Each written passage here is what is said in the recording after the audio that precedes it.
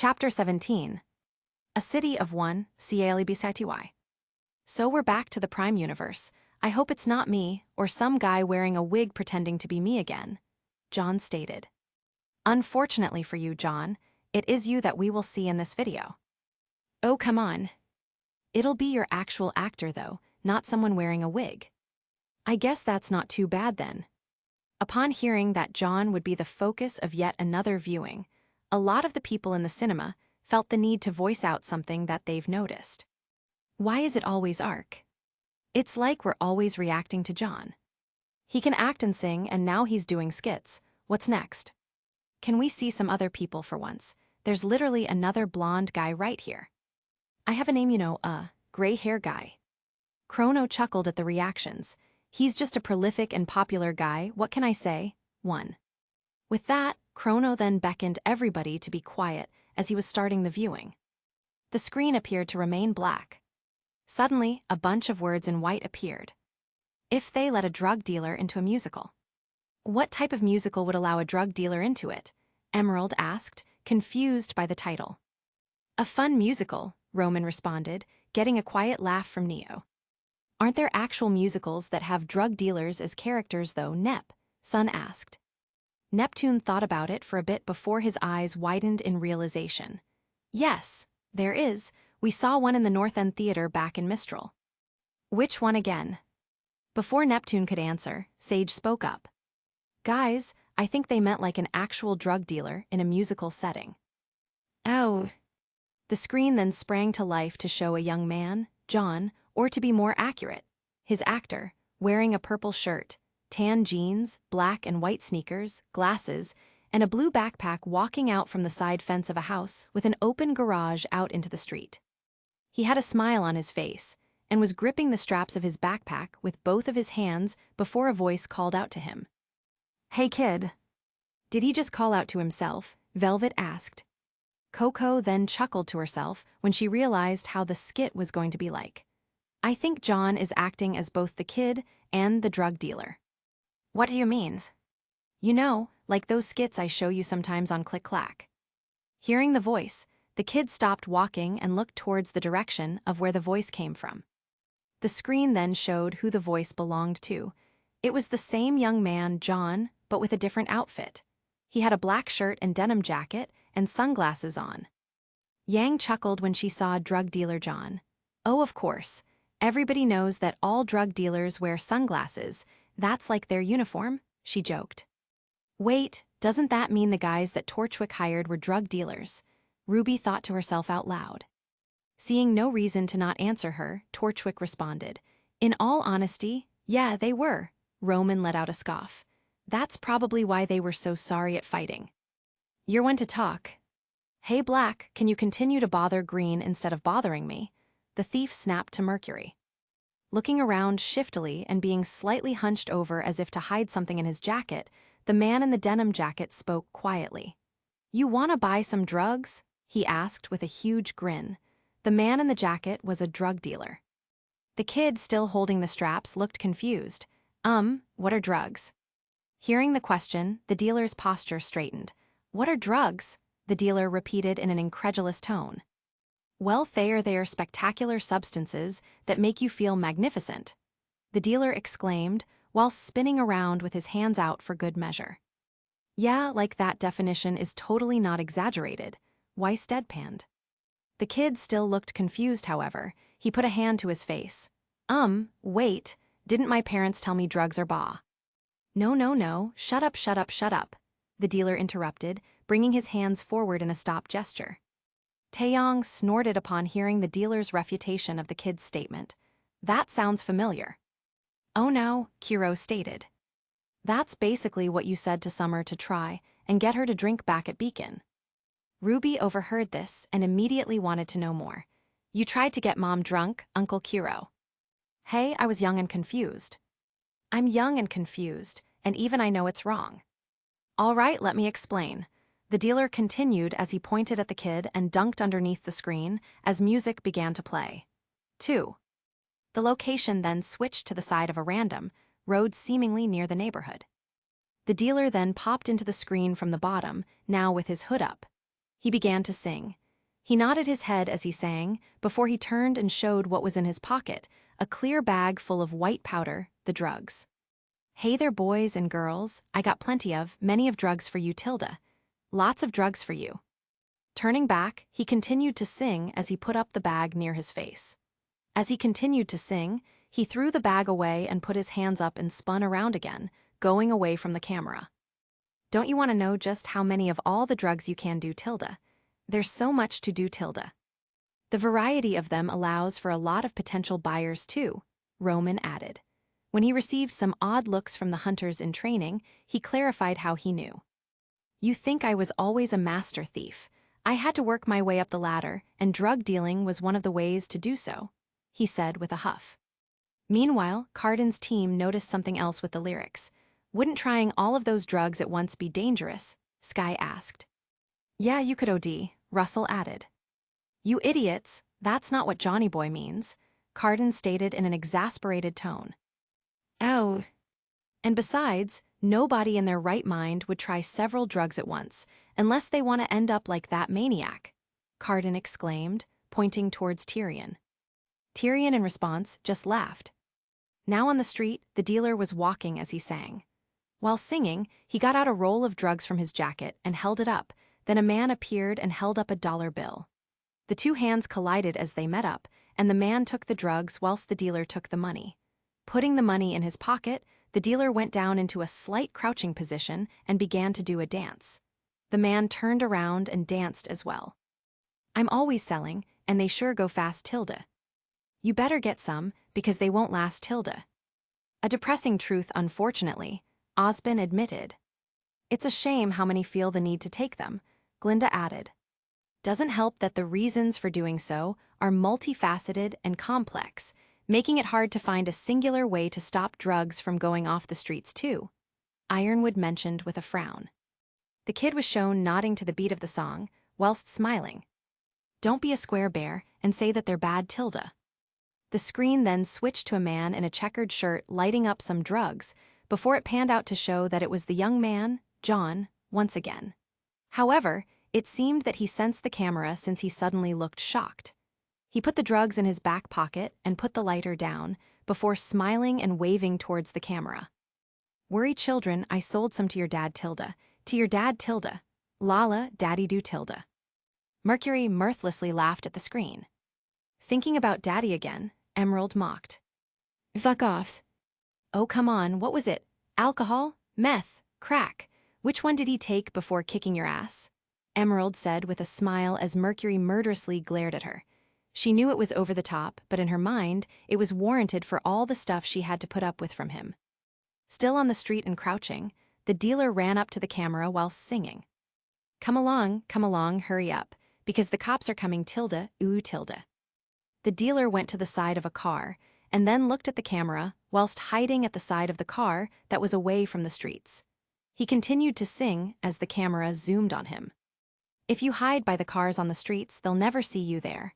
Ooh, Tilda." "What is this, a video game?" Neptune asked. "Do the cops have no object permanence and think if a person isn't in their vision, they're gone?" "That make my job a lot easier," Roman admitted. "Shit, I wish the cops in MVT were like that. They keep shooting up every car I jack. Like, come on, man, I just broke the windows to get in, and now you're breaking the other ones too?" Yang added. "Yang, what are you talking about?" her dad asked. "Motor vehicle theft, you know, the crime game." "That still exists," Taeyong exclaimed, incredulous. "You know about that game? Wow, I think they're releasing a 6th version of it soon." Now, having left his hiding position, he pointed towards another camera and continued to sing.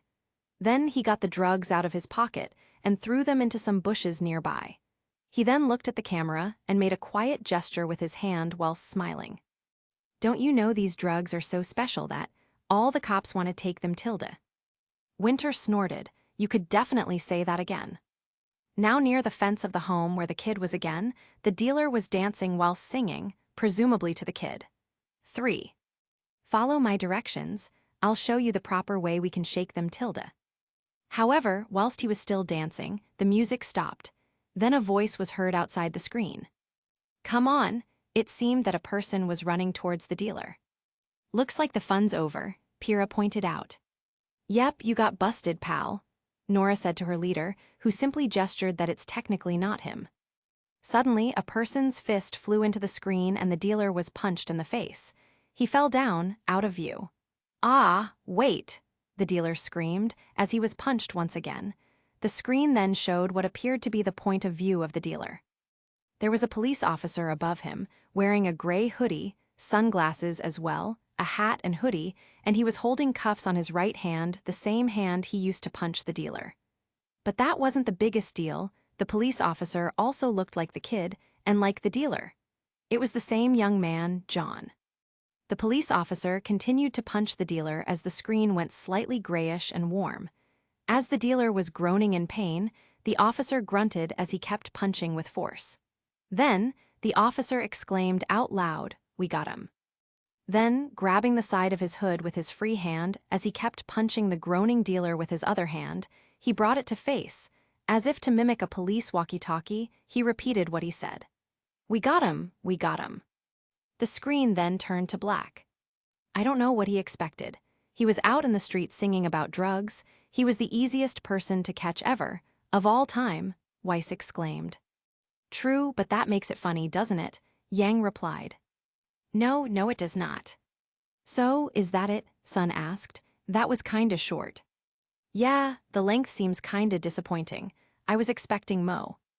However, instead of the viewing ending, another bunch of words in white appeared yet again. When you gotta question your own intelligence. Ray, oh okay, Neptune said. The screen then changed to show John once again, wearing glasses and a black shirt. He had a black backpack on his back, as evident with the straps on him again. While his face was directly on screen, he was looking towards something else instead of the camera. Now, who thinks they know the answer to this equation? A voice asked. It was very much John, but with a deeper and more professional voice. It seemed that it was a student who was on the screen and a teacher in the background. It was a class setting for this skit. A skit based on school? Interesting, Oobleck muttered. Yes, I wonder what type of situations would make Mr. Ark in this skit feel the need to question his own intelligence. Osbin added. Meanwhile, John noticed how he was weaning glasses for this skit. Do I really have to wear glasses in this to show I'm in school? He grumbled. It's okay, John, I think they look good on you, Pyrrha mentioned. John smiled at that. Maybe I should get glasses for my outfit, or maybe goggles would fit better. The bespectacled student put his hands up, as others were heard clamoring for the teacher to pick them. I need the credit, I need the point, he said as he was smiling. He was confident he had the right answer. You over there, the teacher said, picking another person. The student then looked to his left with his hand still up. It is 8, the person answered, not seemingly sure that he was right. Bro, I promise I was about to say that, the student exclaimed as he put his hand down and looked at the teacher. IPROMIS. Yeah, well, you're both wrong, the teacher simply said. See, to properly answer the. Most of the hunters in training burst out laughing when they saw the embarrassing situation play out on the screen. Oh my god, haha. Yep, that's one way to make you think you're dumb. At the look on his face. Some of the other hunters in training, on the other hand, were embarrassed. Ruby was red as she remembered doing a similar thing back at Signal. Uncle Kiro heard about that too and made sure to tutor me in his classes for the next few weeks. Nora's cheeks heat up too, as she literally had a similar situation happen back in Peach's class. I swear poison ivy made poison dust. The teacher's explanation was cut off as the camera zoomed in on the student. Now, he was no longer smiling and had a look of shock on his face. The student closed his eyes and looked down, visibly ashamed of himself. The screen then went black and white as he was shown shaking his head vigorously and putting his hand to his face as he contemplated how wrong he was. His thoughts were then heard, accompanied by some fitting music. Damn it, I'm so stupid. I didn't even need to say that was my answer. All I had to do was wait, and now I look stupid. Why do I come to claws? I feel you, Screen John, I really do, Neptune stated. Yeah, it's worse when you put yourself into that type of situation by saying something when you didn't need to. Coco also added. I know, right? Ruby agreed. the pity party of the student was cut off, as the scene immediately switched to the same bespectacled person again, now sitting on a couch. This time, it appeared to be a home setting, so he wasn't a student in class. He seemed to be playing a video game as he had a headset on and was using a controller. The gamer, however, put down his controller and took his headset off after a few seconds of playing and spoke into the microphone. "I'll be right back, I gotta go make some hot chocolate," he announced to teammates inside of the game as he went AFK. Putting down the headset and controller, he got up from the couch and went to the kitchen. He got a box from the shelf near the kitchen door, which was the hot chocolate brew, and put it on the wooden table to his right. After that, he turned to his left and got a mug from a place off the screen. Going to the table with the brew, he opened the box and got the packet. However, when he saw the packet, he froze. "Oh no. You can't do that. How does that happen?" "Ah," he exclaimed in shock. Fitting music began to play again. It turned out that the box was upside down. Weiss shook her head. The box was meant to be open a certain way. It shouldn't be possible to mess this up. "Damn it, I opened the box upside down." The gamer proceeded to shake his head and close his eyes in shame once again as the screen turned black and white. He put the hand carrying the brew packet to his head. "Why don't I pay more attention? I can't even close it now. What am I doing? I should just put it back. I don't deserve hot chocolate." "Seems a bit melodramatic," Emerald muttered. "Yeah, who cares how you open stuff?" Sun added. The monkey Faunus did not expect such a strong reaction. "Excuse me. What are you, uncultured? Is this some type of vacuum joke? Who cares how you open stuff? What's next? Who cares how you eat a hot dog? Eating it horizontally is just as fine." "All right, I guess a lot of people care," Sun realized. The inner monologue was cut off once again as the scene switched to the bespectacled young man going into the scene. He had a white dress shirt on and was carrying a plate. With this in mind, he appeared to be a waiter. The waiter put the food down on the table that was off-screen. "Here's your food, and let me know if you need anything else. Enjoy your meal," the waiter said to his customer. The screen then showed the young bespectacled man in the glasses and black shirt, presumably the student and the gamer, sitting down as he prepared to eat. "Thanks, you too," he replied as he looked up to the waiter. The waiter looked at the customer with an amused look before turning around, leaving through a door. Fitting music began to play again.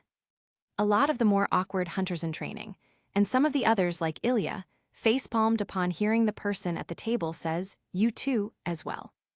"I've done that more times than I would like to admit, to be honest," Ilya mentioned. "Yeah, and that look they give you too. It just kill me now," Blake said. Both of the Faunus realized who they were talking to, before turning away from each other awkwardly. The customer's smile dropped, as he once again dropped his head and closed his eyes in shame. "I'm stupid." He put his hand on his head, and then looked up as if to question his life decisions. "I looked that man directly in the eye and said something stupid. Why do I keep talking? He's gonna remember that for the rest of his life. What am I doing here?" Kuro snorted at the monologues. These thoughts that we're hearing are actually pretty funny. "Yeah, didn't you think like this back in the day?" Do you ever get off my case, Ty?" The scene changed once again to a door in the house. The door was opened a few seconds by the young man in glasses with the black shirt, who again was likely the same guy as before: the student, the gamer, the customer. He had a game in his hand and had an excited demeanor. "Bro, guess what just came in the mail?" the gamer exclaimed. The screen changed to show the same person sitting on the couch, but wearing a blue and red hoodie, and not wearing glasses, showing that he's a friend and not the same person. "What's that?" the friend replied as he saw what was in the gamer's hand. The gamer put the game in his hand up high to show it. "That new Smash 5, you ready to get dropped?" the gamer emphatically declared. "Bro, what?" "Yeah. That ain't even out yet." Hearing what his friend said, the gamer went from looking at the Smash 5 game he got and looked back at his friend in shock. "Huh," he uttered. Upon realizing what the gamer just said, a lot of gasps were heard among the younger side of the audience. "Did he just? No way. You must have gotten early access then. Who do you know who works for Nintendo?" the friend asked. He was about to receive a disappointing answer. Looking down, the gamer only had one thought. Damn it. The screen then showed the logo of Super Smash Bros., but with a scribbled-out text at the bottom replaced with poorly photoshopped 5. A group of voices, all the same person, proceeded to do an a cappella rendition of the Smash Bros. Theme. As the rendition reached its end, the screen switched to show that that was what was being shown on the TV of the gamer and his friend. The TV then changed its scene to show a table and a bunch of action figures fighting as they were controlled by a person's hands as a cappella battle music was playing in the background. Seeing the video, the students chuckled at how the gamer got duped very hard. Meanwhile, the adults were just annoyed. "How do you let yourself be scammed like that?" Glinda exclaimed, exasperated. "You would have to be incredibly incompetent to allow that to happen." "You know how people can be, Glinda. Sometimes they're so desperate for something they ignore signs of things being too good to be true," Oobleck reasoned. The screen switched back to show the friend on the couch. He was not amused. He looked at the gamer. The gamer looked ashamed of himself as he once again shook his head, put down his head, and closed his eyes. John cringed. "That's like when I do something to piss my sisters off." "Who did you buy this from? Who did you buy THIS from? Answer and why question?" the friend said angrily as it was cut off by fitting music and the gamer's thoughts. "I can't believe I paid $300 for something so stupid." He put his hands to his head. The friend's rant was still able to be heard partially in the background. Why didn't I do more research? I'm so stupid. How did my parents birth somebody so stupid?" The screen went to black again. With Emerald's mockery forgotten, Mercury found himself chuckling again. "Surely that's not all right? I'd love for one more escape, yes." He put his hands up in triumph. And for the third time, another bunch of words in white appeared yet again. "When the hero is just as smart as villain. 4. Both of them should at least be smarter than the person who wrote that title," Kiro quipped, getting chuckles from Yang and an eye roll from Winter. Kiro grinned at both responses. The screen changed to show the same door in the house as the previous scene in the other video. The door was opened from the outside, and the same young man as seen in all the videos, John, appeared.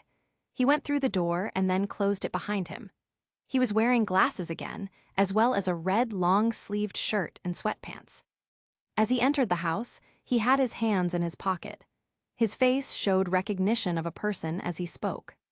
"Ah, so you're the legendary thief that everybody tries so hard to catch," he stated. That thief sounds like Lupin," Adam stated. 5. "Is that?" Roman started as he began to remember. "The legendary Wolf Faunus, who is a better gentleman thief than you," Adam said with a smirk. Roman scoffed. "Is he really better than me, who's still kicking about? Who's forced to work for someone whilst the other is in retirement?" Ilya joined in. Roman scowled. "Yeah, well, at least I look better. Lupin's sideburns do not look fashionable." The camera showed the back of the thief, the villain, wearing a black hoodie, walking away. However, as the man in red finished what he was saying, the thief paused before replying. "Who's asking?" The man in red, the hero, just looked confused. That wasn't a quest. He stopped before changing what he was saying. "Okay, first of all, why do you say I'll do that?" he continued, as he put a hand to his neck. "Who's asking?" he mocked, mimicking the voice of the villain. "What do you expect me to say to that?" he added with his normal voice. The scene changed to show the face of the villain, who was also wearing glasses, contemplating what the man was saying with wide eyes. "You're just giving yourself away, and what am I supposed to say?" The hero gestured to himself. "What am I supposed to say after that?" The villain looked slightly embarrassed. "That's stupid. Like, at least try to act like you don't know English or something. Be more creative. Like no hablo Ingles or something like that. Like, you know what I mean." He does have a point, to be fair. Saying that doesn't really help in that situation, Neptune pointed out. "Isn't that saying just some sort of cliché, though?" Sun pointed out. "I guess." Outside of those two, one person was focused on a part much more important than all of that. "No hablo Ingles?" Oobleck asked. "It means I don't speak English in Spanish." "Ah, I see, thank you, Chrono." After a few seconds, the hero realized he was getting off track. Never mind, I'm getting off topic. Anyways, to answer your question. The camera zoomed in on the hero's determined face. I'm the guy that's gonna catch you. Nice, confidence is key, Yang began. The villain turned around with a smirk. Oh, really? He questioned. With what evidence? Oh, there's plenty of evidence, the hero retorted. Like what's in your hoodie pocket, he declared. The villain looked down to his pocket, which had both of his hands inside of it. What? He asked, before taking out what was inside. This bottle. He smirked. Why would a simple water bottle incriminate him? Shake it. The smirk dropped. HMPH. He shook the bottle and a metallic jingle could be heard. Yeah, get him, don't let up, Yang continued. What are you doing? Weiss asked, confused. I'm, commentating on this battle of wits. And cheering too, that seems awfully biased. Home team announcers are meant to be biased. Seriously. You're smarter than you look, the villain stated. The hero looked confused for a second time. That doesn't work here. Parts of the audience chuckled at that line. I don't get it, Dove asked. Cardin explained. Johnny is both of them, so mentioning looks is redundant. Oh. But anyways, I have reason to believe that you tried to steal a key to a safe that held millions upon millions of dollars, he stated. However, I swapped that key, he continued before holding up his own key, with a banana before you got to it. The villain's eyes widened. He opened the bottle and got the banana out of it. He looked shocked to see that there was a fruit inside of it instead of his key. As he held the banana, he still looked surprised before his face became calm once more. He looked at the hero and grinned. Impressive, but I only expected that. Really? The hero did not look convinced. Yeah, really, Nora exclaimed, as she and the others were just as confused as the hero. Yes, really, the villain replied as he put down the bottle. I expected you to swap that out with this banana. He began to peel the fruit. So I managed to steal the key before I stole it. Then I planted it into the banana that you would swap it with. It was now the hero's turn to be shocked, as his eyes widened. The one that you have is a fake replica key that I made, the villain finished. However, the hero immediately replied with a smile while still holding up the key. Funny that you should say that. He pointed at the villain with his other hand. Because I knew you would make a fake key, so I stole the fake key that you made and swapped it with the real one. The villain dropped his smile and began to look panicked once again. The hero still continued speaking, however. So that when you inevitably swap the real one with the fake one, you would actually put the real one back in its place. In other words, the one in that banana is the fake one.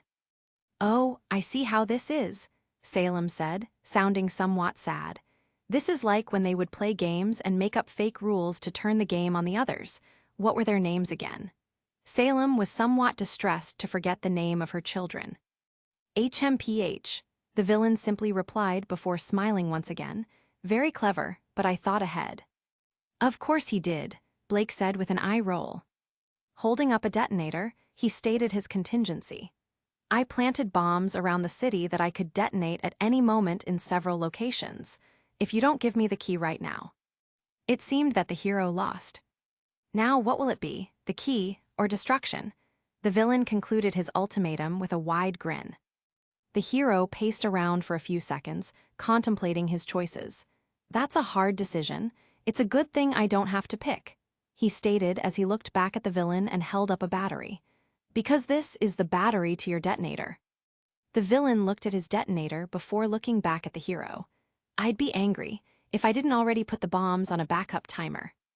I'd be pressed if we already didn't disarm them, the hero retorted before putting his hands up to show a bunch of wires and dropping them. Is this just gonna be the whole skit? Mercury asked. Not that I'm complaining, this is amusing to watch. I'd be upset if I didn't. A phone soon started to ring, which interrupted the villain's next line. The hero soon realized it was his phone, before looking expectantly at the villain for permission to use his phone. The villain still had his grin. You might want to answer that, he simply said in response. Looking a bit cautious, the hero slowly got the phone out of his pocket before answering. He put it on speaker mode beforehand, though. Hello, he said. Yeah, I'm calling back this number. Because you're dry clean AH. The phone call was interrupted as explosions went off from the other side, and the person was heard screaming in pain. The villain chose to continue his sentence then, whilst the screams of pain of the dry cleaner was heard in the background. I knew you would disarm the bombs. That's why I placed extra bombs at your dry cleaner. You'll never enjoy unwrinkled clothes again. You'll have to iron them like everyone else. That's cruel, Yang said dramatically. The rest of her team just rolled their eyes at her antics. Come on guys, bombing people is bad but you're in clothes. That's horrific. I know right, Coco added. Yang, not expecting a response, did not know what to say. Is she being sarcastic too? The hero shook his head in disappointment before hanging up the call. That sucks, because we relocated those bombs to your dry cleaner. The hero then stated as he looked at the villain. The classic switcheroo, oldest trick in the book, Roman said with a laugh. Neo wrote something for Roman to read in response, which made him scowl. Almost as old as me? I'm not that old. Stop laughing, Neo. The villain looked incensed as he turned around in anger. I think you missed one detail. HMPH, not likely. The hero seemed so confident that he was victorious, he even turned around. You're caught, bro. I'm not even here. What? The hero said in exasperated annoyance before turning around. What? He then exclaimed a second time in disbelief. I was never there. You've been FaceTiming me all this time. The screen showed not the villain, but a chair and a phone with the villain's FaceTime on it. Oh, come on, that's just absurd. Weiss, Ruby asked in shock, as she was about to say the villain not being there was absurd. Did she just find a part of this skit funny? I'm sorry, it's just, what is this? Now holdo, what? The hero was flabbergasted. This entire time, I'm actually in my house chilling, the villain said as he was holding a laptop to speak to the hero via FaceTime. The hero walked up to the phone as the villain continued to speak. You thought you were a step ahead the whole time? Nope, you weren't even talking to me. He then picked up the phone.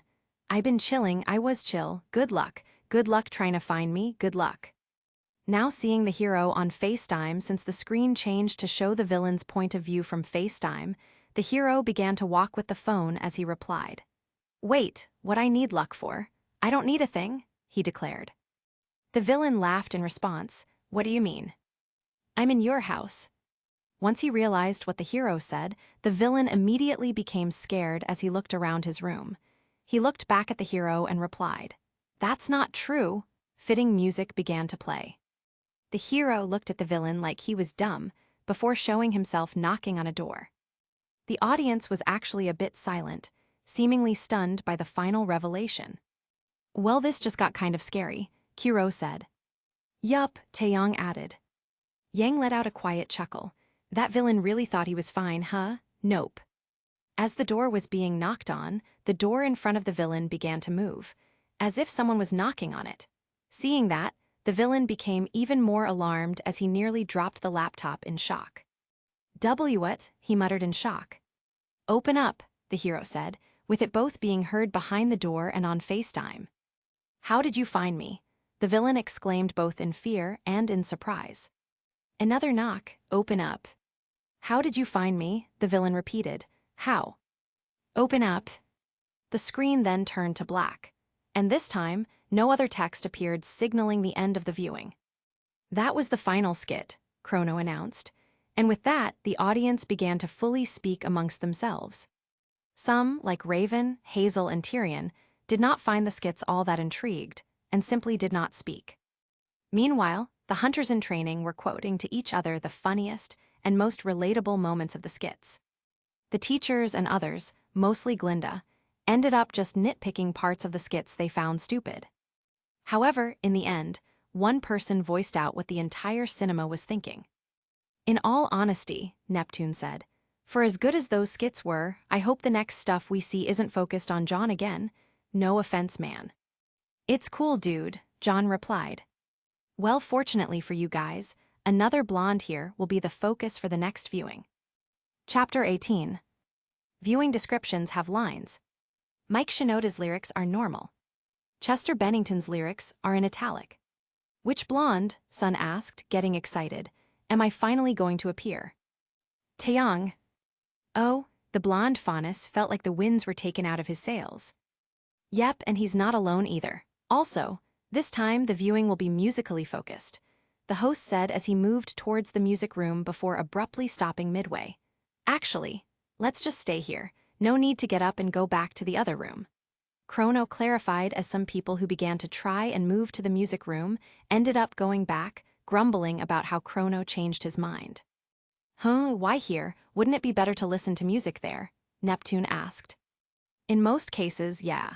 But I decided that this viewing will be a live musical performance. You see, Taeyong, or his actor to be specific, is part of a band. He is one of the main people in it. Interesting. Who's the other main people? Kiro. With the news of the viewing being a music video, and the fact that 2 members of Team SDRQ are actually in a group together in the Prime universe, everybody, especially the musically inclined bunch in the cinema, were now interested to see what new songs they would end up hearing this time. This might be ironic to think about, but I hope the song isn't sad. Between me and John singing, a happier singer would be nice. That being said, we did just watch 2 comedic videos, Weiss thought. So, me and Tai in a music video, I wonder why, Kiro thought out loud. Well, in whatever case, it's good to see that we're still basically brothers in another universe, Tai said with a smile. Yeah, Kiro replied with a wistful smile. If only it wasn't just us 2 though. I quite enjoyed the last music session we had, to be honest, Salem admitted. I wonder what themes will be focused on through the lyrics in this one. I hope it's about the greatness of nihilism, about how nothing matters so we should just do what we want, Tyron exclaimed with a grin. Wow, Watts uttered, astonished at Tyrion's statement. I expected you to be focused on blood and gore, to be honest. Such as killing and painting the town red with gore, ha ha ha. Oh, for goodness sake. Chrono then began to play the viewing. The video began with showing 6 men, among them the actors for Taeyong and Kiro, going up some stairs to a stage. As they were going up the stage, the sounds of thousands of fans' cheerings could be heard, getting louder and louder. As the camera focused on them, their attire could be seen. As they were a band, they all wear similar clothes, a mixture of black and white, with some caps, hoodies, and jeans. Kiro's actor in particular wore black sunglasses, a black bomber jacket over a white t-shirt, a pair of black jeans, and combat boots. Meanwhile, Taeyong's actor had worn blue jeans, black and white canvas shoes, and a black hoodie. Kiro's eyes widened at how Taeyong looked in the viewing. I guess I'm not the only one who is also younger in this viewing. He looked at Tai, who was grinning at how he got to see himself look like he was back at Beacon. How awesome is this, Kiro? Kiro gave a small smile in response. It's pretty cool. As they got up to the stage, the group collectively smiled and waved to the audience who went crazy, before they all received wires from the people going down the stage. The group then went to the instruments and microphones on the stage, already set up from the last performance, and connected the wires to get ready. As he was the first to finish it, and with the others not done just yet, Kiro's actor jumped up and down in anticipation and gestured to the crowd to get even more pumped up. When the rest of the band was done, one of the band members proceeded to play a memorable tune on his instrument that got the crowd roaring, and let the rest of the band know to start playing. 1. It was time to perform. Nice opening, a simple piano tune, Weiss hummed. The crowd's going crazy though, I guess they're opening with one of their best songs, Blake pointed out. That makes sense, the Achievement always open their concerts with their hits. Yang added on, remembering when she saw the Achievements at one of their tour to Vale. I can't believe Dad and Uncle Kiro are just like them. It starts with one thing I don't know why. It doesn't even matter how hard you try. Keep that in mind, I designed this rhyme. To explain in due time. All I know. Time is a valuable thing. Watch it fly by as the pendulum swings. Watch it count down to the end of the day. The clock ticks life away. It's so unreal. More somber lyrics, first John and now Ruby's dad, Pyrrha questioned. Damn, I was hoping for some happier songs, I guess that's not happening, Nora pouted. Well, John did sing that funny song last time, Ren noted. Yeah, but that was also him pretending to be a druggie. Didn't look out below. Watch the time go right out the window. Trying to hold on, didn't even know. I wasted it all just to watch you go. Just to watch you go. The remaining members of Team SDRQ shifted uncomfortably at what the lyrics were insinuating. Is this about how the team split up? Raven thought with a heavy look. This sounds like, Ty said before Kuro continued. What we might have thought about. Yep. I thought so, damn it, Kuro thought as she looked at his sister. Well, this viewing got awkward fast. Can't we just watch more skits? Kuro held on to that note as Ty began rapping the next verse, to the audience's applause. I kept everything inside, and even though I tried, it all fell apart. What it meant to me will eventually be a memory of a time when I tried so hard. Ty winced in shame as he remembered how he fell apart and basically stopped being a parent to RWBY and Yang for a while. I should have tried harder. Both RWBY and Yang saw their dad in distress. Giving each other a look, the two sisters went up to him and gave him a big hug, knowing how he must be feeling. "Okay, Dad, you've more than made up for it," RWBY began. "I shouldn't have had to make up for it, though," Taeyong stated back with an intense look to both of his daughters. "Nobody's perfect, and if these lyrics are right, you at least tried. That's better than someone else here." Raven heard Yang and grimaced, but not due to the insult, if only she knew. "I tried so hard and got so far. But in the end, it doesn't even matter. I had to fall to lose it all. But in the end, it doesn't even matter." Raven thought back to that final mission with Summer. Is this song not just about Kuro and Ty then? Is this about Summer? She could remember how Summer went up to her in an attempt to try and stop Salem, and how she basically abandoned the two children just as well. "It's one thing for me to quit, I'm just a bandit. But you, Summer, why?" "One thing, I don't know why. It doesn't even matter how hard you try. Keep that in mind, I designed this rhyme. To remind myself how I tried so hard. I tried so hard. In spite of the way you were mocking me. Acting like I was part of your property. Remembering all the times you fought with me. I'm surprised it got so far. Got so far." Meanwhile, outside of Team SDRQ, some of the faunus in the audience were also feeling like the song was relevant to them as well. Adam thought back to his relationship with Blake and found himself shocked, just like Taeyeon was in his lyrics. "I never treated her right. I saw her more as an asset and way to relieve my stress than as an actual person." The White Fang leader felt shame seep into his body. How did she take so long to leave me? Things aren't the way they were before. You wouldn't even recognize me anymore. Not that you knew me back then. But it all comes back to me in the end. In the end. Seeing Adam seemingly feel remorse made Blake suspicious once again. He can't be genuine, right? Why is he only seeing it now? Are these viewings that Chrono is showing us really affecting him that much? Once again, Kuro held onto that note as Ty went on to the next part. "You kept everything inside, and even though I tried, it all fell apart. What it meant to me will eventually be a memory of a time when I tried so hard. I tried so hard and got so far. But in the end, it doesn't even matter. I had to fall to lose it all. But in the end, it doesn't even matter." Tyrion looked at the conflicted faces and feelings that were apparent in the cinema, from the members of the disbanded team, SDRQ, to his fellow faunus, and grinned.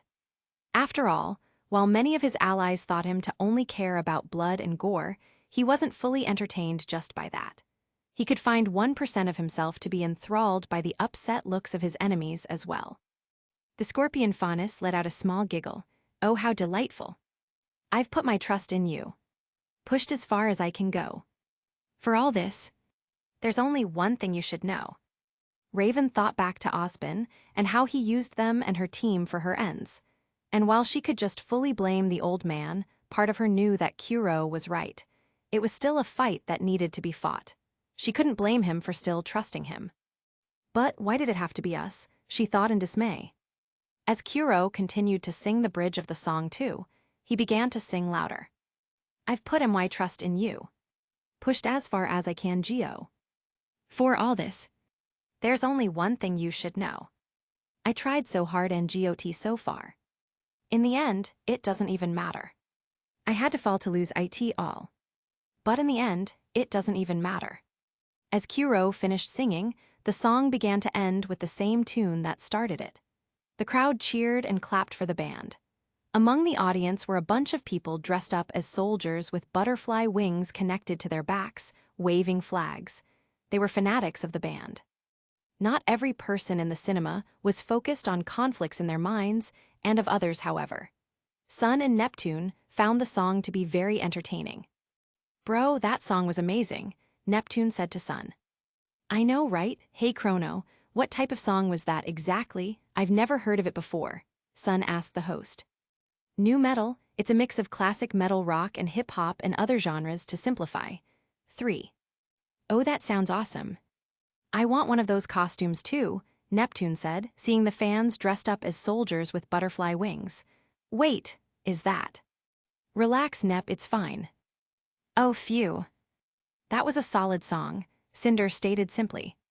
"Agreed, Cinder," Emerald immediately replied. Mercury rolled his eyes at Emerald's quick agreement. "She is kinda right, though." "I'm shocked you actually liked a song like that, to be honest," Roman mentioned with Neo nodding her head in agreement. "I'm not all work, Roman. I like to listen to music from time to time. I've literally never seen you go on a radio, wear headphones, or do anything music-related. And how many times do you even see me other than to tell your do-better work?" "A good point." Mercury laughed at the exchange. As the crowd began to go silent again in anticipation of the next song, another member of the band this time began the next song. "So Tai and Kuro's band sing rock songs. Interesting," Osbin noted. "Well, it was pretty popular back in our school days," Glinda added. "What is interesting, though, is the lyrics." "Yes, while I'm sure it can apply to Team SDRQ, it's also a very universal message. Even I can see where they're coming from," Osbin, as well as Ozma, thought. "Why does it feel like night today? Something in here's not right today. Why am I so uptight today? Paranoia's all I got left. I don't know what stressed me first, or how the pressure was fed. But I know just what it feels like. To have a voice in the back of my head." Osbin snorted. "Case in point. Though I guess this would apply more towards my new incarnation when I actually die again. I wonder if he will have yet another similar name to me. I've been Oswald, Ozzy, Oziel, Ozymandias. I would love to be a simple Brian or Wulfric again." Kuro and Taeyong considered the lyrics whilst giving each other a glance. "I don't think this really applies to us as much," Tai said. "Yeah, this sounds more like the Tin Man, if I'm being honest." Ironwood heard the two and remained silent. In all honesty, they were correct. That's somewhat accurate. Metal is similar to a voice. A poisonous voice that always tells me that only I can do must be done. It definitely does breed mistrust. Like a face that I hold inside. A face that awakes when I close my eyes. A face watches every time I lie. A face that laughs every time I fall. And watches everything. So I know that when it's time to sink or swim, that the face inside is here in me. Right underneath my skin. Man, it must suck to have paranoia, Ruby said. Indeed, Penny said sadly. Not being able to fully trust and believing that everybody is out there to get you.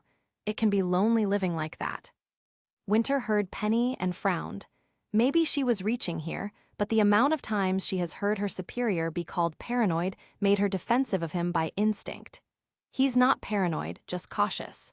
And I'm sure he has a good reason for it. Salem heard the lyrics and thought of her dreams, or to be more accurate, nightmares. While she is not paranoid, she does always think about how the gods must be laughing at her plight. Why else would those arrogant buffoons leave me like this? As Tai's first verse ended, Kuro went next to Tai, and both began to sing the hook of the song. "It's like I'm paranoid lookin' over my back. It's like a whirlwind inside of my head. It's like I can't stop what I'm hearing within. It's like the face inside is right beneath my skin. I know I've got a face in me. Points out all my mistakes to me. You've got a face on the inside too. And your paranoia's probably worse. I don't know what set me off first. But I know what I can't stand. Everybody acts like the fact of the matter is. I can't add up to what you can." John was confused. Is this song about being paranoid or about being anxious? "Both," Ren answered. Being paranoid and anxious go hand in hand, to be honest. Ah, that makes sense, thanks Ren. But everybody has a face that they hold inside. A face that awakes when I close my eyes. A face watches every time they lie. A face that laughs every time they fall. And watches everything. So you know that when it's time to sink or swim, that the face inside is watchin', you too. Right inside your skin. With the second verse finished, Kiro rejoined the song. It's like I'm paranoid lookin' over my back. It's like a whirlwind inside of my head. It's like I can't stop what I'm hearing within. It's like the face inside is right beneath my skin. It's like I'm paranoid lookin' over my back. It's like a whirlwind inside of my head. It's like I can't stop what I'm hearing within. It's like the face inside is right beneath my skin. As the final part of the song began, the cheers got louder. The face inside is right beneath your skin. The face inside is right beneath your skin. The face inside is right beneath your skin. The sun goes down. I feel the light betray me. The sun goes down. I feel the light betray me. The sun. It's like I'm paranoid lookin' over my back. It's like a whirlwind inside of my head. It's like I can't stop what I'm hearing within. It's like the face inside is right beneath the skin. I feel the light betray me, the sun. It's like I'm paranoid lookin' over my back. It's like a whirlwind inside of my head. It's like I can't stop what I'm hearing within. It's like I can't stop what I'm hearing within. It's like I can't stop what I'm hearing within. It's like the face inside is right beneath my skin. I feel the light betray me, the sun. Oobleck decided to ruminate about the song he heard and contemplated about his students and about society. Is this how people with such mental illnesses feel? I wouldn't be surprised if the singer had such a condition and decided to put it into song. I sure hope that the other teachers and I can at least help any student who feels this way. The crowd once again cheered the band after the second song, but instead of waiting, the band started the next song immediately, resulting in the cheers getting louder.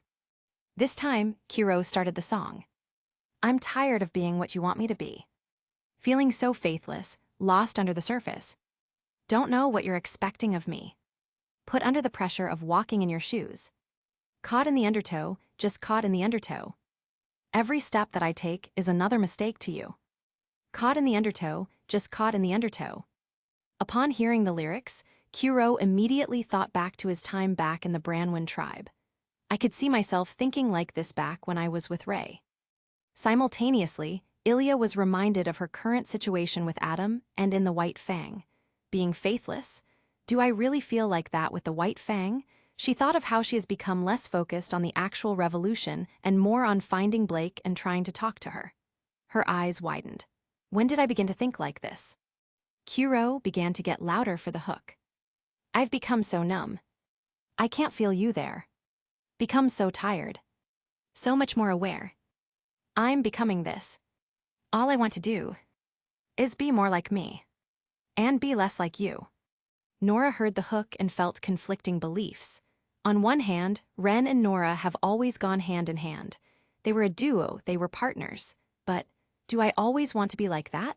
I can't even think of who I am outside of being with Ren. Can't you see that you're smothering me? Holding too tightly, afraid to lose control. Cause everything that you thought I would be has fallen apart right in front of you. Kiro held on to the last note as Tai began to join in. Caught in the undertow, just caught in the undertow. Every step that I take is another mistake to you. Caught in the undertow, just caught in the undertow. And every second I waste is more than I can take. Kiro thought back to how intense the arguments and fights with Raven ended up when it became apparent that he wasn't going back to the tribe. I thought she hated me. Was she really just afraid of losing me? Did I just ray too quickly? I've become so numb. I can't feel you there. Become so tired. So much more aware. I'm becoming this. All I want to do is be more like me. And be less like you. And I know I may end up failing too. But I know you were just like me, with someone disappointed in you. John's breath hitched. That's like what I said to my parents. While John's parents eventually did agree to let him go to Beacon, even if they still didn't fully believe in him, It wasn't until John pointed out that both of his parents' didn't approve of their life dreams, and yet they still did it anyways. Dad was just like me. Granddad didn't want him to be a huntsman, especially after the war. I've become so numb.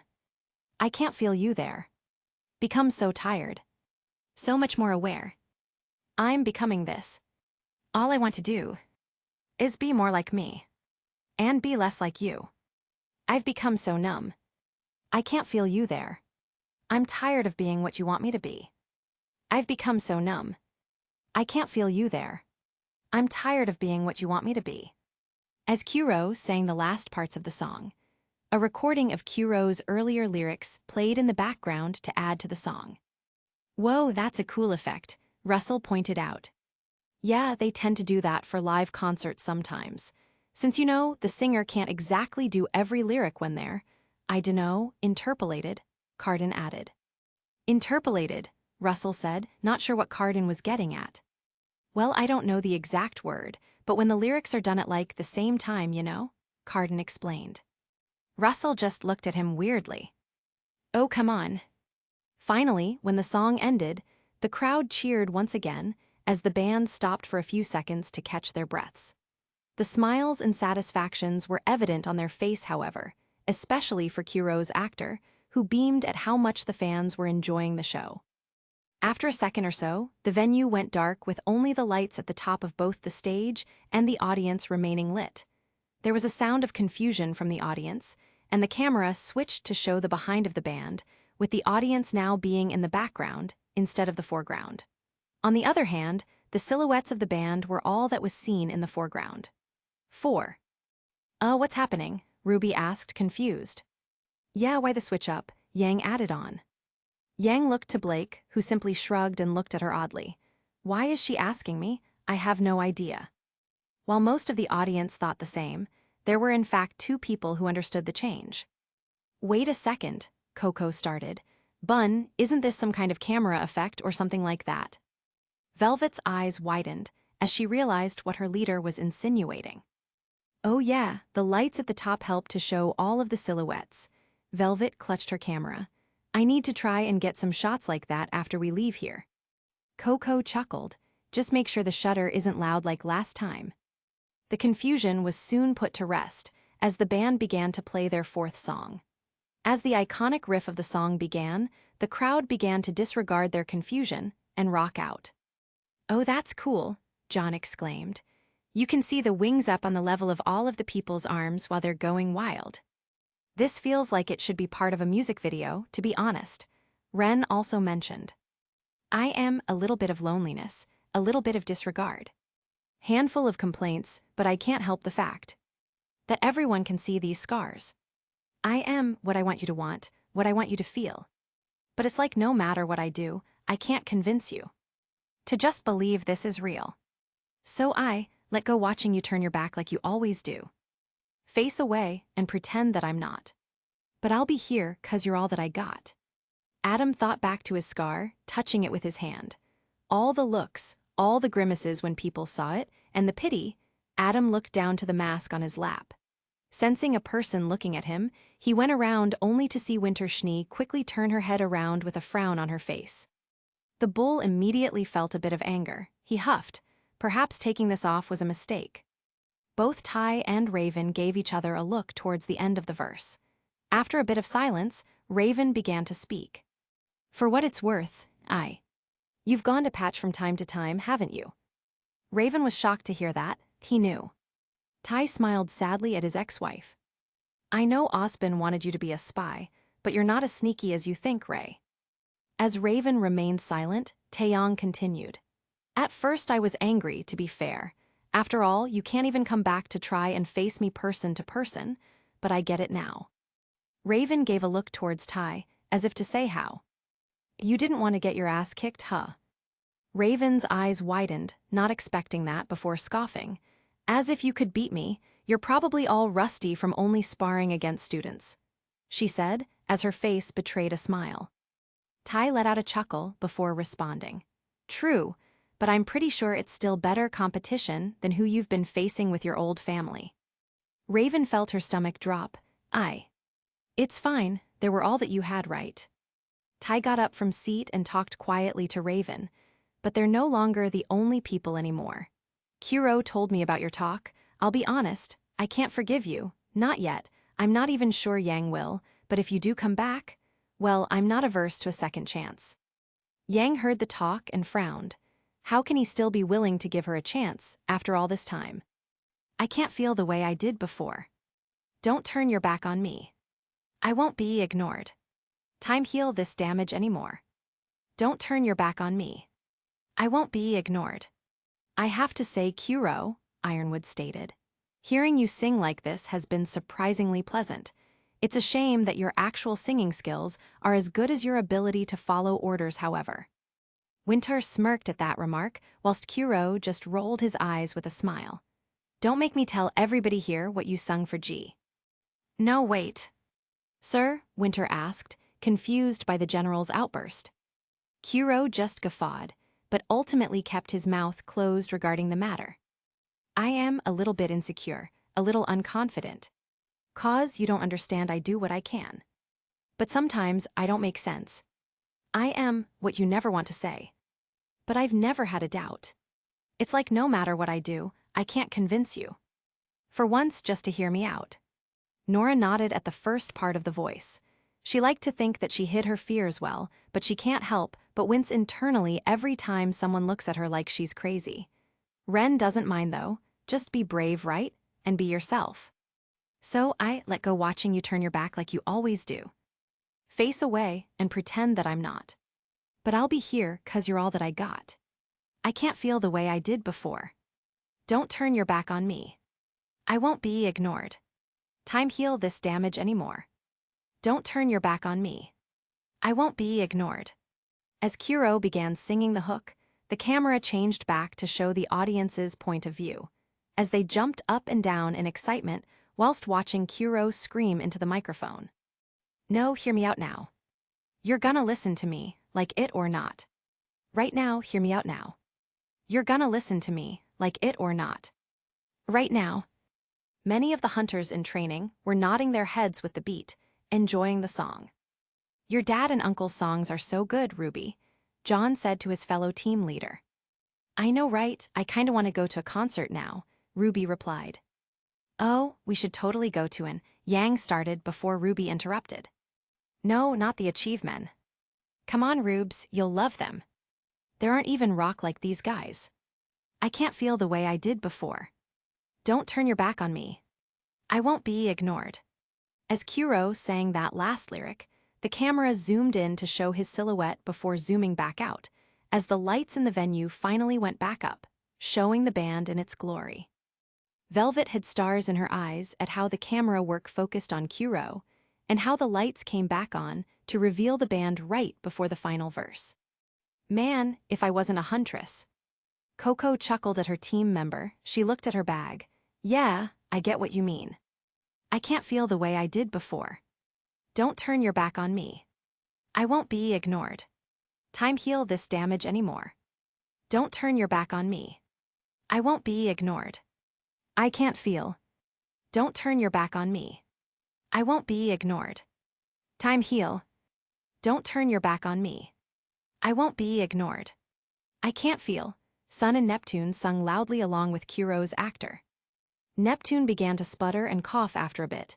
Damn, how does he keep it up? Maybe try to drink some water for your throat, or are you scared of that too? Hee hee. That's not funny, Dove.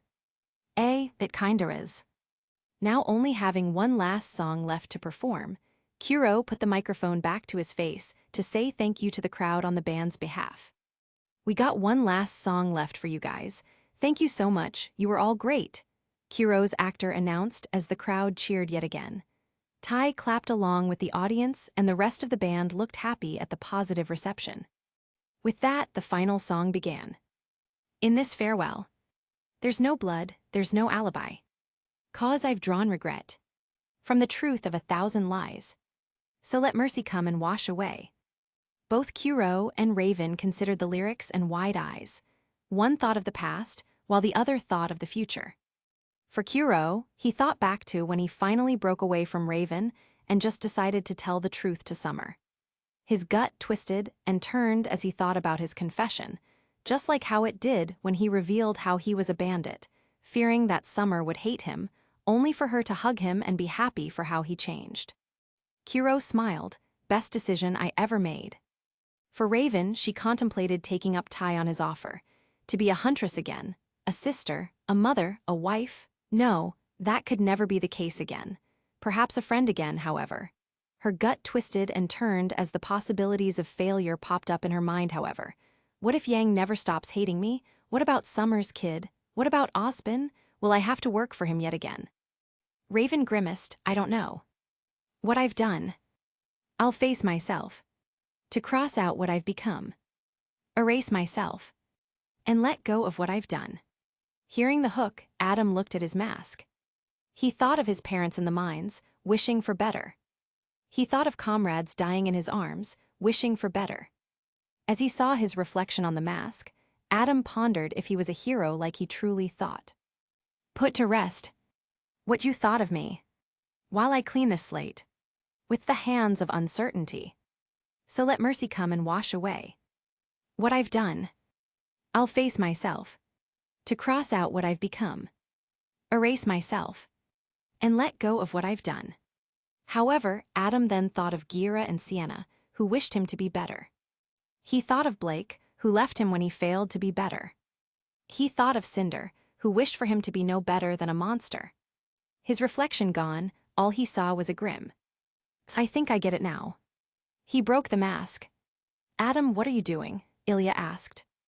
Adam looked at his fellow comrade and gave a small smile. Something we should have done a while ago. Despite not singing for this song, Taeyong was able to personally put on one last show for the crowd by doing a guitar solo for the bridge. Weiss hummed in appreciation. Ruby's father is truly incredible. Ruby smiled at her partner. You enjoying it? Weiss let out a huff but ultimately smiled. Of course I'd enjoy good music. For what I've done. I start again. And whatever pain may come. Today this ends. I'm forgiving. What I've done. Regardless of personal thoughts and grievances, all of the audience nodded their heads, whether through intense headbanging or simple soft movements of their heads, in rhythm to the beat, enjoying the final song. I'll face myself. To cross out what I've become. Erase myself. And let go of what I've done. No. What I've done. No. Forgiving what I've done. No. As the song ended, the crowd's cheers rose to a crescendo. Kuro and Tai looked at each other with smiles before raising their hands to the audience. The rest of the band members clapped passionately or let out whoops. That's all from us, thank you and good night, Kuro announced.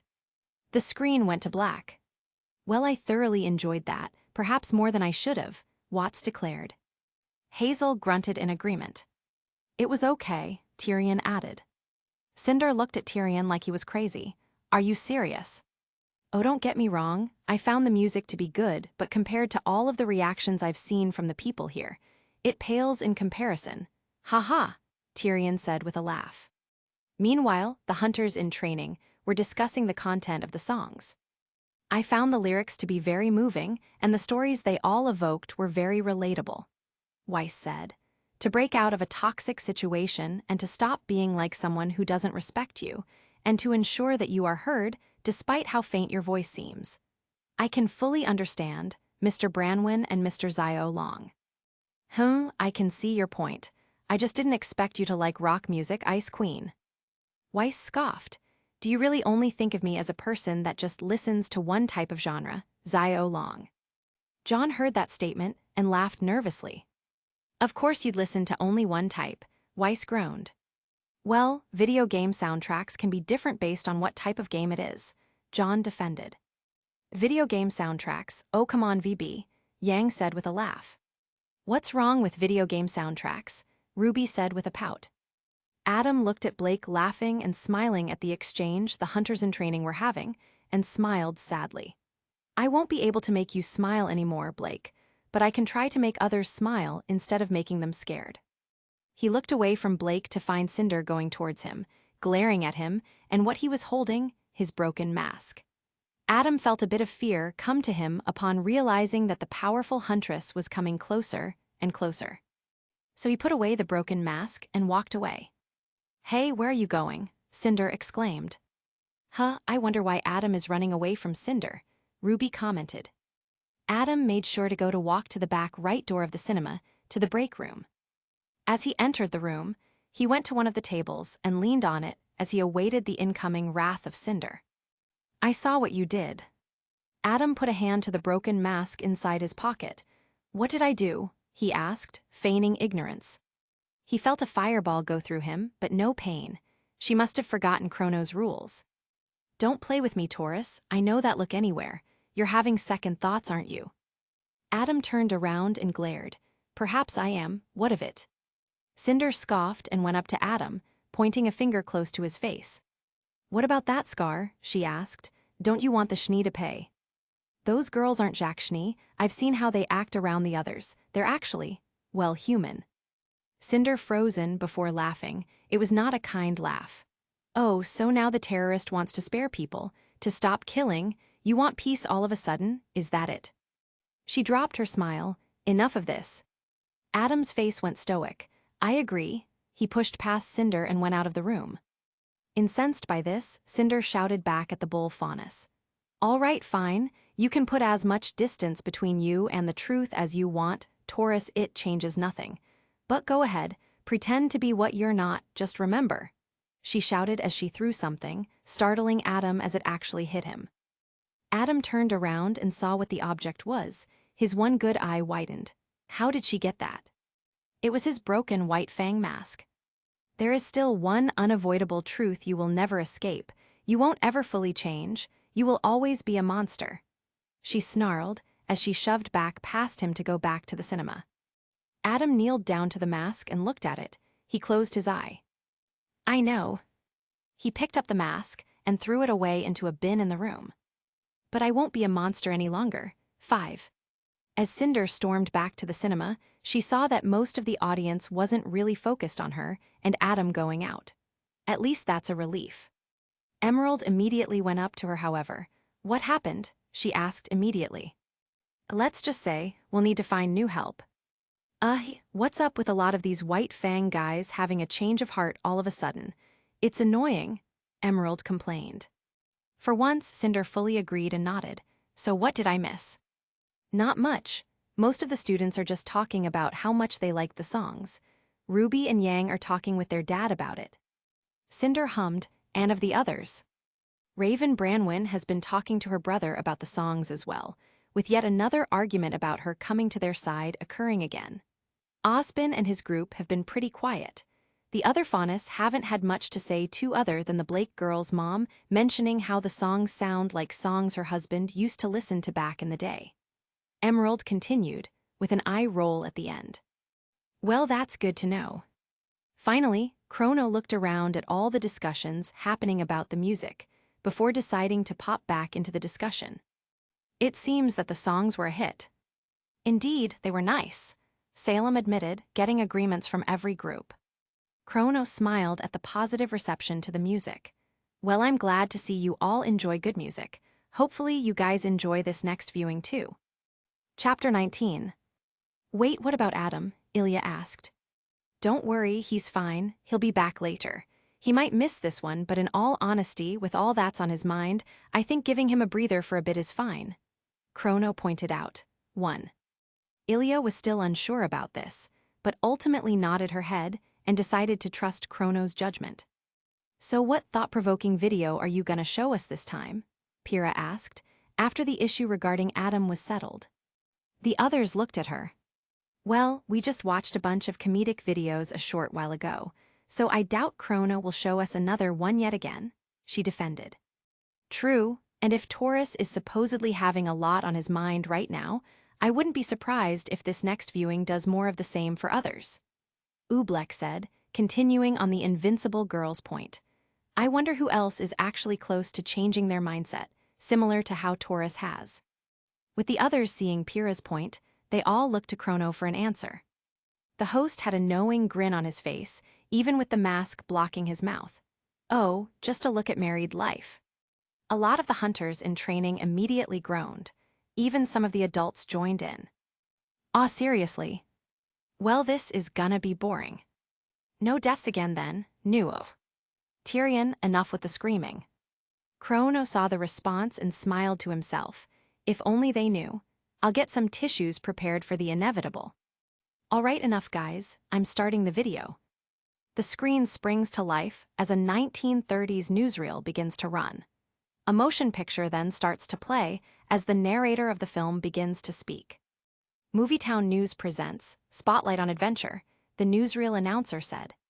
The screen then changes from the titles to show the mysterious South American jungle, specifically, a massive waterfall that cascades down a gigantic, flat-topped mountain. So it's a period piece. Oh, how very interesting, Penny exclaimed. Winter nodded in agreement. Both Salem and Ospen began to compare how the footage looked to the early days of recording, back in the time leading up to the Great War. This brings back some memories, Ospen thought. Seems slightly primitive to the early reels of our world, Salem pondered. What you are now witnessing is footage never before seen by civilized humanity, a lost world in South America. Lurking in the shadow of majestic Paradise Falls, it sports plants and animals undiscovered by science. The announcer continues before posing a question. Who would dare set foot on this inhospitable summit? The screen then changes again to show a gallery of portraits, with the spotlight centered on a particular painted portrait of a young adventurer. The announcer then reveals his identity. Why, our subject today, Charles Muntz. Explorers, I thought this was about married people, Neptune asked, confused. Hey, Neps. Yeah, son. There's this thing called watching. When you do it, it begins to answer the questions you have. So maybe we should, watch so we can see how it relates to what Chrono said. You get it? Son replied, though it was clear he was being sarcastic. Neptune was not amused. Ignoring the chuckles around him, he responded. Haha, so funny. A massive dirigible is then shown descending on an airfield by the screen as the announcer introduces Muntz. The beloved explorer lands his dirigible, the Spirit of Adventure, in New Hampshire this week, completing a year-long expedition to the Lost World. The screen then begins to get smaller and smaller as the camera goes further back to show the perspectives of the people within a modest, small-town theater. This lighter-than-air craft was designed by Muntz himself and is longer than 22 Prohibition paddy wagons placed end to end. Out of everybody watching, it is clear that no one is more enthralled by the film than 8-year-old Carl Fredrickson, as he stares with wide eyes and a gaping mouth, listening to the announcer's narration. Carl is even wearing a leather flight helmet and goggles, just like his idol on the silver screen. Well, that's awesome, Yang said, as she thought back to her own motorcycle, Bumblebee. Of course her baby was more sleek and cool, but she could appreciate anybody who could build a vehicle as big as Muntz's was. She then saw Carl Fredrickson's expression and let out a chuckle. Rubes, he looks like you when you first heard one of Mom's stories. Ruby looked at Carl's expression and immediately understood. The stars in his eyes, the focus he had. It was clear that Muntz was set to become his hero, just like how Summer Rose was hers. Ruby let out a smile. Yeah, I guess he does. John smiled at the boy's expression. He remembered how watching a film about huntsmen when he was 11 ultimately convinced him to become one. Not that telling that to his family helped. Russell saw how Carl looked and realized something about him. Oh wow, Carden, he looks just like you as a kid. Carden rolled his eyes in amusement. Why? Because he has brown hair and similar eyes to me. Don't forget the round and pudgy face too, he replied, as the other 2 members of Team CRDL snickered. Assholes, he muttered before lightly elbowing Russell. Soon, however, his scowl quickly turned into a smile and he joined in on the chuckles. And here comes the adventurer now. The newsreel footage has changed to show Muntz descending down the gangplank to the delight of the crowd, with his dogs trailing him. Never apart from his faithful dogs, Muntz conceived the craft for canine comfort. It's a veritable floating palace in the sky, complete with doggy bath and mechanical canine walker. The screen then shows an opulent dining room that also had 2 dogs nearby. One dog is going through mechanized bath time, while a second is wearing an electrode helmet and running on a treadmill. And Jiminy Cricket, do the locals consider Months the bee's knees, and how? RWBY and Yang looked at each other. Can I make those for Zwei? He said the thing like you. RWBY said, confused. She thought that Yang was gonna mention the cool contraptions that Months made. The bee's knees, Yang clarified. RWBY immediately remembered and blushed. Tai looked at his daughters in amusement. The footage then shows how Months has managed to earn such a reputation. Cameras flash as Months stands strong and strikes his signature, thumbs-up stance, before finally saying his iconic catchphrase, "Adventure is out there." Seeing it in the theater, young Carl returns the thumbs up. So cool, Nora said. Pyrrha agreed, but felt the need to mention something. The thumbs up is a bit uninspired, though. Well, I like it, it's a classic. You know what, I agree, John, Pyrrha replied to her partner. But what has Months brought back this time? The footage changes yet again to show Months speaking to a crowded auditorium, on stage beside a curtained object. Gentlemen, I give you, the monster of Paradise Falls, he announces as he pulls away the drape to reveal a gigantic bird skeleton. Ooh, the crowd exclaims in excitement. In the theater, Carl leans forward with his eyes bulging and mouth wide open, also being just as excited as the crowd in the footage. And golly, what a swell monster this is, the announcer adds on. An archaeologist as well as an explorer. Of course, Oobleck said, immediately excited at the introduction of one of the social sciences in the viewing. As he went on a tangent, Glinda immediately noticed something off about the skeleton. It seems off, she thought, her eyes narrowed. However, such emotions are quickly flipped on its head, as skeptical scientists are then shown analyzing the bones. But what's this? Scientists cry foul. The National Explorers Society accuses Months of fabricating the skeleton. The announcer empathetic narrates. No, Carl cries out, as he slams his hand on the arm of the chair he was sitting on. The film then shows Months's portrait being removed from the previous wall of paintings that contained other famous explorers. Months is then shown standing rigid as his Explorers Society badge is ceremoniously ripped from his jacket by another man. What has happened is clear. The organization strips Months of his membership. Carl gasps in shock. That's the deal with heroes, kid. Sometimes they're frauds, Mercury said. Hazel grunted in agreement. He thought back to his original hero, how he excelled at being a huntsman with just a cane, how he failed to stop Mountain Glen. Never meet you heroes, they'll just let you down. However, that was not the end of Months's story.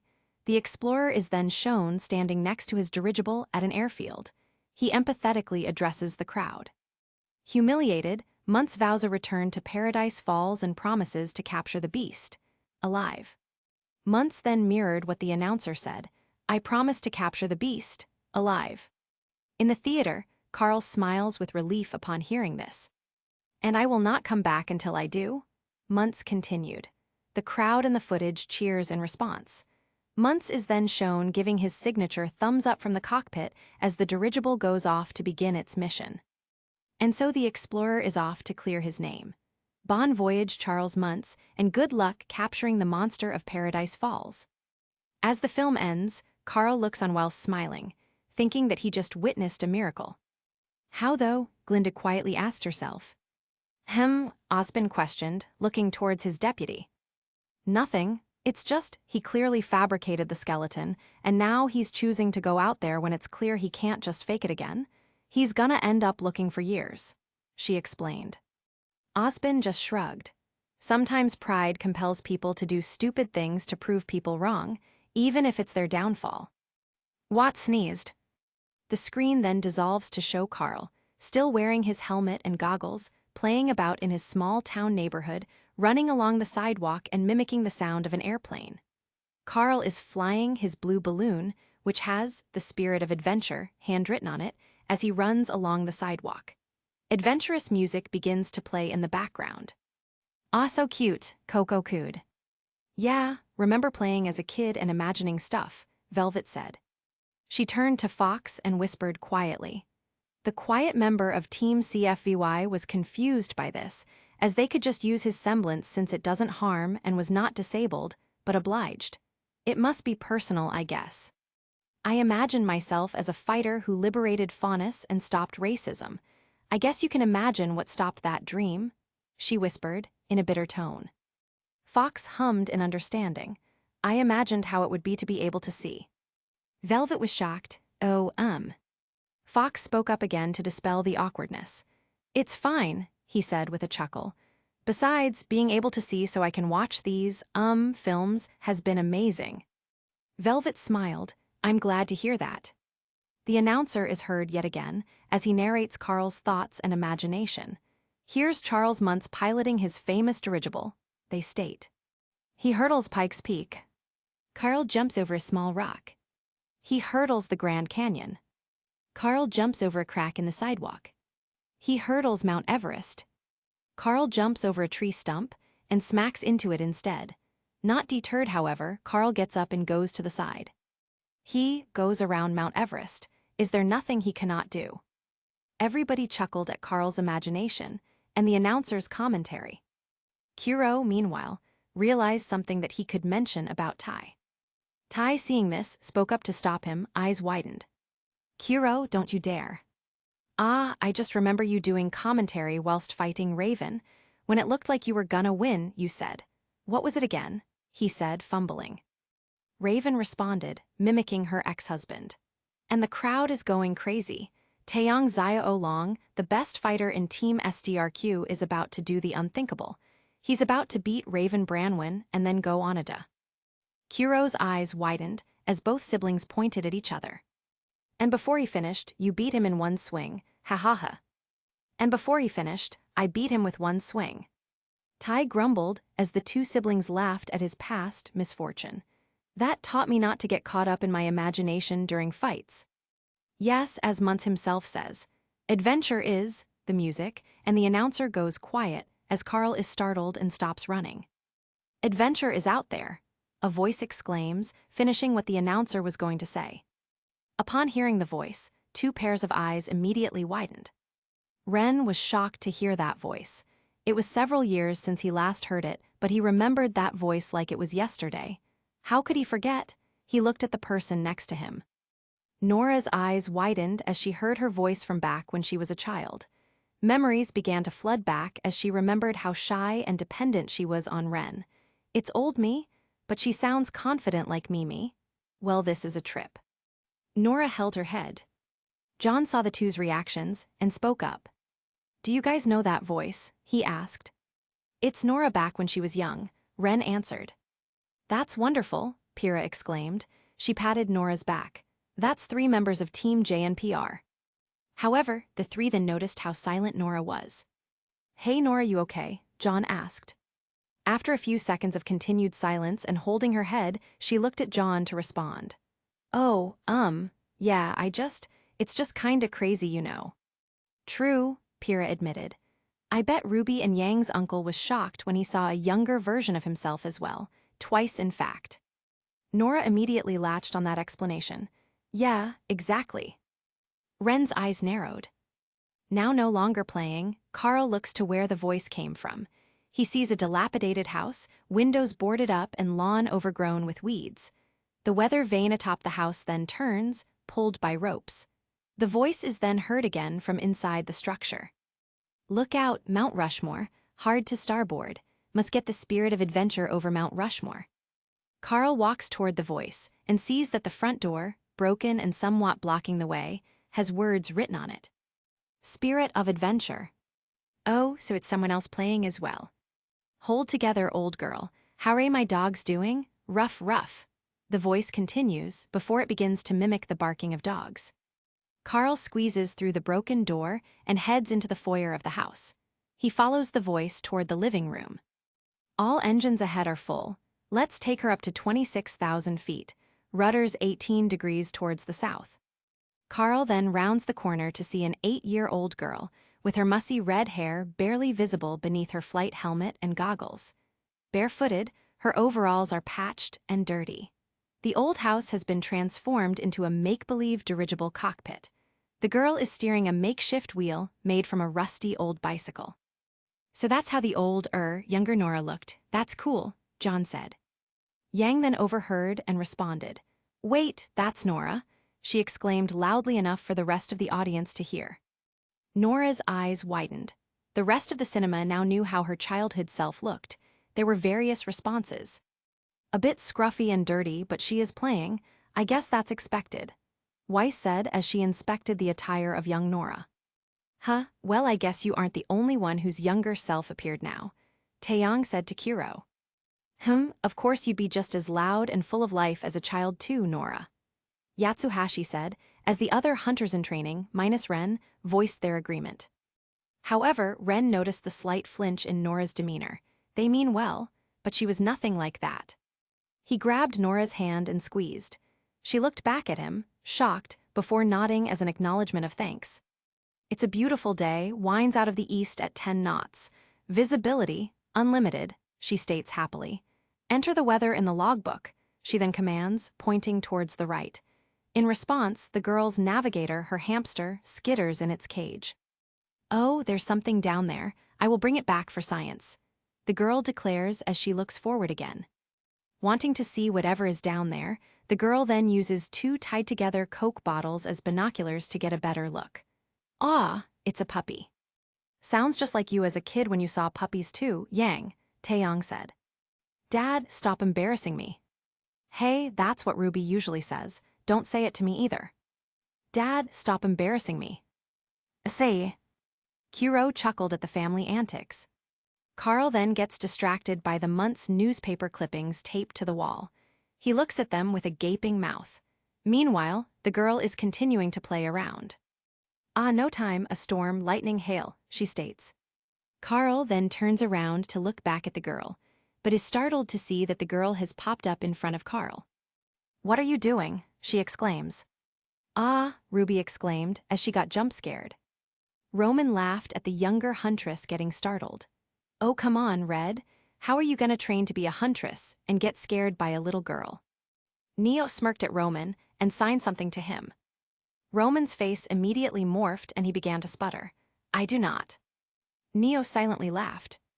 It was that one particular film. That doesn't mean I'm scared of horror movies. Carl screams. The shock has resulted in him also letting go of his balloon. It floats through a broken part of the ceiling and disappears. The girl has also begun to circle around Carl accusingly.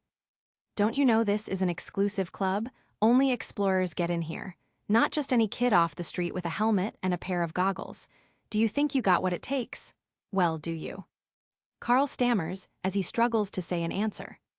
All right, you're in. Welcome aboard, the girl then says with a smile. She offers her hand. Carl looks down, embarrassed. Yep, she's just like Nora, all right, John said with a nervous chuckle. Pyrrha smiled at her partner's reaction. Are you thinking what I'm thinking? Yeah, probably. That's just how Nora was when I asked for her to train me as well. He let out a shiver. She got all intense about how the training was, then accepted anyway without me responding. My arms were sore for days. What's wrong, can't you talk? The girl asks, smile dropping from her face. Carl is frozen. In response, the girl softens. Hey, I don't bite. She then takes off her helmet. Her hair frizzes out in all directions. Carl is shocked at this. However, the girl doesn't seem to notice as she removes a homemade grape soda cap pin from her shirt and pins it on Carl. You and me, we're in a club now. Ironwood let out a smile at that. It's nice to see the younger generation forge bonds. He looked over to the students, and his smile dropped as he became worried. It's a shame that such bonds will have to be tested so soon and so early, however. Carl smiles in response. He has made a friend. The girl grins in response. She then looks up. I saw where your balloon went. Come on, let's go get it. She then gestures for Carl to follow her as she runs ahead.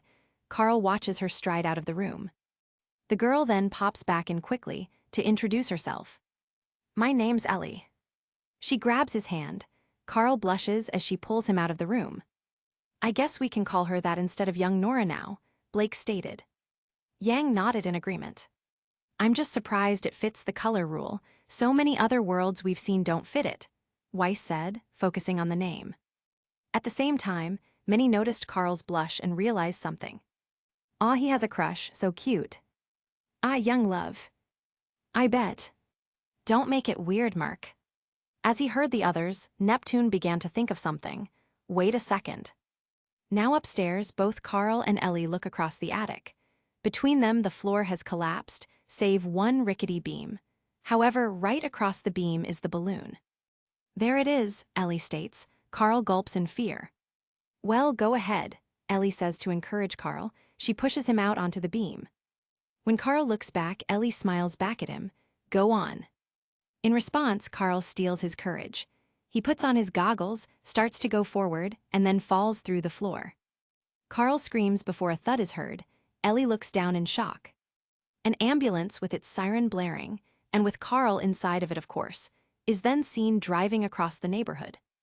Most in the audience couldn't resist letting out some chuckles or snorts of amusement. Neptune rolled his eyes as he grinned. So obvious. Hey man, sometimes the funniest tropes are the most common ones, Sun pointed out. Tyrion's loud laughs soon ruined the atmosphere. Yes, injuries. Hopefully the child fell hard and got grievous injuries. H-A-H-H-A.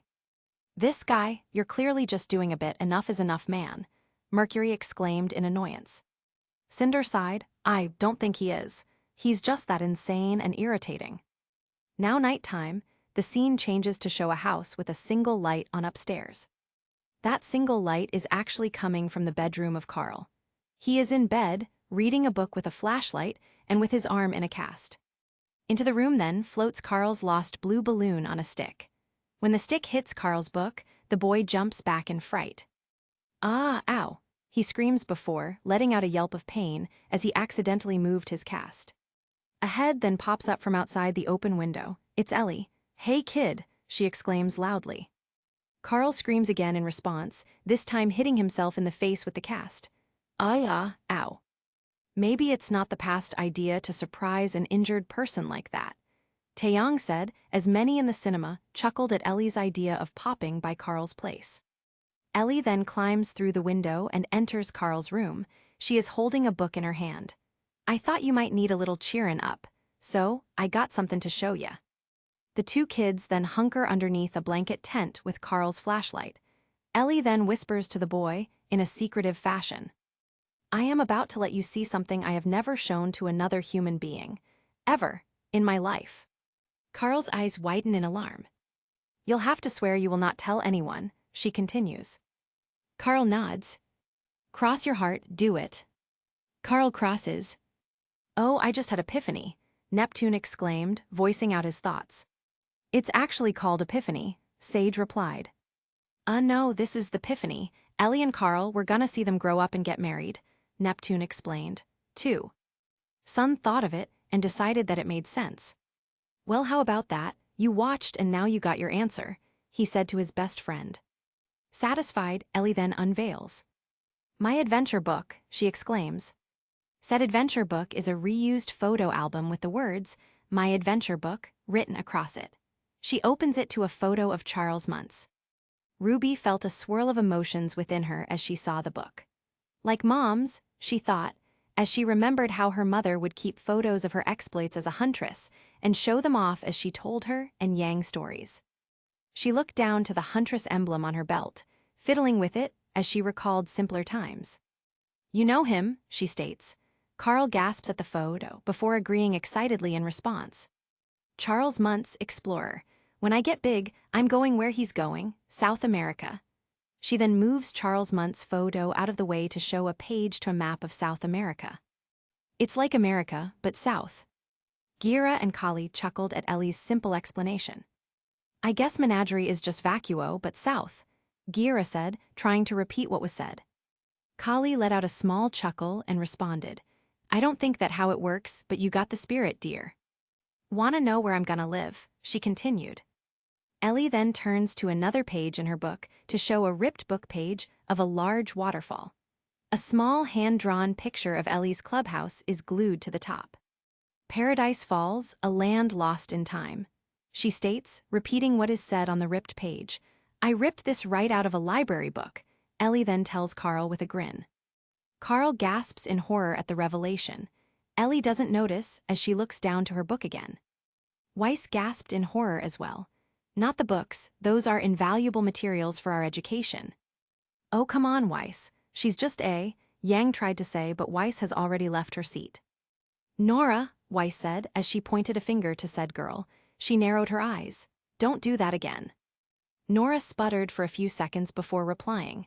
B, but I've never done that ever. Weiss raised an eyebrow, disbelieving. I swear. I can attest to that being true, Weiss, Ren said, coming to his partner's rescue. He had a placating smile on her face. Weiss stayed silent for a few seconds, ruminating over Ren's response. Afterwards, she nodded and went back to her seat. When she saw the expressions on her partner's face, she was confused. What? You wouldn't be mad if something tore apart a weapon haphazardly? Ruby snorted. True, but I also assumed Blake would have been the angry one here. Weiss scoffed, maybe if it was smut. Blake rolled her eyes as Yang chuckled.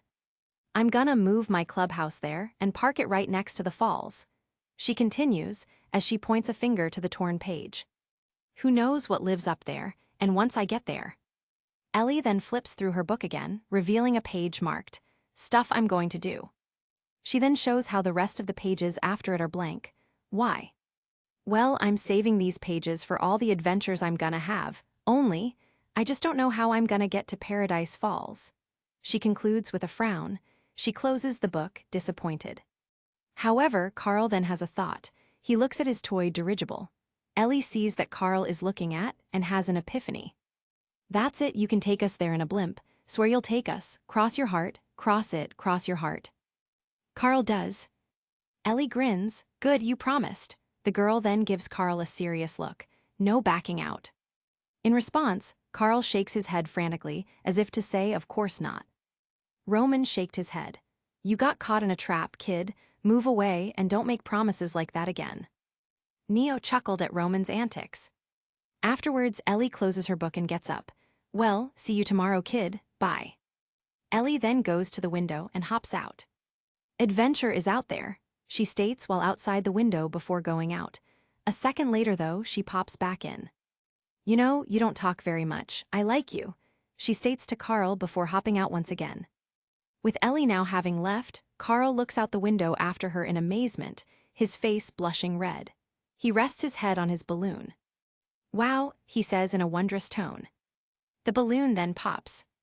Oh, somebody's in love, Tilda, Yang said in a teasing tone. Vlash. Ah, Velvet said, before rubbing her eyes. I guess now you know how others feel, Bun, Coco joked as she too rubbed her eyes. The scene changes to show a camera inside a church taking a photo. It is a photo of a new wedding couple, Carl and Ellie, who are now both 19. With the photo now taken, she jumps at him and gives him a big kiss. After the kiss, the newlywed couple look at Ellie's side of the church, which has erupted like wild frontiersmen. A gunshot is fired in the air. Ellie waves at them. Then both of them look at Carl's side, all of them in black, who clap politely like rigid Puritans. Carl waves at them too. Much of the audience were confused, especially Nora and Ren. Wait, why doesn't Ellie look like me? She asked. Because only the actress for your younger self was in this film. The actress who has your exact likeness is not in this film. Besides, it's common for the actors and actresses of the young and older version of characters to be different. Chrono explained.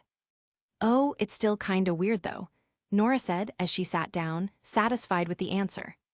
The others were also sated by the host's response and went back to watch too. Well, now that we know, it turns out the married life is being seen now. Happy Nep, Sun asked. Yep. Still though, getting married like that, that's pretty quick, John said. Sometimes, it's love at first sight for people, Pyrrha defended. Both Carl and Ellie, with the husband carrying his wife in a bridal carry, then head to a familiar dilapidated house. Next to the house is a sold sign. The couple have bought the very same house where they met as kids. The couple then get to work immediately. Still in their wedding clothes, Ellie begins to saw wood whilst Carl hammers. Music begins to play as their married life has begun. The scene then changes to show the two pushing chairs into place side by side in the living room, as the house has finally begun to look complete. The finishing touches are then put on the front lawn as Ellie finishes painting Carl and Ellie on their mailbox. Carl leans in to admire her work but leaves a messy paint handprint on the mailbox. Oh well. In response, Ellie just adds her handprint as well. They smile. They bought the house where they met as kids. That's so romantic, Kali said, glad to see some more romance. She clasped hands with Gira. The couple then look at Ellie's drawing of her clubhouse and see that their house now matches the colorful design from her childhood adventure book. With their house now built, the two run up a hillside together. Ellie gets to the top quickly and smirks playfully at Carl, who is struggling to get up. When Carl does get up, they then lie side by side on a picnic blanket. Ellie describes the clouds. He then watches as a cloud transforms into a turtle. Carl closes his eyes and smiles. He's lucky to be with her. Ah, cloud watching, Taeyong said, as he remembered doing the same with Summer. It was always so relaxing. The scene then changes to show Ellie emerging from a building dressed in her work uniform, with a parrot on her arm. She goes up to Carl, who is tending to his new balloon cart and work uniform. Both of them have gotten jobs at their local zoo. As Carl is admiring the parrot, the balloons lift his cart off the ground. When he turns around and sees it, Carl jumps up to catch it. Ellie giggles in response. So they got jobs that are similar to their dreams. That's awesome, RWBY said. I guess if you can't achieve your dreams one way, you can always do it another way, Weiss added. True, and getting money from that job could mean that they could eventually get to South America in time too, Yang pointed out. John overheard Team RWBY's conversation and frowned a bit. Could I have done the same thing too, instead of faking my way to Beacon? He looked at his team. Perhaps, but then I wouldn't have met them. And both Carl and Ellie are happy with each other. Would I have been as happy without the rest of my team? With a new house and fulfilling jobs, both Ellie and Carl are clearly content. Back at their home, Carl and Ellie sit side by side in their chairs, reading. Without even looking up from their books, they hold hands. Both have smiles on their faces. Again at their picnic spot, they watch the clouds. This time, Ellie sees an elephant with wings. Carl gives it a try and points out a baby. Ellie lights up, excited. She then begins to see all the clouds as babies. Carl is stunned, but smiles. Looks like somebody has baby fever, Pyrrha noted. Baby fever, how? Penny asked. It's just a saying, Penny. It means that Ellie really wants to have a baby. Oh, I see. Sensational. Now filled with baby fever, the couple begin to make a room for their child, inside their home. Ellie finishes painting a wall mural of a stork carrying a bundle in its beak. Carl hangs a dirigible above the crib. However, the screen pans to the right and the music quickly becomes sad as the couple are now at a doctor. Carl touches Ellie's shoulder as the doctor explains something tragic. Ellie cannot have a baby. Ellie drops her head in her hands and begins to cry. The audience saw what occurred and were shocked. They did not expect such a twist in the idyllic lives of Ellie and Carl to happen just like that. Oh no. Wait, what happened? But they painted such a nice room. So she can't have kids, that's such a shame. Well, that's life sometimes. I know this is sad, but they couldn't have checked first before painting a room. Well, they had baby fever, man, also not the time nep. Now back at their home, Carl looks out the window. He sees Ellie sitting alone under a tree, the wind in her hair and her eyes closed. She is devastated by the news. Carl then joins Ellie, and he leans down to hand her the adventure book. Upon seeing it, she smiles in realization. Carl has managed to cheer Ellie up. The music begins to pick up again after this. "Aw, that's nice," Yang said. Both Osbin and Salem saw the touching scene and immediately recalled the same distant memory. It's like what happened after the first miscarriage, the former couple thought. Salem touched her abdomen. Osbin looked away and let out a quiet sigh. He was inconsolable for weeks. He always wanted a child, she thought. She took care of me then, and she got the idea that we could be parents to humanity instead, he remembered. Of course, they eventually did have daughters, but the seed was planted. Their goal of parenting humanity set the course for their conflict. Salem scowled at the thought. whilst Osbin just shook his head. The scene shifts as Ellie paints a mural of their house atop Paradise Falls over the mantel, reminiscent of a page in her adventure book. Carl organizes a compass, map, binoculars, and native bird figurine beneath the painting. It's their shrine to adventure. When it's completed, they smile at each other. It's a job well done. With the shrine done, Carl then sets a jar on a table, with the words Paradise FALLS written on it. Ellie then drops in a few coins. It is clear that these are meant to be savings towards a trip to South America. Ellie then looks at Carl and crosses her heart with a smile. Carl then crosses his, with a grin on his face. He remembers their promise. Nice callback, Kiro noted. Makes sense it was their childhood dream, Tai added. Time goes on as the jar slowly fills, with both Carl and Ellie tossing in spare change throughout the weeks, months, and years. However, life happens. Their car blows a tire. Needing money, the two stand by the jar, reluctant. However, Carl ultimately breaks the jar. A new tire is needed after all. The scene then shifts. Carl is in the hospital with a broken leg, Ellie standing beside him. The couple look at each other knowingly.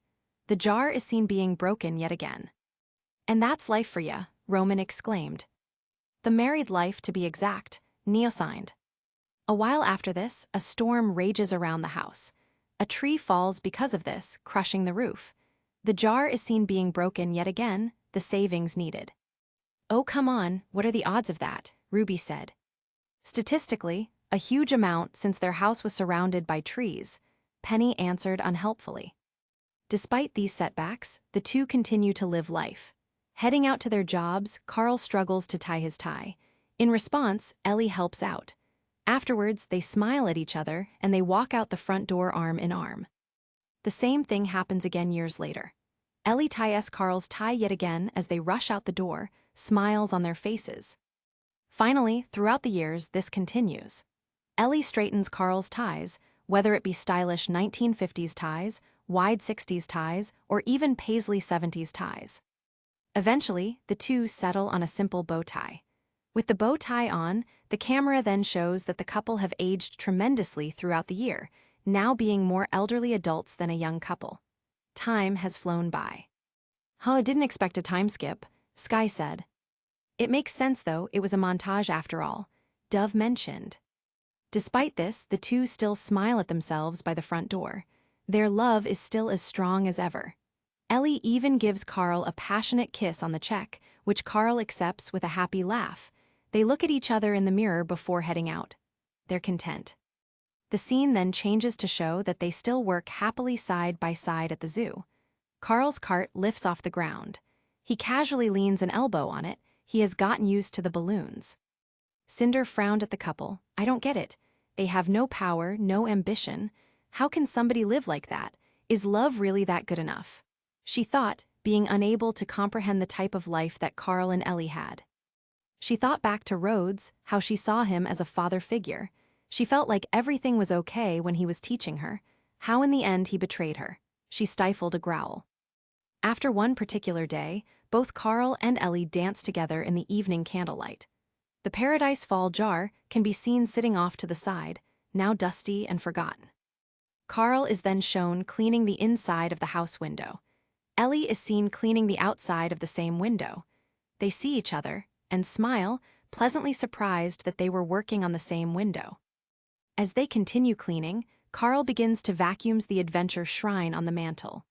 Carl smiles at a photo of Ellie as a child, wearing her flight helmet and goggles. However, this makes him look up at the mural of their house at Paradise Falls. His smile then fades. Behind him, Ellie sweeps the floor, and Carl begins to realize their dream has gone unfulfilled. They didn't get the chance to go on that adventure, Winter noted. True, but sometimes, being with the people you love is adventure enough, Ironwood replied. However, Carl has an idea, as a smile returns to his face. Carl heads to a travel agency and manages to secure himself 2 tickets to South America. It's finally going to happen. The couple's dream is going to be realized. Perhaps, sir, but it seems that they can get their cake and eat it too, Winter replied with a slight smirk. Ironwood chuckled at the reply.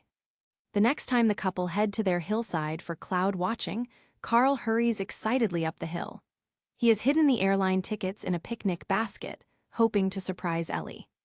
However, behind him, Ellie falters and falls. The music shifts again. Winter's smirk faded. I spoke too soon. The rest of the theater, especially the students, were more vocal. No. Are you serious? That's just cruel. The most quiet reaction, however, was Ren. Nora felt a hand grab hers and tighten. She looked towards the person who grabbed. Ren, she said. Her partner had widened eyes, and he looked the most alarmed at what was happening. She tries to get up but falls again. Something is wrong. He runs to her. Ren, it's okay, Nora said quietly. She squeezed Ren's hand in response, and her partner finally looked at her. You're right, I just thought of you being. Ren couldn't finish his sentence.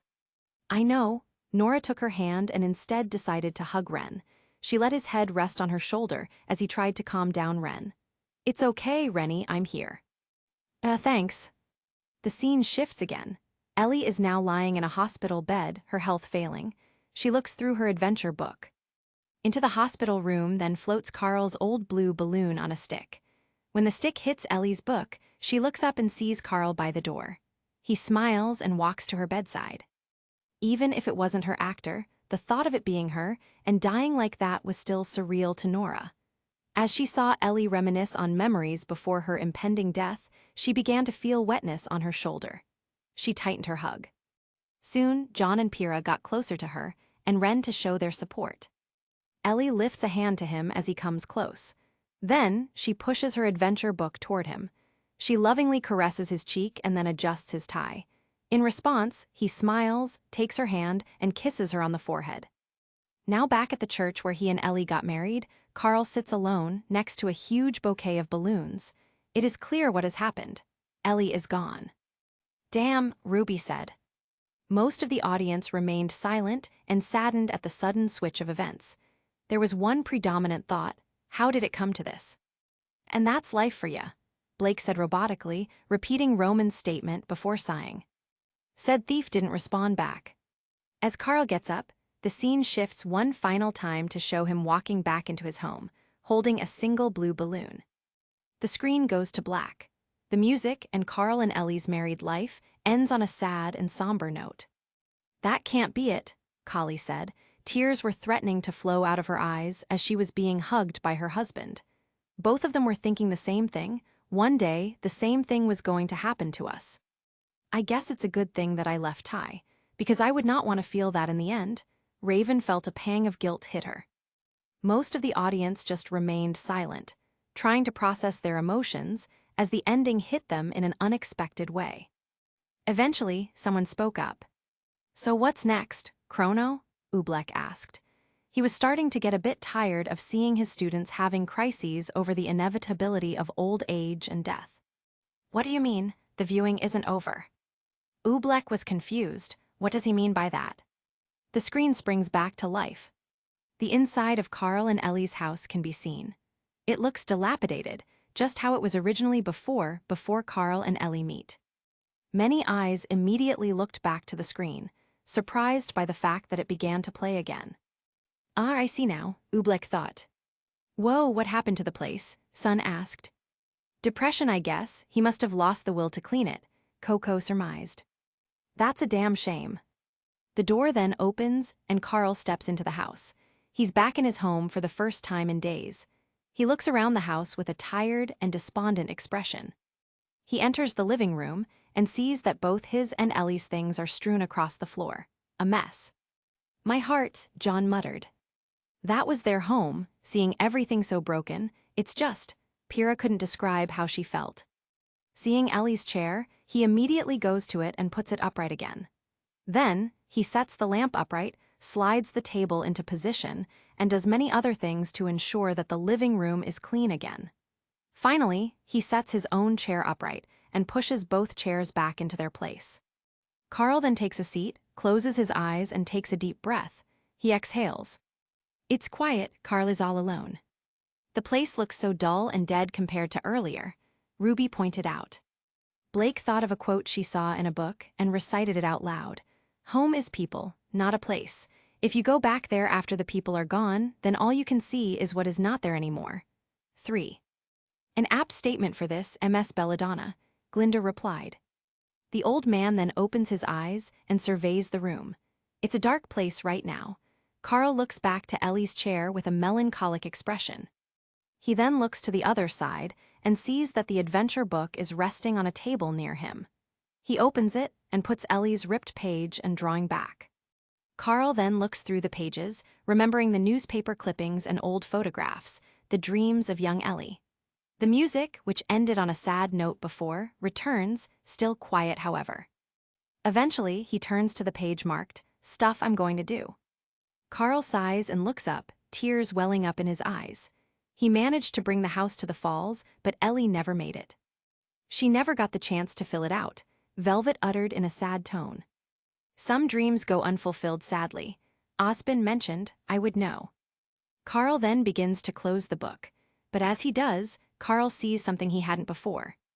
The blank pages at the end are no longer blank. Osbin's eyes widened at seeing the page. I spoke too soon. Gasps filled the cinema, as they realized that Ellie had filled out the page. But what stuff did she do? She didn't achieve her dream, Weiss exclaimed. Winter thought back to earlier. She was with Carl, that was adventure enough. Weiss went quiet at that. Enough, she thought. She remembered her dream of becoming the leader of the SDC and redeeming the Schnee family name. At first, she thought that it would be easy to do after she became a huntress, since she could follow in her grandfather's footsteps, adventuring and achieving his dream of the SDC. However, she soon realized that such a thing might not be possible. She still knew nothing about running a company, and she has started to see that many will still hate her no matter what. The heiress looked towards her team, towards RWBY, who has started to become a great leader, towards Blake, who had every reason to hate her family, but accepted her nonetheless. Towards Yang, who was the strongest of them all, she smiled. Perhaps my dream is impossible, but my team's adventure is good enough for me. Curious, Carl turns the pages and sees what Ellie had added to the previously blank pages.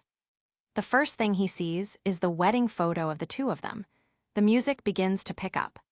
So the stuff she did was the married life, Neptune pointed out. Upon seeing the photo, Carl's eyes widen. He is shocked. He turns the page to see more photos. A photo of them on a picnic. A photo of them celebrating birthdays. More and more after that. It's a bunch of photos of their ordinary life together, the ups and downs, the highs and lows. As he sees them, Carl's face warms. The room begins to feel warmer too. He smiles as happy tears begin to well up in his eyes. Ren, who had been quietly trying to hold back tears, couldn't hold it in anymore. He let out a sob as he hugged Nora tighter.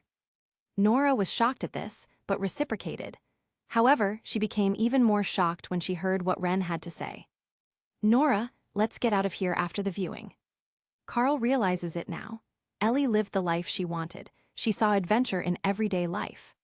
Finally, Carl finds the final photo in the book. It's a photo of the two of them sitting side by side together in their chairs.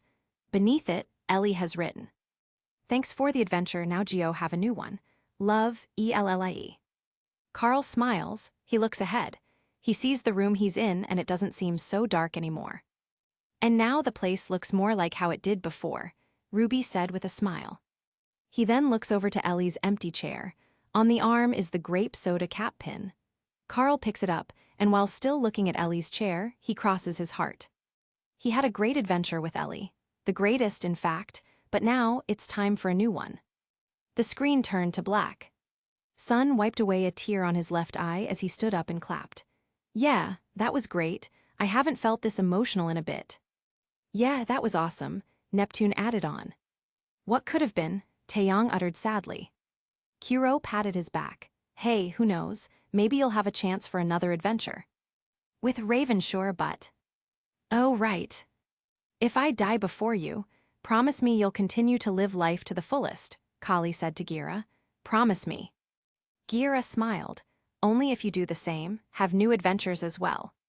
And so, as the rest of the audience began to discuss the story of Carl and Ellie, Ren and Nora decided to go out. They swiftly got out of the way of the bull faunus, who was returning to the cinema, and made their way to one of the rooms that appeared during the break. The bull Faunus was initially surprised to see the two hunters go past him, but then simply shrugged and opened the door. As he entered the theater, he saw the theater already talking about what they watched. He heard mentions of a Carl and an Ellie. I wonder what the film was about, he thought. Eventually, his eye found Blake. He let out a deep breath and went to walk to her team. However, one of the team members caught his eye. The blonde one. He began to feel a bit of trepidation, as each of the other members began to look at him warily, especially Blake and the Schnee. The blonde one and the small one had their eyes narrowed on him, however. Adam stood still for what seemed like an eternity. Eventually, he let out a sigh and walked back to his seat instead. If only I can find a way to talk to her alone, though I doubt it'll be easy. So, what do you want to talk about? Nora asked awkwardly. It was weird to be back in a copy of her dorm room. She didn't have a chance to look as during the first break, she and Ren went to one of the gyms. The silence continued for a bit, as Ren was clearly pondering what to say. Nora felt her stomach churn and roll as she anxiously waited for what her partner was gonna say. She looked up at him and saw his eyes were looking and rimmed with red. From the crying, she thought, she looked downwards again. After what seemed like hours, Ren let out a sigh. You know, I never been really good at talking, so I'm just gonna say it. Nora's head perked up. After seeing that, I've realized that I've been taking you for granted, and for that I'm sorry, he stated. What? Nora responded, quietly, more out of shock than out of her own volition. I know this seems sudden, but seeing how Carl was so appreciative of all of Ellie's quirks made me think of all the times I've been annoyed lately by you, and it's not right. Ren looked down. I've been a bad partner to you. Nora stayed quiet for a bit before answering back. It's okay. Ren smiled at that. So, you want to head back? Nora sighed. Not yet, I also want to say something. Oh. Nora stopped before steeling herself and just saying it. Her cheeks went red and she closed her eyes. Embarrassment, here I come. I love you, Ren. Nora pushed through the burning sensation on her face and opened her eyes to see what Ren was thinking. His eyes were widened like he didn't expect that. You love me. I always have, she admitted as her face somehow went redder. Oh, I see. Nora couldn't take it anymore. We should just head, Ba. I love you too. Really? Yes, since always is well. Nora shook her head. No, you don't mean that, you're just repeating. I do, he exclaimed. How could I not? How could all I do is smash things with a hammer and talk about pancakes? And I love that, all of that. Everybody about you, it's amazing. Nora looked away and sighed in frustration. You put everything you have in what you do. You support everyone around you.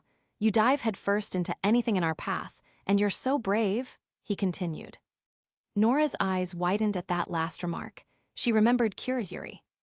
We have to be brave. I just love that about.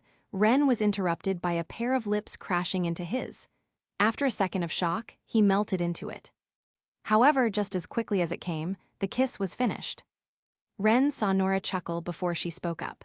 All this time, I thought you were the brave one, always leading us and stuff. You really think I'm brave? Of course. But that's only because of you, what you told me, she mentioned as she brought out a wooden hammer. Ren gasped, I forgot about that. 4. That's why I have Magnhild. You've always inspired me, Ren, to be strong, to be brave as well. Well, it's the same for me. Nora chuckled a second time. All this time and I never knew, I've been so stupid. Ren went to Nora and leaned on her. Well, you haven't been the only one, remember. True, dummy. They stayed there for a moment, holding hands. So, we good. Yeah, Nora, we good. He went to give his partner a peck on the cheek, then he whispered to her ear. Together too. Nora gave a loud laugh at that. All right then, mister, come on, let's go back. Ren gave a smile at that. Lead the way. As they made it back, the couple opened the door and saw that most of the other people were getting ready to watch the next video. They went back to their seats, holding hands. John and Pyrrha noticed it immediately. Nora and Ren could tell, with the blonde's wide grin and the redhead's bright smile. Together now, huh? Yep, it's official, fearless leader. As he saw that Ren and Nora have now returned, the host began to speak, making the audience stop their conversations. All right, it's nice to finally see everybody back here. Now if you're all done, it's time for the next viewing, Chrono announced.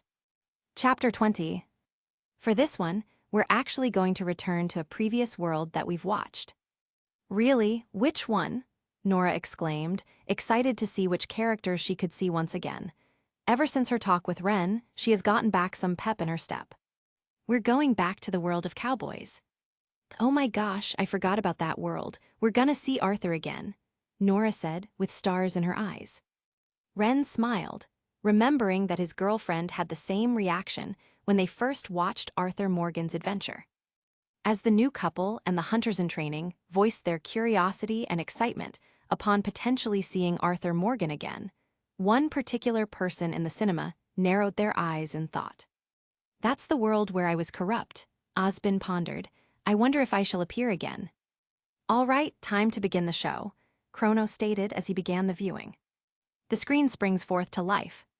A rough-looking man appears, walking throughout a large camp in the mid-afternoon. It is Arthur Morgan. Coco noticed how different Arthur looked compared to last time, whistling in appreciation. Wow, he cleaned up nicely. True, but he doesn't look that much like a cowboy now, Velvet noted. Yeah, where's the hat? Sun asked. No need for it, it'd mess up his hair, Neptune mentioned. That's understandable, of course, Yang added on. Compared to the last time he was seen, he now has longer and neater hair and is no longer wearing a hat. His beard has also appeared to have gotten longer. His attire is also different. Arthur now wears a red and black vest, a long white dress shirt, black pants, and boots. The brown gloves, black bandana on his neck, brown belt, and satchel complete the look. Watts looked at the name with his name and nodded in approval. Nice vest this time. I just realized that Arthur is at a different camp, Weiss mentioned. Oh yeah, I guess they moved, Ruby noted. So this is the next part of his journey then, it seems. Ren concluded. 1. Arthur finally completes his walk throughout the camp as he arrives at his destination, his own camp. He takes a seat on the bed and closes his eyes, letting out a sigh of contentment. After a few seconds, he opens his eyes again and looks around this personal camp. His eyes focus on an object that wasn't there before. It's a letter. He picks it up and begins to read it. After a few seconds, Arthur's eyes narrow and his face begins to look conflicted. When he has finished reading, he closes the letter and gets up. He has to go somewhere. Damn, that letter must have mentioned something serious, Kiro deduced. You thinking what I'm thinking, Tai replied. It's gotta be right. Yep. What is it? Ruby asked the two. Kiro grinned. He's gotta go see about a girl, too. As he walks throughout the camp once again, a woman's voice can be heard. It is the person who sent the letter. Dear Arthur, I've written this letter 100 times or more, and I cannot get it right. It's me, you know it's me from the bad handwriting. I know I said when last we spoke, and I was going off to get married, that we would not speak again. Oh wow, we're actually gonna hear the letter, Tai mentioned. After hearing the first few sentences, the Zio Long patriarch looked back to Kiro and grinned. The dusty old crow grinned back. Seems like we're right. I know I said a lot of things and I meant them, I suppose, at the time, but I am not so proud as to not speak to people who care for me or cared for me. I've been in Valentine for a couple of months. I had some bad luck and, well, it's a long story and not an interesting one, but I am here for now. I saw a couple of the girls, or whatever the polite term for them is, that ran with you and your associates in town, and I heard tell of a man who sounded like you. I would love to see you again if you could spare me a little bit of your time. I'm renting a room at Chadwick Farm, just north of Valentine. Yours, Mary Linton. Ooh, Tilda. Some of the huntsmen in training, and some actual huntsmen, Kiro and Tai, sounded out in response to the contents of the letter. Go get her, Morgan, Russell shouted out with cheers from his team. Hearing them, Cinder rolled her eyes at the juvenile behavior. Teenagers. Finally, at the area where his horse is, Arthur gets on. He has to go to Chadwick Farm. Let's go, girl, he says to his steed.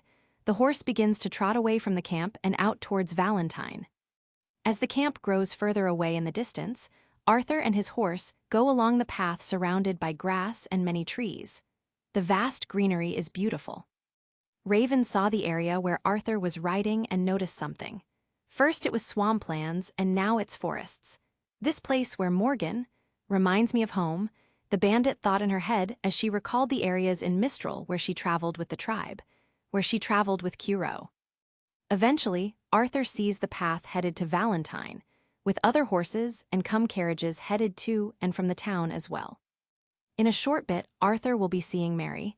It should be simple enough. However, something unexpected then happens. As Arthur is riding past a carriage, one of the carriage's horses accidentally veers towards the direction of Arthur's horse, and a crash occurs. The impact is sudden, and Arthur is flung off his horse. In a wild display, the gunslinger ends up flipping twice in the air before falling on his back. "Og!" he exclaims when he hits the ground. After a few seconds, Arthur gets up and glares at the carriage, which is already driving away. Fortunately, his horse is fine and has gotten up. "You okay, girl?" he asks as he pats the horse. When the horse makes a sound in response, Arthur nods and gets back on. "Let's go, girl," he states again. Many eyes widened in shock, not expecting such a mishap to be included in the viewing. Eventually, one of the hunters in training said what was on the mind of everybody in the theater. "What was that?" John said before laughing. "Why would that be included?" "Hiatus, what the hell?" "Wait, whose fault was that?" "Gotta be the carriage guy, right?" "Now it's Arthur." "Hey, don't blame him, he's cool." "He might be cool, but he's not a good horse rider, evidently." Throughout, Ruby decided to ask Chrono about it. "If this is meant to be like a TV show, why would this be included?" she questioned. "It might be a TV show, but the events are real, so this did in fact happen. Also, this scene is like how in some shows, an unscripted event is kept in because it's funny." "But the horses were hurt." "Well, they didn't die." "I guess," Ruby conceded with a pout as she sat back down. Valentine is not far now. Arthur heads into Valentine, and the town appears to be very quaint and small. The roads are dirt, with a sheriff and a saloon. It is a typical Western settlement. The gunslinger's fast arrival doesn't go unnoticed, however. "What's the rush for?" An angry man shouts at Arthur, as he is startled by the fast galloping of Arthur's horse. Roman let out a sardonic chuckle at that exchange. "It's like how people are when we were making getaways back then, huh?" he mentioned to Neo. Neo nodded back with a smile. "Ah, the good old days, before she came." Arthur ignores the man, however, as he finally arrives at Mary's temporary abode, just on the outskirts of town. Getting off his horse, Arthur slowly walks up to the front door, seemingly apprehensive at seeing his old lover again for the first time in forever. After a second or two, though, he knocks on the front door. As he does, he turns around and leans on the railing on the porch as he waits for the door to open. "Man, I wonder what Mary looks like," Dove thought out loud. "I bet she's a total babe," Sky replied. "No way, man. This is set in the past, and she's as old as Arthur. I bet she looks ugly as foo." "All right, guys, enough," Carden said with a roll of his eyes. "Aw, come on, man, what do you think?" Russell said, insisting on an answer. "Man, I don't know, I wasn't thinking about it," Carden exclaimed. "Well, think about it now." Carden sputtered for a bit before finally letting out an answer. "I guess, she's a 6'10". So in between Dove and Sky, that's fair. "Boo, don't choose the middle ground next time, Bitk. I'm beating your ass the next time we train, bronzing." "Huh?" The door opens. Arthur turns around and immediately puts his hands and arms up. The lady by the door has a gun. "Yes?" the woman asks. Arthur is immediately placating with his hands, gesturing that he means no harm. "Oh, I'm sorry, I didn't mean to disturb you, ma'am," he replies. Putting his hands down, he continues. Is Mrs. Linton in?" he asks. Upon hearing the purpose of the gunslinger's visit, the woman puts down her gun. "I'll go see," she states as she closes the door. Her voice can still be heard, however, from outside the house. "Damn tough response," Sun mentioned, seeing the lady's gun. "Gotta be safe, though, he might have been an outlaw after all," Neptune pointed out. The two looked at each with a grin before chuckling. Blake rolled her eyes at their antics, before smiling as well. "Mrs. Linton, a caller for you," she says. Hearing that, Arthur nervously walks around before the door opens again. This time, it's Mary. The recognition on her face upon seeing the gunslinger makes it obvious. "Hello, Arthur," Mary begins, before going out and closing the door behind her. "Mary," Arthur replies, I heard you and your friends were around, Mary states. "Okay," Arthur responds. "Where's what his name?" he asks, talking about Mary's wife. Mary looks down. "Died." "He died, you have your chance, Arthur," Mercury exclaimed. "Hey, that's so inappropriate," Weiss said. "Well, love doesn't discriminate." 3. "And plus, if she did a letter, then surely that means she still has feelings for him." Weiss huffed but did not respond. Arthur looks down too. "Well, I'm sorry to hear that." "Yeah, me too." Arthur looks back up. "Happened a while ago," Mary says as she looks at Arthur. "Pneumonia." "Bad business." "Sure." So far, the reunion is awkward. "Aw man, don't you hate it when you get awkward with an ex?" Neptune said to Sun. The monkey Faunus rolled his eyes with a chuckle. "I still remember when Stella asked if you finally learned how to dance." "Yeah, well."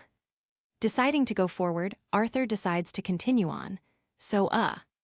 Mary looks at Arthur, waiting for him to finish. "Well, why you have been?" Arthur clears his throat. "You've been made a widow and come here looking for me, is that it?" Mary's eyes widen. "No, ain't like that, Arthur." "Oh, okay." It's clear that Arthur is sad at hearing that. Another awkward silence. Mercury burst out laughing. "Holy shit, he actually asked? H. Wow, straight to the point for him, huh?" Kiro mentioned. "I mean, he is a straight shooter," Taeyong added. Yang laughed whilst Ruby rolled her eyes. Kiro just stuck in between. It is a decent pun for once. This time, Mary pushes the conversation forward. She lets out a sigh before continuing. "My family, I need your help," she states. Arthur narrows his eyes, a look of indignance beginning to appear on his face. "You mean the family that always looked on me? You want me to help them?" Not to be mean to Arthur, but Velvet started.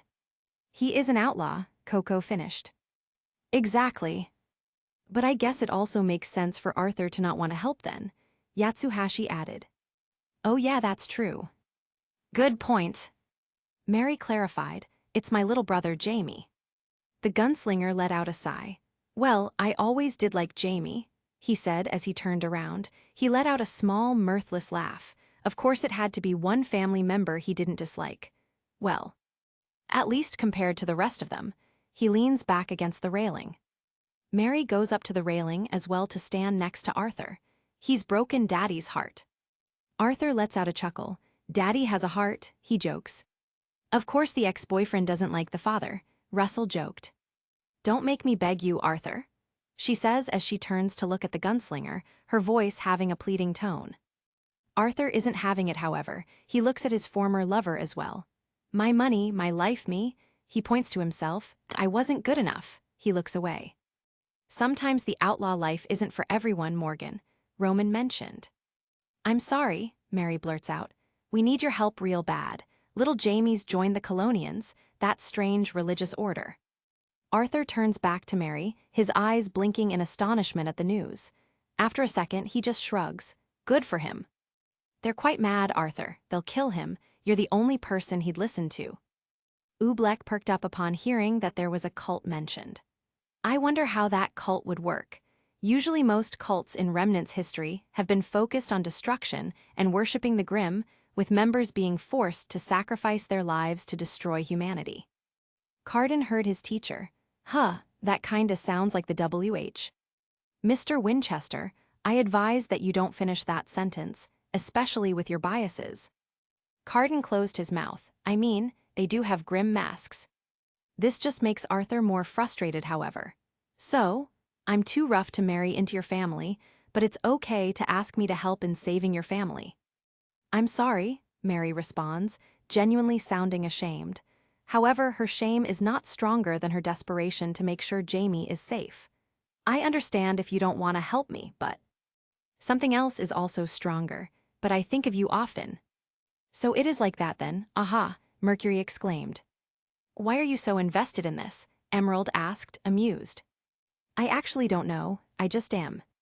Arthur just shakes his head sadly. A long time ago now. I'm begging you, Arthur.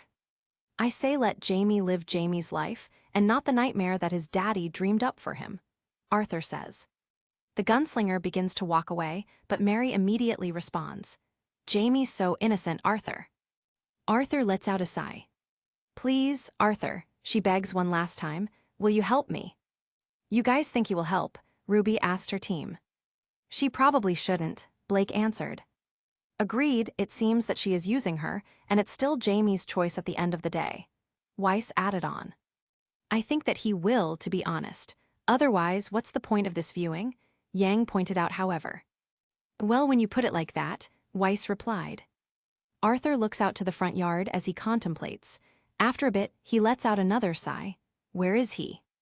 Mary, not having expected him to accept, goes forward to him urgently, with her eyes widened in surprise. Somewhere out near Carmody Dell, I think. The rancher out there said he'd seen him around the Cumberland Forest area. Cumberland Forest, then? Arthur looks out again. It seems that he is immediately having second thoughts. However, Mary presses on. I just want him back, Arthur. If you find him, bring him to me at the station. Arthur finally decides to leave. I'll see what I can do, he responds as he begins to walk away. Man, Arthur's such a good guy. He spared that one dude before and now he's helping out Mary, John pointed out. I mean, he also roughed up some people too, Pyrrha mentioned. That's water under the bridge, Nora replied. Ren laughed at his girlfriend's response. From over the railing, Mary makes one final statement. I'll owe you. Arthur looks back, still walking. You already owe me. As he heads back to his horse, he shakes his head in annoyance. He gets back on his steed and heads out to find Jamie. Woohoo, more horse riding, Yang exclaimed. Hopefully he doesn't hurt his horse again, Ruby muttered. The screen changes to show that some time has passed. It is now cloudy, and it seems that evening is approaching soon. Inside of Cumberland Forest, which is full of trees and peaks, a lone man on a horse can be seen traversing its roads. Despite the time that has passed, Arthur still has a look of determination on his face. He is focused on finding Jamie. He looks up a mountain in the forest and decides to go up there. Hiya, he states that he pushes his horse to go upwards. So why is he going up the mountain exactly? John asked. There was smoke coming from the top of it. It's most likely a camp, Pyrrha answered. Okay. After a few moments of heading up, Arthur begins to hear some chatter. His eyes widen as he realizes that this has to be the Colonians. Who else would be up in the mountains right now? He urges his horse to gallop faster up the mountain. The voices soon became clearer to understand, and Arthur urged his horse to slow down. He has decided that he is going to up the rest of the way, only a short length now. As Arthur trudges up to the summit of the mountain, his horse following quietly, the gunslinger listens in on the Colonians. And what is Chelonianism? A voice says, no less than the recent rediscovery of theology. How interesting, no talks of destruction. I don't think they're that type of cult, Bart, Goodwitch said. Arthur is close enough to see the person who said that. It appears to be a preacher who is giving a sermon to the rest of the people in the camp. Said preacher lets out a chuckle at his statement. The gunslinger now decides to make himself known. Gentlemen. In response, all of the Colonians look at him and fearfully gather together. Shell of safety. Shell of safety. Shell of safety. They bunch up together with the preacher in the front, standing tall. Arthur can now see their clothing. They are all white robes with a turtle on the front. Turtles? Winter asked, flabbergasted. Colonia is the biological term order which unites all turtles in the animal kingdom. Chrono explained. 4. That's interesting to know, the older Schnee conceded. But that doesn't change my main point of confusion. And what point is that, friend Winter? Penny asked. Why a turtle? Can I speak to the boy? Arthur asks regarding Jamie. Said boy looks at Arthur, and he immediately recognizes the gunslinger. Arthur, he exclaims in bewilderment. Hello, son, your sister is very worried. Wait a second, Cinder just realized. However, Emerald spoke up first. Mercury. I'm in a cult, the assassin exclaimed. Roman laughed upon seeing him in the turtle outfit. So that's why you're so invested with Mary? She's your sister. Mercury remained silent whilst the thief was laughing, but he was not amused. Before Jamie can respond, however, the preacher speaks up. The boy has chosen a path, sir, the path to truth. Well, his sister just wants to speak with him, Arthur explains. Jamie begins to stand straighter. Arthur, Jamie starts as he walks forward before being stopped by the other Colonians who don't want him to leave the shell of safety. Regardless, Jamie continues to speak. I've chosen a path. The preacher nods in response and gestures towards Jamie. The boy has chosen a path, he's chosen safety. The preacher then gestures to Arthur. What path have you chosen, sir? He questions. Looking at the preacher, Arthur lets out a scoff. However, when he decides to think of an answer, the gunslinger is slumped. I'm still searching, I guess. That's a good point in all honesty, Ozpin admitted. What do you mean, Oz? Well, he's kinda like you, Kuro. He's a good guy, but he's also an outlaw, and yet we're not seeing him do outright criminal things. In fact, he has tended to help people. So with that in mind, what path has he truly chosen, the path of criminality, or a path towards redemption? Despite the lack of an answer, the preacher just nods affirmingly. We are all searching. Chelonianism is about searching. Ozpin chuckled. With such affirmation from the preacher, I can see why young Jamie joined the cult. The preacher then poses a second question to Arthur. What do we search for, do you think? I don't know. Safety. Safety and meaning. The preacher then looks towards the rest of his group. There seems to be an unspoken conversation being had. The preacher then looks back at Arthur with a smile. Well, it seems that Arthur broke the ice, Weiss commented. Broke the shell, actually. Weiss groaned. Must you be so bothersome with your puns? Yang chuckled in response. Heh heh. Jamie knows the truth, he states finally, gesturing back to Jamie, but of course you can speak with him. The answer has satisfied the Colonians. Arthur smiles. Exactly, he gestures towards the preacher. And if your teachings are so great, what harm can I do? The preacher nods in response. The audience chuckled to Arthur's response. It was clear they liked the character. Arthur then goes to Jamie with a hand out. However, Jamie walks back. The boy begins, I'm not. Jamie then begins to run away towards one of the camp horses. I'm not coming with you, Arthur. Just come speak with Mary, then make up your mind. Arthur shouts out in response. However, Jamie has gotten on his horse and has begun to leave.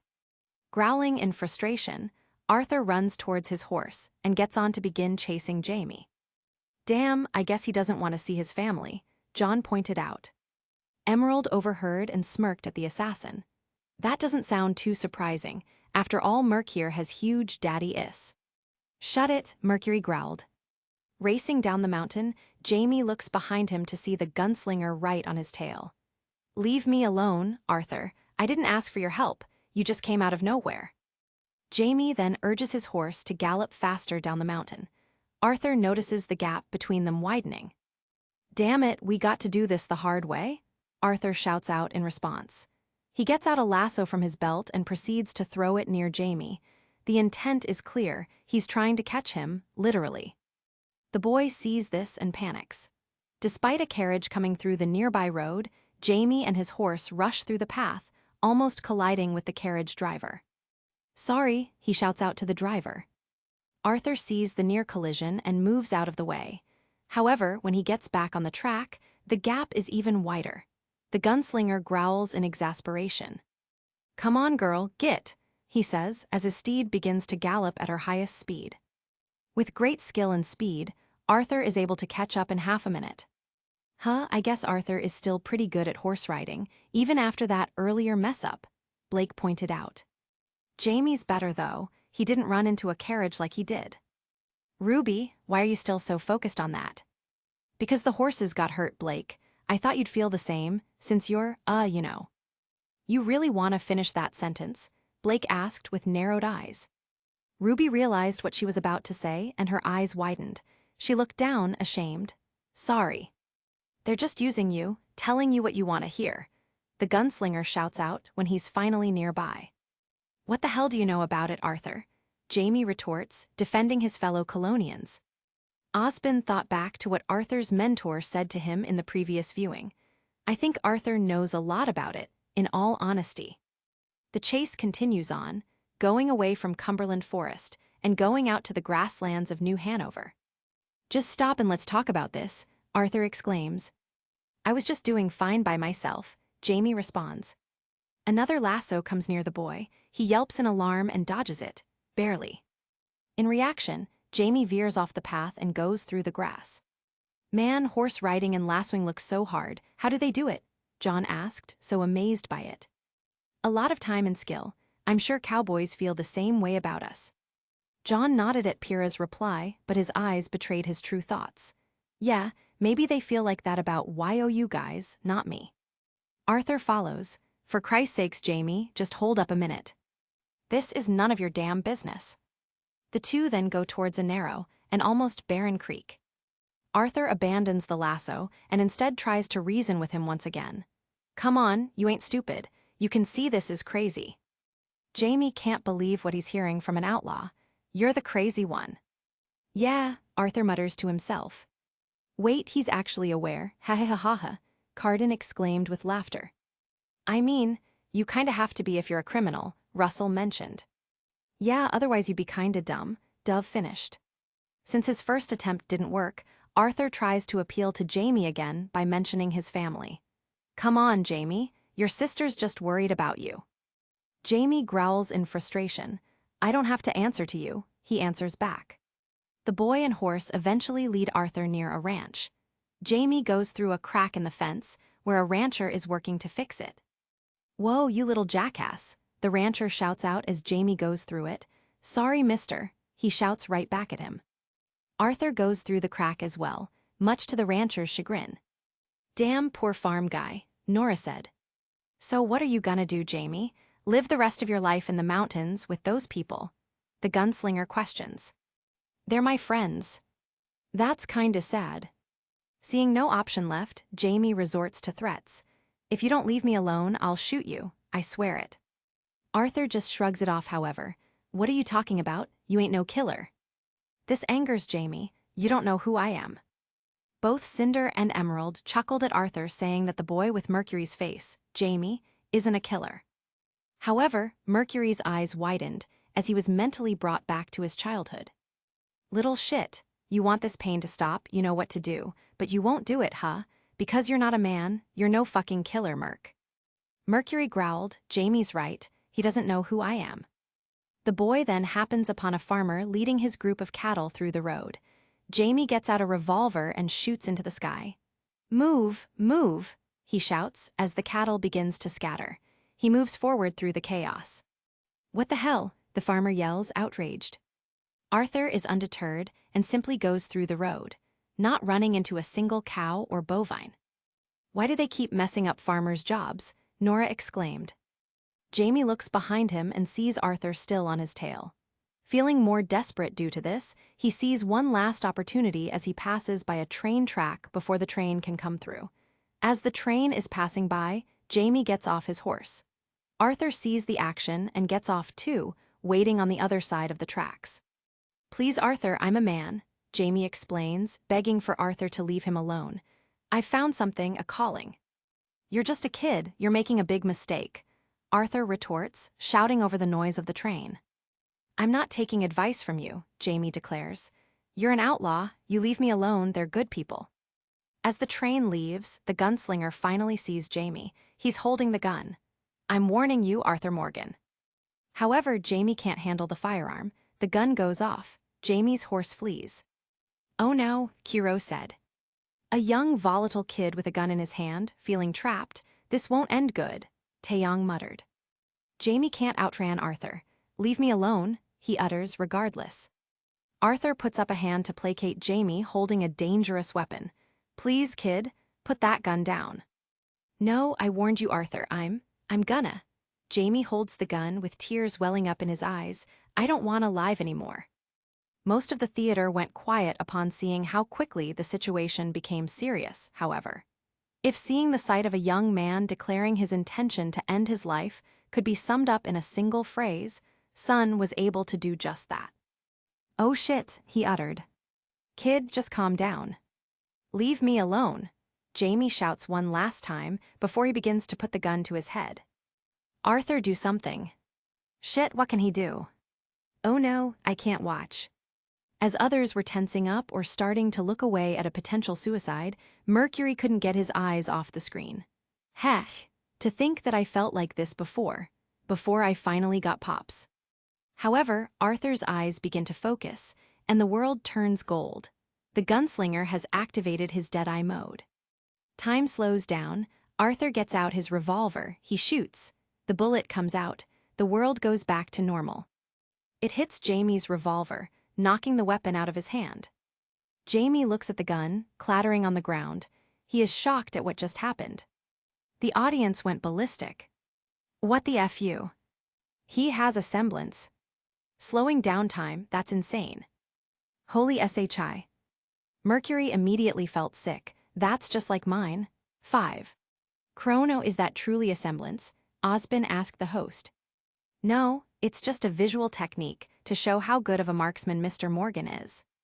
Ah, I see now, but why are you saying it quietly? Because the reactions of everyone thinking it's a semblance is amusing to me. He looks back at the gunslinger, now walking towards him. Now calm down, Arthur exclaims. Arthur goes to pick up the gun and speaks to Jamie once again, this time in a softer tone. Let's go see your sister. He gestures to his horse. Jamie stays still for a second. He looks to be on the verge of tears. After a second, he finally hugs Arthur. Okay, he says softly. Okay, he says a second time through sniffles. The older man is shocked, but eventually chuckles and reciprocates the hug, patting the younger boy's back. He's truly glad to see Jamie again. It's okay, kid. Taeyong smiled at the sight. He's a good guy. Arthur, Kiro asked. Yep, and if his father is truly that bad, then it means that Arthur might have even been a better father in the short time they knew each other. Mercury overhead the two huntsmen, and it made him go deep into thought. What if he met someone like Arthur before he lost his semblance, before Cinder? He shook his head, no point in what-ifs, I'm meant to be here. Jamie eventually composes himself. Have I been a terrible fool, Arthur? The gunslinger chooses to be honest. He breaks the hug and leads Jamie to his horse. I don't know enough about it. He decides to give Jamie his revolver back. But one thing I do know, there ain't no shame in looking for a better world. Damn straight, Yang said, as the rest of Team RWBY and the other hunters in training cheered. Roman sneered at the gunslinger's response to Mercury. I'm not surprised, though. He probably learned that from that Dutch man. Meanwhile, Mercury quickly pondered Arthur's words before shutting down such thoughts. No point. A better world isn't possible when it's full of such assholes. Jamie smiles, and Arthur gets on his horse before helping the boy on. I missed you, Arthur. Are you and Mary sweet on one another again? Oh no, the gunslinger replies with a sigh. That's all a long time ago, son. Ah, Nora said with a pout. The two continue on the road to Valentine and decide to catch up. Well, this wasn't how I thought today would turn out, Jamie admits. Arthur lets out a chuckle in response. It's been a long time, Jamie Gillies. You were a kid last time I saw you and didn't try to kill yourself.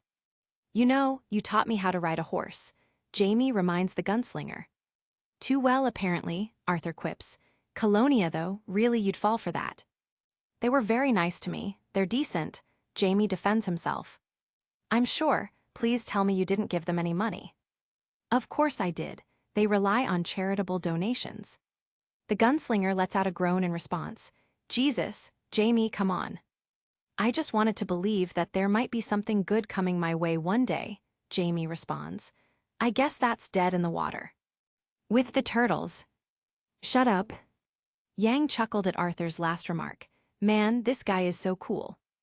Blake smiled at Yang's remark. You know, he actually reminds of this one character in. I don't want to hear about some guy in Ninjas of Love.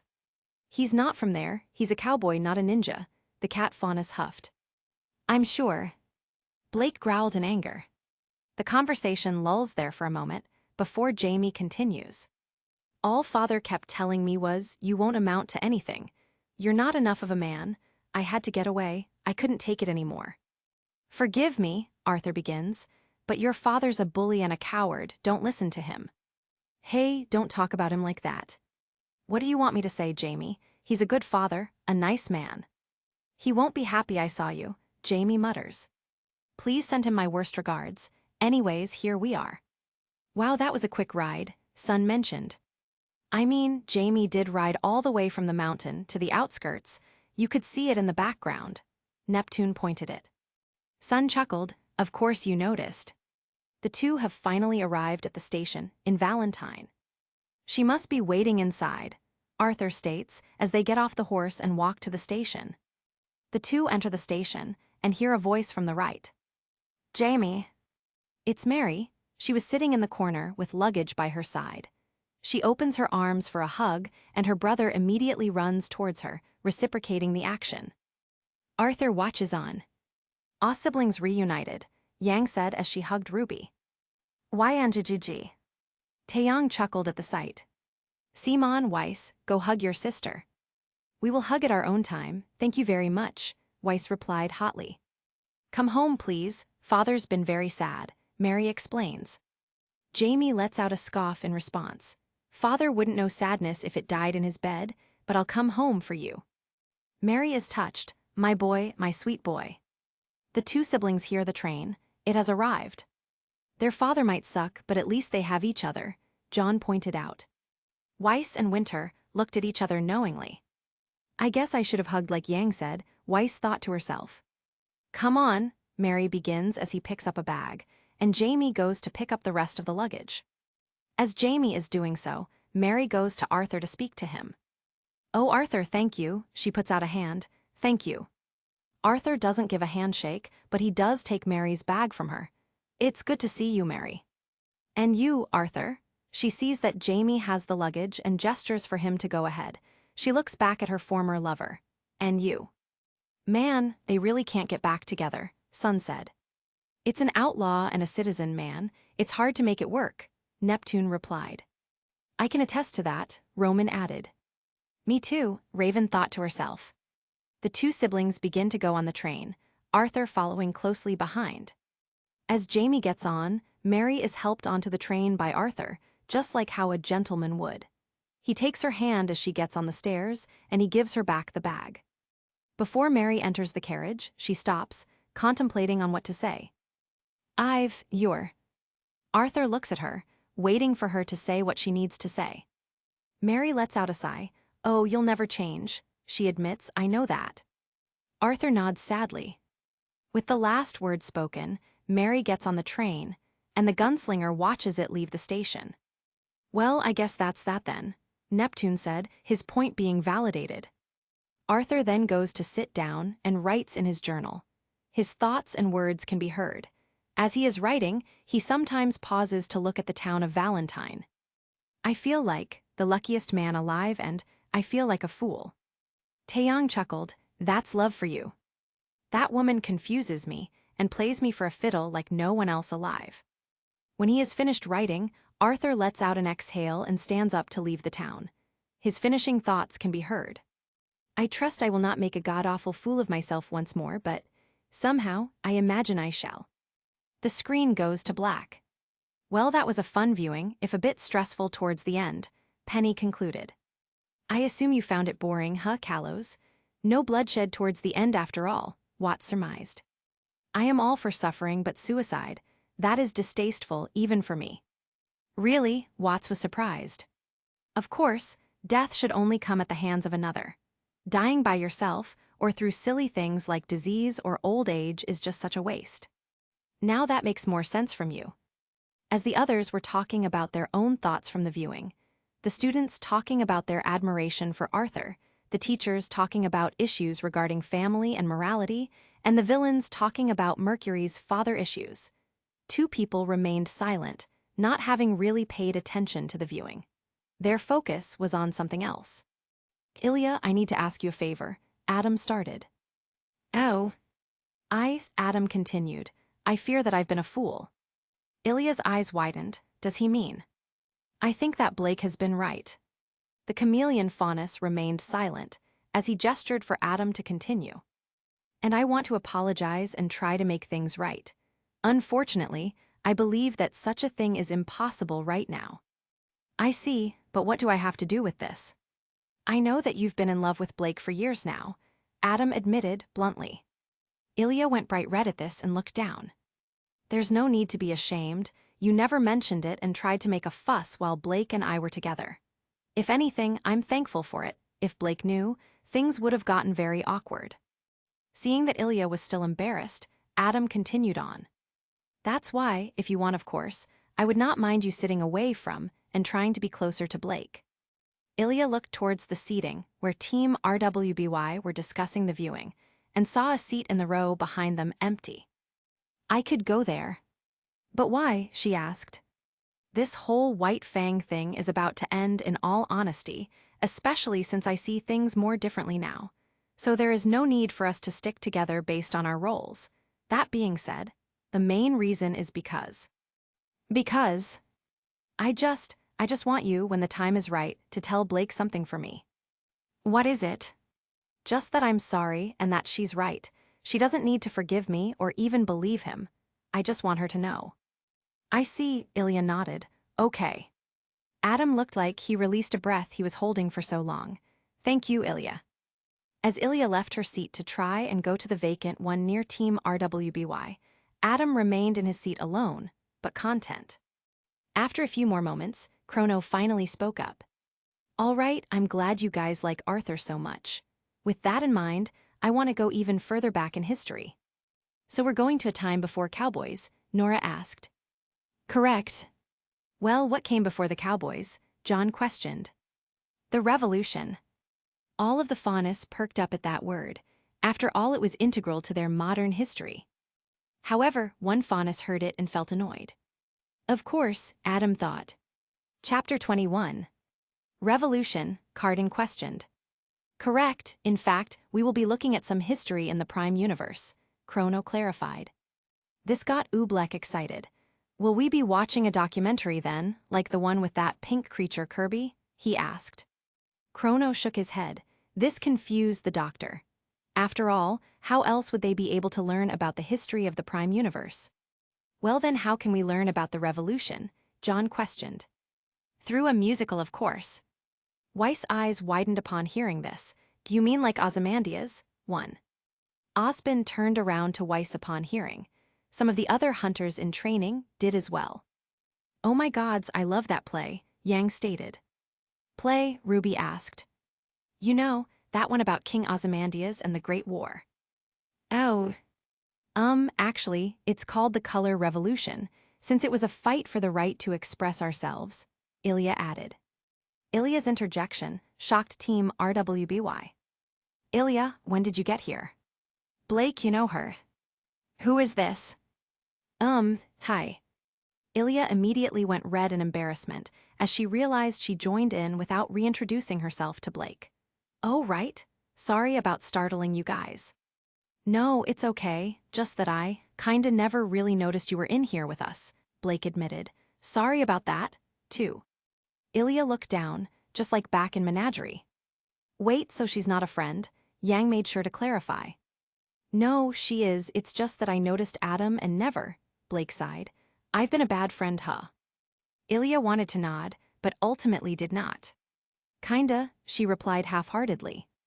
If you can't remember her like that, then most likely, yes, Weiss then mentioned. Wow, Blakey, are you gonna forget us too? Yang added on. Not wanting to feel more bad, Blake pushed forward. She turned towards Chrono. So what's this about a play?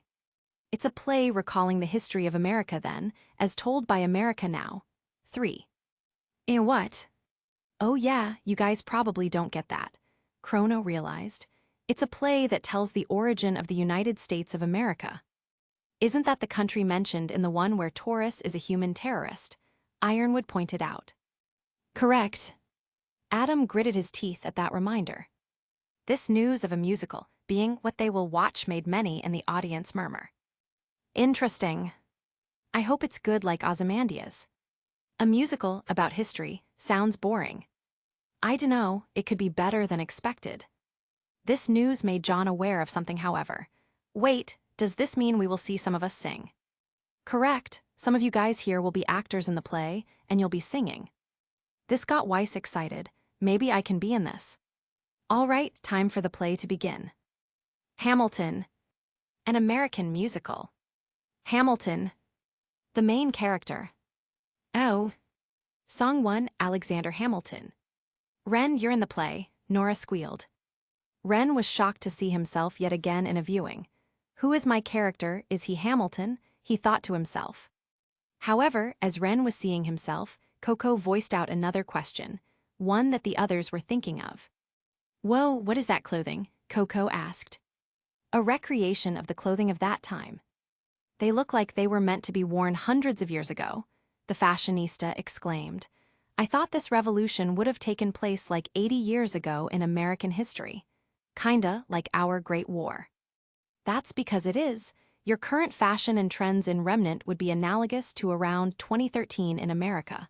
However, this play narrates events that happened over 200 years ago from that date. Chrono explained. 200 years? They know their history from 200 years ago. Man, them not having Grimm is so unfair. I wish we could know our history better. Oobleck heard the audience's responses and agreed. It's such a shame that the events and periods leading up to the Great War are our earliest reference points of Remnant's history. Aaron Burr. How does a bastard orphan, son of a whore and a Scotsman, dropped in the middle of a forgot spot in the Caribbean, by Providence, impoverished in squalor, grow up to be a hero and a scholar. So this Hamilton person is an orphan, Wren thought, I see. Damn, this Hamilton guy sounds like he had it rough, Sun said. Yeah, an orphan, a bastard. Why is being a Scotsman so bad, though? No idea, Nep. John Eliorianes. The $10 founding father, without a father. Got a lot farther by working a lot harder. By being a lot smarter. By being a self-starter. By 14, they placed him in charge of a trading charter. Whoa, that guy's pompadour is crazy, Yang exclaimed. 4. $10 founding father, Osbin asked. Dollar is the currency, and the United States tends to put the faces of important people on their money. Chrono explained. Osbin nodded at that. Should I have put important people during the war on the Leon? Perhaps I can bring it up to the council. Knowing them, though, I doubt they agree. Being in charge by 14, Winter questioned. That's how it was in the past, Penny explained. I found out that before the Great War, children used to work in places like mines at 14 as well. Used to, Adam thought with a scowl. Thomas JFFURSON. And every day, while slaves were being slaughtered and carted. Away across the waves, he struggled and kept his guard up. Inside, he was longing for something to be a part of. The brother was ready to beg, steal, borrow, or barter. Whoa, his hair looks so nice as well, Yang said. That's an afro, I believe, Chrono mentioned. 5. I'm almost jealous, Yang replied whilst touching her hair. Blake frowned, so there were still slaves during that time. Yang shrugged. It makes sense, to be honest. We still had slaves decades before the Faunus Revolution, and this takes place 200 years ago. But there are no Faunus there. Stealing, a thief helped to find the United States, Goodwitch questioned. Heh, maybe I can help find a kingdom then, Roman joked. Neo laughed at that. James Madison. Then a hurricane came, and devastation reigned. Our man saw his future dripping down the drain. Put a pencil to his temple, connected it to his brain. And he wrote his first refrain, a testament to his pain. Damn, that dude's kinda small, Mercury pointed out. 6. Meanwhile, Weiss found herself thinking back to her songwriting skills. Mirror, mirror, it's my turn, this life is mine. The testaments to M.Y. Payne. Burr. Well, the word got around, they said. This kid is insane, man. Took up a collection, just to send him to the mainland. Get your education, don't forget from whence you came, and the world's gonna know your name. What's your name, man? Aw, the island helped him, that's so nice, Ruby said. Taeyong smiled. It was good to see an island have a sense of community, just like Patch has. Alexander Hamilton. Alexander Hamilton. My name is Alexander Hamilton. And there's a million things I haven't done. But just you wait, just you wait. John found himself drawn towards Hamilton. He found the actor and his coiffed hair to be cool. His sides are shaved off too. 7. However, Hamilton's refrain resonated with him the most. Just wait, Mom and Dad, I will become a great huntsman. Eliza Hamilton. When he was 10, his father split, full of it, detritin. 2 years later, see Alex and his mother bedridden. Half dead sittin' in their own sick, the scent thick.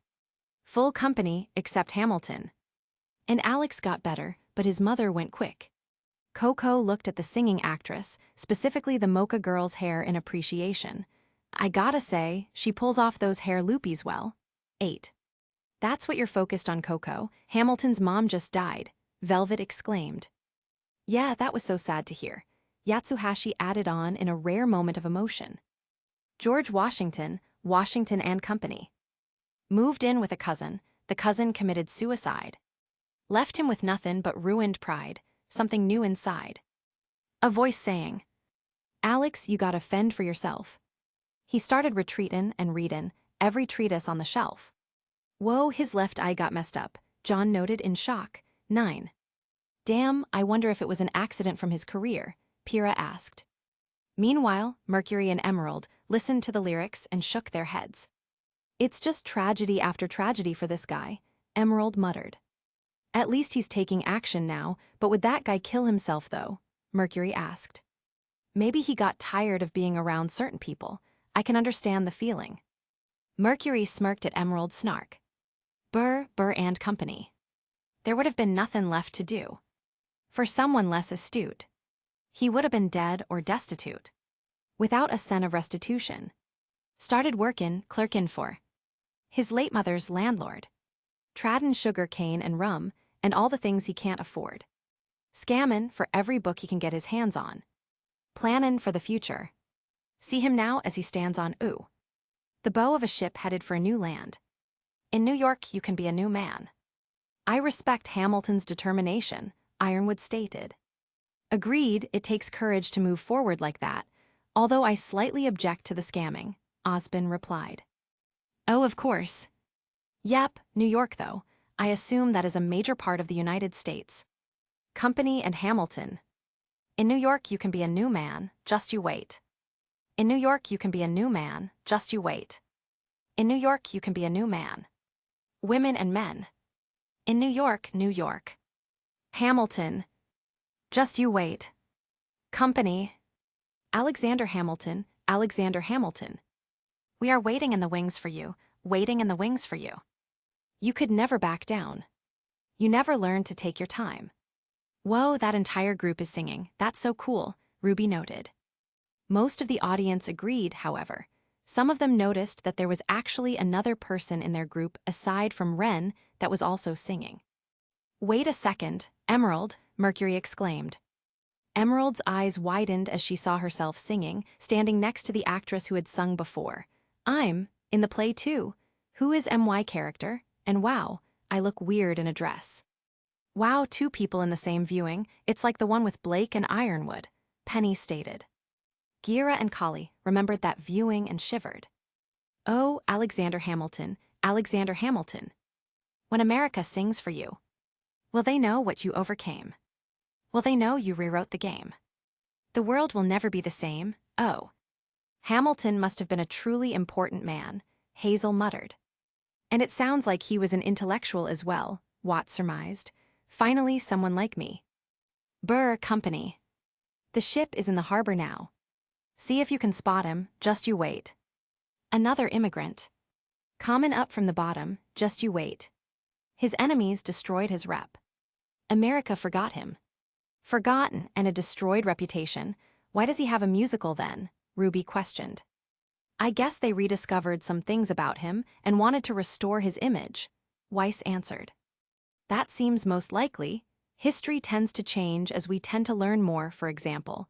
Historians have tended to listen to more pro-faunist views and are now starting to refer to the Great War as the Color Revolution, like what M.S. Belladonna's friend said. So perhaps Hamilton is now finally being seen as a hero in America after he was slandered for centuries. Ilya's eyes widened at that news. Mulligan/Madison and Lafayette JFFRSON. We fought with him. Lauren/Philip. Me, I died for him. Washington. Me, I trusted him. Eliza, Angelica and Peggy Maria. Me, I loved him. Burr. And me. I'm the damn fool that shot him. The hunters in training gasped at this. Wren, as the villain of the story, Nora thought, so cool. Company. There's a million things I haven't. But just you wait. Burr. What's your name, man? Company. Alexander Hamilton. Weiss lightly applauded the song. Yang loudly cheered, yeah, that was awesome. The audience saw that more singing and dancing was set to be done, and the other people who were applauding and cheering went silent to listen once more. Song 2 Aaron Burr, SIR. Company. 1776. New York City. So about 237 years before the modern days of America. Osborne quickly calculated. It truly is a young country. Even our kingdoms were around for 1,000 years before the Great War. Hamilton. Pardon me, are you Aaron Burr, sir? Burr. That depends, who's asking. There were quite a few chuckles at that response from the Wren on-screen. Way to dodge the question, Rennie, Nora said with a smile. Wren chuckled in response. And why do people keep saying that? John said. You're just giving yourself away, and what is Hamilton supposed to say after that? 10. Pyrrha laughed at John's familiar statement. Hamilton. Oh well, sure, sir. I'm Alexander Hamilton. I'm at your service, sir. I have been looking for you. Burr. I'm getting nervous. I don't get it, what's wrong with what Hamilton said? Ruby asked. It's kinda creepy, Rubes, Yang pointed out. How, he's just saying he's been looking for him, he's being direct. I guess, Blake admitted. Hamilton. Sir. I heard your name at Princeton. I was seeking an accelerated course of study when I got sort of out of sorts with a buddy of yours. I may have punched him. It's a blur, sir. He handles the financials. Burr. You punched the bursar. Hamilton. Yes. The audience laughed at that response. Why is he so happy to say yes? Winter exclaimed. I like this dude already, Kiro said. Hamilton. I wanted to do what you did, graduate in 2. Then join the revolution. He looked at me like I was stupid. I'm not stupid. So how'd you do it? How'd you graduate so fast? Burr. It was my parents' dying wish before they passed. Wren's eyes widened at his actor saying that. Huh, so Burr is like me in that regard. Nora saw her boyfriend's reaction and squeezed his hand. Hamilton. You're an orphan, of course, I'm an orphan. God, I wish there was a war. This man seems a bit too eager for conflict, Ironwood said with a grimace. He might have been biased against revolution, after all his kingdom fought in opposition to 2 different ones, but despite this, he felt that such conflict would lead to more suffering. Nobody wins in war. Hamilton. Then we could prove that we're worth more than anyone bargained for. He yearns for glory, that makes sense, Osborne noted, just like those in Eastern Sanus before the Great War. Burr. Can I buy you a drink? Hamilton. That would be nice. Burr. While we're talking, let me offer you some free advice. Talk less. That definitely sounds like some advice you would give Wren, John pointed out. Sometimes it's better to stay quiet, Wren noted. Hamilton. What? Burr. Smile more. Now that's not like you, Nora exclaimed. Wren laughed. That's your thing, Nora. Hamilton. Huh? Burr. Don't let them know what you're against or what you're for. Hamilton. You can't be serious. Burr. You want to get ahead. Hamilton. Yes. Burr. Fools who run their mouths oft wind up dead. Damn, on one hand, it sounds like something a villain would say, but he is for the revolution, Sun noted. It's good advice, though. If enemies heard him, he could die. Neptune pointed out. But it was Burr who shot him though, Sage told them. Oh yeah, true. Lawrence. Yo yo yo yo yo. What time is it? Lawrence/Lafayette/Mulligan. Showtime. Burr. Like I said. Damn, I wished I could be there right now, Kuro admitted. Why? Because they're having drinks. Kuro didn't respond back to Raven. It was a rhetorical question after all. Lawrence. Showtime, showtime, yo. I'm John Lawrence and the place to be. 2 pints o' Sam Adams, but I'm working on 3, Those redcoats don't want it with me. 'Cause I will pop chicka pop these cops till I'm free. So this is the guy who dies for Hamilton, Yang asked. That's a shame, he seems pretty cool, Ruby uttered. I'm sure Hamilton thinks the same, look at his face. Blake didn't join in the sisters' discussion, but she got more interested upon realizing that. Lafayette. Oui, mon ami, je m'appelle Lafayette. The Lancelot of the Revolutionary set. I came from afar. Just to say bonsoir. Tell the king Castoy. Who's the best? C'est moi. Oobleck was excited. Another viewing with French in it, how interesting. And the subtitles are still there, that's good, he said. What to the king? Weiss exclaimed. Makes sense that other languages have a phrase for fuck off, Yang said with a chuckle. 11. Mulligan. Brra.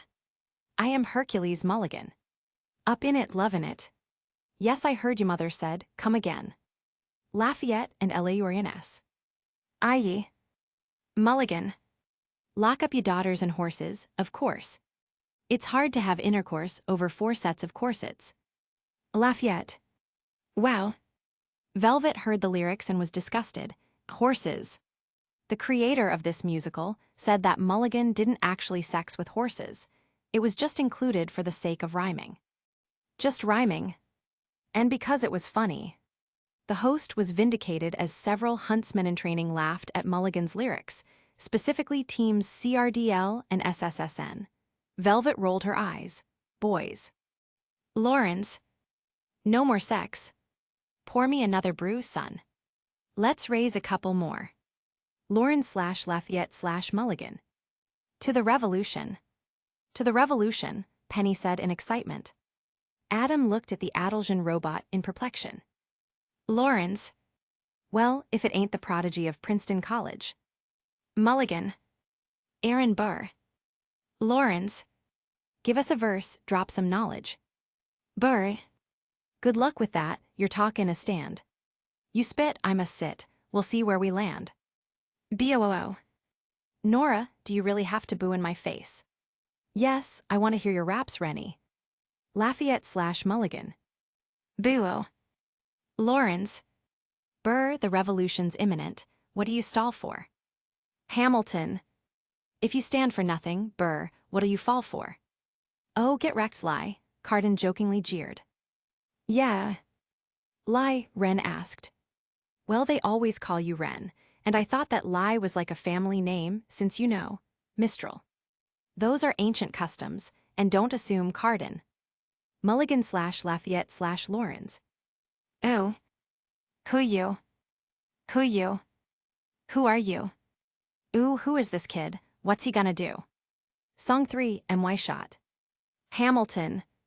I am not throwing away my shot. I am not throwing away my shot. Hey yo, I'm just like my country. I'm young, scrappy, and hungry. And I'm not throwing away my shot. Ooh, catchy, Yang noted, as the others hunters in training nodded their heads to Hamilton's rapping. I'ma get a scholarship to King's College. I probably shouldn't brag, but dag.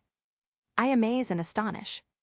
The problem is I got a lot of brains, but no polish. I gotta holler just to be heard. With every word I drop. Knowledge. I'm a diamond in the rough, a shiny piece of coal. Tryin' to reach my goal. My power of speech unimpeachable. Only 19, but my mind is older. These New York City streets get colder, I shoulder. Every burden, every disadvantage. I have learned to manage, I don't have a gun to brandish. I walk these streets famished. The plan is to fan this spark into a flame. But damn, it's getting dark, so let me spell out the name. I am the Most of the audience was shocked at the skill of Hamilton's actor. One of the hunters in training was able to sum up everybody's thoughts in one phrase, however. "Damn, this guy can spit," Sun said. Hamilton/Lafayette/Mulligan/Lawrence. Alexand. We are meant to be. Osborne chuckled at his students following suit, with Hamilton spelling out his name. Hamilton. A colony that runs independently. Meanwhile, Britain keeps shittin' on us endlessly. Essentially, they tax us relentlessly. Then King George turns around, runs a spending spree. He ain't ever gonna set his descendants free. So there will be a revolution in this century. Enter me. Lafayette/Mulligan/Lawrence. He says in parentheses. So taxation is the reason for the revolution? Ironwood questioned. Kinda. To oversimplify, the British fought a war to keep America away from the French. They won, but it was costly, so they asked America, "Hey, since we fought a war for you guys and it was expensive, could you maybe pay us back for that?" This did not sit well with the American people. 12. Ironwood sat back and thought, I wouldn't have expected that. Ilya frowned at that explanation. Taxation instead of expression seems less noble than the color revolution's fight for self-expression. The taxation part was more of a face for the greater issue during the time representation. The American people did not have a voice in the British government, which is why at the time, people said, no taxation without representation. Oh, that makes more sense then. Hamilton. Don't be shocked when your history book mentions me. I will lay down my life if it sets us free. Eventually, you'll see my ascendancy. Goodwitch shook her head, so eager in wanting to be a martyr. Hamilton reminded the assistant headmistress too much of her former peers. Hamilton and Eliorines. And I am not throwing away. My shot, my shot. I am not throwing away. My shot, my shot. Hey yo, I'm just like my country. I'm young, scrappy, and hungry. And I'm not throwing away my shot. And I'm not throwing away my shot. Hamilton/Mulligan/Lawrence/Lafayette. I am not throwing away my shot. I am not throwing away my shot. Hey yo, I'm just like my country. I'm young, scrappy, and hungry. And I'm not throwing away my shot. It's time to take a shot. A good refrain to live by, Winter noted. The others seemed to agree too, Penny added. Lafayette. I dream of life without a monarchy. The unrest in France will lead to anarchy. Anarchy, how you so, anarchy. When I fight, I make the other side panicky. With my Hamilton/Lawrence/Lafayette/Mulligan. Shot. The theater chuckled at Lafayette's, speaking of the word anarchy. Meanwhile, Osborne smiled at Lafayette's ideals. After all, he did abolish the monarchy too. Mulligan. Yo, I'm a tailor's apprentice. And I got y'all knuckleheads in loco parentis. I'm joining the rebellion 'cause I know it's my chance to socially advance instead of suing some pants. I'm gonna take a... Adam nodded in approval. He too wanted to go beyond being a mere minor for the SDC. Hamilton/Lawrence/Lafayette/Mulligan. Shot. Lawrence. But we'll never be truly free. Until those in bondage have the same rights as you and me. You and I do or die, wait till I sally in. On a stallion with the 1st Black Battalion. Have another. Lauren's statement resonated strongly with the resident faunus of Team RWBY. She found herself headbanging to his rap, before going red as she got called out for it by Yang. Hamilton/Lawrence/Lafayette/Mulligan. Shot. Gira smiled at the different reasons between Lawrence, Lafayette, and Mulligan for joining the revolution. Reminds me of my time in the White Fang. Some want a better life. Others want to help everyone in need, even humans, and some just want a new form of government. However, the former White Fang leader remembered how differing views led to infighting. Surely that doesn't happen here. Burr. Geniuses, lower your voices. You keep out of trouble, and you double your choices. I'm with you, but the situation is fraught. You've got to be carefully taught. If you talk, you're gonna get shot. That's not bad advice, Pyrrha noted. Yeah, but does Burr really have to put down the mood, though? Ruby whined. I can fully understand the point, though. During my time with the White Fang, we had to tell our louder members to be quiet at times, since they could reveal us, Blake admitted. The others nodded at Blake's point in understanding. Hamilton. Burr, check what we got. Mr. Lafayette, hard rock like Lancelot. I think your pants look hot. Lawrence, I like you a lot. Let's hatch a plot blacker than the kettle callin', the pot. What are the odds the gods would put us all in one spot? Pop in a squat on conventional wisdom, like it or not. A bunch of revolutionary manumission abolitionists. Give me a position, show me where the ammunition is. Most of the cinema laughed at Mulligan showing his hot pants and his behind out to the audience. However, some focused on the lyrics. Does Hamilton like Lawrence? Blake pointed out. I mean, he did just say that. No, Weiss, I mean like. Oh, I guess I can see it with his face now. Wow, forming a team already, Yatsuhashi said. Yeah, I think they formed a team quicker than we did, Fox said telepathically. I guess having the same ideals helps with team synergy, Velvet mentioned. Coco chuckled. If that was the case, every Huntsman team would be perfectly united. Hamilton. Oh, am I talking too loud? Sometimes I get overexcited, shoot off at the mouth. I never had a group of friends before. I promise that I'll make y'all proud. Lawrence. Let's get this guy in front of a crowd. Some of the hunters in training, such as Velvet, felt sympathy with Hamilton, not having had friends before Beacon. Hamilton/Lawrence/Lafayette/Mulligan/ensemble. I am not throwing away my shot. I am not throwing away my shot. Hey yo, I'm just like my country. I'm young, scrappy, and hungry. And I'm not throwing away my shot. I am not throwing away my shot. I am not throwing away my shot. Hey yo, I'm just like my country. I'm young, scrappy, and hungry. And I'm not throwing away my shot. Lawrence and Hamilton, Lafayette Mulligan. Everybody sing. Whoa, whoa, whoa, whoa, whoa, whoa. Hey. Whoa's whoa. Whoa. Whoa's whoa. Said let him hear ya, yeah. Let's go. Lawrence and company. Whoa, whoa, whoa. I said, shout it to the rooftops. Whoa. Said to the rooftops. Whoa. Come on. Yeah. Come on, let's go. Emerald noticed her character on the top of the performance theater, looking at the other actors singing. Is this meant to be her discovering Hamilton? Lawrence. Rise up. When you're living on your knees, you rise up. Tell your brother that he's gotta rise up. Tell your sister that she's gotta rise up. Lawrence and ensemble and company. When are these colonies gonna rise up? Whoa, whoa, whoa. When are these colonies gonna rise up? Whoa. When are these colonies gonna rise up? Whoa. When are these colonies gonna rise up? Whoa. Rise up, rise up. Apart from the Faunus, some of the other people in the theater who wanted a bigger change for Remnant felt the message resonate with him. Whilst Adam was beginning to nod his head to the lyrics, Ilya and Ruby were much more emphatic, repeating the lyrics. Yeah, we gotta rise up. You're not even oppressed, Red. Hamilton. I imagine death so much, it feels more like a memory. When's it gonna get me? In my sleep. 7 feet ahead of me. If I see it common, do I run or do I let it be?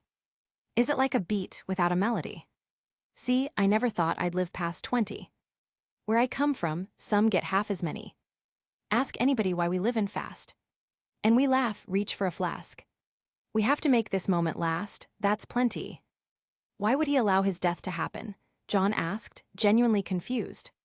When you're fighting for a cause you believe in, sometimes you get dreams of being a martyr, Adam replied. It's also why sometimes you choose to savor every moment and to move as fast as possible to leave a mark.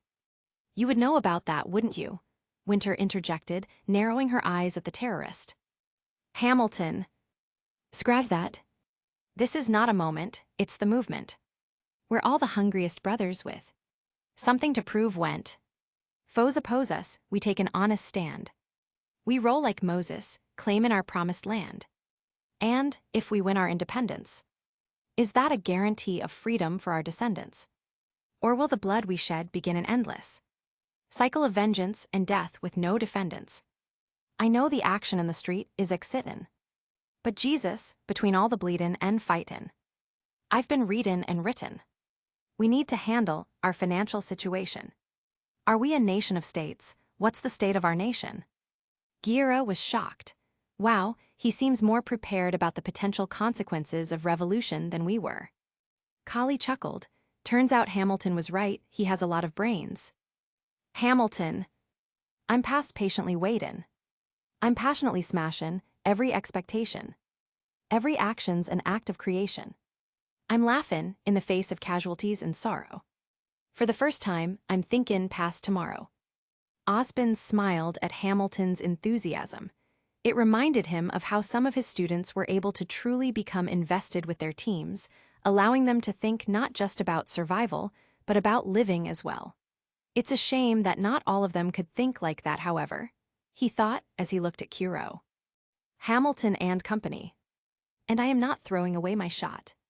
I am not throwing away my shot. Hey yo, I'm just like my country. I'm young, scrappy, and hungry. And I'm not throwing away my shot. Hamilton/Lawrence/Lafayette/Mulligan and Ensemble. We're gonna rise up, time to take a shot. Not throwing away my shot. We're gonna rise up, time to take a shot. Not throwing away my shot. We're gonna. Hamilton and Ensemble. It's time to take a shot, rise up. Hamilton/Lafayette/Lawrence/Mulligan and Ensemble. It's time to take a shot, rise up. It's time to take a shot, rise up. Take a shot, rye. Shot. Ayo, it's time to take a shot, time to take a shot. Time to take a shot, time to take a shot. And I am. Hamilton/Lafayette/Mulligan/Lawrence. Not throwing away my company. Not throwing away my shot. Woohoo. That was awesome. Not gonna lie, that was a lot of words. Did you understand that first verse? Of course I did you? What, of course? You totally didn't. Can the next song start, please? Song 4, The Story of Tonight. Hamilton. I may not live to see our glory. Lafayette/Mulligan/Lawrence. I may not live to see our glory. Hamilton. But I will gladly join the fight. Lafayette/Mulligan/Lawrence. But I will gladly join the fight. Hamilton. And when our children tell our story. Lafayette/Mulligan/Lawrence. And when our children tell our story. Hamilton. They'll tell the story of tonight. Adam closed his eyes. That was my hope for the White Fang. Unfortunately, our story will be us becoming supremacists, just like our oppressors. And that's on me. Mulligan. Let's have another round tonight. Lafayette. Let's have another round tonight. Hamilton. Let's have another round tonight. Lawrence. Raise a glass to freedom. Something they can never take away. No matter what they tell you. Raise a glass to the 4 of us. Lawrence/Mulligan. Tomorrow there'll be more of us. Some of the hunters in training put their arms up, with hands forming cups, as they wanted to mimic Hamilton and friends. Kuro chuckled and did the same. Mulligan/Lafayette/Lawrence. Telling the story of tonight. Hamilton. They'll tell the story of tonight. Lawrence/Mulligan/Lafayette. Raise a glass to freedom. Something they can never take away. Hamilton. No matter what they tell you. Mulligan/Lafayette. Let's have another round tonight. Lawrence. Raise a glass to the 4 of us. Hamilton/Lawrence/Mulligan/Lafayette. Tomorrow there'll be more of us. Hamilton/Lawrence. Telling the story of tonight. Mulligan/Lafayette. Let's have another round tonight. Hamilton/Lawrence/Ensemble and Mulligan/Lafayette Ensemble. They'll tell the story of tonight. Raise a glass to freedom. They'll tell the story of tonight. Raise a glass to freedom. They'll tell the story of tonight. They'll tell the story of full ensemble. Tonight. Aw, this was pretty sweet to see, Yang admitted. Especially since Lawrence is gonna die, Weiss pointed out. Well, at least his story will be told. Song 5, the SCHULER sisters. Brr. There's nothing rich folks love more than going downtown and slummin' it with the poor. They pull up in their carriages and gawk at the students in the common, just to watch them talk. Take Philip Schuyler, the man is loaded. Oh, but little does he know that his daughters, Peggy, Angelica, Eliza, sneak into the city just to watch all the guys at. Hey, we don't try to slum it with the poor, Weiss stated, offended. Aw, come on, you mean you never tried to look at how us normal folk did things away from your manor, Roman joked. Weiss looked down. Holy shit, you never did, the thief exclaimed, shocked. It was unbecoming of a schnee. Sheesh, your parents must suck. Don't speak about our parents that way, Torchwick, Winter replied hotly. To quote what that cowboy guy said, what do you want me to say then? That Jacques is a good guy. Just drop it. Company. Work. Angelica. Mercury nudged Emerald. Look, you're in the story, Angelica. Emerald was unamused. Don't call me Angelica. All right, Angie. I seriously hate you. Company. Work. Eliza. Peggy. Company. Work. The Schuyler sisters. Emerald found herself thinking back to the siblings she did have back during her time as a street urchin. Opal, Peary, those were her sisters. How I miss you guys so much, she thought in despair. At least I have Cinder now. 13. Team SSSN laughed at Peggy. Why does she look like she doesn't want to be there? Neptune said in between laughs.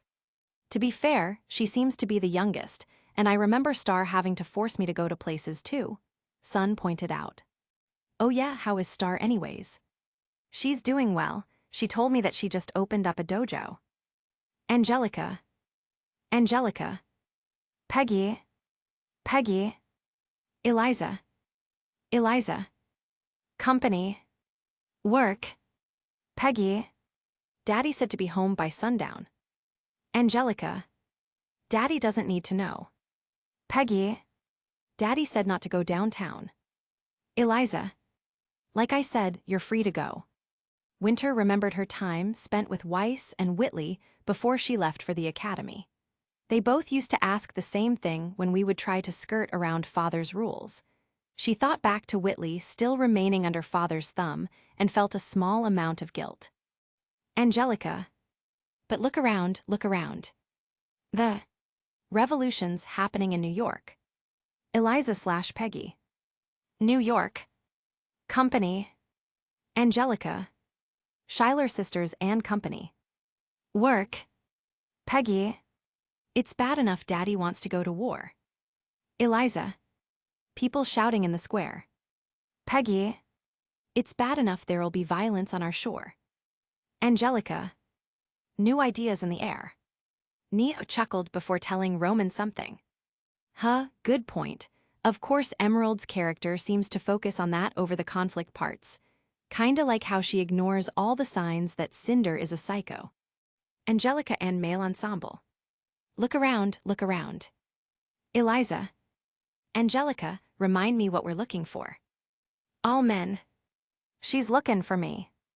Ooh, you're standing up from the stairs now, are you gonna go to them? Nora said to Wren. I guess so. Angelica and company. Eliza, I'm looking for a mind at work. Work. I'm looking for a mind at work. Work. I'm looking for a mind at work. Work. Woolha. Eliza/Angelica/Peggy with company. Woolha. Work. Burr. Woo, there's nothing like summer in the city. Someone in a rush next to someone looking pretty. Excuse me, miss, I know it's not funny, but your perfume smells like your daddy's got money.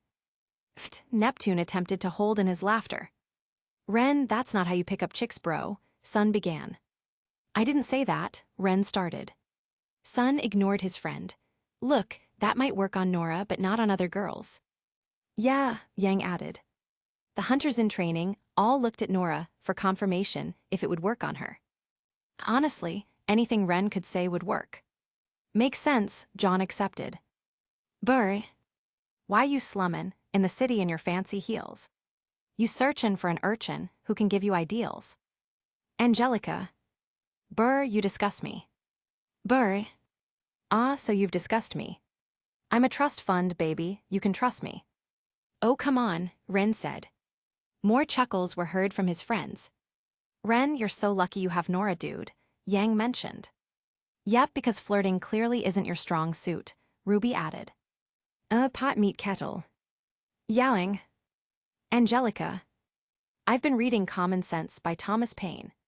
So men say that I'm intense or I'm insane. You want a revolution, I want a revelation.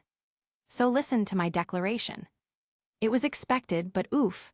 Sky began as he saw Burr get pushed away by Angelica. Sucks to see that. Emerald, meanwhile, just had an eyebrow raised as she basically saw herself get flirted to by Ren. She looked at the huntsman in training and noticed that he was avoiding her gaze. Hey, that's fair, she thought with a chuckle. Eliza/Angelica/Peggy. We hold these truths to be self-evident. That all men are created equal. Angelica. And when I meet Thomas Jefferson. Company. Angelica. I'ma compel him to include women in the sequel. Women. Work. They don't think women are equal, Blake asked, shocked. At the time in the United States, no. But we were able to learn that so quickly. Well, there was no grim threat or aura to make it necessary for women to fight, which deprived them of an opportunity to show that they can be equal right away. And besides, your world doesn't consider faunus to truly be equal yet. Blake could see the host's point. True, she muttered. Ilya patted her back. Eliza. Look around at how. Lucky we are to be alive right now. Eliza/Peggy. Look around at how. Lucky we are to be alive right now. Eliza/Angelica/Peggy. History is happening in Manhattan, and we just happen to be. In the greatest city in the world. Schuyler Sisters and Company. In the greatest city in the world. New York can't be that great, right? John said. Yeah, what about old York, huh? Nora questioned. I dunno, I feel like the newer one would be better than the old, like a new console over an older one, Yang said. Speak for yourself, I still think the old image box we had is better than the switchcore, Ruby said with a huff. Aw, come on, Rubes, the image box was so outdated. It had a charm to it, a charm. Angelica, Eliza Peggy. Cause I've been reading Common Sense by Thomas Paine. Look around. So men say that I'm intense or I'm insane. The revolution's happening in New York. You want a revolution, I want a revelation. Look around. So listen to my declaration. The revolution's happening in Angelica/Eliza/Peggy, female ensemble. We hold these truths to be self-evident that all men are created equal. Look around at how lucky we are to be alive right now. Full company. Look around at how lucky we are to be alive right now. History is happening in Manhattan, and we just happen to be. All women. In the greatest city in the world. All men. In the greatest city. Company. In the greatest city in the world. All these different voices, and yet you can still hear them form a perfect harmony, Ironwood said, impressed. That's theater for ya, Penny replied. I guess you can still say that Burr was able to dance with the sisters, Russell pointed out, as Ren's actor was dancing on the stage with everybody else towards the ending section of the song, right next to the sisters. Oh yeah, that's true, nice one, Ren. Ren didn't verbally respond. He just emotionlessly gave a thumbs up without looking at Team CRDL. Company. Work. Angelica. Company. Work. Eliza. Peggy. And Peggy. Hey, Peggy looks happy now, Scarlett pointed out. Yeah, like how I would be after it turned out that Star's adventures were actually fun, Sun added on. Company and Angelica, Eliza Peggy. Work. The Schuyler sisters. Work, work. We're looking for a mind at work. Work, worked, hey. Work, worked, hey. Work, worked, hey. Work, work. Angelica/Eliza/Peggy. In the greatest city. In the greatest city in the world. Company. In the greatest city in the world. Great song. I still liked my shot better. Those rotating circles in the theater are pretty cool though. Does every single one have them? Nah, probably just the rich ones I think. Song 6 Farmer refuted. Seabury. Hear ye, hear ye. My name is Samuel Seabury, and I present free thoughts on the proceedings of the Continental Congress. Heed not the rabble who scream revolution. They have not your interests at heart. Mulligan. Oh my God, tear this dude apart. Most of Team RWBY saw Hamilton's want to respond to Seabury's thoughts and were immediately reminded of their resident faunus. Huh, Hamilton looks like how you do whenever someone bad mouths the white fang, Ruby pointed out. This confused Ilya. Wait, you get mad when people mention us. Blake sighed. I might not agree with you guys, but people still see all faunus as terrorists, and they think the white fang's actions came out of nowhere. So of course I have to speak. Ilya, despite knowing the white fang's days were numbered, still felt touched by this. Seabury. Chaos and bloodshed are not a solution. Don't let them lead you astray. This Congress does not speak for me. Bird. Let him be. Rend. Again, not me. Seabury. They're playing a dangerous game. I pray the king shows you his mercy. For shame, for shame. Hamilton and SCABRY. Yo. Heed not the rabble who scream revolution. They have not your interests at heart. He'd have you all unravel at the sound of screams. But the revolution is common. The have-nots are gonna win this. It's hard to listen to you with a straight face. Well, Hamilton is certainly handling him better than you would, Blake, Weiss stated. Yeah, normally you would be more angry and less mocking, Yang pointed out. Blake rolled her eyes. Hamilton and SCABRY. Chaos and bloodshed are not a solution. Don't let them lead you astray. Chaos and bloodshed already haunt us. Honestly, you shouldn't even talk. And what about Boston? Look at the cost. All that we've lost, you talk about Congress. Man, how do they keep doing that? Kiro muttered. Doing what? Tai asked. They're interrupting each other, and yet we can still understand, and it still sounds good. That's just how theater works, I guess, Taeyong said with a shrug. Hamilton and SCABRY. This Congress does not speak for me. My dog speaks more eloquently than thee. They're playing a dangerous game. But strangely, your mange is the same. I pray the king shows you his mercy. Is he in Jersey? Glinda rolled her eyes. How mature.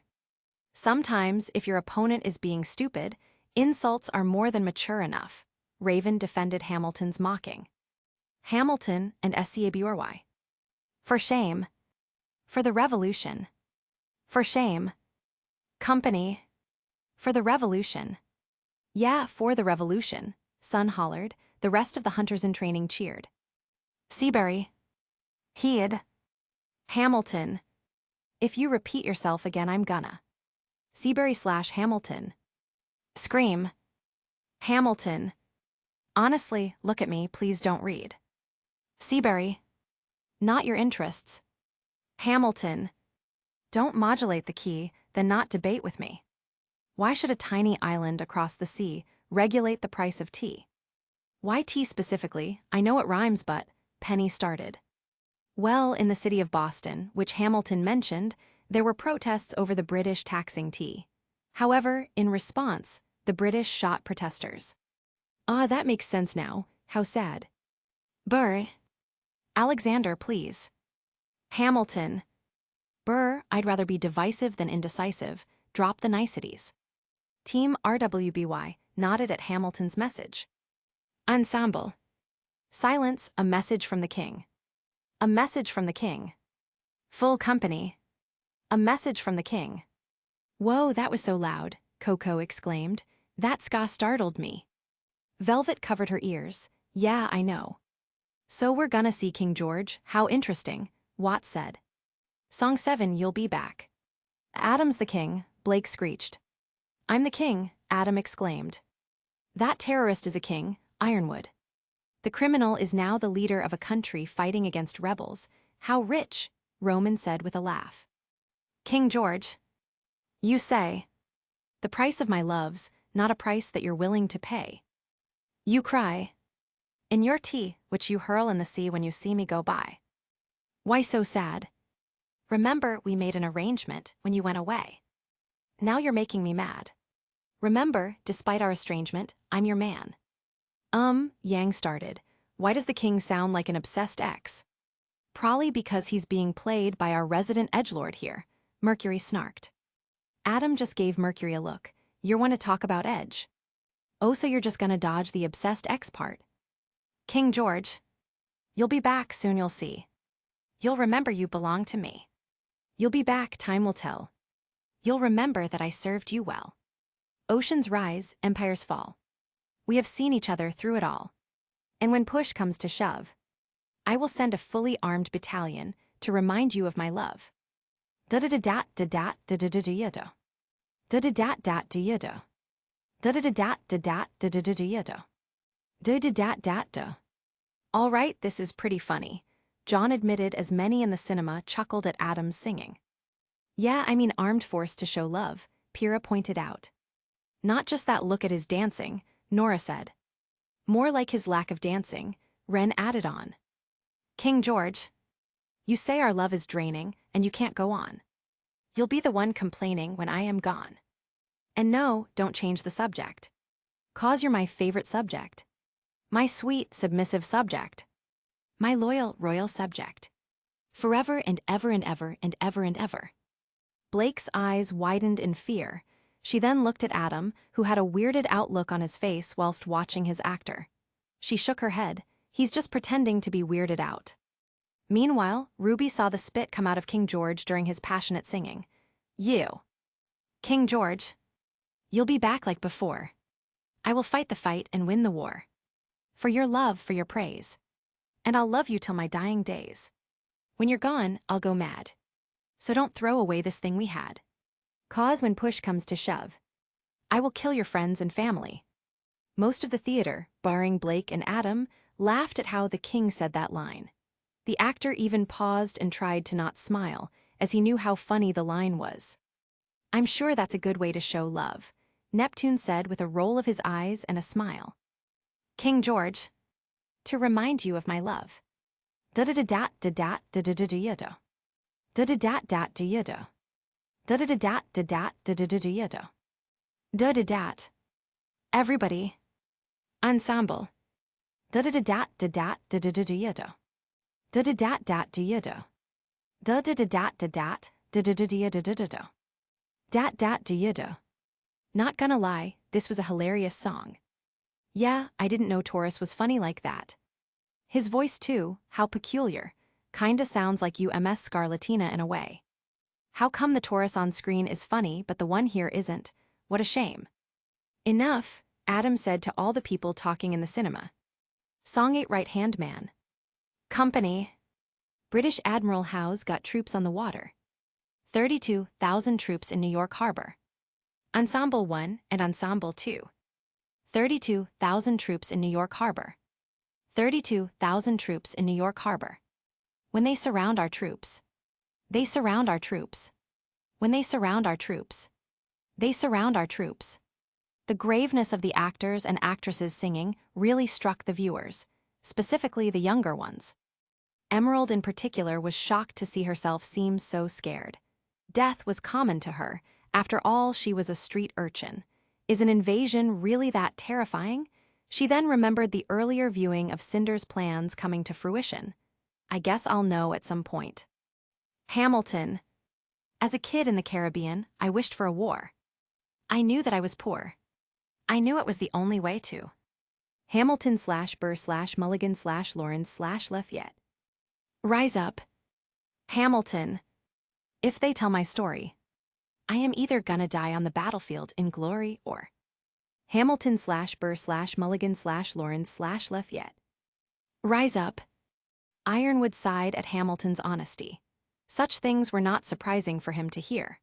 The general was aware of how some in Atlas and many in Mantle viewed the Adaljan army's tendency to get recruits from the lower classes of Mantle to be predatory. There are many in Mantle's slums who think like Alexander. The worst part of it was that while he disagreed, he also had to admit there was some semblance of truth to their critiques. I told Osbin that his children cannot win a war, and yet what do? The same thing, in a way. Hamilton, I will fight for this land. But there's only one man. Who can give us a command so we can? Hamilton/Burr/Mulligan/Lawrence/Lafayette. Rise up. Hamilton. Understand, it's the only way to. Hamilton/Burr/Mulligan/Lawrence/Lafayette. Rise up, rise up. Hamilton. Here he comes. Ensemble. Here comes the general. Ooh, we're gonna see the leader of the revolution, Nora said, excited. Adam perked up at the thought. The musical might be full of humans, but the thought of seeing another revolutionary leader did intrigue him a little bit. Burr. Ladies and gentlemen. Ensemble. Here comes the general. Burr. The moment you've been waiting for. Ensemble. Here comes the general. Burr. The pride of Mount Vernon. Ensemble.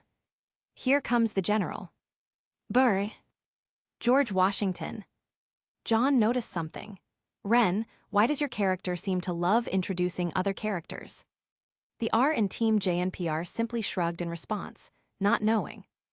Meanwhile, Raven noticed that the scarred man appeared once again.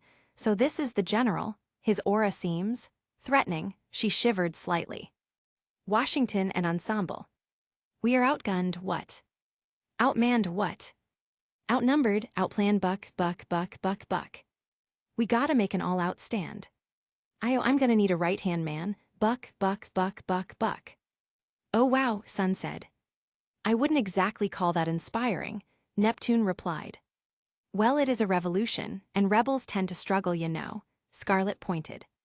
Yeah, even the Valians on East Sanus struggled heavily against Mantle at first.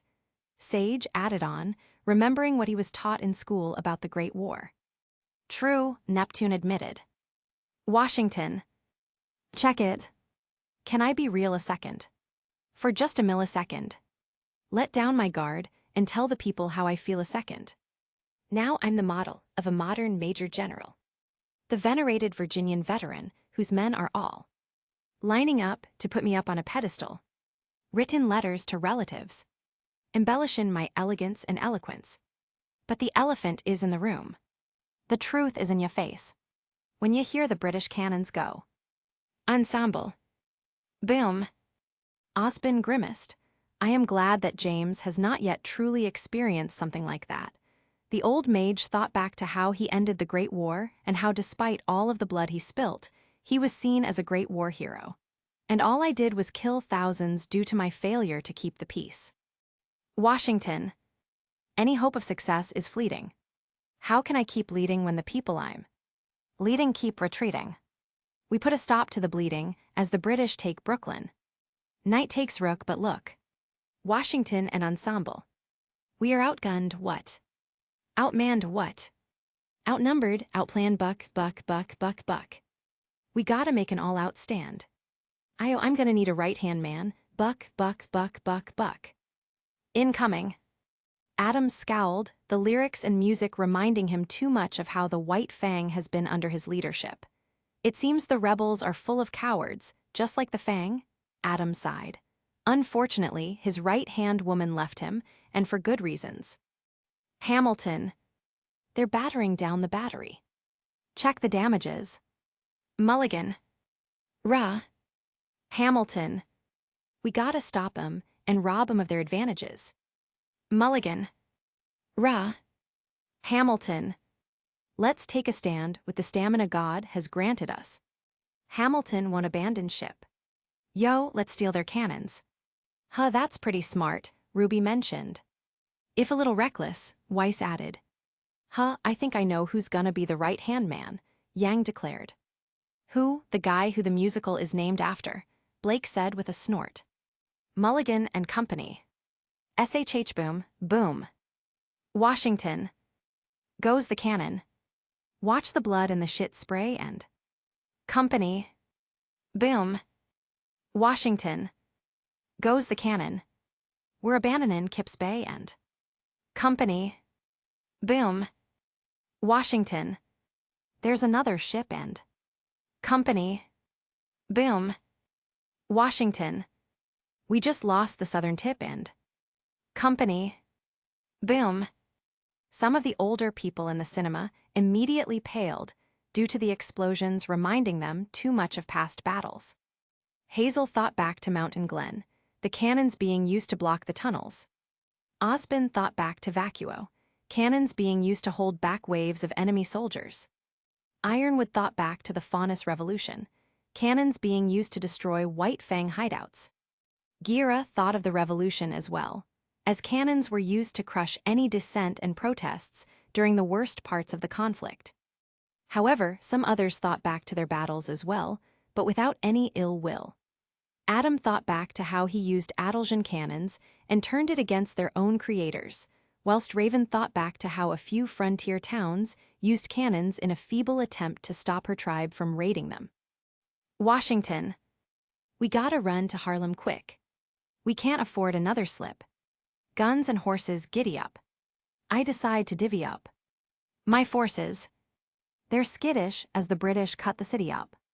This close to giving up, facing mad scrutiny. I scream in the face of this mass mutiny. Are these the men with which I am to defend America? We ride at midnight, Manhattan in the distance.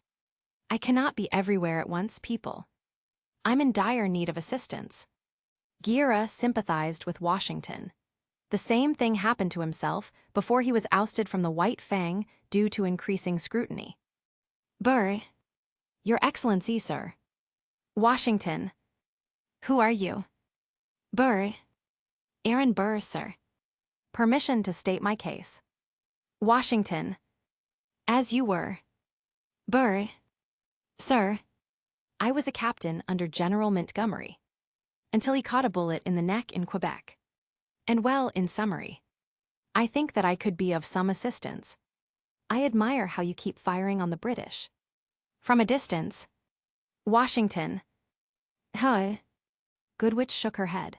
That would be an unidle way to try and convince a superior, students, she said as she lectured. If a leader already feels like their tactics are not working, flattery would just make them even more frustrated.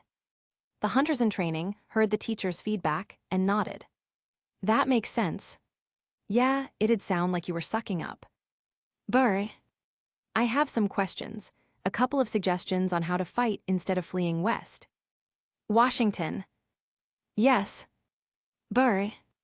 Well. Hamilton. Your Excellency, you wanted to see me. Washington. Hamilton, come in, have you met Burr? Hamilton. Yes, sir. Hamilton and Burr. We keep meeting. Velvet chuckled at Burr's expression. He looked so annoyed at Hamilton. Burr. As I was saying, sir, I look forward to seeing your strategy play out. Washington. Burr. Burr. Sir. Washington. Close the door on your way out. Damn, Nora said. She patted Ren's back. Better luck next time. Ren rolled his eyes, but ultimately smiled at Nora's joke. Hamilton. Have I done something wrong, sir? Washington. On the contrary. I called you here because our odds are beyond scary. Your reputation precedes you. But I have to laugh. Hamilton. Sir. Washington. Hamilton, how come no one can get you on their staff? Hamilton. Sir. A couple of laughs were heard throughout the theater. He sounds so offended, Roman said after chuckling. I'd be too if someone mentioned my unemployability, Mercury added. Washington. Don't get me wrong, you're a young man of great renown. I know you stole British cannons when we were still downtown. Nathaniel Greene and Henry Knox wanted to hire you. Hamilton. To be their secretary, I don't think so. Washington. Now where are you upset? Hamilton. I'm not. Washington.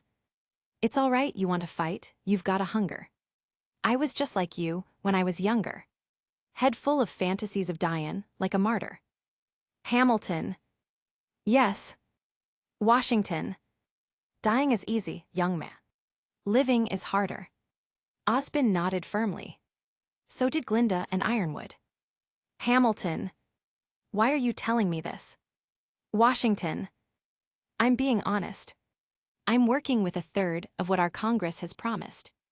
We are a powder keg about to explode. I need someone like you to lighten the load, so. Company except Hamilton. I'm not throwing away my shot. I'm not throwing away my shot. I'm just like my country, I'm young. Scrappy and hungry. The refrain has returned, Penny noted. Hamilton. I am not throwing away my shot. Washington. Son. Washington and Company. We are outgunned, outmanned. Hamilton. You need all the help you can get. I have some friends, Lawrence Mulligan. Marquis de Lafayette. Okay, what else? Washington and Company. Outnumbered, outplanned. Hamilton. We'll need some spies on the inside. Some king's men who might let some things slide. Bribery and espionage, Weiss said, shocked. Those are common things in war, unfortunately, Winter admitted. How come it's not common among the winners of war then? Watts laughed at the naivety. Because the winners wouldn't paint themselves as looking bad. Company and women. Boom. Whoa, whoa, whoa. Hamilton. I'll write to Congress and tell, and we need supplies. You rally the guys. Master the element of surprise. Company and women. Chickaboom. Whoa, whoa, whoa. Company and Hamilton. I'll rise above my station, organize your information. Till we rise to the occasion of our new nation. Oh. Sir. Yeah, he's definitely been prepared for this, Blake muttered. I think he's even more prepared than you, Weiss, Ruby said. I wouldn't refute that. Ensemble. Here comes the general. Hamilton. Rise up. Lawrence/Lafayette/Mulligan.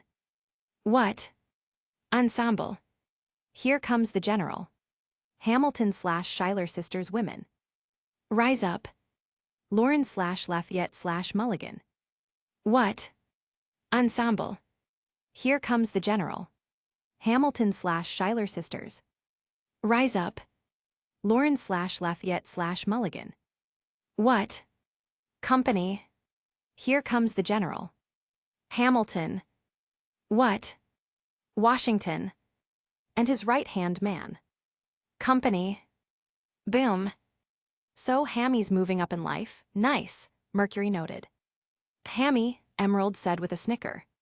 Yeah, what's wrong, it's a great nickname. Song 9, A Winter's Ball. Burr. How does the bastard, orphan, son of a whore, go on and on? Grow into more of a phenomenon. Watch this obnoxious, arrogant, loudmouth bother.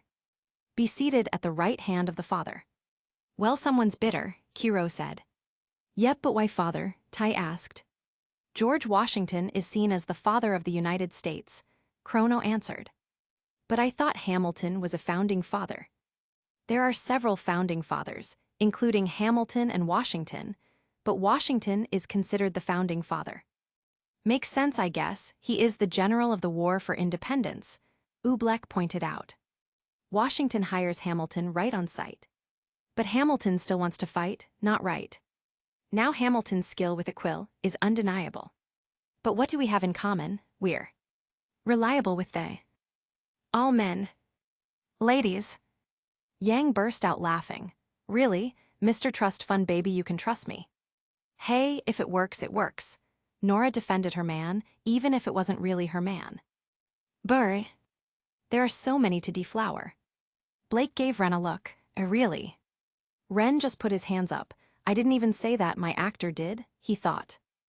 All men. Ladies. Burr. Looks, proximity to power. All men. Ladies. Burr.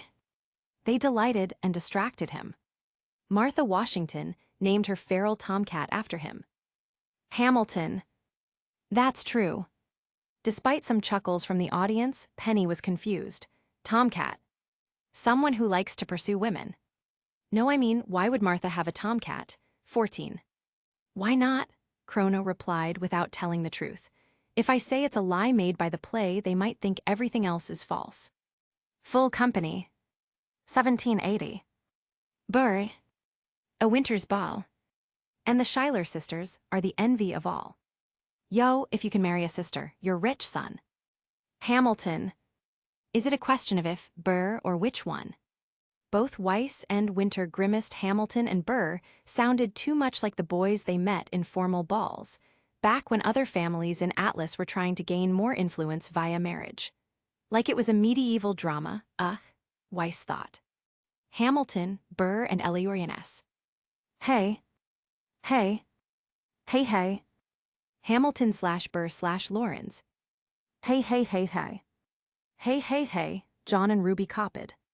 Emerald looked slightly excited. Could it be my time to shine? Song 10 helpless. Eliza. Oh, I do. Hey hey hey hey. Duo, hey. Hey hey hey hey. Oh, I do. Hey hey hey hey. Duo, boy you got me. Hey hey hey hey. Emerald frowned, I guess not. Smooth transition, Sun complimented. Neptune nodded in agreement. Eliza and women. Helpless. Look into your eyes, and the sky's the limit. I'm helpless. Down for the count, and I'm drownin' in 'em. Eliza. I have never been the type to try and grab the spotlight. We were at a revel with some rebels on a hot night. Laughin' at my sister as she's dazzling the room. Then you walked in and my heart went boom. Tryin' to catch your eye from the side of the ballroom. Everybody's dancin' and the band's top volume. Eliza and women. Grind to the rhythm as we wine and dine. Ah, it's a love song, Nora said, enjoying the rhythm. Yeah, it's cute, Yang added. Eliza and all women. Grab my sister and whisper, yo, this one's mine. Ooh. My sister made her way across the room to you, ooh. And I got nervous, thinking what's she gonna do, ooh. She grabbed you by the arm, I'm thinkin', I'm through, ooh. That's a bit weird, why would she be nervous about that? Does she think her sister would steal Hamilton? Pyrrha said. Considering who that sister is, I wouldn't rule it oof. Mercury said before he was rudely interrupted by Emerald hitting him. Hey, I thought physical violence wasn't allowed, Mercury said to the host. That one was so small, who cares? I do. Eliza and all women. Then you look back at me, and suddenly I'm helpless.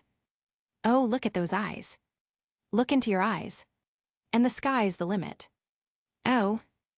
I'm helpless. Yeah, I'm helpless, I know. Down for the count and I'm drownin' in 'em.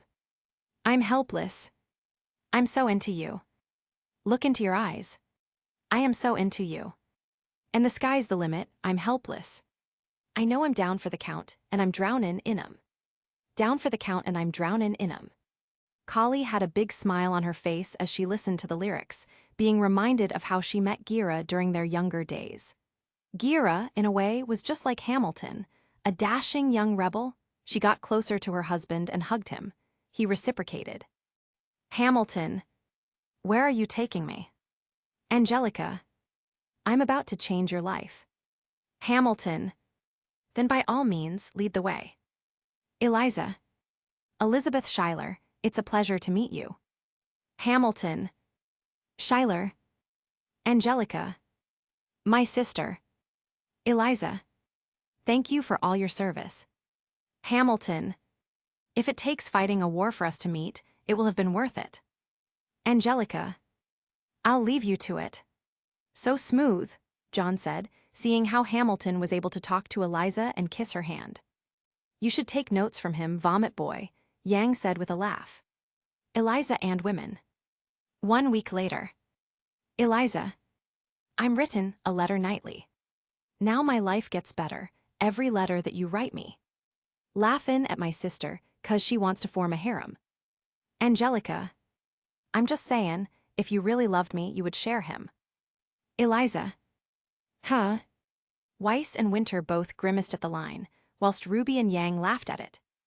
Meanwhile, Emerald made sure to glare at Mercury before he made another joke about her character saying that line. Mercury pouted dramatically. The thief rolled her eyes.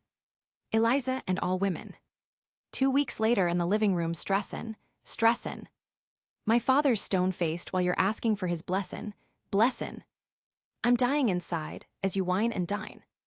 And I'm tryin' not to cry 'cause there's nothing that your mind can't do, ooh. Ah, the talk with the dad, Kiro said with a laugh as he nudged Tai. Tai rolled his eyes as he thought back to Yang and Ruby's lack of bringing any boys over. Ruby is probably still too young to really care about that just yet, but Yang? Eliza and all women. My father makes his way across the room to you, ooh. I panic for a second, thinking we're through, ooh. But then he shakes your hand and says, be true, ooh. And you turn back to me, smiling, and I'm helpless. Look into your eyes, and the sky's the limit. I'm helpless. Down for the count. And I'm drownin' in 'em. Woo. I'm helpless. That boy is mine. Look into your eyes, and the sky's the limit. I'm helpless. Down for the count and I'm drownin' in 'em. The audience laughed at Hamilton's goofy dance upon being accepted by Philip Schuyler. Meanwhile, Yang also let out a whoop of celebration when Eliza did the same. Hamilton. Eliza, I don't have $1 to my name. An acre of land, a troop to command, a dollop of fame. All I have's my honor. A tolerance for pain. A couple of college credits. And my top-notch brain. Insane. Your family brings out a different side of me. Peggy confides in me. Angelica tried to take a bite of me. No stress. My love for you is never in doubt. We'll get a little place in Harlem, and we'll figure it out. I've been livin' without a family since I was a child. My father left, my mother died, I grew up buckwilled. But I'll never forget my mother's face, that was real. And long as I'm alive, Eliza, swear to God. You'll never feel so. All women and Eliza. Helpless. I do. As Hamilton was rapping, both Ren and Nora found the lyrics touching and looked at each other lovingly. Both were orphans, but both had each other. Meanwhile, others focused on Eliza's response. Wow, married after 3 weeks, Neptune asked, shocked. It was relatively common back then, especially due to war. Ah, that makes sense. Hamilton. Eliza. All women and Eliza. Helpless. I do. Hamilton. I've never felt so. All women and Eliza. Helpless. Hey, yeah. Down for the count and I'm drownin' in 'em. I'm down for the count, I'm helpless. Hamilton. My life is gone, be fine 'cause Eliza's in it. All women and Eliza. Helpless. I look into your eyes, and the sky's the limit, I'm helpless. Down for the count and I'm drownin' in 'em. Drownin' in 'em. All women. In New York, you can be a new man. In New York, you can be a new man. In New York, you can be a new man. The audience laughed as Mulligan assumed the role of flower girl during the wedding and spread petals around. He looks a bit too old for that, Nora said. Eliza. Helpless. Many of the huntresses in training and some of the adults, like the Belladonnas and Tai, clapped loudly at the song, enjoying the romantic nature of it. Song 11 satisfied. Lawrence. All right, that's what I'm talking about. Now everyone give it up for the maid of honor. Angelica Schuyler. Emerald's eyes widened as she realized she was going to finally have her own song. Angelica. A toast to the groom. Men. To the groom. To the groom. Men and women. To the groom. Angelica. To the bride. Women. To the bride. Men. To the bride. Men and women. To the bride. Angelica. From your sister. Men. Angelica. Angelica. Eliza and women. Angelica. Angelica, who is always by your side. Men, by your side. Women, by your side. Angelica, to your union. Men and women. To the union. Lafayette, Eliorioness Mulligan. To the revolution. Yeah, to the revolution, son exclaimed. Angelica, and the hope that you provide. Men, you provide. Men and women. You provide. Angelica, may you always. Men and women. Always. Angelica, be satisfied. Men and women. Rewind. Record SAMPLES, interlude, Angelica. Rewind, rewind. Helpless skies, skies. Drownin' in M. Drownin', rewind. I remember that night, I just might rewind. I remember that night, I just might rewind. I remember that night, I remember that. Whoa, what's happening? John asked. Rewind, I think it's a flashback but in theater fashion, Pyrrha answered, unsure. A flashback to what? John thought back to the only thing they could rewind to as of this point. The ball. I think so. Angelica. I remember that night, I just might. Regret that night for the rest of my days. I remember those soldier boys. Tripping over themselves to win our praise. I remember that dreamlike candlelight. Like a dream. That you can't quite place. But Alexander, I'll never forget the first time I saw your face. I have never been the same. Intelligent eyes in a hunger pang frame. And when you said hi, I forgot my dang name. Set my heart aflame, every part aflame. Full company. This is not a game. Many eyes widened at Angelica's confessions. Wait a second. She actually wasn't kid. Angelica also liked ham. As the others were voicing out their shock, Emerald was shocked into silence. So Angelica was also in love with Hamilton, just like Eliza. After that thought sunk into her head, all she could do was let out a mirthless chuckle. Of course. She's like me? She thought of the hunger pang amber eyes and the midnight black hair that dominated her brain the moment she first saw them all those months ago. She looked down. Even now, I'm reminded of my feelings. Hamilton. You strike me as a woman who has never been satisfied. Angelica. I'm sure I don't know what you mean. You forget yourself. Hamilton. You're like me, I'm never satisfied. Angelica. Is that right? Hamilton. I have never been satisfied. Neptune said. Hey, maybe it's not like that. Get your head out of the gutter, Sun replied. Oh, come on, what else would he mean? Angelica. My name is Angelica Schuyler. Hamilton. Alexander Hamilton. Angelica. Where's your family from? Hamilton. Unimportant. There's a million things I haven't done, but... Just you wait, just you wait. Watt snorted, way to dodge the question. Angelica. So this is what it feels like to match wits. With someone at your level, what the hell is the catch? It's the feeling of freedom, of seeing the light. It's Ben Franklin with a key and a kite. You see it right. What's this about Ben and a kite? Yang asked. Ben Franklin was another founding father, but with a key and kite, he was able to prove that lightning and electricity were related. Wow, with a kite? That's impressive, Yang admitted. But what does electricity have to do with her feel? Oh, the blonde huntress grinned. I see. Angelica. The conversation lasted 2 minutes, maybe 3 minutes. Everything we said in total agreement. It's a dream and it's a bit of a dance. A bit of a posture, it's a bit of a stance. He's a bit of a flirt, but I'ma give it a chance.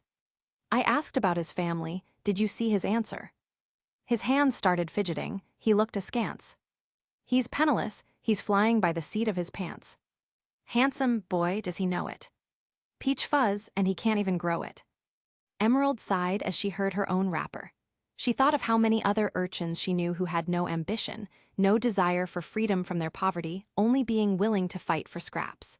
So when she saw another person with the same desire and ambition, of course she joined, even though it took a bit of convincing at first. But Cinder was at her level, even above it, and the feeling it gave her. I know it as well, Angelica. Meanwhile, most of the audience was thinking about another thing. Damn, she might be better than Hamilton at rapping. Maybe that's what she meant by them being similar. Oh yeah, that makes sense. Angelica. I want to take him far away from this place. Then I turn and see my sister's face, and she is. Eliza. Helpless. Angelica. And I know she is. Eliza. Helpless. Angelica. And her eyes are just. Eliza. Helpless.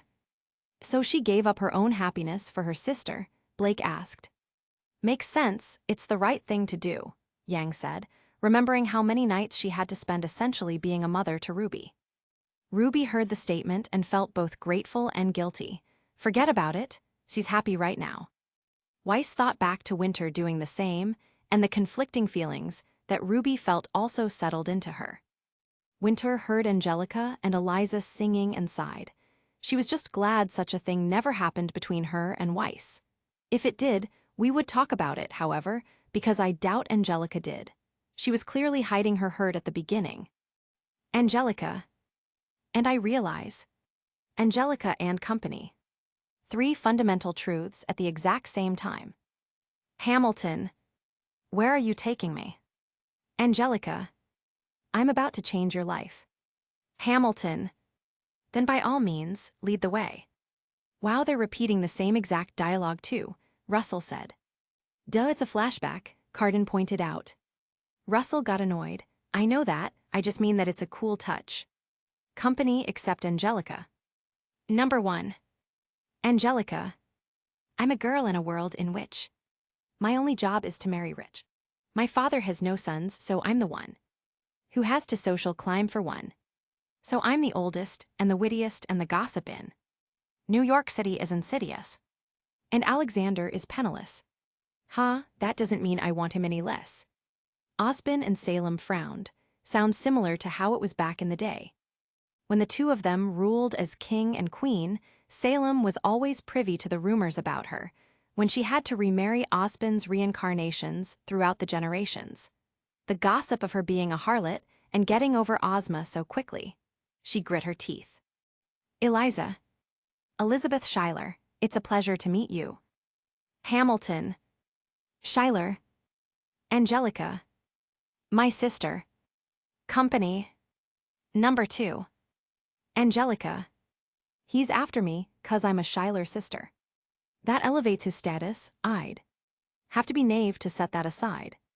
Maybe that is why I introduce him to Eliza. Now that's his bride. Nice going, Angelica, he was right. You will never be satisfied. Some eyebrows were raised at this confession from Angelica. So, she introduced Alexander to her, despite knowing he might be in it for the money, Ty said. Yeah, that's a bit weird, not gonna lie, Kiro added with a frown. Eliza. Thank you for all your service. Hamilton. If it takes fighting a war for us to meet, it will have been worth it. Angelica. I'll leave you to it. Company. Number 3. Angelica. I know my sister like I know my own mind. You will never find anyone as trusting or as kind. If I tell her that I love him, she'd be silently resigned. He'd be mine. She would say, I'm fine. Angelica and company. She'd be lying. And that's the quandary. Do you upset your sister by being with the person she likes, or do you allow her to court a man whose ambitions may supersede her in terms of priority? Oobleck concluded. Honestly, I'd have just asked the guy out myself that protects her sister and you know about the guy's goals. Nora replied to the doctor. That's fair, it seems Angelica here has chosen the opposite however. Angelica. But when I fantasize at night, it's Alexander's eyes. As I romanticize, what might have been if I hadn't sized him up so quickly? At least, my dear, Eliza's his wife. At least I keep his eyes in my life. That's so tragic, Pyrrha said sadly. Roman grimaced. That's so pathetic. He remembered who was singing though. I guess it makes sense then. Angelica. He will never be satisfied. I will never be satisfied. Angelica. To the groom. Men except Hamilton. To the groom. To the groom. Women except Eliza. To the groom. Angelica. To the bride. Women except Eliza. To the bride. Men except Hamilton. To the bride. Men and women except Hamilton and Eliza. To the bride. Angelica. From your sister. Men. Angelica. Angelica. Men and women. Angelica. Angelica. Who is always by your side. Men. By your side. Women. By your side. Angelica. To your union. Men and women. To the union. Lafayette, Eliorian S. Mulligan. To the revolution. Angelica. And the hope that you provide. Men. You provide. Women. You provide. Angelica. May you always. Men and women. Always. Angelica. Be satisfied. Men. Be satisfied. Women. Be satisfied. Men and women. Be satisfied. Angelica, company. And I know, be satisfied. She'll be happy as his bride, be satisfied. And I know, be satisfied. He will never be satisfied, be satisfied. I will never be satisfied, be satisfied. The cinema silently took in the ending of the song. When it finally ended and they heard the crowd applause on the screen, people began to speak up. Well, I'll be damned, that completely changed the tone of the wedding, Gira said. Yeah, now I kinda want to go back to revolutionary stuff, John added on. Song 12, The Story of Tonight, reprise. Lawrence. I may not live to see our glory. Mulligan/Lafayette. I may not live to see our glory.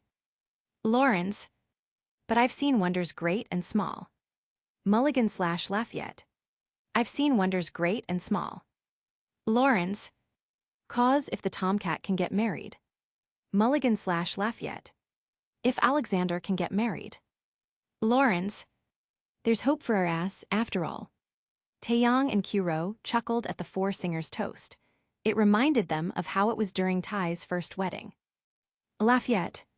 Raise a glass to freedom. Lawrence/Mulligan. Hey. Something you will never see again. Mulligan. No matter what she tells you. Kali rolled her eyes. Why do people think we're like that? Lafayette.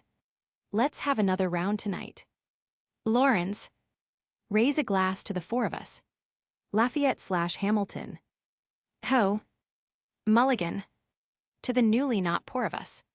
Seems Angelica was right, Watt said. Hamilton and Burr already mentioned that before, so your analysis is useless, you realize that. Cinder said to her rival with a smirk. Watts felt his face go red as he remembered. However, his pride won out and he simply grit his teeth and did not respond. Cinder smirked. She had gotten a small victory, but it was sweet nonetheless. Lawrence/Lafayette/Hamilton. Woohoo. Lafayette. We'll tell the story of tonight. Lawrence. Let's have another round. Hamilton. Well, if it isn't Aaron Burr. Burr. Sir. Hey, you're back, Nora said. Wren smiled. Yep. Hamilton. I didn't think that you would make it. Burr. To be sure. Mulligan/Lafayette. Burr. Burr. I came to say congratulations. Mulligan. Spit a verse, Burr. Burr. I see the whole gang is here. Lafayette. You are the worst, Burr. Most of the hunters in training chuckled at Lafayette's blunt insult. That's a bit mean, Penny said, however, with a pout. Hamilton. Ignore them. Congrats to you, Lieutenant Colonel. I wish I had your command instead of manning George's journal. Burr. No, you don't. Hamilton. Yes, I do. Burr. Now be sensible. From what I hear, you've made yourself indispensable. That's the goal, Watts thought in his head. Lawrence. Well, I heard. You've got a special someone on the side, Burr. Hamilton. Is that so? Lawrence. What are you trying to hide, Burr? Burr. I should go. Hamilton. No, these guys should go. Lafayette. What? Lawrence. No. Hamilton. Leave us alone. Mulligan. Man. Hamilton. It's all right, Burr. I wish you'd brought this girl with you tonight, Burr. Aw, that's nice. He got them to stop picking on Wren, Pyrrha said. Wow, I wonder who the girl is, Nora said with a smile as she nudged Wren. Burr. You're very kind, but I'm afraid it's unlawful, sir. Hamilton. What do you mean? Burr. She's married. Hamilton. I see. Burr. She's married to a British officer. Hamilton. Oh shit. Oh well, I just said the same thing, Kiro said. In his defense, however, it was crazy, being part of an affair with an enemy. Now that think of it wasn't the maiden in vacuo part of. Burr. Congrats again, Alexander. Smile more. I'll see you on the other side of the war. Hamilton. I will never understand you. If you love this woman, go get her. What are you waiting for? She's a married woman, Coco exclaimed. Yeah, you would think he gets it too, Velvet said with a shake of her head. Burr. I'll see you on the other side of the war. Hamilton. I'll see you on the other side of the war.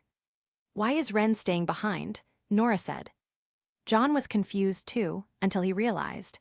He's getting a song by himself too. This made most of the Beacon students interested, as they were ready to hear the usually silent member of Team JNPR sing. Wren was intrigued as well. I wonder what my character's song will be about. Song 13, wait for it. Burr. Theodosia writes me a letter every day. I'm keeping her bed warm while her husband is away. Way. He's on the British side in Georgia. He's trying to keep the colonies in line. But he can keep all of Georgia. Theodosia, she's mine. Not the best thing to admit, Ironwood said with a frown. He understood that some soldiers love their families, but he just couldn't understand putting love for duty. But then again, he remembered what his former superior officer told him. Love is the death of duty. 15. Burr. Love doesn't discriminate. Between the sinners and the saints. It takes and it takes and it takes. And we keep loving anyway. We laugh and we cry and we break. And we make our mistakes. And if there's a reason I'm by her side, when so many have tried, then I'm willing to wait for it. I'm willing to wait for it, wait for it. Burr's chorus struck a chord with many. Roman thought back to the time he spent climbing his way to the top of the criminal underworld and how he saw people, both good and bad, die throughout his life. Now, he's no longer at the top, but he's still alive, and there's still a chance for him to escape Cinder's clutches, so long as he waits for the right opportunity. Just gotta wait for it. Burr's men. My grandfather was a fire and brimstone preacher. Preacher. But there are things that the homilies and hymns won't teach ya. Teach ya. Osbin nodded at that line. That was something he learned as he interacted with the gods. Burr, women. My mother was a genius. Burr, men. My father commanded respect. Burr. When they died, they left no instructions. Just a legacy to protect. Wren felt his eyes sting when Burr mentioned his parents. At least Burr's parents had a legacy. All that remains of Kurayuri is. Nora hugged him and made sure to make him feel better. She knew what he was thinking. Hey, no need for that. You're a hunter like just your father. Remember that. But. No buts, mister. Burr/ensemble. Death doesn't discriminate. Between the sinners and the saints. It takes and it takes and it takes. And we keep living anyway. We rise and we fall. And we break. And we make our mistakes. And if there's a reason I'm still alive, when everyone who loves me has died, I'm willing to wait for it. I'm willing to wait for it. Wait for it. Adam thought back to his childhood as a minor for the SDC and how he tried to fight for better conditions, only to be branded and for his parents to be punished. That outcome filled him with so much rage that when he was freed by the White Fang, he immediately joined their ranks. But now, seeing that he has become just as hateful as the enemies he claims to fight, what can he do now? I guess I'll just have to see where the wind blows. Ensemble. Wait for it. Wait for it. Wait for it. Can I get a volume warning next time? Blake whined as she covered her ears due to the song suddenly upping the volume. Brr. I am the one thing in life I can control. Ensemble. Wait for it. Wait for it. Wait for it. Wait for it. Brr. I am indomitable, 16. I am an original. Pyrrha strongly agreed with Burr's declarations of being in control of his destiny. She thought back to her future, where she ended up killing Penny. That will not happen, I won't allow it, she declared in her mind. Ensemble. Wait for it. Wait for it. Wait for it. Wait for it. Brr. I'm not falling behind or running late. Ensemble. Wait for it. Wait for it. Wait for it. Wait for it. Brr. I'm not standing still, I am lying in wait. Pyrrha then pondered Burr's belief of waiting for it. She smiled. I totally understand, Burr. I too want to let the chips fall where they may. Ensemble. Wait. Wait. Wait. Brr. Hamilton faces an endless uphill climb. Ensemble. Climb. Climb. Climb. Brr. He has something to prove, he has nothing to lose. Ensemble. Lose. Lose. Lose. Lose. Well, how about that? Of course he has to mention his rival, Osbin said with a chuckle. I'm not too surprised, this song is about some of the most unstoppable forces of the universe. Love, life, and of course Alexander Hamilton, Glinda wisecracked. The rare joke from Glinda made Osbin burst out laughing. Brr. Hamilton's pace is relentless, he wastes no time. Ensemble. Time. Time. Time. Brr. What is it like in his shoes? Pyrrha looked at her partner. Pyrrha always admired John's willingness to keep training and pushing forward to his dream. That, and the fact that he never treated her any differently due to her status made her fall for him. But she did lack his drive. She could no longer relate to his willingness to keep taking hits in order to be better after all. She has barely been hit in battle for a while. What would it be like? Brr. Hamilton doesn't hesitate. He exhibits no restraint. He takes and he takes and he takes. And he keeps winning anyway. He changes the game. He plays and he raises the stakes. And if there's a reason. He seems to thrive when so few survive, then got him it. Burr and company. I'm willing to wait for it. Wait for it, wait for it. I'm willing to. Wait for it. Ironwood thought back to his training as a minor for the Adaljan military, and how he fought against the Faunus and later against those discriminating against them. Seeing many of his men die pointlessly in battle, and seeing how the military created a culture that was toxic, he made it his life's work to completely change the military and ensure that no more soldiers would die needlessly, whether due to the Grimm or due to racially influenced skirmishes. That is why seeing Osbin's inaction in Vale and his reactive approach always frustrated him so much. Burr's point of view in this song, however, seemed to be a window to Osbin's mindset. But even then, the general just couldn't agree. I just don't get how he can just wait for it. Burr and company, Burr. Life doesn't discriminate. Between the sinners and the saints. It takes and it takes and it takes. And we keep living anyway. We rise, and we fall and we fall. And we break. And we make our mistakes. And if there's a reason I'm still alive, when so many have died, then I'm willin' to. Burr and company. Wait for it. Wait for it. Wait for it. Wait for it. Wait for it. Wait for it. Wait for it. Wait for it. Wait for it. Wait for it. Wait for it. Wait. That might have been the best song yet, Kiro muttered. Oobleck had to admit he was impressed by the musical.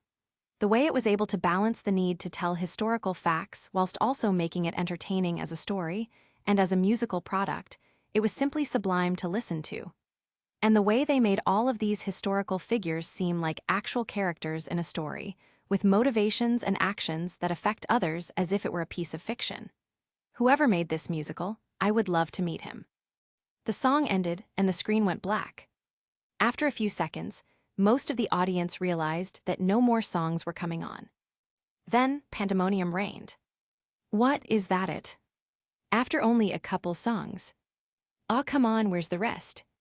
Most of the uproar came from Beacon students who were enjoying the music, the loudest of them being Nora.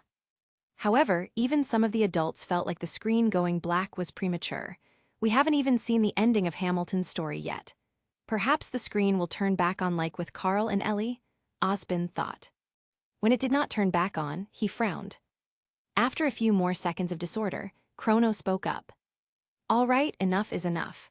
I can see that you guys liked the musical, but it's time to move on. No, Ruby said. The host was surprised. What do you mean no? The story isn't finished yet. Neither was Arthur Morgan's and the grim John S., the host pointed out. Yeah, but it still felt like a good place to leave it, like the ending of an episode. You just cut it out after one of the songs. Most of the audience murmured in agreement. Chrono groaned in exasperation as he tried to figure out a way to get their minds to focus on the next viewing. Then he remembered. We are about to have the 10th viewing now. Maybe this will assuage them. Okay, so you guys liked Hamilton and you guys enjoyed his story. Chrono began. But wouldn't you guys like to see more of your story? The host let out a smile beneath his mask, and he saw the audience change their minds.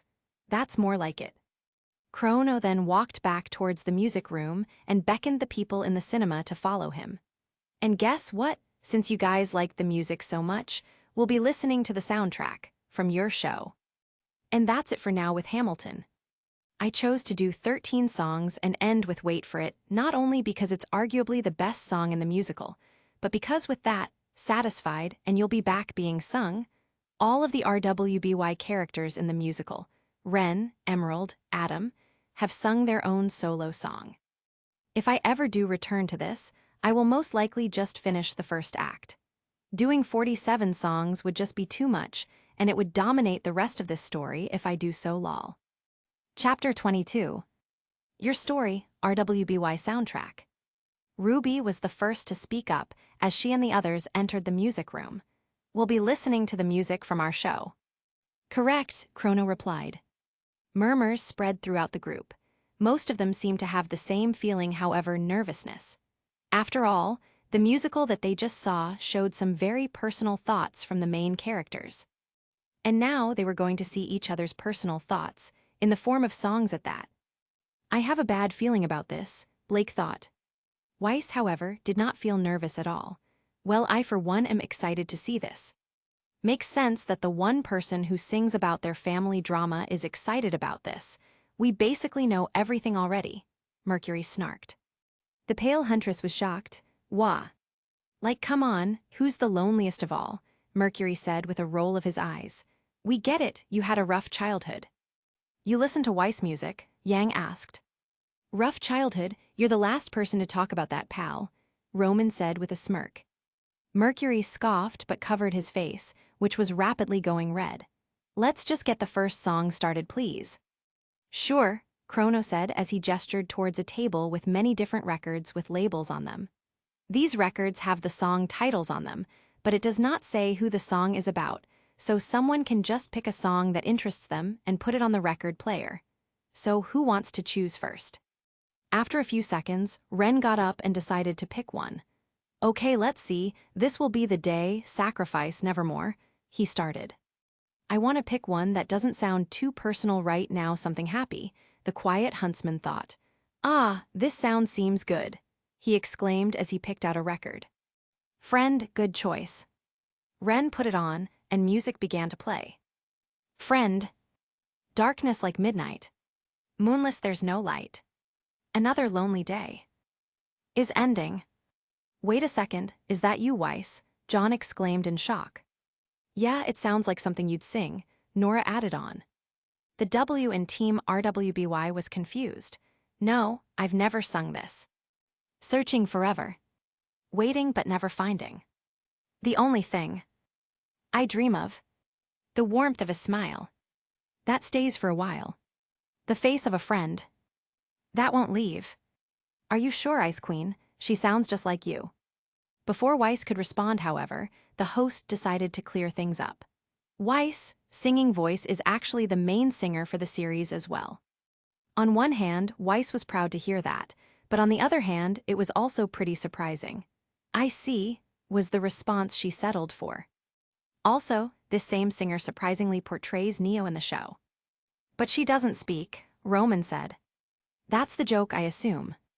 Whilst Roman actually found it funny, he didn't laugh, especially since he saw Neo scowling at the host's answer.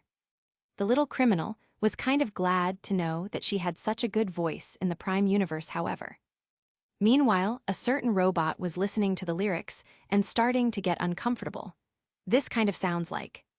I heard a song once. It posed this point of view. That wishes made on stars are likely to come true. So here's my secret.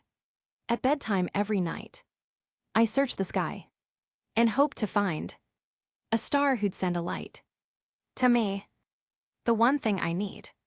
Just one kind soul with a heart of gold. Then my dreams became real. And I finally feel not alone.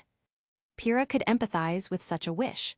However, she was pretty sure this song was not about her. I don't remember listening to a song like that lately. Do hugs always make you feel this warm? Ruby smiled at the cute line. Heh, that sounds like Penny, to be honest. Way to SEC. My wish came true.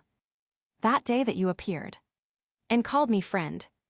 An answered prayer. A chance to share the world. To be a girl who finally felt alive.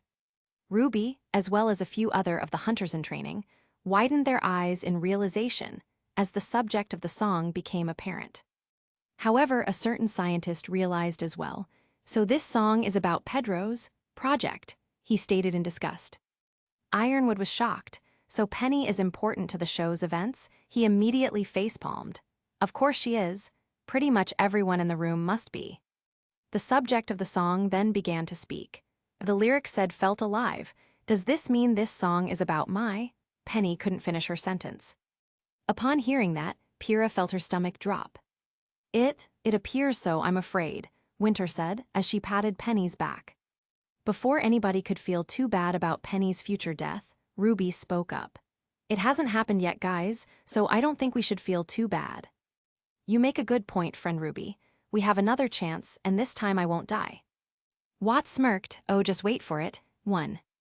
I'm so excited. We'll do so many friendship things. Paint our nails. Try on clothes. Talk about cute boys. Attached but not. Buy strings.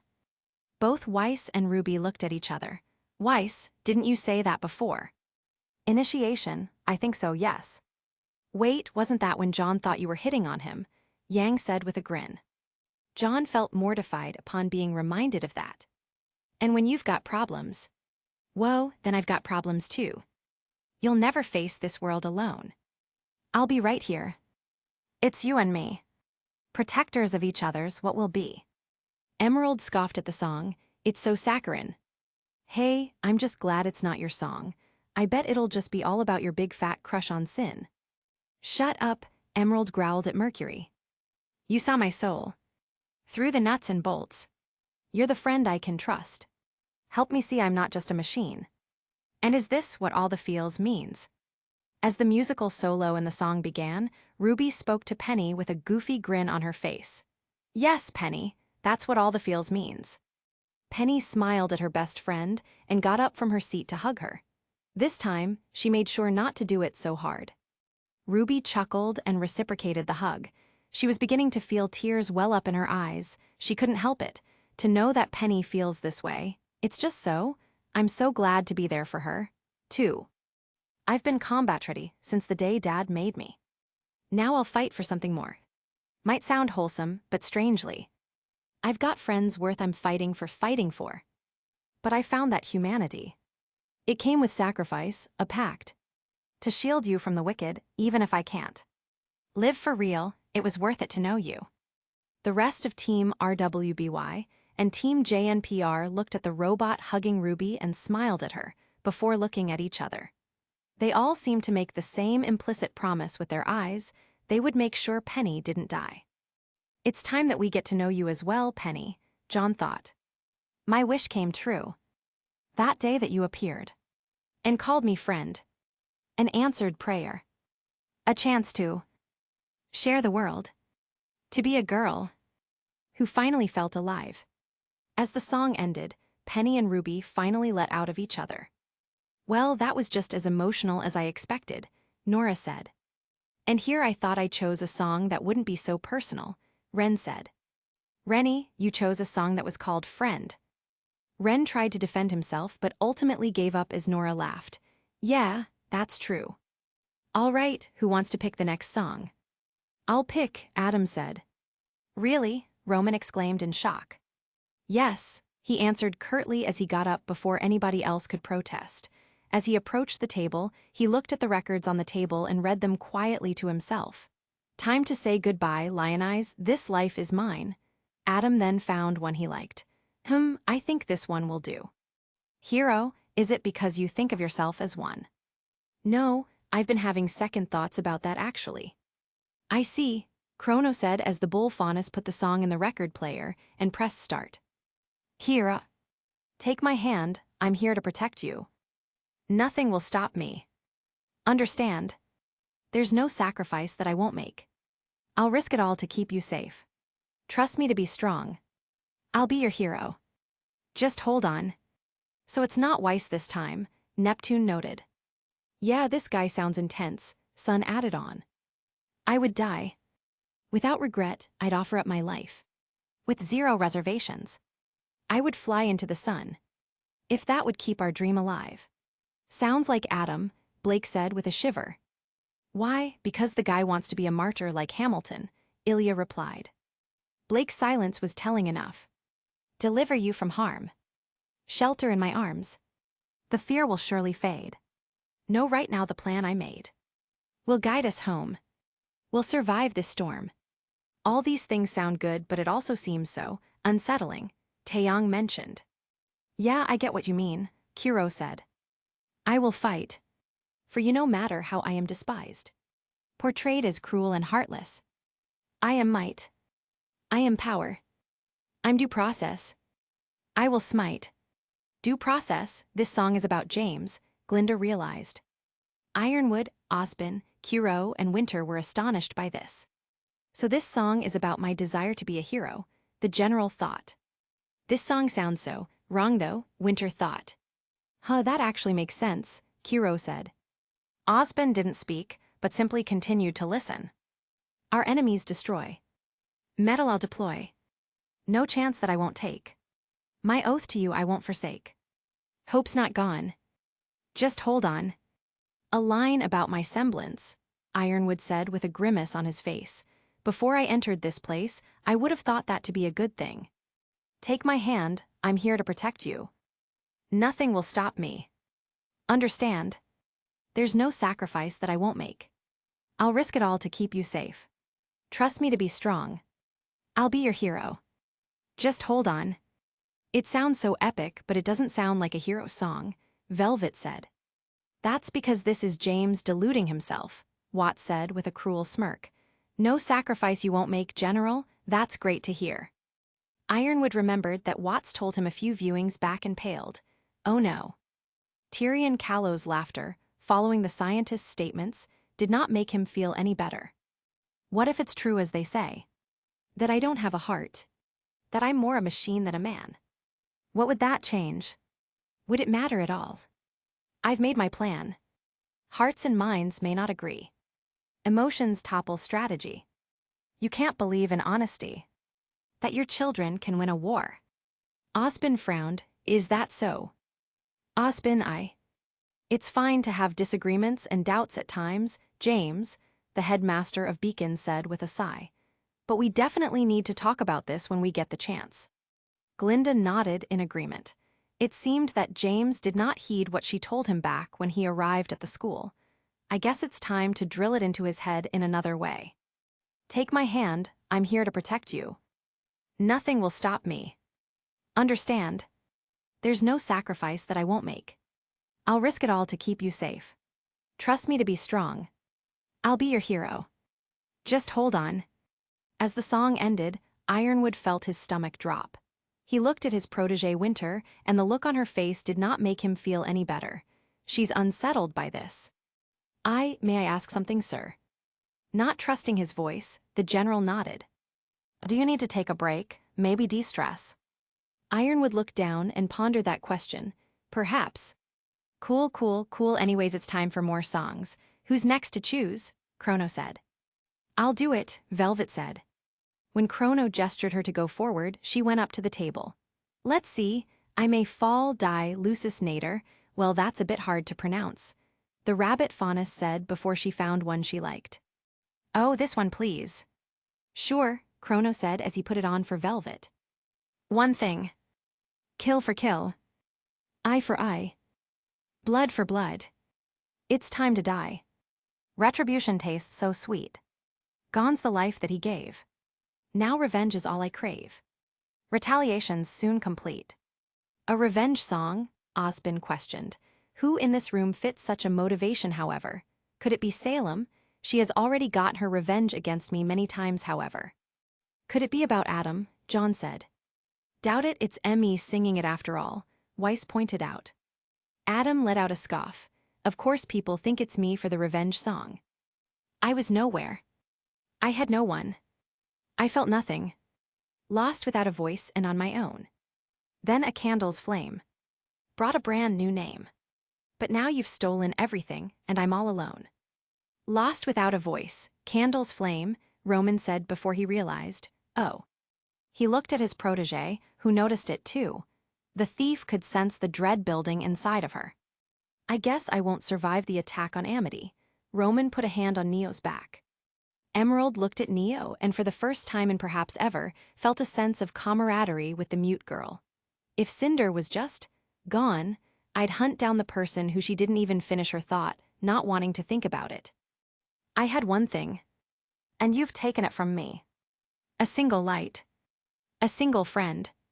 But you made that end. There was one thing. To help escape the misery. And now it's all disarrayed. You took my whole life away. You sent me back to nothing. Now you'll pay. Pay? Roman grimaced at the lyrics. I know I should have tried to get her to talk to more. Well, I guess that's not the best word to use. Neo was starting to breathe quicker and quicker. Who could have killed him, she thought. She thought of Cinder, but dismissed it as she remembered the viewing of the future, where they succeeded in disrupting the vital festival. Too-hoo-hoo. But then, she remembered who has been trying to stop Roman since the dust robberies. Too-hoo-hoo-her. Neo saw red. Life for life. Death for death. Tit for tat. Just one last breath. Absolution's nowhere near. Ruby yelped in fright as the Roman's mute girl got up and tried to strike her. Of course the attack phased right through her, but the sudden movement still startled the poor huntress in training. Hey, Yang growled. Seeing the girl she struggled to beat try to go after her sister immediately made her hair go on fire. Roman, for once not caring about Team RWBY being nearby, went towards Nia and hugged her tightly. Both to make her feel better and to prevent her from lashing out. Hey, it's okay, I'm still here. Nia wasn't listening though. She was still glaring at Ruby and trying to reach out to her. Cue the scene. Now it's time. Reparation for your crime. Atonement Day is finally here. I had waited for this meeting. For this moment. Dreamed about the day I'd make you crawl. What a sweet release. When you rest in peace. Vengeance, justice, finally mine.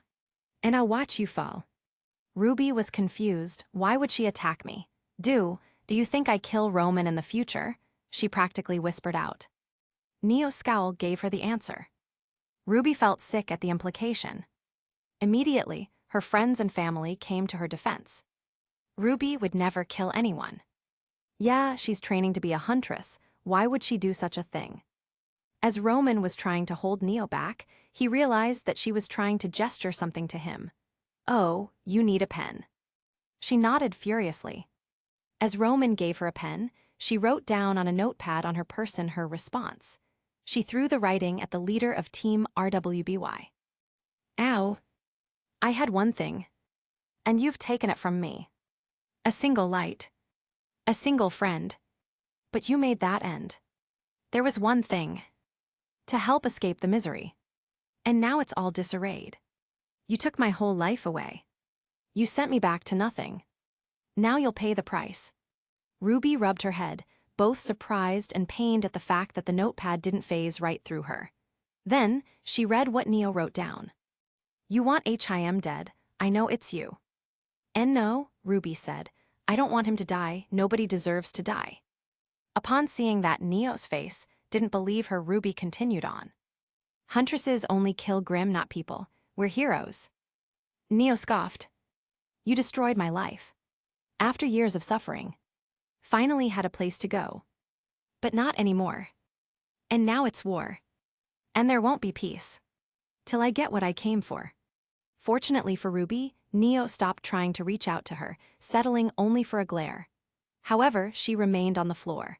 The young huntress noticed tears threatening to leak out of her eyes in anger. RWBY felt her stomach sink. I know she's a bad guy, but I had one thing. And you've taken it from me, taken. A single light. A single friend. But you made that end. There was one thing. To help escape the misery. And now it's all disarrayed, now it's all. You took my whole life away. You sent me back to nothing. Now you'll pay. Now you'll pay. As the song ended, RWBY immediately spoke up before Chrono could ask for other people to pick a disc. Can I pick a disc? Let me guess, you want to pick your own song so you can prove to Neo that you're not a killer. RWBY sighed, that obvious. Chrono nodded but gestured for her to go ahead. Others also spoke up. Yeah, Rubes. To be honest, Red, I'd try to do the same thing. No offense, Neo. It's a smart idea, to be fair. Seeing how many in the audience agreed with the host, RWBY pouted and she went up to the table. Caffeine, quiet, I burn. Oh, I think I found one, but it's incomplete, RWBY declared, confused. Red like roses part 2, Chrono said. Nah, it's fine, you don't need the first half, in all honesty. RWBY nodded slowly. All right then. That being said, since I did distress you last time with the penny viewing, and with your sister being mad at me for it, I do want to be more courteous this time, the host said. Oh, the huntress said, how? Yes, how, Yang added on. I want to point out that some parts of this song may end up being very upsetting. I know you want to prove to Neo you're a good person, but I'd still recommend not playing your song. He actually warned us for once. Yang thought, that's worrying though. RWBY, maybe you should listen to him. However, RWBY only really paid attention to one part. My song. I think I'm good. All right then, if you say so. Chrono backed off. She then went past the host and put the record on. Red like roses part 2. I couldn't take it, couldn't stand another minute. Couldn't bear another day without you in it. All of the joy that I had known for all my life was stripped away from me the minute that you died. To have you in my life was all I ever wanted. But now without you, I'm a soul forever haunted. Can't help but feel that I had taken you for granted. No way in hell that I can ever comprehend this. I was expecting a happier song. Are we sure this is RWBY's song? As people in the cinema were expressing their confusion, RWBY immediately realized what the song was about, and her eyes widened. She grabbed her knees as she began to breathe a little quicker. I should have listened, I should have listened, I should have listened. Why? I wasn't dreaming when they told me you were gone. I was wide awake and feeling that they had to be wrong. How could you leave me when you swore that you would stay? Now I'm trapped inside a nightmare every single effing day. It's like a movie, but there's not a happy ending. Every scene fades black, and there's no pretending. This little fairy tale doesn't seem to end well. There's no knight in shining armor who will wake me from the spell. Despite the intense lyrics, Raven couldn't help but snort. Effing, that's definitely Summer's girl. That being said, Raven couldn't help but frown afterwards. Kuro and Tai shared a concerned look. Is this also about Summer? Both men then looked at RWBY. Tai immediately felt ashamed yet again. He knew that RWBY didn't hold it against him, but if the lyrics truly did represent her thoughts, I lost myself all whilst RWBY probably felt worse than both me and Yang. I know you didn't plan this. You tried to do what's right. But in the middle of this madness, I'm the one you left to win this fight. The one you left to win this fight. This doesn't sound like Miss Rose, Sun said. It kinda sounds like a main character's song, Neptune pointed out. A main character's song. Yeah, but why would it be RWBY? I know she's a prodigy and she's the leader of a team, but what else would she have? Maybe she has special powers against the Grimm or something. Osbin heard the two members of Team SSSN discuss the lyrics and frowned. How did they get it so quickly? Meanwhile, RWBY was starting to feel some water seep from her eyes.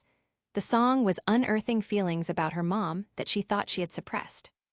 Are you okay, RWBY? Weiss asked. Her lack of a response made the heiress frown. Red like roses. Fills my head with dreams and finds me. Always closer. To the emptiness and sadness. That has come to take the place of you. Rubes, Yang said. She tried to put a hand near RWBY, but she immediately swatted it away. Don't please, she begged. It was only a minor swat, but to Yang, she figured that this is how it must have felt for people to get hit by her semblance. Weiss and Blake both looked at their leader and felt like they never knew her at all. The two moved a bit further away from the sisters in order to talk together. Now that I think about it, I don't think Oobleck ever asked RWBY the same thing he asked us, Weiss said. Are you talking about when he asked why we chose to be huntresses? Yes, could it be because he might have known? Yang did tell us that Oobleck is friends with their dad. Oobleck overheard the two and grimaced. He remembered the visits he and Port would take to the Zio long residence in Patch, and how they tried to help Tai out of his depression. While they remembered how much he struggled, they also remembered how his youngest daughter, who was also happy to see them and ask them questions about being a huntsman, just withdrew herself and was nowhere to be seen for a good period of time after Summer's disappearance. How unfortunate. I know you're broken down by anger and by sadness. You feel I left you in a world that's full of madness. Wish I could talk to you, if only for a minute. Make you understand the reasons why I did it. RWBY heard the new voice and gasped. She immediately looked back at the record. Is that? Apart from her, Yang, Kuro, and Taeyong's eyes all widened in realization. That's meant to be Summer, Kuro uttered. I want to tell you that you're all that ever mattered. Want you to know that, for eternity I'm shattered. I tried so hard just to protect you, but I failed too. And in a prison of abandonment, I've jailed you. As RWBY was taking in the words sung by her mother, she couldn't help but let out a scoff. Protect? You just leave us one day and say you went away to protect us. I never planned that I would leave you there alone. I was sure that I would see you when I made it back home. And all the times I swore that it would be okay. Now I'm nothing but a liar, and you're thrown into the fray. Raven saw how RWBY, how Kuro, how Taeyong, and how Yang were listening intently to Summer's explanation and immediately felt guilty for feeling relieved. She didn't mention me at least. She truly did feel bad, but if the song revealed that she went with Summer as well Kuro, and the others would most definitely kill her. This bedtime story ends with misery ever after. The pages are torn, and there's no final chapter. I didn't have a choice, I did what I had to do. I made a sacrifice, but forced a bigger sacrifice on you. Osbin shook his head. Just like the others. He thought of the other silver-eyed warriors and of how they also tried to go on missions to defeat Salem due to their belief in their powers. Glinda let out a sigh. Why did she have to be so eager to sacrifice herself? I know you've lived a nightmare. I caused you so much pain. But baby, please don't do what I did. I don't want you to waste your life in vain. No, RWBY rasped out. Red like roses. Fills my head with dreams and finds me. always closer, to the emptiness and sadness that has come to take the place of you. You're not the only one who needed me. I thought you understood. You were the one I needed, and you left me as I always feared you would. Would I change it if I could? It doesn't matter how. The petals scatter now. Every nightmare just discloses. It's your blood that's red like roses. And no matter what I do, nothing ever takes the place of you. Red like roses. Fills my head with dreams and finds me. Always closer. To the emptiness and sadness that has come to take the place of you. Ruby couldn't take it anymore. She rushed out of the room, leaving petals in her wake. Ruby, Yang said as she followed her immediately. Taeyang and Kiro also followed. Well then, that was pretty intense, Coco said. So her mom didn't want her to be a huntress. Big deal, Mercury said. He immediately regretted it when he saw the withering glares of every other remaining hunter in the room. Aw fuck. Chrono then decided to speak up. We still have one more song to go before we take a break. It'd be a bad idea to wait for them, the host said as he gestured to the 4 people who left, so instead we'll just listen to it right now.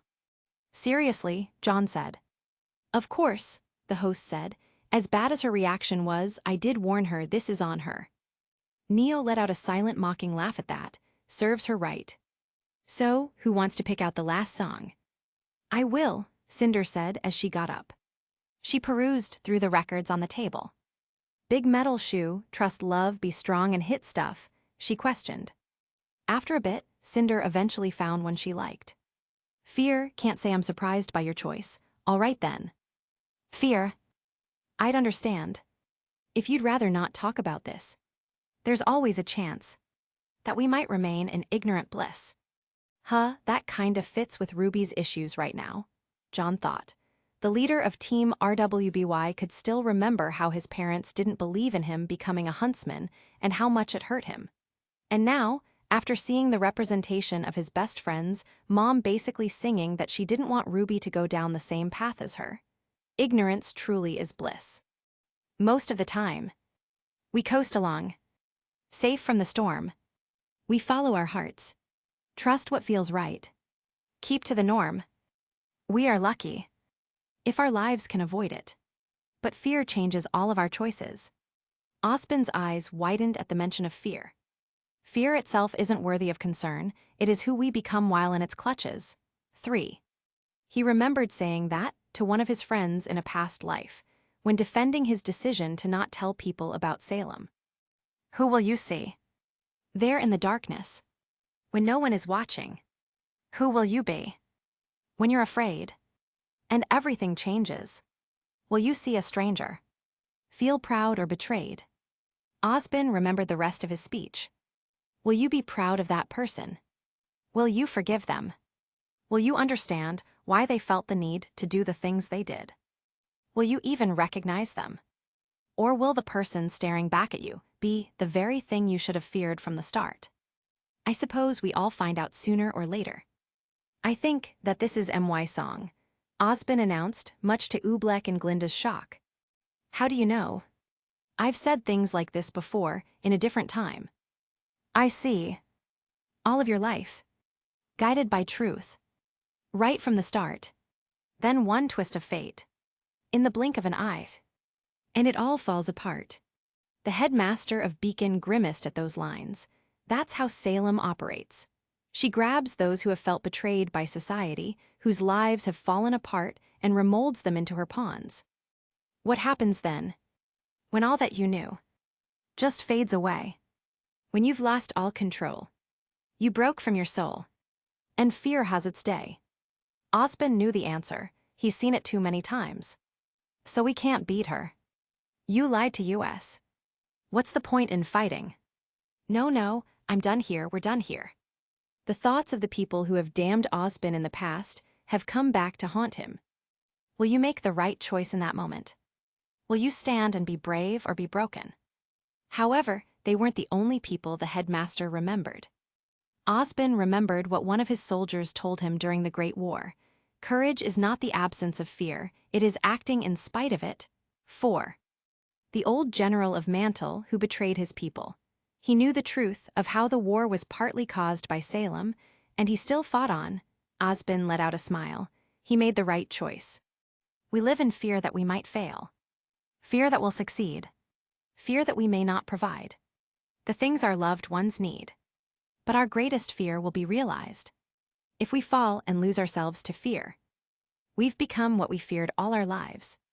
Blake's breath hitched at that one line, especially when she took a glance at Adam.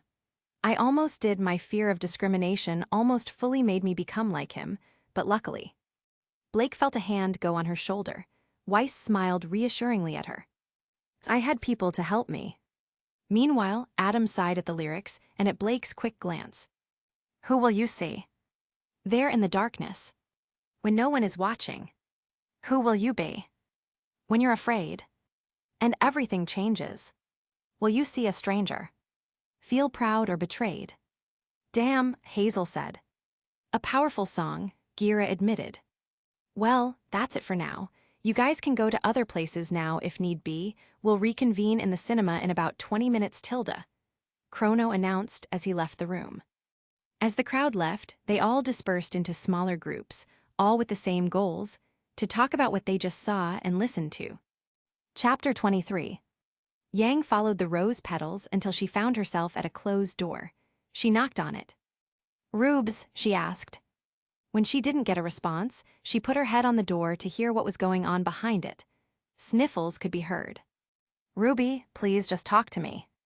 Go away, Ruby responded. How did you even find me anyways? Your semblance leaves behind petals, remember. Inahi. Yang heard some movement behind the door before it opened, showing a ruby rose with disheveled hair. Her face was also stained with tears. Ruby wiped her nose before she spoke up. She tried to remain composed. Would. Tried was the key word. Would Mom really not want me to be a huntress? Ruby sobbed out. She immediately fell towards Yang, hugging her tightly. I don't. Yang tried to answer whilst keeping hold of her sister. I always thought she would be proud of me, Ruby wept. I thought she would be glad that I'm trying to help people. She would be, Yang reaffirmed to her sister. But in the music I'm sure she's just worried for you, Yang stated calmly. If she could see you now, I'm sure she would be proud. 1. No, you don't know that. None of you do. You heard the song she left us. Just lick. Don't compare Mom to Raven, Yang said. She must have left for good reasons, just like in the song. Ruby shook her head. Doesn't matter. She let go of Yang and tried to go away, but ran into a solid metal wall. She fell down on her butt. Of course, Ruby said with a sigh. As she tried to get up, however, said metal wall offered a hand. Penny? Yang asked, seeing that Penny managed to stop Ruby from running away. Penny did not respond to Yang, however. She had one focus right now. I saw you were in pain, friend Ruby, so I came to help. Look, Penny, I appreciate it and all, but this isn't something that can just be helped. Yang just tried, and if she can't make me feel better then. Yang looked struck by that. However, Penny just smiled. I am not just combat ready, Ruby, I am also emotional support ready. The android then spoke to Yang. Friend Yang, don't worry, I will help your sister. Also, your father and uncle wanted to help, but it seems that they are talking to someone else. She seems to be kinda like you, so maybe you can head over there. She pointed towards a room far away. Oh, I'm okay, I guess. Yang went past the robot and put a hand on her shoulder. Thanks, Penny. The Y in Team RWBY let out a sigh as she left. I wish I could have helped more, but I guess Penny can help right now. Now, what did Penny mean by someone kinda like me? As Yang left, Penny turned around and saw Ruby sitting down beside the wall and hugging her legs. Penny sat down beside her. They remained quiet for a while before Ruby finally spoke up. Please don't do what I did. I don't want you to waste your life in vain. Ruby uttered out the lyrics her mother sang.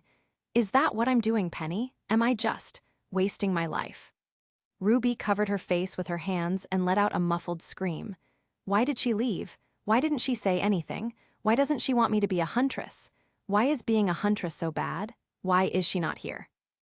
No. Ruby's spiraling was interrupted by Penny's firm declaration. She looked at her friend. You are not wasting your life. You're trying to be a hero. How could that be a waste? Ruby was shocked. But Mom, I apologize for saying this, Ruby, but to be frank, what your mom said doesn't matter. Ruby let out a gasp. Regardless, Penny continued. Even if your mom truly did not want you to follow her path, she shouldn't control what you do, especially from beyond. Ruby looked down. You are who you are. You decide what is right and what is worth it. Not me, not your mom, not anybody else. Ruby let out a mirthless chuckle. But everything I've done, building crescent rows, going to training, it was for her. Was it? Penny asked. What do you mean? Well, when I see you train, be with your team, and work on your weapon, you truly seem happy. Ruby thought about what Penny meant. She remembered celebrating her birthday with Weiss and Blake and Yang. She remembered game nights with John and his team. She remembered bonding with Uncle Kuro over fixing crescent rows. She remembered the fun spars with her dad. And she remembered how jubilant she was when she was accepted into Beacon. Ruby's breath hitched as she realized what Penny meant. You're right, you're right. Penny smiled. Everything I've done has made me happy, so why stray away? Exactly. Penny went closer to Ruby. I know it sucks that your mom didn't want you to be a huntress, but you shouldn't let it get to you. Your happiness and your beliefs should go first. Ruby let out a chuckle. Yeah, I think I get that now. The two girls sat down in the hall, silent but content. So, you know what you want to say now? Kuro asked his sister. No, what am I meant to say to her? Raven exclaimed, nervous. Taeyong let out a chuckle. Just say what's on your mind. It's not like she's gonna try and fist fight with you. Kuro said. Not helping Kuro. I'm just being honest. Raven didn't even have time to respond before the door to the room they were in opened up. In came Yang. So, what's up? Yang's sentence was interrupted as she realized who was in the room. Yang looked at her biological mother in shock as Raven immediately felt all the thoughts in her head leave her. Oh no, what should I say? The initial shock also left Yang as she crossed her arms and glared at Raven. What are you doing here? She asked in an annoyed tone. Look, Firecracker, I know this seems sudden, but I truly think Raven wants to make things right. Kuro said with a smile. That's why we're gonna let you guys talk alone. He finished as he walked out of the room. Yang let out a scoff but didn't go away.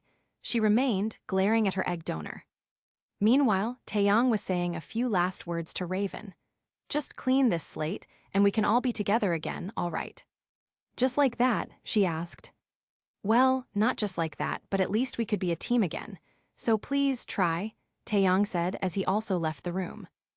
As Taeyong and Kuro left the room, they sat down on some seats on the wall across the room. You think they'll actually make up? Taeyong asked. Kuro let out a sigh. I really don't know. I do think that Raven does regret everything that went down, but I wouldn't fault Yang for not forgiving her. Yeah, that's true. At least there's a better chance with my semblance not affecting the outcome, Kuro admitted. Wait, is that why we left? I thought it was to give them privacy. There can be multiple reasons. I thought semblances don't work here though, Taeyong questioned. No, they do. I saw that the Ren kid used his semblance at one point. Maybe I should use mine. Don't, you'll burn the place down, Kuro pleaded. Oh, come on, I doubt Krona will mind.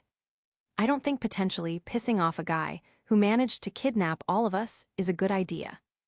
Yeesh, fine, Taeyong said with a pout. He got up and began pacing in front of the door. Kuro saw it and rolled his eyes. Relax, they won't kill each other. Taeyong wanted to refute that but stopped himself. Yeah, of course. He then put his head up against the door. But I'll just have a listen. Kuro chuckled. Finally, I thought you wouldn't do it, too. Taeyong immediately turned pale, however. Oh no. Meanwhile, in the room, the conversation between mother and daughter was taking a turn for the worse. It's not that simple. You don't know me, you don't know what I've been through, the choices I've had to make, Raven exclaimed.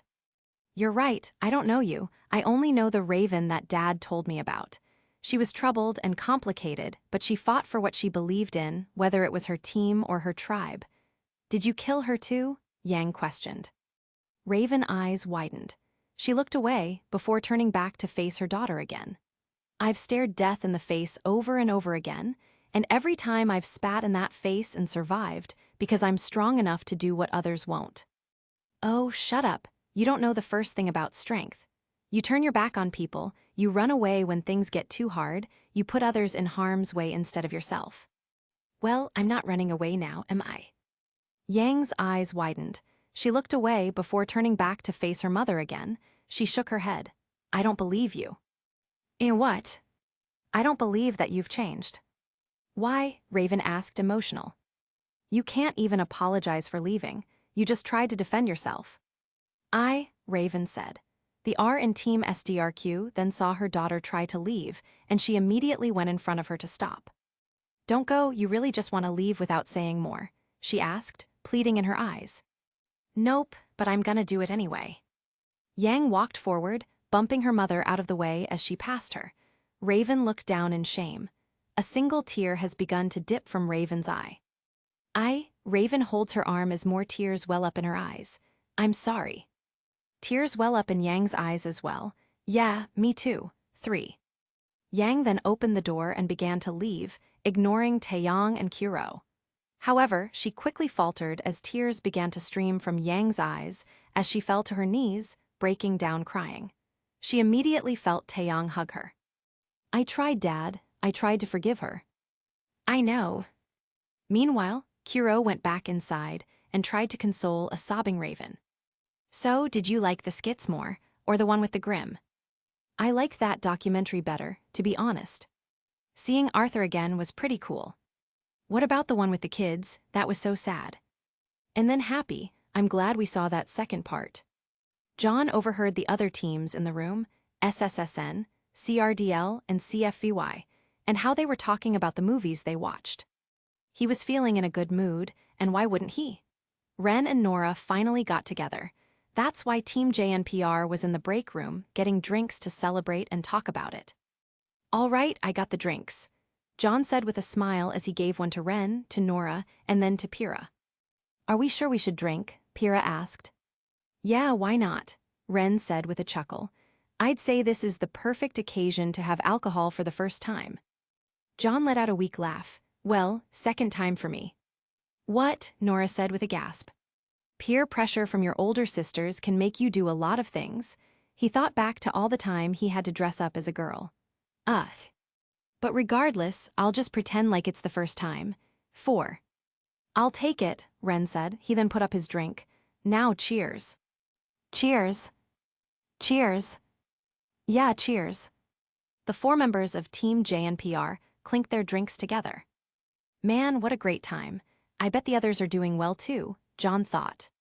Look, I left her alone in the room so I could get ourselves some drinks, so it should be fine to talk to her, Ilya told Adam. The White Fang leader shook his head, adjusting his new eye patch. 5. What if she runs away? He asked. What if I lose control? I'll be there too, so don't worry. Adam grunted in response. All right then. Ilya opened the door. Blake, here's some soda. Thanks, Blake said as she took the drink and saw Adam. Adam, Blake screeched as she immediately dropped the drink at the floor and stepped back. The bull Faunus immediately put his hands up placatingly. I just want to talk. Blake did not respond as she peered at her former ex in fear. Adam sighed as he put his hands over his hair, making sure to avoid his horns. Look, the future, with Beacon and the White Fang. Blake focused a bit more after that. Adam sighed. Look, I'm not good at this. You never were, outside of the mission, Blake said. Adam chuckled in response. You're one to talk. Why exactly did you come here, Adam? Adam remained silent for a bit in order to figure out how to say what he wanted to say. Eventually, he spoke up. I've been thinking of the future and... A knock was heard on the door. Blake. Weiss, Blake answered. Both Ilya and Adam's eyes widened as they looked at each other in alarm. The door opened and the heiress came in. What are you doing in here? Weiss asked before gasping at Adam's presence. The bull Faunus grit his teeth. I'm getting tired of those looks and questions, and of course it's her. Adam decided to remain civil though. Schnee, he said with a minor sneer. Weiss fumbled, confused as to what to say. Seeing that the Schnee was not gonna speak, Adam just shook his head and turned back to Blake. As I was saying, I've been thinking of the future and how I've led the White Fang, and I think I get what you mean now, Adam admitted. Blake felt her breath hitch. Could it be?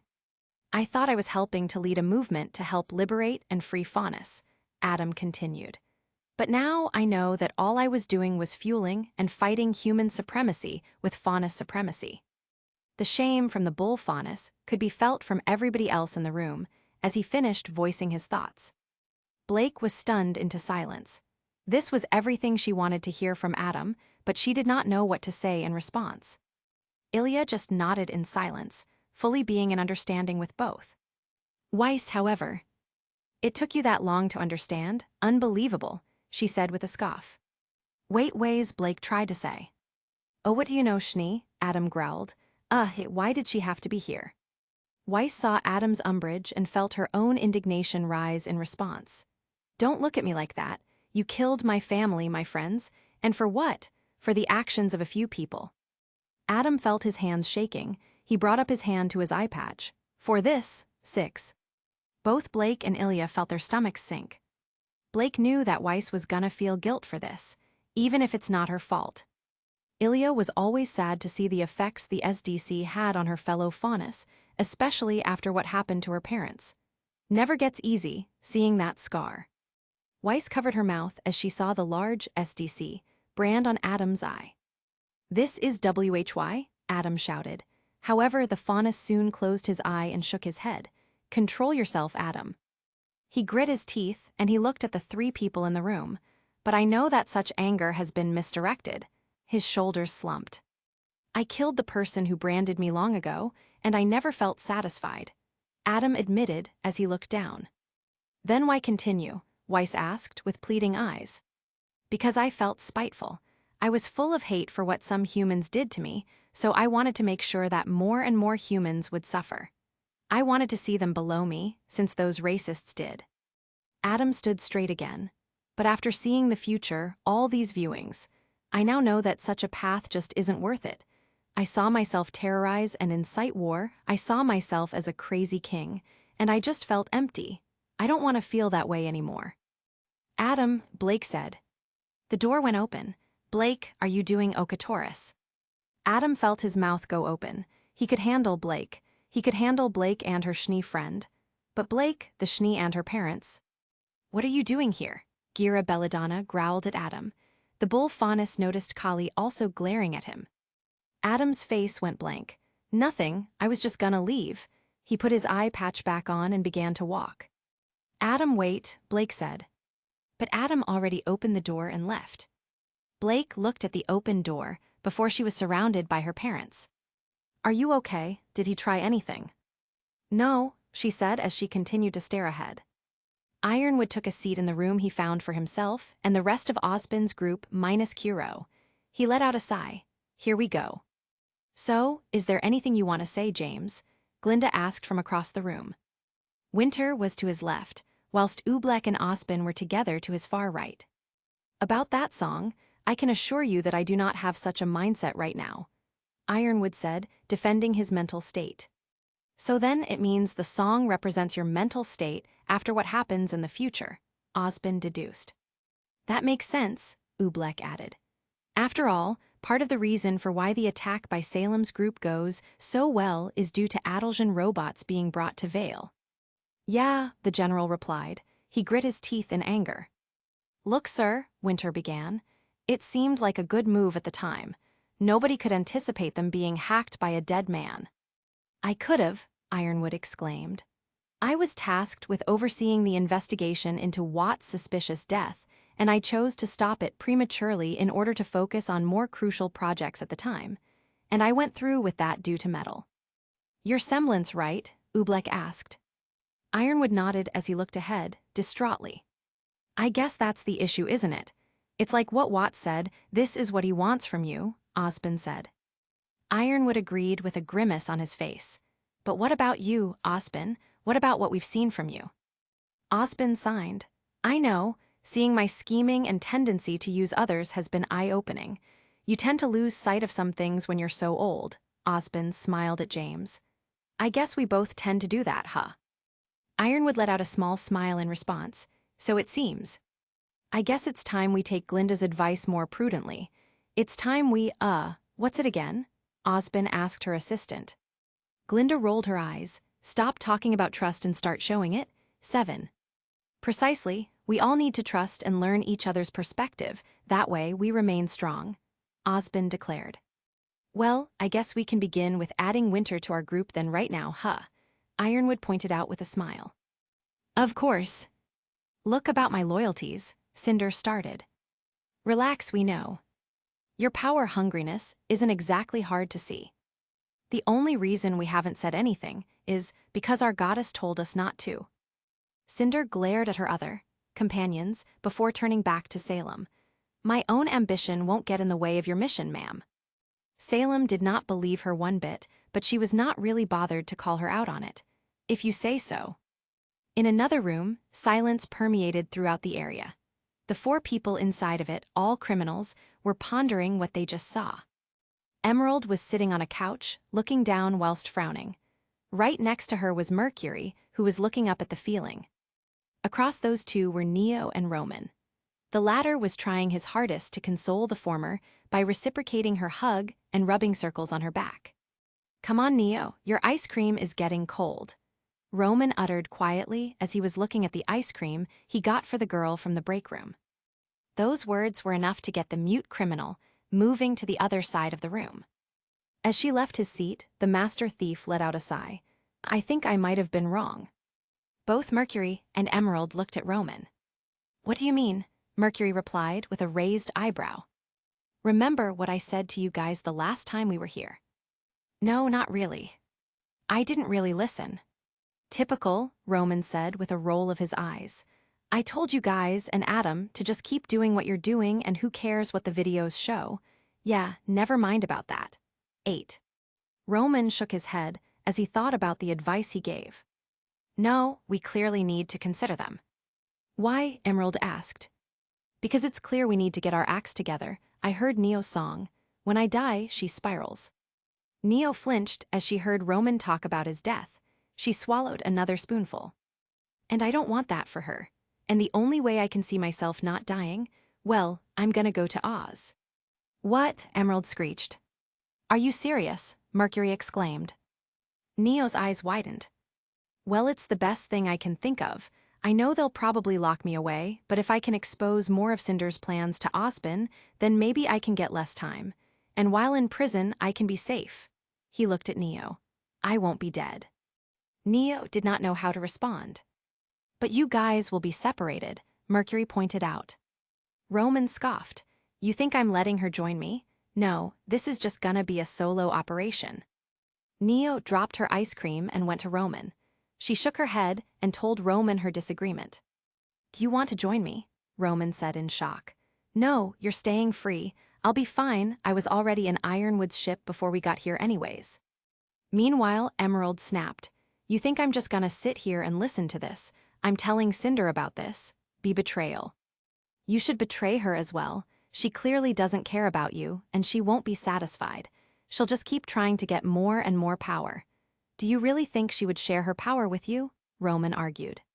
He's got a point to be fair, Mercury added. Emerald's hands trembled in anger, then relaxed suddenly. Her shoulders slumped down as well. I know, it's just that I love her, yeah, we know. It was pretty obvious. Neo nodded in response. Emerald scowled. Yeah, well, what about you and your daddy issues? What about it? I can't exactly find another father, can I? How about all of you guys also go to Osbin? Roman added. Upon seeing the skepticism on their faces, Roman further explained. Think about it, all of you guys are already pretending to be hunters and technically fit the age. You guys can also find new people to call friends, or to love, or to guide you. Roman put his feet up while sitting. You know, I always wanted to be a huntsman before I had to join up with Spider. I wouldn't have expected a master criminal to tell us to join a school for heroes, Emerald stated. Yeah, well, I didn't expect to see things here that would change my mindset, but here we are. Roman got up from his seat. I'm gonna get some more ice cream for you, Neo. He then looked at the other two as he opened the door. And think about what I said, guys. Chrono let out a satisfied sigh as he finished cleaning up the theater and got all the food on the floor off the ground. It sure is nice to do things manually from time to time. He looked at the clock at the back of the room. I got a few moments before I need to call them back. And so, Chrono decided to sit down on one of the seats and think about what viewings he should show his audience next. After a bit, he finally realized what would be perfect to show the crowd. I got it. He immediately pressed a button on the remote he had, and alerts could be heard throughout the neighboring rooms. Break over, Geo back to the cinema, break over. Geo back to the cinema, break over. Geo back to the cinema, the alarm blared. It was quiet, but some groans could be heard from another room, as well as a loud shout of seriously. Right now. Chrono grinned. All right, it's time for more viewings. Chapter 24. Bury the hatchet, GTAV. All right, we're all here, turn off the damn alarm, Carden said with a growl. Many of the others nodded in agreement as they got to their seats. Chrono grinned at their annoyance, but nonetheless complied. All right then, here's the next one. The screen burst to life to show a decadent mansion. Then, the gate to the mansion opened up to allow a black car into the driveway. As the car was turned off, a middle-aged man in a suit, Michael DeSanta, came out and went inside. Michael walked into his living room and upon noticing the empty sofa, let out a sigh. He then went down to sit on the sofa. After a few seconds of wallowing, Michael heard someone whistle. Alarmed, he looked behind, and there he was, right at the doorway in his balding glory and with a dirty white t-shirt and pants, his best friend. Trevor. Hey man, he greeted. Oh, it's me again, Tyrion said with a smile. Yeah, and why are you balding? Coco added, aghast at Trevor's balding hair. But Tyrion was pretty pleased with it. I like it, it's a sign of virility, warrior seed, 1. Cinder rolled her eyes at that remark. Michael was not in the mood, however. Fuck, what do you want? He replied as he began to rub his head in annoyance. Trevor approached Michael and began to sit beside him on the sofa. I'm your friend, I don't want anything, man. He gave Michael a pat on the shoulder. Come on, your company's good enough, huh? Same as always. Michael let out a scoff. Yeah. Why does it sound unnerving when he says it like that? Sun said, concerned for Michael. Probably because Trevor looks crazy and Michael doesn't seem convinced, Neptune answered. Yeah, that makes sense. After a few seconds, however, Michael let his true thoughts out. Thanks, I really appreciate that.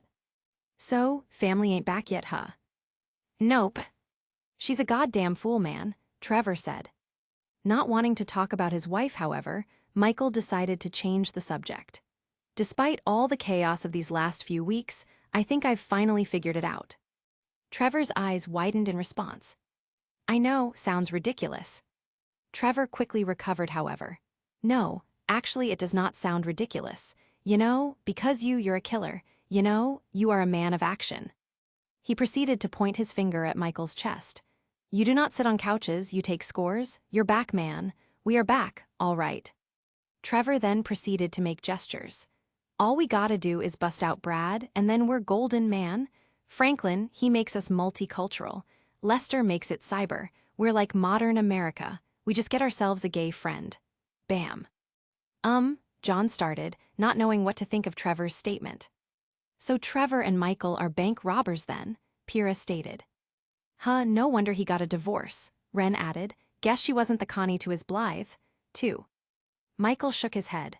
No, it's not it. I got money, it just makes you miserable. I want to make movies. Trevor got annoyed by that. Great, that's great. And, so where exactly does this leave me in this second act of your life? We're gonna do this last big job, and then we're gonna dissolve the partnership. That was upsetting for Trevor to hear. This is not a game to me, all right? This is a fucking way of life. I got a fucking family. Yeah, well, I ain't got nothing. No one gives a fuck about me. Trevor exclaimed as he punched the sofa cushion for emphasis. Well, damn, is it bad that I kind of feel for the crazy guy here? Coco said. Velvet shook her head. I get it, nobody should be alone. I mean, it's just a show, though, Blake added. Yeah, but so are we in a way, remember, Velvet pointed out. But I wouldn't want people downplaying my experiences because I'm just fictional in another universe. Blake hummed in realization. That's fair. I do. That was the wrong response. Trevor looked at Michael with incredulity and got up. Oh, fuck you. I saw your grave. I mourned you. And then it turns out that everything I fucking thought about you was wrong. Everything. He began to point accusingly at Michael. You're not dead, and you're not a man. Osbin raised his eyebrow, so Michael faked his death. Roman chuckled at that. That's a classic. Ruby was curious. What do you mean? If you want to get out of the criminal lifestyle, you fake your death, especially if you're about to get caught. Then why didn't you do that? Roman paused. He eventually let out a huff. Shut it, Red. Yeah, well, what the fuck are you? Michael growled in response, getting up.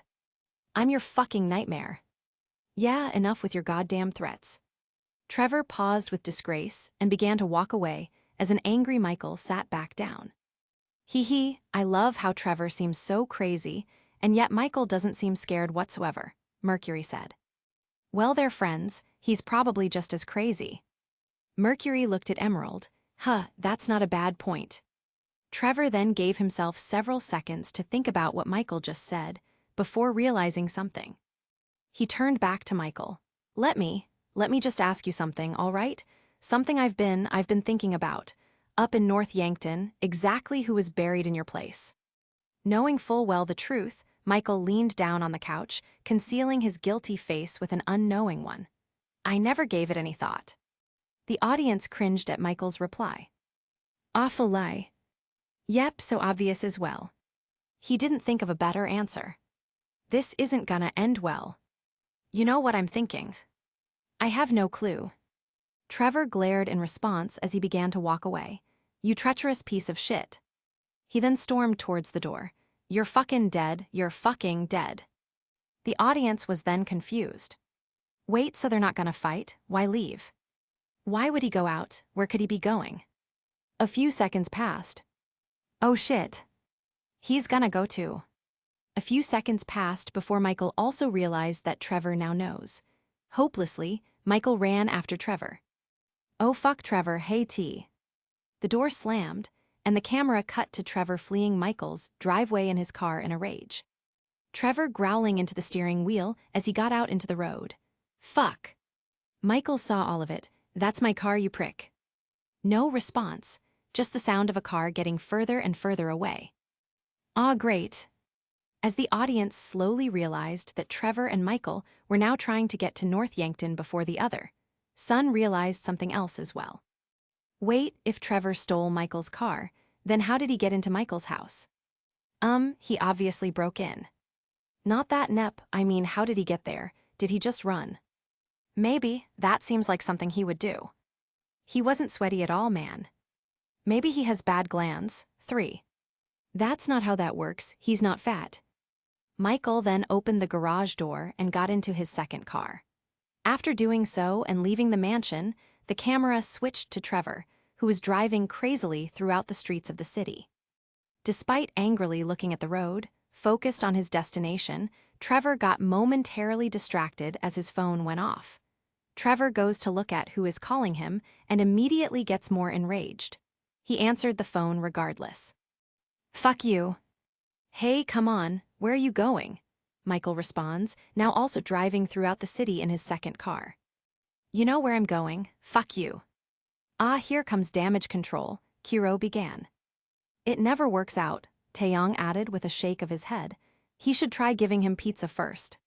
You don't need to go all the way to North Yankton to find out what I can tell you over a couple beers back at my house. Come on, we'll order pizza. Fuck you, fuck your pizza, fuck everything it stands for. Kiro and Taeyong gave each other a look. This is insanity. Oh no, it's clear and reasoned thought, finally. Come on, come back, we'll talk. I'm not gonna listen to another one of your lies. Hey, I'll lay it all out for you, everything, turn around. I'm going up there to see it for myself. You'll be disappointed. Trevor lets out a sound of pure rage. Oh, I'll be something. Man, this talk is kinda getting intense, Ruby said. Yang nodded in agreement, being very focused on Trevor's words. It'll be an anticlimax, the grave's empty, just a bag of sand, something like that, just smoke and mirrors.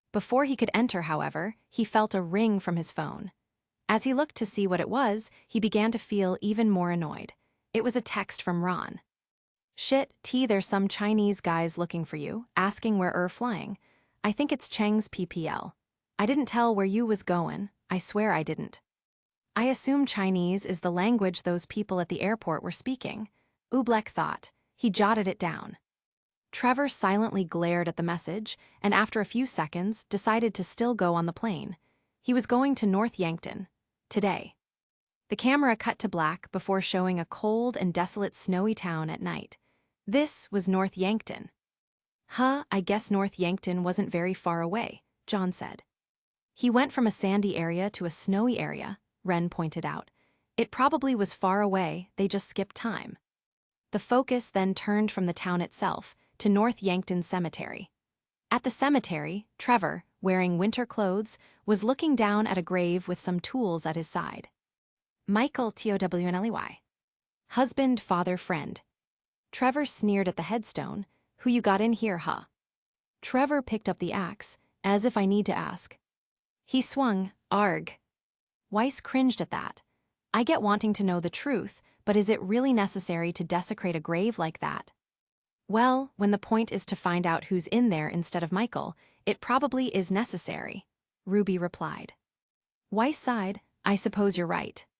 Meanwhile, a car was beginning to quickly drive towards Ludendorff, driving past the town's welcome sign just by the outskirts. Inside the car was Michael, also wearing winter clothes. And as he began to approach the town, memories also began to pop up in his mind. Listen, Amanda, we're going to move to Los Santos. Start over, I made a deal. The slate will be totally wiped clean. All right, everybody pays attention, no one gets hurt. A younger Michael in a mask was shown sticking up a bank. Trevor and Brad were there too, both faces also covered with masks. Oh, flashback time, Nora said with a smile. And there's Brad with Trevor and Michael, John added. I assume he's the one in the grave, Pyrrha then said. Trust me, darling, look at me, Amanda. It was the only thing I could do. Either everyone dies or one guy gets out. I'm that guy.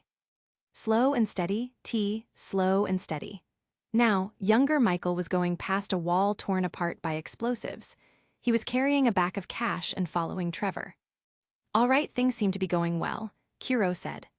His name is Dave Norton, nice guy realist. He gets the glory, I get out. It's not even a decision. Amanda, I don't have a choice. Do you want to die here where it's always snowing, or do you want to go and live where it's always sunny? All right, you want to live? Tell me you want to live. We'll work this out. Now, younger Michael was now unmasked and being held hostage by a security guard. He did not seem scared, though. He was trying to convince the guard to let him go. Younger Trevor was across them, looking angry at the fact the guard was holding Michael hostage. Oh, come on, how did you get caught, and with your mask removed too? Kiro complained. I guess he was unlucky, oof. That wasn't even funny, man. Kiro huffed as Taeyong began to laugh despite being elbowed in the ribs. That pun was enough to get a sound out of Yang, as she began to chuckle a bit.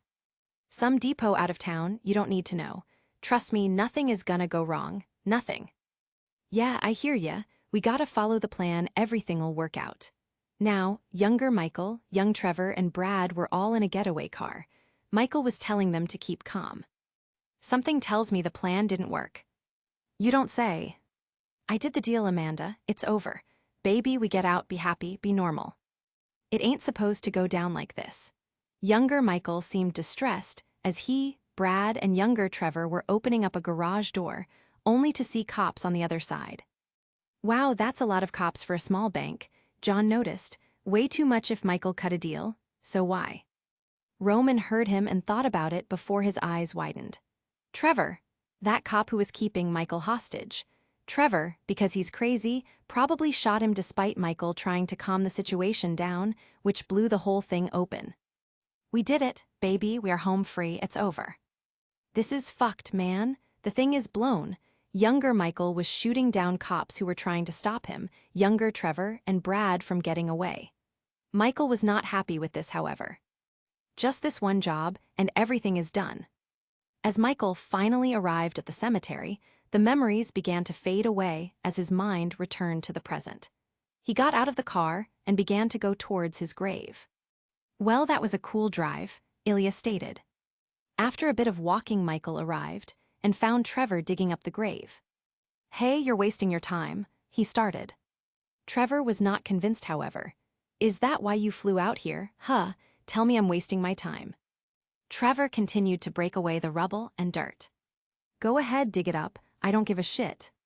Yeah, it's what you look like, a guy who doesn't give a shit.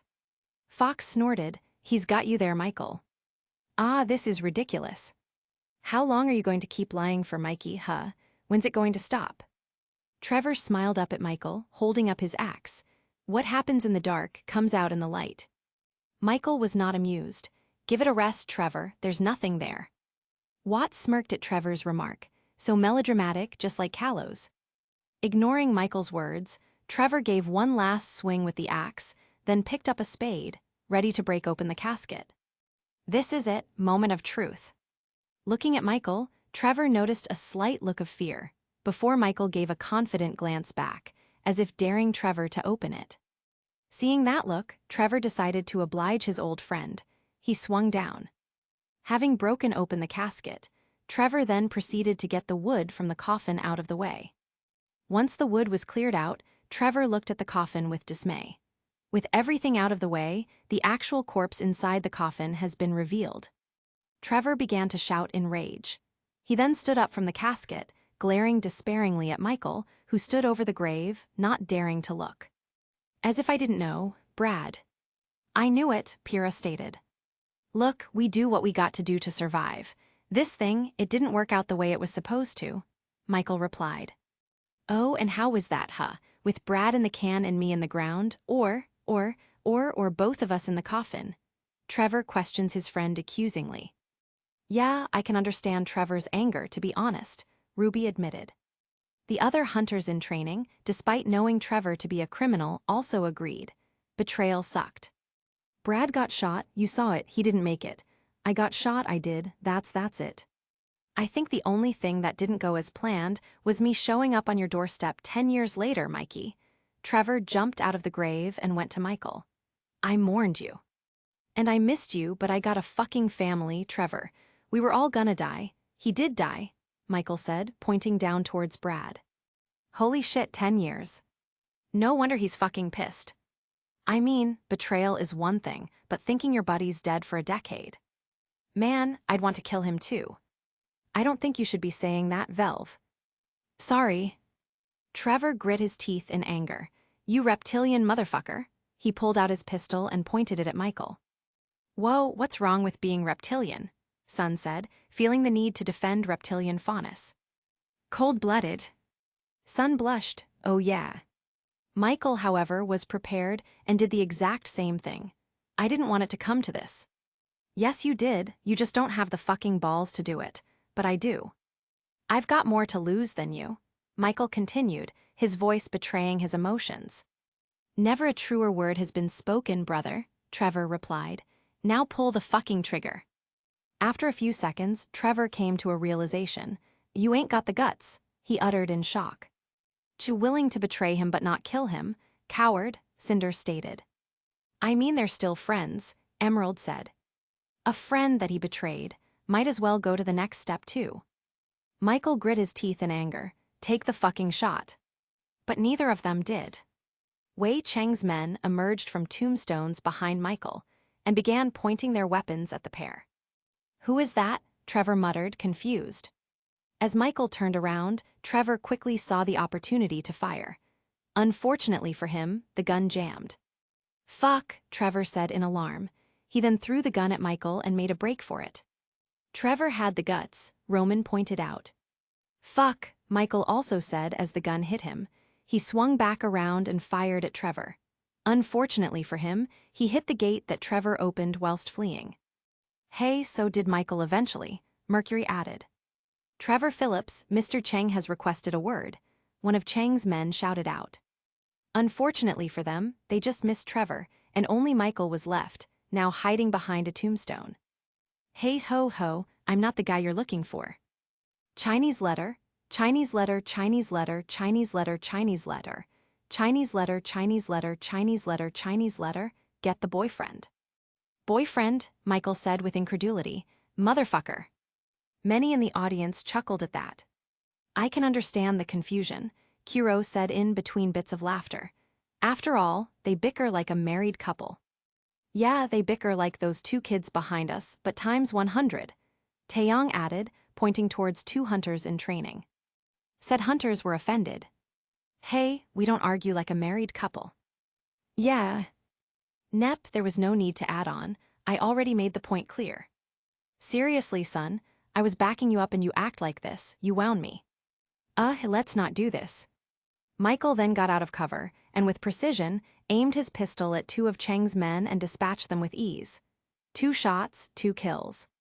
As he began to start running back to his car, he immediately went back to cover as he noticed a van drive past the side gate of the cemetery. More of Cheng's men. Hooray your friends, T, Michael uttered in annoyance as Cheng's men got out of the van. The former bank robber is a great shot, who would have thought, Mercury said. Roman looked at Michael in awe. Oh, how I would have loved to have him in my crew. Go find him, one of them said as he got out of the passenger seat. However, Michael was not going to allow them to get near him. He got out of cover and began to focus. It was as if time slowed down for the old man as he was able to fire shots quickly. 4 shots, 4 kills. You should have gone after the other guy, he taunted. I think he might be a better shot than Arthur, John said. Well, we only saw Arthur shoot once to be fair, Ren pointed out. Now, abandoning caution and feeling confident, Michael went out to the open and began firing multiple shots, killing even more men. However, the vast amount made Michael curious. How many guys did you send here? He asked. Cinder chuckled at that. He's getting cocky now. These Chinese goons kinda suck, don't they? Emerald added.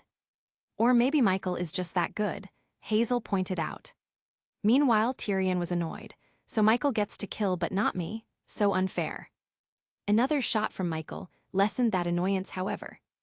Tyrion grinned as one of the goons Michael killed began to bleed out after a shot to the neck. Ha ha ha. 5. After a few more shots fired, he was slowly starting to get closer, and the bodies were starting to pile up. Michael tried to reason with them again. Look, me and Trevor, we ain't friends no more. Michael then went down for cover, as he needed to reload yet again. As he was doing so, he overheard more of Cheng's men. Fuck this, let's just go back to Los Santos, one said in a heavy accent. No, he will come back for his soulmate, another replied in an even thicker accent. I'm not sure if you guys heard, but they broke up, Coco exclaimed with a smile. Annoyed by this, Michael got out of cover and shot them both, as their heads were sticking out of tombstones they were using for cover poorly. You want a boyfriend, huh? He quipped. Maybe they should have focused on finding better cover than gossiping about their target's love life, Glinda drawled. Michael then began to run out of the cemetery, but his path to the car was being blocked by one more gunman who was using it for cover. Shit, it's just M, the man said into the radio before Michael interrupted him. Look, can't we do this when the weather's better? No, we take you with us. With the man giving his answer, Michael promptly ended the conversation with a headshot. Kali shook her head in astonishment. He saw he was outmatched, and he still said something that got him killed. Michael then saw that the vans on the other side of the road, carrying more of Cheng's men, were now being blocked by a night train passing through. Oh, you forgot to check the train schedule, ha ha ha ha, Michael taunted as he entered the car. Dude, I love Michael's quips, Sun mentioned. Neptune nodded in agreement. Yeah, so cool. Michael put in the ignition, but when he went to press on the accelerator, he was shocked to find it wasn't there. There was only one person who knew how to get rid of an accelerator. Trevor, fuck, Michael exclaimed in a rage. 6. Oh, that's cold T. T, Ren asked Nora. Yeah, a nickname, since Trevor and that scorpion guy share the same first letter, Nora pointed out. Things got even worse for Michael, however. The train finally passed, and the vans began to cross towards the cemetery. Wei Cheng's men had reached Michael. You got nowhere to go, boyfriend. All right, Michael said, resigned to his fate. Get out the fucking car. After all that, he still got caught, Kiro muttered. Well, Trevor got his revenge now, Taeyong said. The screen then cut to black before showing sandy shores. It was now daytime.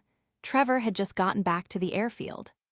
Now out of the plane, Trevor noticed that someone was trying to call him. Trevor Phillips Industries, he answered. Mr. Phillips, this is Wei Cheng. You know my eldest son, Tao. Oh yeah, Massive E-Head backed out a contract we agreed on. How is he? Still learning the ropes, thank you. We've been watching you, Phillips. Your operation causes problems for our plans for expansion, and since you are not a viable business partner. Whoa, viable, what the fuck is that? Trevor exclaimed in shock. We have your lover, Phillips, from the trailer. My lover, Trevor said in a low growl. Oh, so Trevor does like Michael. Idiot, Trevor probably just has a girlfriend or something. What, not a wife? You think someone would marry a person who looks like him?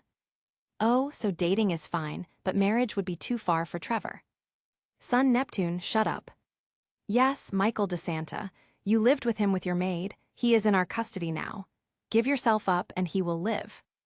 Trevor's eyes widened before he began to laugh. Ha, okay. All right, yeah, no, of course. Man, that's a tough break. Look, you guys deserve each other.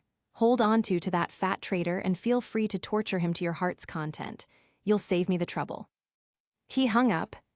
Trevor then noticed a text, and this time not from Ron. It was from Lamar. Hey, crazy man, meet me at my crib. Me and Frank go and roll on THT last car for the rich dude. You in? Trevor smiled. It was time to go back to Los Santos. Perhaps Franklin and Lamar wouldn't be such snakes. The screen turned to black. So how was it? Not bad, Ruby said. I'm a bit sad their relationship just ended like that, however. Yeah, Blake agreed. I hope they make up in all honesty. Upon hearing that, Adam looked at Blake. Meanwhile, John was curious about something. What about Michael's family, though? Well, they separated from him. What else is there to look at? Ren pointed out. Man, that kinda sucks, though. Finally, Tyrion felt the need to mention how he felt about seeing his face on the screen again. 010, I didn't see enough slashing from my character, he said with a pout.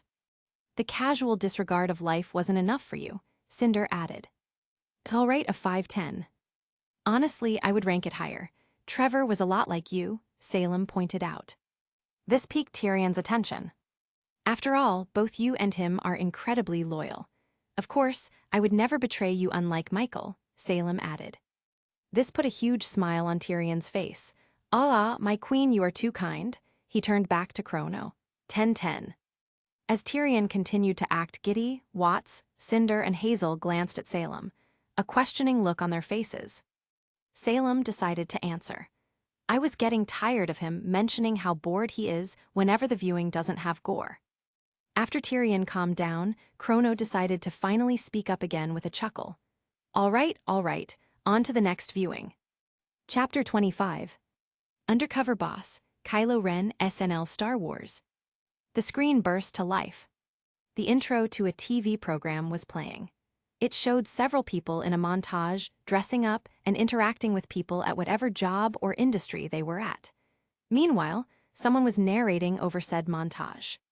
Each week, we follow the boss of a major organization as they go undercover to find out what's really going on in their company.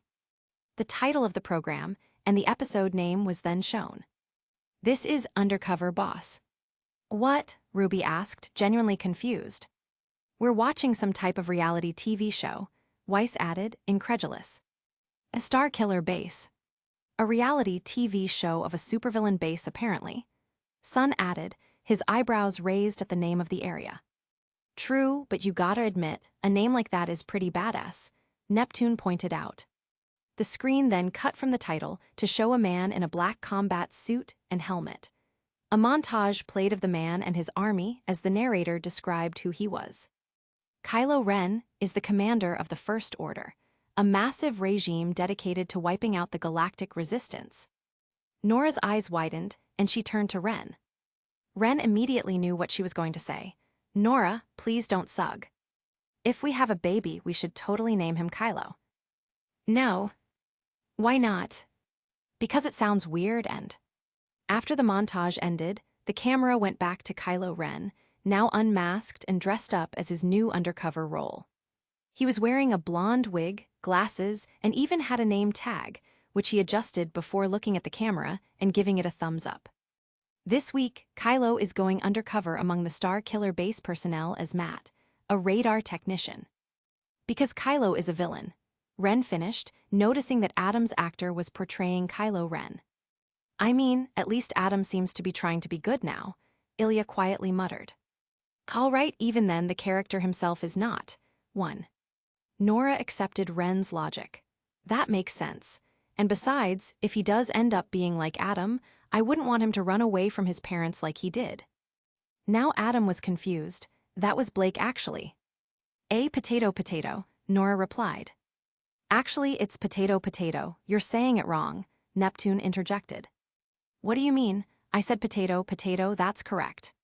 No, you're meant to say potato, not potato. 2. Why does this matter? Cinder screamed, annoyed at the discussion. With Cinder's loud exclamation, the discussion stopped.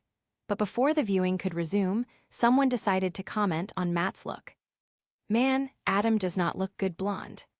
Fitting with the reality TV format, the camera then cut to Kylo Ren being interviewed in a room. In the room, Kylo was wearing his normal black outfit and sporting his natural black hair. You get so caught up in restoring the galaxy to its rightful state that you miss what's going on behind the scenes, Kylo explained to the audience.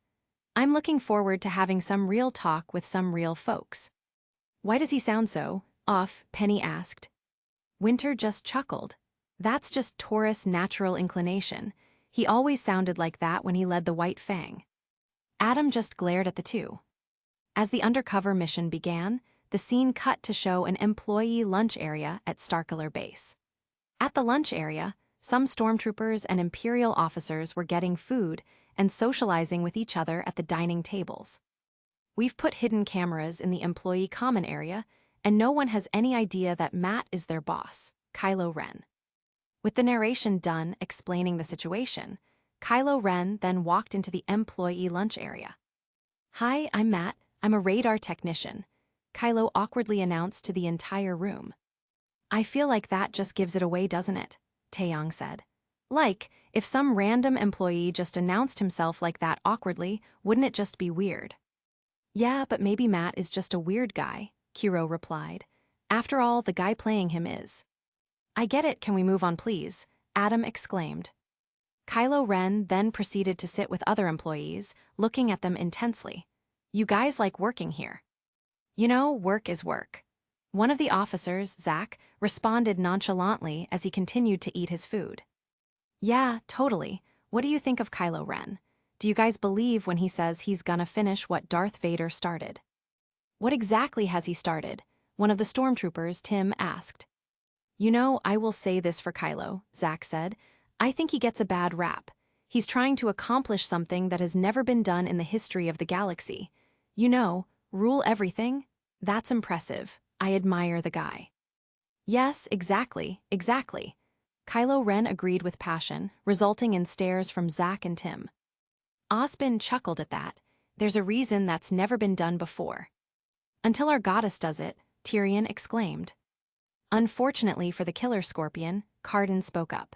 Oh yeah, then why hasn't she been able to do it these past hundreds of years then, if she's a supposed immortal goddess? Tyrion growled at the hunter in training, but chose to keep silent, seeing that Salem just wanted to move on and keep the viewing going. Now, one of the senior radar technicians, Leslie, was shown teaching Kylo Ren to do some technician stuff at one of the corridors in Starkiller Base. Okay, Leslie started. It's real easy. All you gotta do is rewire the calcinator. So, remove this, Kylo said as he removed the wrong thing from the corridor. Does that look like the calcinator? What's wrong with you? Why is it so hard for you to understand? Leslie said, getting frustrated by Kylo's lack of understanding. I don't know, but can you please stop yelling at me? You're starting to stress me out, Kylo said, failing to stop his anger from seeping into his tone. I totally understand, Matt. People shouting at you when you get stuff wrong is so lame. Like, fine, I screwed up. Shouting isn't going to make me reverse it faster though, you know, Ruby ranted. Weiss just rolled her eyes. I already said I'd work on my temper when we do group work.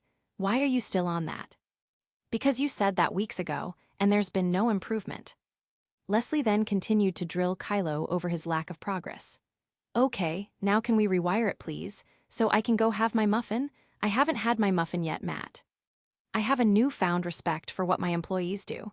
It's not as easy as I presumed. Kylo Ren then said in an interview, while still dressed as Matt. Now, without Leslie overseeing Kylo, one of the stormtroopers in the corridor went up to Kylo. "What up, Matt?" he said mockingly before he kicked away Kylo's tools. "Hey, you kicked my wrench," Kylo shouted towards the stormtrooper, now walking away. However, with the stormtrooper now far away in the distance, there was nothing Kylo could do. "Jerk face," he muttered to himself. Ironwood glowered at that. He might have not liked Taurus, but seeing men of service act unprofessional, even non-Adulsians, was always a pet peeve of his. Now back with Tim and Zach, Kylo began to speak to them again. "Have you guys seen Kylo Ren's lightsaber?" he asked Tim, who didn't even notice that Kylo was behind him. A startled Tim then turned around and answered him. "Why yeah, man, that thing's weird looking." "No, it's not, it's awesome. Here, let me go see if I can find it, I'll show it to you," Kylo announced as he began to walk away to find the lightsaber. Literally a second later, Kylo walked back into the room, holding the lightsaber. "Look, I found Kylo Ren's lightsaber. Look at it up close." "Is this guy trying to get caught?" Roman asked. "I'll do you one better. Is this guy devoid of any social skills? Why did he just speak to a guy randomly behind his back?" Mercury pointed out. "What a weirdo." "Nee," said Vaya, holding up a sign that had those words on it whilst quietly laughing at Tim's reaction. "Whoa," Tim said as he backed up from the lightsaber that was now right up in his face. "Dude, that thing looks dangerous, man. Poorly made like a little kid made it." "Then you don't have to look at it anymore," Kylo shouted as he threw the lightsaber at the wall, scaring everybody else in the room. Pyrrha cringed at that. Why would you throw a laser sword at a wall in a public space? "And why would you call that sword poorly made?" Nora questioned Tim's words. "It is awesome." "Nora, the plasma looks like it's gonna explode out of the shaft." "That makes it look cool, Kylo." "Please don't call me that," Ren replied. As Kylo walked away, the scene cut to show Zach being interviewed. "I'm like 90% sure Matt is Kylo Ren," the officer admitted. "I'm like 90% sure that everybody in the base knows that," Kiro quipped. However, despite this, Zach was shown talking to Kylo Ren, having a heart-to-heart with the radar technician in disguise. "Yeah, this has actually been a rough year for my family. We lost our son back in April. He was in the Stormtrooper program, and we're getting by," Zach said with a wobbly voice, opening up to Kylo. "Wow, man, I'm sorry about that, must be hard," Kylo awkwardly responded, with genuine care in his voice. "He might be awkward, but at least he cares," Velvet pointed out. Coco scoffed in response. "Wow, the villain cares about his mooks, who would have thought?" Fox then interjected. "It's actually not that common. A lot of villains just treat their henchmen as disposable, so a bit of care is actually pretty nice to see." "Huh, how about that then? That's nice to see the..." As Zach began to cry, another Kylo Ren interview appeared. "Hearing that Zach lost his son really struck a nerve with me, especially since I'm the one who killed him." "Oh, come on," Coco exclaimed. "Yeah, what a horrible boss. Even Cinder doesn't try to kill us," Mercury said. "Because there's only two of you," Cinder added, confused by his point. "Cinder, stop trying to add logic to my point." In a different corridor, one near the TIE fighters, Kylo Ren approached Zach whilst carrying something. "Hey, I ran into Kylo Ren in the bathroom. He told me to give you this." He handed Zach a card. The officer opened it and read it out loud. "After the rain comes the rainbow. Sorry, I killed your son. Signed, Kylo." Whilst Kylo looked satisfied, Zach looked anything but. A bunch of people in the audience chuckled at that. "Why would you admit to killing his son?" Kiro said with a smile.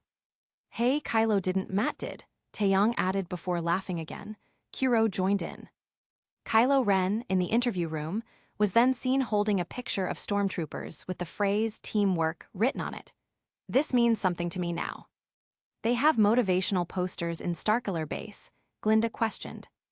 Ironwood smiled at that. Well, at least they have that. I've always been fond of the one with the penguins. Glinda laughed at that. You mean the conformity one? It's the one who is different that gets left out in the cold? 3. Ironwood nodded. That's not motivational at all. Back at the dining hall, Kylo Ren was still talking to Zack and Tim. A buddy of mine saw Kylo Ren take his shirt off in the shower, and he said that Kylo Ren had an 8-pack. That Kylo Ren was shredded. What? Tim said with incredulity. Your friend is a liar. Kylo Ren is a punk bitch. That guy looks like he weighs 30 pounds soaking wet underneath that little black dress. Tim began to laugh at his own retort, and Zack even had a small smile. However, Kylo was not amused. As he stared at Tim, the laughing stormtrooper soon began to choke. Tim, Zack exclaimed in alarm. Oh no, he's choking on food, Kylo said while still glaring at Tim. Zack looked at Kylo in shock as he realized what he was doing. Kylo was using the Force on Tim. I know what's in your mind, and it is stupid, Kylo declared as he threw Tim into the soda machine by the wall with the Force. I'm pretty sure a radar technician can't use telekinesis, Sun pointed out. Yeah, but you know who probably can, Neptune posed. A guy with telekinesis. Yep. Now it was Tim's turn to get interviewed. Dude, Matt straight up sucks. The audience laughed hard at that. That's all he has to say, Yang said, almost tearing up at Tim's blasé response. Kylo Ren then walked back into the dining hall. I have a bombshell announcement to make, guys. I'm not Matt. In the background, Tim was clearly annoyed as he seemingly already knew, and even Zack looked like he thought that Kylo was stating the obvious. I am, Kylo continued before he got interrupted. Kylo Ren, Zack said. Kylo Ren, you're Kylo Ren, we know, I knew when you threw me through the soda machine. Tim added on. I knew from Hi I'm Matt, Zack admitted. And that's why telling him you killed your son was not a good idea, RWBY exclaimed, pointing at the screen. Kylo Ren seemed shocked at first before he began to talk to Zack. We really connected today. I'm promoting you to superior officer.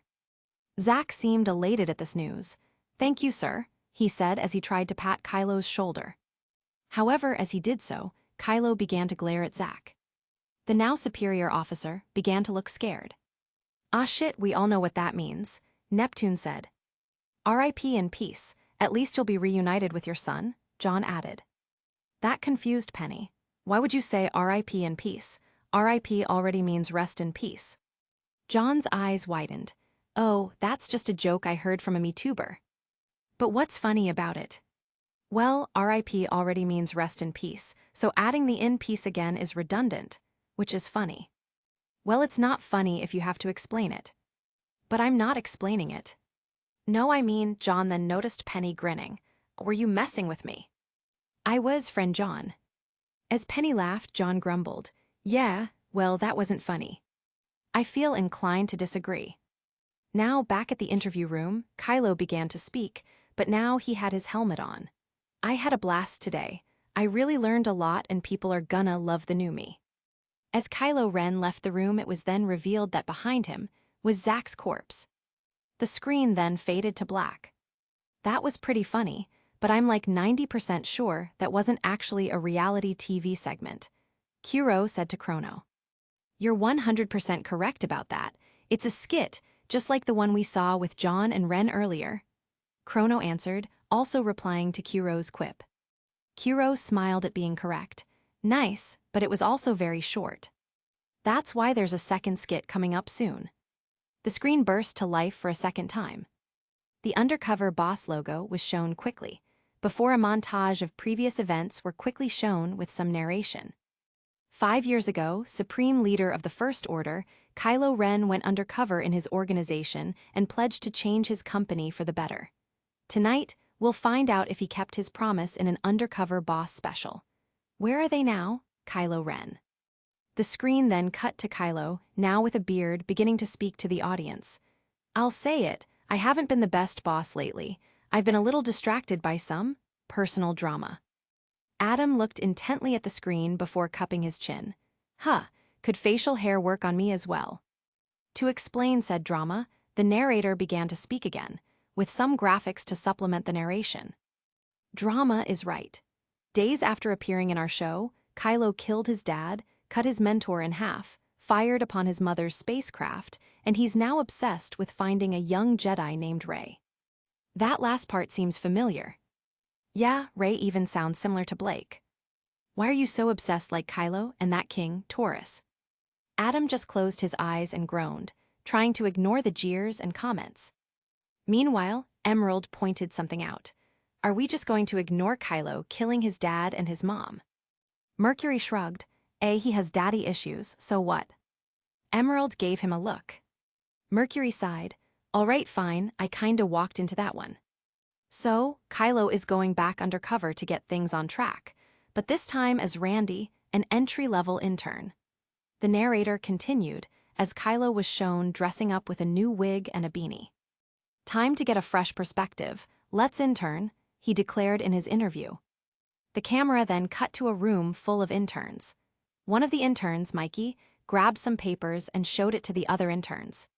She put it on the wrong side, he said with a smile, seemingly happy to expose another intern's mistake.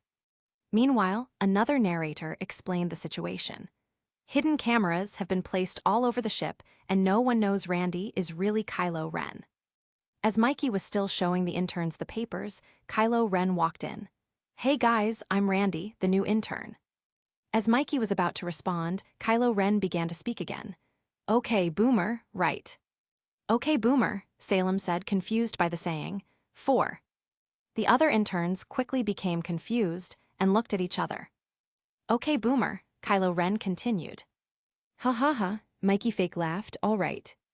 Goodness, this reminds me of when teachers try to act hip with students, Glinda said, cringing at Randy's remarks. Like Port back in the day, huh? Oobleck added. Glinda nodded in response. So, hey, what do you guys think? When Kylo Ren offers Rey his hand for the second time, do you think she'll take it? Kylo asked the interns. Who cares? One of the other interns, Melissa, responded. Kylo immediately got up to Melissa's face, angry at her response. I do.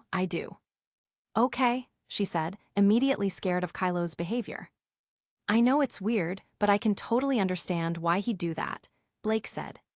When everyone, including Adam, gave her a look, she immediately felt like curling into herself.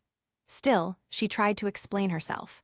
You know, you try to tell someone what you're interested in and someone dismisses it, you get defensive. Oh, like you smut books, Yang pointed out. Blake immediately blushed and glared at her. No, not like that, and what happened to you moping? I'm over that now. As Blake's cheeks burned, she heard her mother chuckle at her expense, and the red on her cheeks deepened. Gira then spoke up. Don't worry, Blake, Kali read books like that all the time back in the day. Now, once again being interviewed, Kylo began to explain what he was doing. So, I've learned that all the interns here do all the bitch work. Clerical stuff, food and drink orders, droid wrangling. A montage of these jobs were shown, with Kylo even getting mad at one of the droids. Stop moving, he growled, as one of the droids escaped his grasp. Ilya found herself chuckling. Seeing a person who looked like her leader get increasingly mad at a small robot was just too absurd. Now in a corridor, Kylo Ren stopped one of the stormtroopers to ask them a question. Excuse me, do you know who's in charge of fuel invoices? Oh yeah, I think you're looking for D's nuts, the stormtrooper joked. As the stormtrooper walked away, Kylo muttered to himself.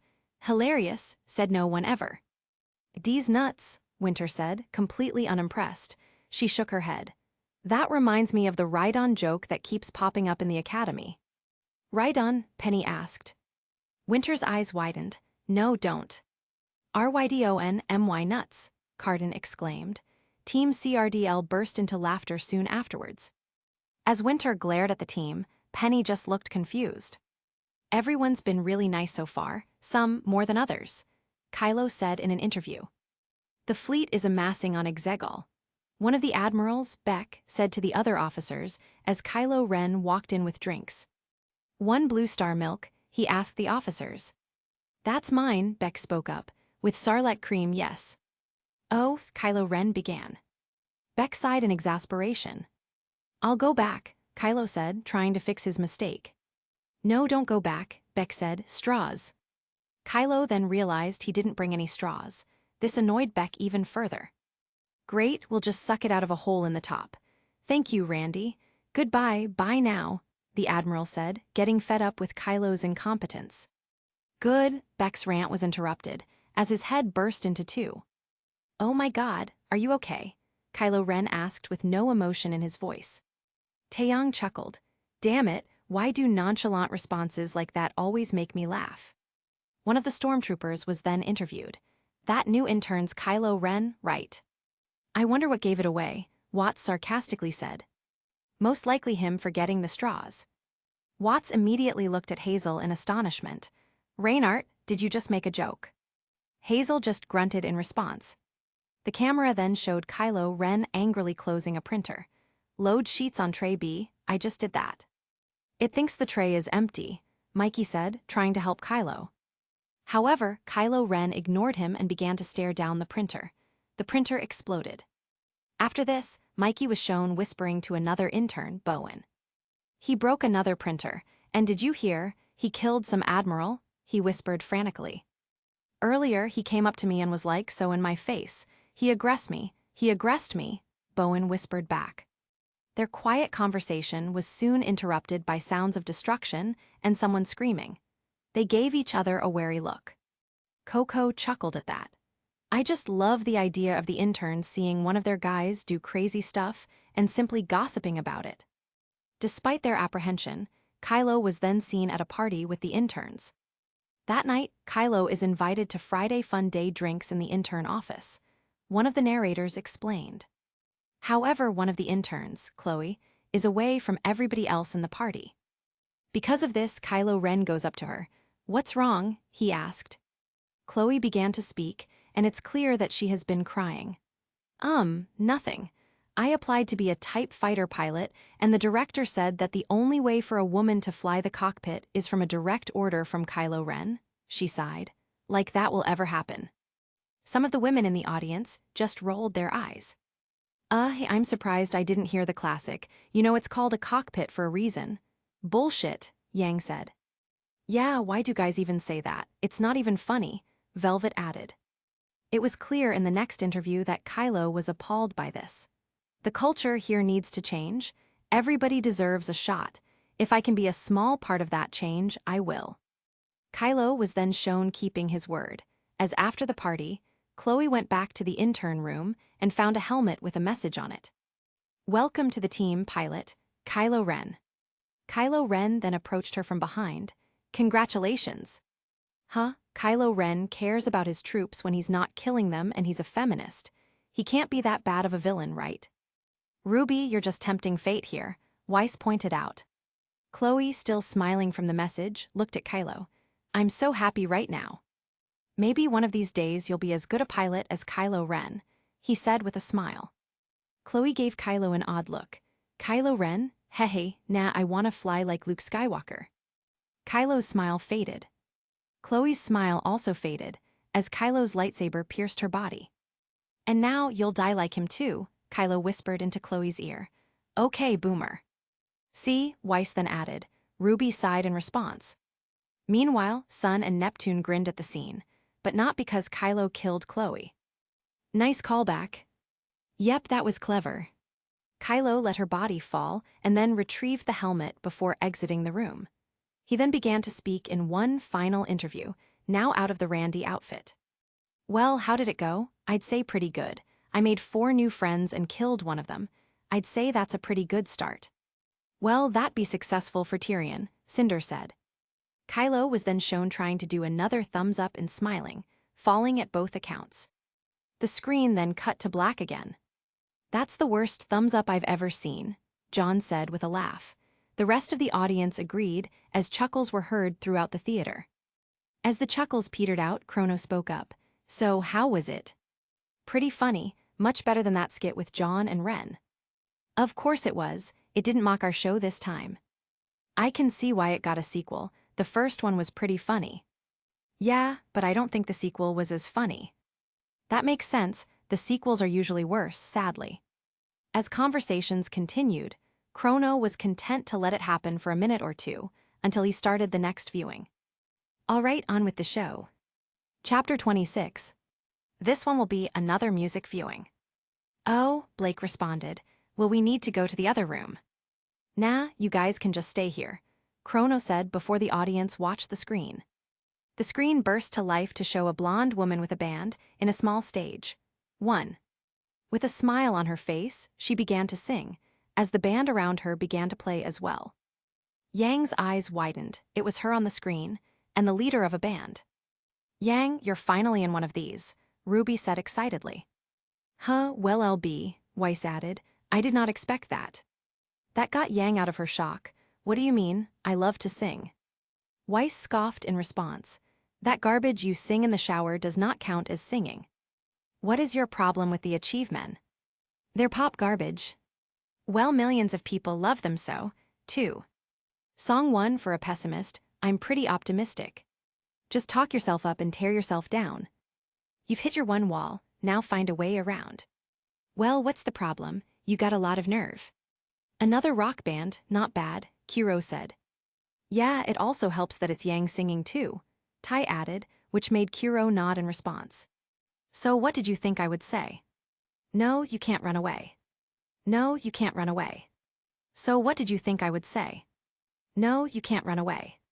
No, you can't run away. You wouldn't. I never wanted to say this. You never wanted to stay. I put my faith in you, so much faith. And then you just threw it away. You threw it away. I'm not so naive, my sorry eyes can see. The way you fight shy of almost everything. Well, if you give up, you'll get what you deserve. Raven heard the lyrics and got to thinking, huh. She looked back to Yang, enjoying the song, and nodded to herself. She might have said no, but I can't just give up. I will prove that I want to change. So what did you think I would say? No, you can't run away. No, you can't run away. So what did you think I would say? No, you can't run away. No, you can't run away. You wouldn't. I never wanted to say this. You never wanted to stay. I put my faith in you, so much faith. And then you just threw it away. You threw it away. You were finished long before. We had even seen the start. Why don't you stand up, be a man about it? Fight with your bare hands about it now. Yep, that sounds like Yang, John said with a chuckle. I guess some things remain the same no matter what universe it is, Pyrrha added. It makes sense though, doesn't it? John had swords in some of the universes we saw. You were even named Pyrrha, but in a different way in your viewing, and Nora was just as cute, awesome, Nora interrupted. Ren smiled. Well, yeah. I never wanted to say this. You never wanted to stay, well, did you? I put my faith in you, so much faith. And then you just threw it away. I never wanted to say this. You never wanted to stay. And I put my faith in you, so much faith. And then you just threw it away. Strong opening, Velvet said. The band ended the song and applause filled the room. Then, they began with the next song. Wait, there were people in the room as well, Neptune said, shocked. I guess so, maybe behind the camera, Sun questioned. It doesn't really matter to be honest. Song 2, Fences. I'm sitting in a room. Made up of only big white walls.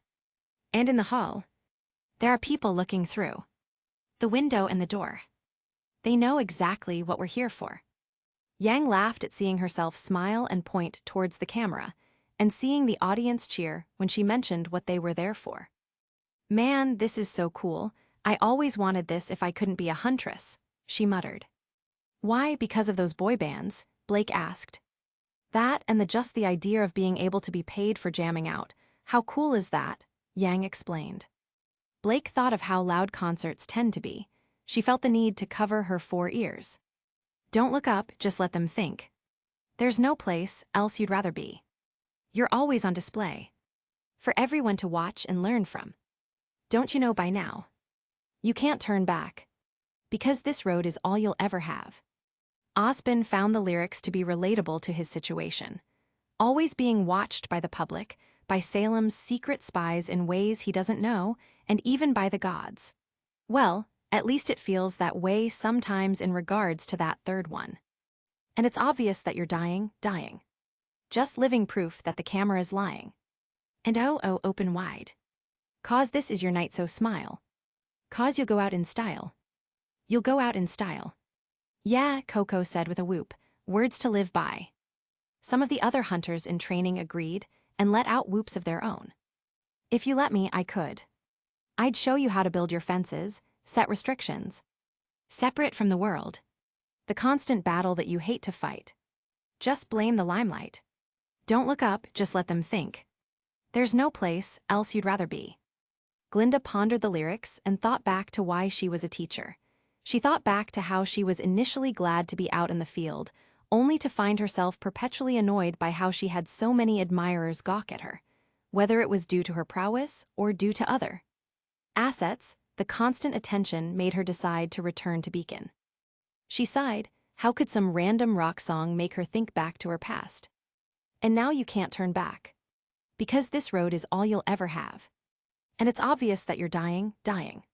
Just living proof that the camera is lying. And oh, open wide. 'Cause this is your night, so smile. Yeah, you're asking for it. With every breath that you breathe in. Just breathe it in. Yeah, well, you're just a mess. You do all this big talking. So now let's see you walk it.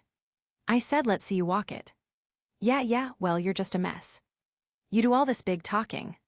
So now let's see you walk it. I said let's see you walk it. And it's obvious that you're dying. Just living proof that the camera is lying. And oh, open wide. Yeah, oh, open wide. Yeah, oh, open wide. 'Cause you'll go out in style. You'll go out in style. Not bad, but I feel like the band's not doing their heavy hits, you know, Cardin pointed out. Well, duh, concerts always leave the best stuff for last, Russell replied. Song 3, that's what you get. No, sir. Well, I don't want to be the blame, not anymore. It's your turn. So take a seat, we're settling the final score. And why do we like to hurt so much? I can't decide. You have made it harder just to go on. And why? All the possibilities, well, I was wrong. Why do we like to hurt so much? Nora wondered out loud. Well, pain and pleasure are closely related, Pyrrha explained. It's like love and hate. That's why I tended to find a bit of camaraderie with my rivals back in Sanctum. Like Arslan. Yep. That's what you get when you let your heart win. Whoa. That's what you get when you let your heart win. Whoa. I drowned out all my sense with the sound of its beating. And that's what you get when you let your heart win. Whoa. Cardin nodded his head. All right, now this sounds like a hit. I wonder. How am I supposed to feel when you're not here? 'Cause I burned every bridge I ever built when you were here. I still try. Holding on to silly things I never learn. Oh, why? All the possibilities, I'm sure you've heard. Blake hissed at the lyrics. I hate that this part is relatable, she added, as her cat ears deflated. Hey, at least you built those bridges back, Yang pointed out with a smile. Yeah, but only because we got transported here. If we never did, I'd probably still be avoiding my parents like a coward. Yang was undeterred by her partner's reasoning. That's true, but we did get transported and it happened, so no point dwelling on all the possibilities. Blake sighed. Yeah, I guess did you just make a pun based on what your other self sang? Yang grinned in response. I missed when you were being quiet. That's what you get when you let your heart win. Whoa. That's what you get when you let your heart win. Whoa. I drowned out all my sense with the sound of its beating. And that's what you get when you let your heart win. Whoa. Pain, make your way to me. And I'll always be just so inviting. If I ever start to think straight, this heart will start a riot in me. Let's start, hey.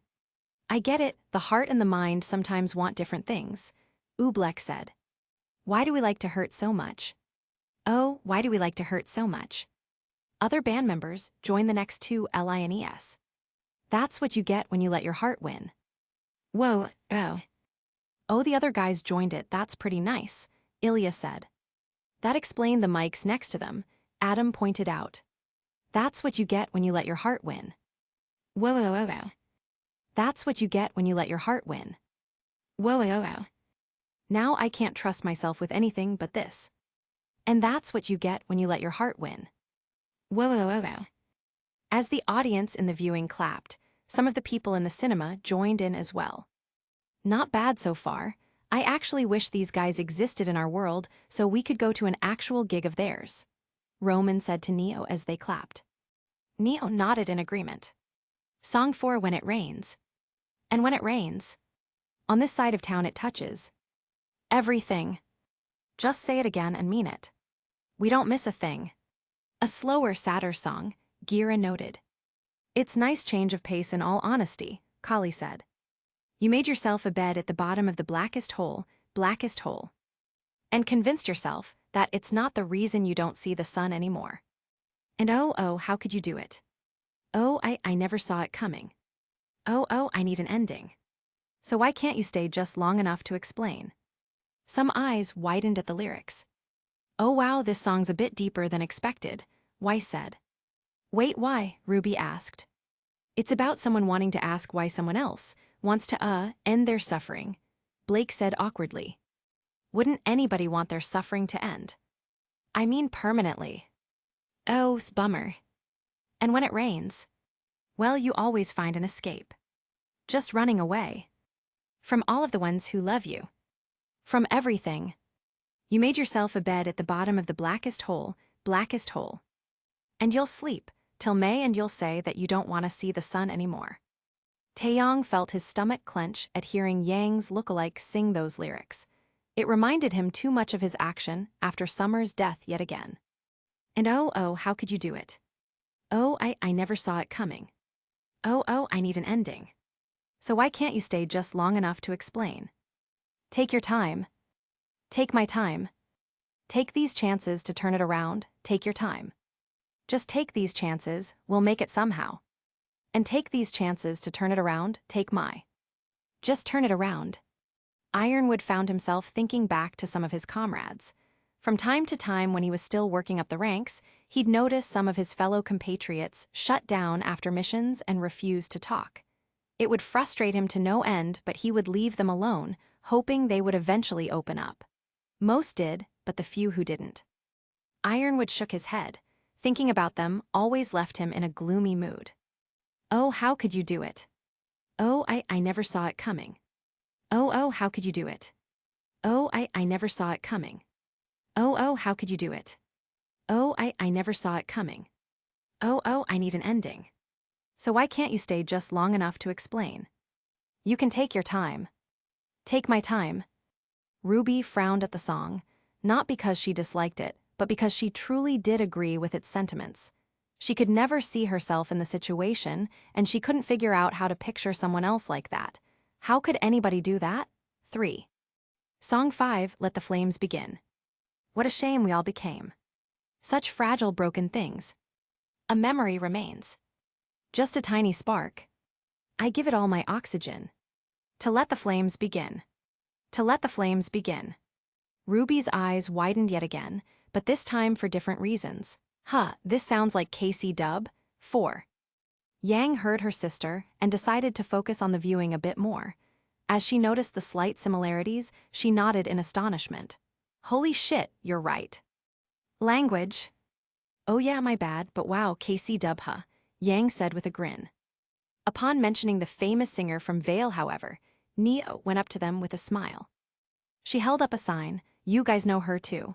SHE's SOO great. Oh glory. Oh glory. This is how we'll dance when they try to take us down. This is what will be, oh glory. Ruby squealed in excitement even more. It sounds just like this'll be the day. Neo looked at Ruby with wide eyes before writing again on her sign and holding it up. That's my favorite. Me too, Ruby exclaimed with a smile. That was then Roman joined in. Yeah, I remember that song blasting from your scroll when I tried to rob that dust store. Neo then turned around and glared at Roman. That confused the master thief. Neo, why did that make you mad? Neo then angrily wrote someone down and lifted up the sign yet again. Roman read.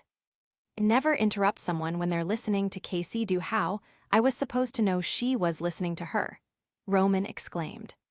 You should just know, Ruby said, agreeing with Neo. But also, it wasn't really him, just one of his goons, she added quietly. Somewhere weakness is our strength. And I'll die searching for it. I can't let myself regret. Such selfishness. My pain and all the trouble caused. No matter how long. I believe that there's hope. Weiss smiled at the lyrics. Seeing a singer who looked like Yang mention the same themes she did in her songs, even if it was a different genre, was heartwarming. The passion the singer had was infectious and fiery as well. Zio Long's puns have infected my thoughts. Buried beneath it all and hiding beneath it all and growing beneath it all and this is how we'll dance when they try to take us down. This is how we'll sing, oh. This is how we'll stand when they burn our houses down. This is what will be, oh glory. Reaching as I sink down into light, into light. Reaching as I sink down into light, into light. This is how we'll dance when they try to take us down. This is how we'll sing, oh. This is how we'll stand when they burn our houses down. This is what will be, oh glory. Taeyong grinned. Just for all the fire-related lyrics, this is the best one by far. A fiery song after a song about rain is pretty cool as well, Kiro added. Song 6, Misery Business. Hit that snare. I guess this is their most popular song, Sun pointed out, as he heard the crowd pop at the first few music beats. I'm in the business of misery, let's take it from the top. She's got a body like an hourglass, it's ticking like a clock. It's a matter of time before we all run out. When I thought he was mine, she caught him by the mouth. I waited 8 long months, she finally set him free. I told him I couldn't lie, he was the only one for me. 2 weeks and we caught on fire. She's got it out for me, but I wear the biggest smile. Coco heard the lyrics and thought back to her final year in Pharos. The amount of times she would hear from her friends about how they wanted certain boys and how some other girls stole them and how they couldn't wait for them to break up. A bit inane, but the song reminded her of those times. I guess it makes sense that the singer is Yang. She does sound a bit young here too. 5.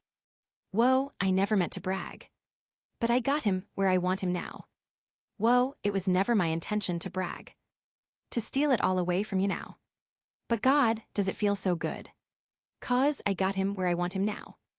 And if you could, then you know you would. 'Cause God, it just feels so.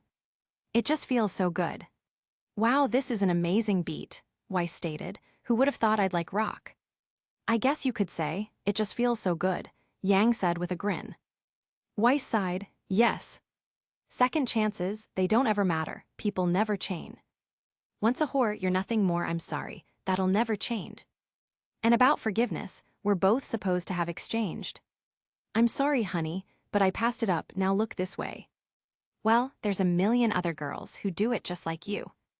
Looking as innocent as possible to get to who they want and what they like, it's easy if you do it right. Well, I refuse, I refuse, I refuse. Once a whore, you're nothing more. That sounds a bit mean, Penny said. 6. Well, the entire song has been kind of spiteful, so it's not surprising the lyrics would say that. Winter added. Whoa, I never meant to brag. But I got him where I want him now. Whoa, it was never my intention to brag. To steal it all away from you now. But God, does it feel so good. 'Cause I got him where I want him right now. And if you could, then you know you would. 'Cause God, it just feels so. It just feels so good. I watched his wildest dreams come true. And not one of them involving you. Just watch my wildest dreams come true. Not one of them involving. Guitar solo. Nothing beats a good solo, Ty said with a grin. Whoa, I never meant to brag. But I got him where I want him now. Whoa, I never meant to brag. But I got him where I want him now. Whoa, it was never my intention to brag. To steal it all away from you now. But God, does it feel so good. 'Cause I got him where I want him now. And if you could, then you know you would. 'Cause God, it just feels so. It just feels so good. I can see why they'd end it with that song, John said with a smile as he heard the audience in the viewing cheer as the band left. Just wait for it. Song 7, Born for This, audience singing along is in brackets. Oh, they're calling for an encore. Pyrrha said as she heard the audience behind the camera screen.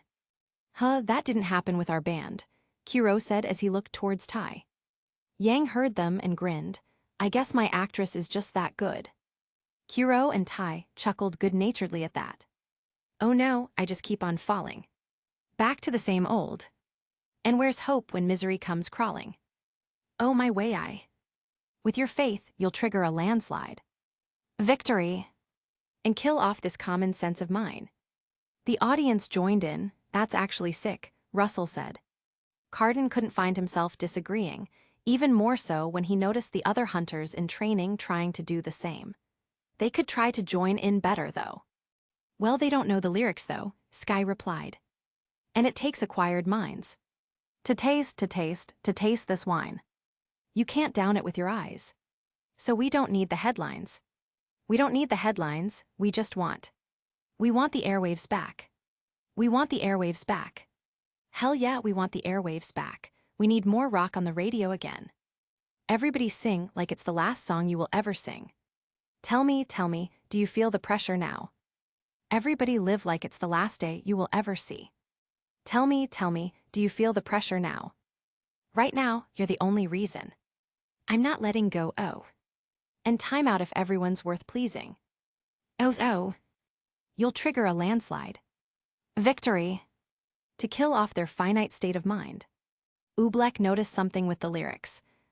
Is this a response to critics? He mused.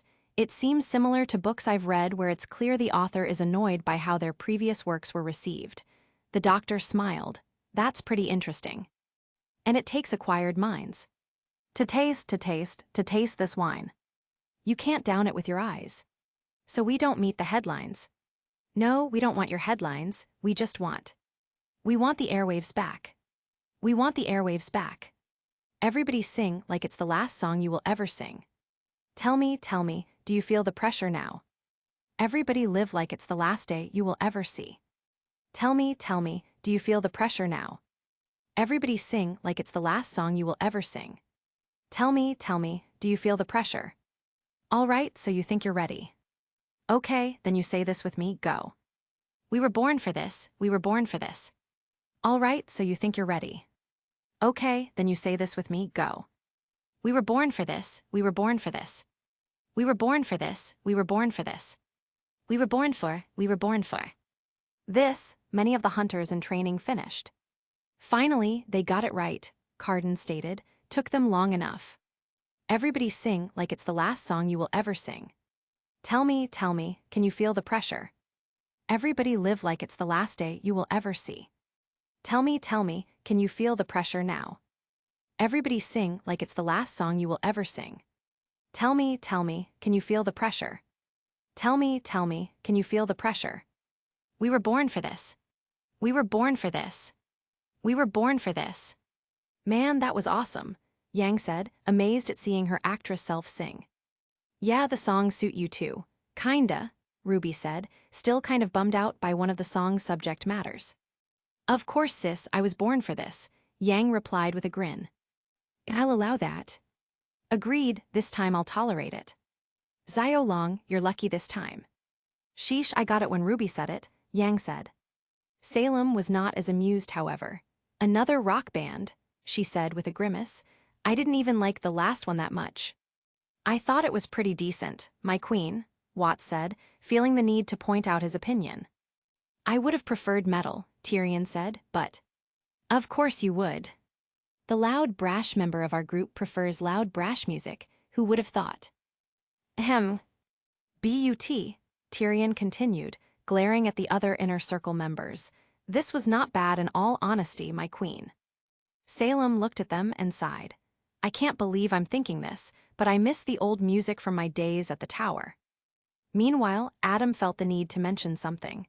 Honestly, there isn't really much to say. What do you mean? Chrono asked. Adam explained.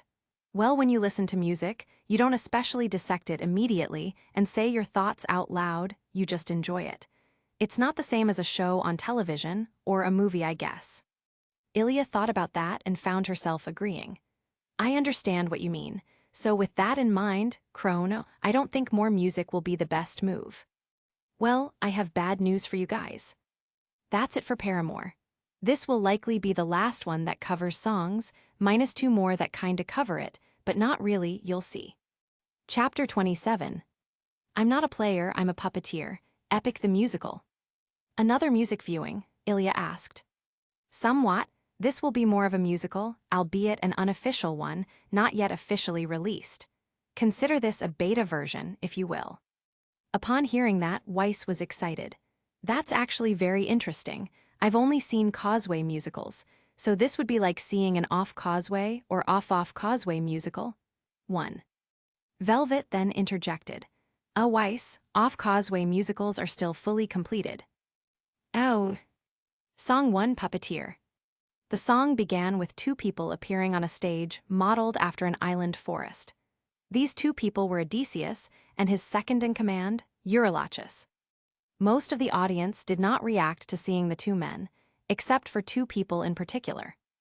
Ospen immediately blanched upon recognizing who was playing Odysseus. My original body, he thought. Meanwhile, Salem immediately gasped upon seeing Ozma's visage in the context of a musical. This made her peons curious. She recognizes that person, Watts thought. Eurylochus. Captain, I have something that I must confess. Something that I must get off my chest. Until it is said, I cannot rest. Captain. Odysseus. Eurylochus. Go make sure this island is secure.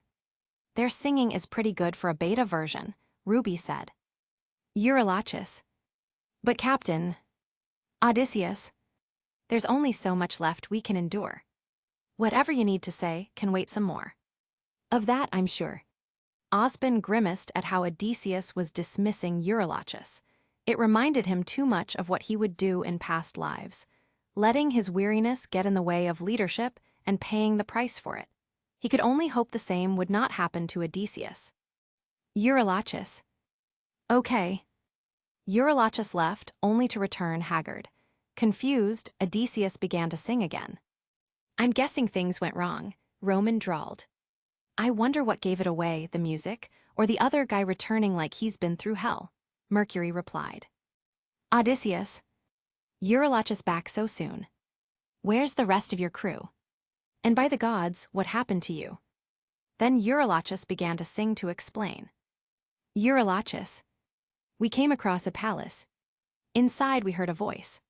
It seemed to show no malice. To greet it was our choice, but nothing could prepare us for the power that awaited inside. Ooh, this is intriguing, Nora said as she began to nod to the beat. Odysseus. What did this palace hide? Eurylochus. Sir, since we left home, we faced a variety of foes from a wide range of places. Gods, monsters, you know, the roster hostile creatures that we could resist. But this was a hell of a twist, cause we are weak to a power like this. Odysseus spoken. What was it? Eurylochus spoken. A woman. What? Blake said. Really, a woman, Emerald said, feeling skeptical. Hey, it makes sense if you think about it, Mercury pointed out. Emerald rolled her eyes. I know that it's just, really. There was a pause. Odysseus was dumbfounded. Odysseus spoken. What? Exactly, Blake said. Eurylochus spoken. She had us in just 2 words. The stage, where Odysseus and Eurylochus were standing, went dark, as an upper platform with railings and a fence was illuminated. Up there was Circe, and some of Odysseus' men. Circe. Come inside. Odysseus spoken.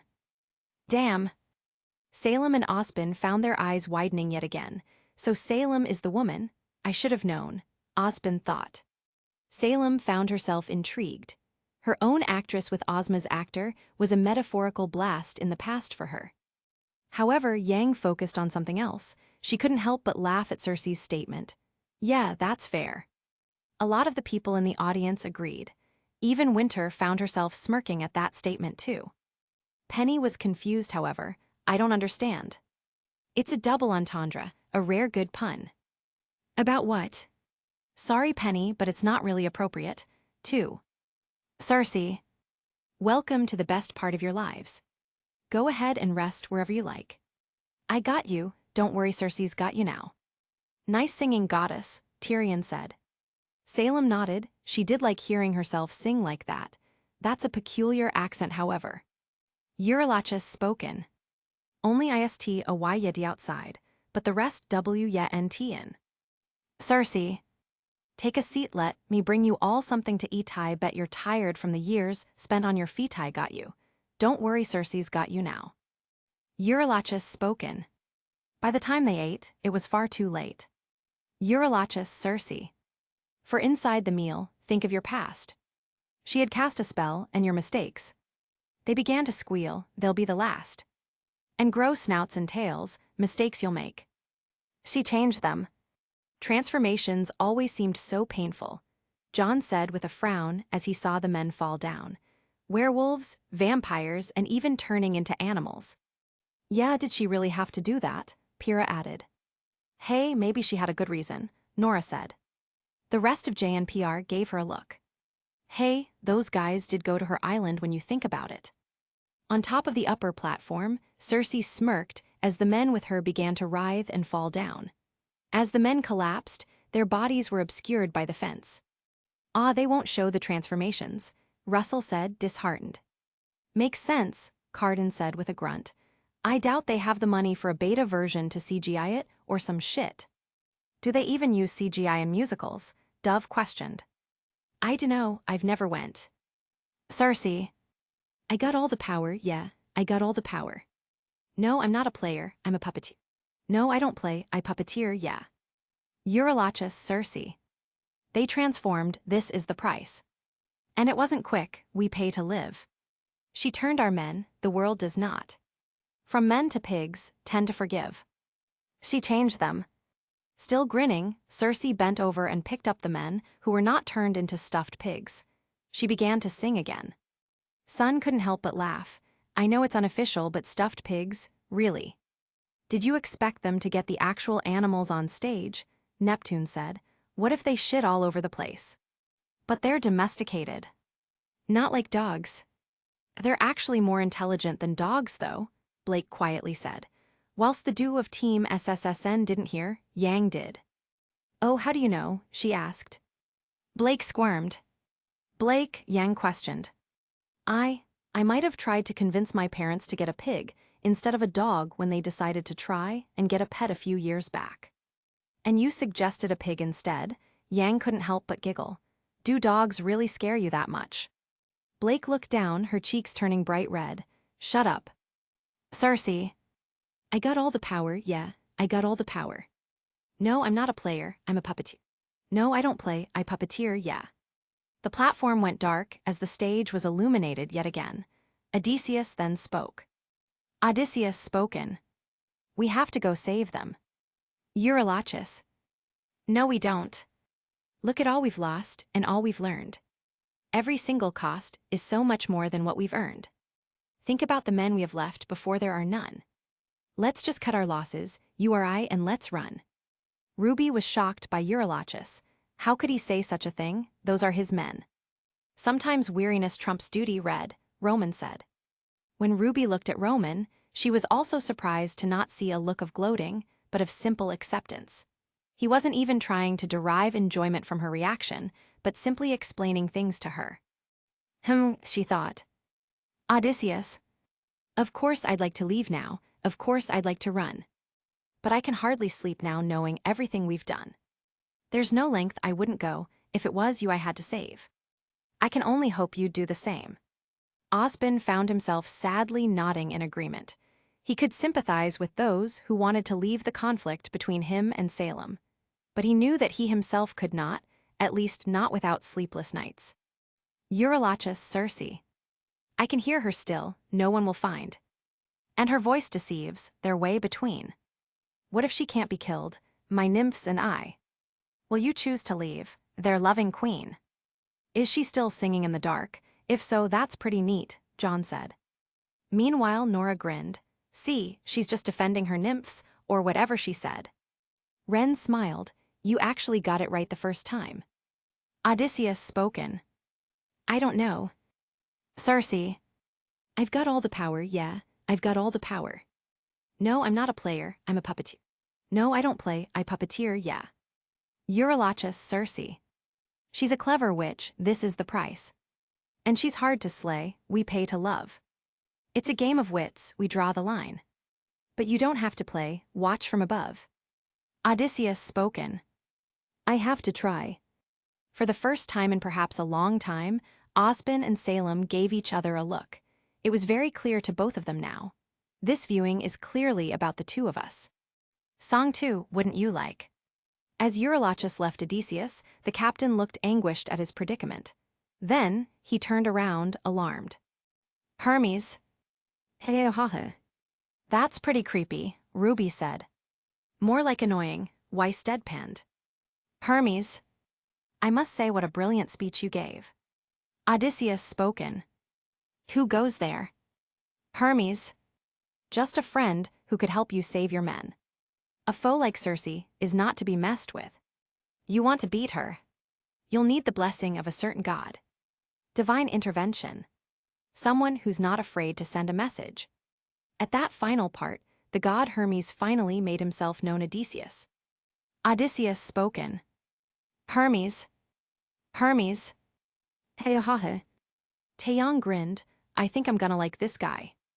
Hermes. Wouldn't you like a taste of the power? Wouldn't you like to use more than words? Deep in the night, the fight lasts for hours. You can be hurt or you can beat her. Wouldn't you like to yeah some of the magic? Wouldn't you like your yeah preferred? Deep in the night, the fight can be tragic. I'll help you conquer her. As Hermes was dancing around Odysseus, he urged the captain to join in. Instead, parts of the audience joined in. Hermes. She can turn you into an animal that'll end up on her plate. She can all but make you fall in love like you're on your 100th date. She can conjure up a monster that'll grind you to the bones. She has all the ways to haunt you when you take her on alone. She sounds just as powerful as the humans back in the day, Ospen thought. The entire ensemble of the cast then joined in with Hermes as Odysseus began to start moving around with the beat. Hermes and ensemble. Wouldn't you like a taste of the power? Wouldn't you like to use more than words? Deep in the night, the fight lasts for hours. You can be hurt or you can beat her. Wouldn't you like to have some of the magic? Wouldn't you like your outcome preferred? Deep in the night, the fight can be tragic. I'll help you conquer her. Oh. Hermes then brought out a flower. Hermes. Here in the root of this flower. There lies such a power to take her on. You must consume and digest it. Then you'll manifest a being of your creation. All you need's imagination. Though it's only for a moment. Till you've beaten your opponent. Hermes spoken. And I call this root, holy moly. Odysseus spoken. Hermes. As Hermes laughed at his pun, Odysseus ate the flower and felt a power grow within himself. Then they both danced. Nice one, Hermes, Yang said with a grin. Oh man, I love the puns in this one. Hermes and ensemble. Wouldn't you like a taste of the power? Wouldn't you like to use more than words? Deep in the night, the fight lasts for hours. You can be hurt or you can beat her. Wouldn't you like to have some of the magic? Wouldn't you like your outcome preferred? Deep in the night, the fight can be tragic. I'll help you conquer her. Hermes and ensemble, Odysseus. Oh, wouldn't you like a taste of the power? Wouldn't you like to use more than words? Oh, deep in the night, the fight lasts for hours. You can be hurt or you can beat her. Oh, wouldn't you like to have some of the magic?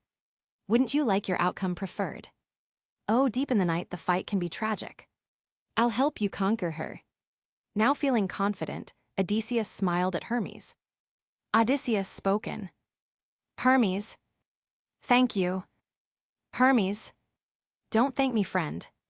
You very well may die. Haha, good luck. Most of the audience then sat back down. Not bad, it was less plot, more vibes it seems, Neptune said. That's fine, but we did get a little bit of plot, Sun added. Yeah, the whole, here's something that can help you win like in a video game, but that's pretty much it. 3. That's pretty much a big part of it, but alright. Song 3 done for. As Hermes left, a curtain went over the stage, before opening up after a few seconds to show a different area compared to the island forest. It was Circe's lair. Grinning, Odysseus slowly walked to Circe, who was intrigued by his appearance. "Ooh, new area," Velvet said, mesmerized by the new surroundings on the stage. Even if it was not official, she was happy to see the effort put into the background. "Odysseus, Lady of the Palace, sorry that I ask this, but I hope that I've been misinformed. I sent out some scouts to take a look around through here, and they wound up at your doors. Through the years, we seldom get a warm welcome, so I must ask just to be sure." Odysseus spoken. "Did you do something to them?" Circe. "Who, me? All I did was reveal their true forms." Odysseus spoken. "You turned them into pigs." Circe. "Huh?" Cinder couldn't help but chuckle at that. Same with quite a few of the women in the audience. "All right, that was pretty funny from her," Weiss said with a smile. Circe. "I don't know who you are nor why you're here. But let me make this one thing clear. I've got people to protect. Nymphs I can't neglect, so I'm not taking chances, dear. If you make one wrong move, then you're done for. Anything I don't approve, then you're done for. I could put a spell on you, and you're done for. Boy, you better run or soon you will be done for." Circe sang of all this as she confronted Odysseus, preparing for a battle. But Odysseus simply smiled in response. "I understand, girl, but he had some holy moly. He's about to kick your ass," Coco said, as if Circe could hear her. "I wonder what it does," Fox thought. Odysseus. "I don't mean to tip your scale, but you will fail at placing any spells on me. I just ate a flower, one that claims your power. So you better cower now and flee." Circe. "You must be a liar. Mortals can't acquire moly without dire consequence." "Wait, so it's just moly? That's kinda lame," Nora said with a pout. "I thought that was obvious since Hermes was clearly saying a pun. Why else would Yang laugh at it?" John pointed out. Nora went red and turned away from him with a huff. "I totally knew that. What do you mean?" Ren just laughed and hugged Nora. Odysseus. "Then I must be a god like you. 'Cause I got this root from the ground with my bare hands." But Circe simply smirked. Circe spoken. "Hermes gave it to you, didn't he?" Odysseus spoken. "Okay, fine, yes, but regardless." The two began a half-dance, half-battle. I love the honesty from the guy. Damn, they didn't mention their names, did they? Only Hermes and the Yuri guy. Sun just realized. "Odysseus is the captain, Circe is the witch," Chrono said. Odysseus. "You and I are now evenly matched. Our fates are intertwined, they're attached." Circe and Odysseus. "I've got people to protect. Friends I can't neglect. So now there is no turning back. You've made your one wrong move, now you're done for. I will be the one to prove that you're done for. Not even a spell saves you 'cause you're done for. Oh, you better run or soon you will be done for." "I like that. They might be enemies, but they both think they're doing the right thing," Glinda said. "And that's the best we can do at times, is it not?" Osbin smiled at that. Wise words. Odysseus then used the power of moly to lunge at Circe, forcing her to the ground. Odysseus spoken. "You've lost." "Wait, that's all that moly does. Man, that drug is lame," Roman exclaimed. 4. But Circe simply glared at him. Circe.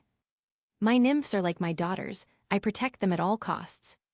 The last time we let strangers live, we faced a heavy loss. You've given me no reason to bestow you with my trust. But everyone's true colors are revealed in acts of lust." As Circe finished, she had gotten up and gave a knowing smile at Odysseus. Odysseus spoken. "I'm not sure I follow." Osbin frowned. "I think I can follow." He also noticed Salem having a similar look on her face. Song 4. There are other ways. Circe began to sensually sway in front of Odysseus. "I thought she was a witch, not a temptress," Ruby joked. "Can witches not be temptresses?" Penny then asked. "Huh? Can witches not also be temptresses as well?" Penny reiterated. "Oh, well, it was just a joke," Ruby said. "But nobody else is laughing, and I don't see a punchline." Ruby went red. "Yeah, Ruby," Weiss said with a grin. Where's the punchline? Yang and Blake then joined in. Yeah, where's the funny rubes? I know they're just kidding, but seriously, I didn't even know that was a joke. Ruby squirmed. It's 'cause you know, witches and temptresses are different tropes in shows. Ruby sighed. It was just a bad joke. Cersei. There are other ways of persuasion. There are other modes of control. There are other means of deceit. There are other roads to the soul. There are other actions of passion. You have so much left to learn. Want to save your men from the fire? Show me that you're willing to burn. Whoa. Odysseus looked at her in horror. Eventually, he sighed and closed his eyes, beginning to sing as well. He gets to have a fun time with a sexy witch? Mercury asked. Sounds like a good deal to me. Emerald got annoyed. Well, he clearly doesn't want to. Just because you might want it doesn't mean he wants it, she passionately said. Mercury startled at that. Whoa, Em. Don't worry about it. But just drop it. For some reason, Mercury felt compelled to ask more, but he decided to honor her wishes for once. Odysseus, Cersei. Who's to say, with all the mistakes I've made? Don't be afraid. That they will be the last. Think of your past. Mistakes I ever make. Don't break when. Odysseus and Cersei. There is so much power. So much power. But there's no puppets here. Cersei went up close to Odysseus and cupped his face. Osmond's stomach clenched when he saw the romantic action. Oh, how he missed it. But he knew it would be impossible for that to come back to his life. She was too far gone. Cersei, Odysseus. This is the price. I'm just a man. We pay for love. There is the line. I'm just a man. Never enough. So much power. So much power. Forgive me. But there's no puppet here. But as Cersei began to go in for a kiss, Odysseus stepped away. Odysseus spoken. I can't. Oh wow, Kiro uttered. I expected him to fold. He's not like you, Ty joked. He has self-control. Kiro sputtered at that. You're the last person who should be saying that. Ty just laughed at Kiro's incredulous response. Then, the captain began to explain. Odysseus. Back at home, my wife awaits for me. She's my everything, my Penelope. And she's all my power, all my power. But it's been 12 long years. Oh, 12 long years since I have seen my wife. And now the god of tides is out to end my life. So I beg you, Cersei, grant us mercy, and let us puppets leave. Gyara smiled at that. He was happy to see another viewing where the main character was, what did the kids say nowadays, a wife guy. He just wants to see her again. I can fully understand. He went to hug Kali, who reciprocated with a smile. Odysseus finished his explanation, now on his knees pleading for Cersei to understand. In the end, Circle couldn't help but look sympathetically at the man. Cersei spoken. Ah, Poseidon A. Wow, that worked, Roman said, genuinely baffled. Yeah, true love can make anybody change, Tilda, Ruby exclaimed. True love prevails over all, John also exclaimed. The two then began to chant. True love, true love, true love. Smiling at the two, Ren then joined in. Then Nora. Then Pyrrha. Then Yang. Then, after being nudged into doing so, Blake and Weiss. Then, the rest of the hunters in training. Roman was about to say something then about it. I am gonna try to change to help Neo though, right? He couldn't help but smile. I guess Red has a point. Cersei. There might be a way to evade him. There might be a way to get home. Though this other way's very dangerous. It might be your one final hope. I know of a brilliant prophet. Problem is this prophet is dead. I can't get you home, but I'll get you to the underworld instead. I'll release your men, and I'll get you to the underworld instead. Shocked at Cersei's change at heart, Odysseus stood up. Odysseus spoken. Wait, you're helping us. Cersei smiled in response. Osmond found himself shocked just like Odysseus as well. Seeing his ex-wife, albeit in a vastly different context, actually change her mind and try to help had thrown him for a loop. Could Salem also change then? Is that what this means? Cersei. There are many ways of persuasion. There are many modes of control. maybe showing one act of kindness leads to kinder souls down the road. I remember actions of passion. I have been in love once before. Maybe one day, the world will need a puppeteer no more. Or maybe one day, the world will need a puppeteer more. As Circe sung this, the men she turned into pigs reappeared and joined in with her dance. Yeah, the men turned back, Nora said, as the other hunters also cheered. As they cheered, Osbin was still lost in thought. Maybe showing one act of kindness leads to kinder souls down the road. It's like that chat I had with Salem all those years back. Victory is in a simple and kind soul, huh? He remained quiet, pondering. Soldiers. So much power, so much power. But there's no puppet here. No, she's not a player, she's a puppet. No, she's not a player, she's a puppet. Yeah. Smiling at this turn of events, Odysseus gave Circe a nod of thanks. The curtain went down, the screen turned to black. I can already tell you guys liked it, Chrono said. Heck yes, that was so cool, Ruby said animatedly. That second song was the best one in my opinion, John said. Well, I loved the duet in the third and fourth ones, Weiss added. Damn, nobody has the first one as their fav, Yang said. As the hunters in training discussed which song was better, Osbin continued to think. Could I talk to her? We are still in this cinema. Perhaps if I can get her alone. Meanwhile, Salem was having opposite thoughts. At first, seeing Ozma again and seeing herself sing was a bit exhilarating at first, but the ending soured her mood. She mentally scoffed. I see what the message is, and I reject it. I've played the game of love before. Of hearing HIM out. No more, I won't play anymore. After all, she smiled, I'm a puppeteer now, aren't I? Chapter 28. The Dragon Slayer, Peacemaker. I'll be honest, I'm excited for this one, so let's just get on with it, Chrono said as he pressed play. The screen burst to life as Home Sweet Home by Motley Crue began to play. My heart's like an open book for the whole world to read. Sometime nothing keeps me together at the seams. Another music viewing, seriously, Neptune said. I literally said this would be something different, just wait a second, Chrono replied. As the song was playing, two boys were shown in a messy bedroom sitting down with vinyl records on the ground, nodding their heads to the rhythm. I'm on my way, I'm on my way. Home Sweet Home. Neptune had the decency to look sheepish. Oh. Jumping to conclusions like that wasn't very intellectual of you, Nep, Sun said with a snicker. Neptune just groaned in response. Wanting to change the subject, he analyzed the two boys on the screen. Who are those guys, though? Maybe a younger version of someone here, like with Nora that one time. As he looked around, he saw no signs of recognition from anyone. I guess not. The older boy was also using pencils and his knees as a pretend drum kit, whilst the younger boy was holding a vinyl and looking at the older boy with a big grin on his face. It's a bitch song, but it still rocks, the older boy said.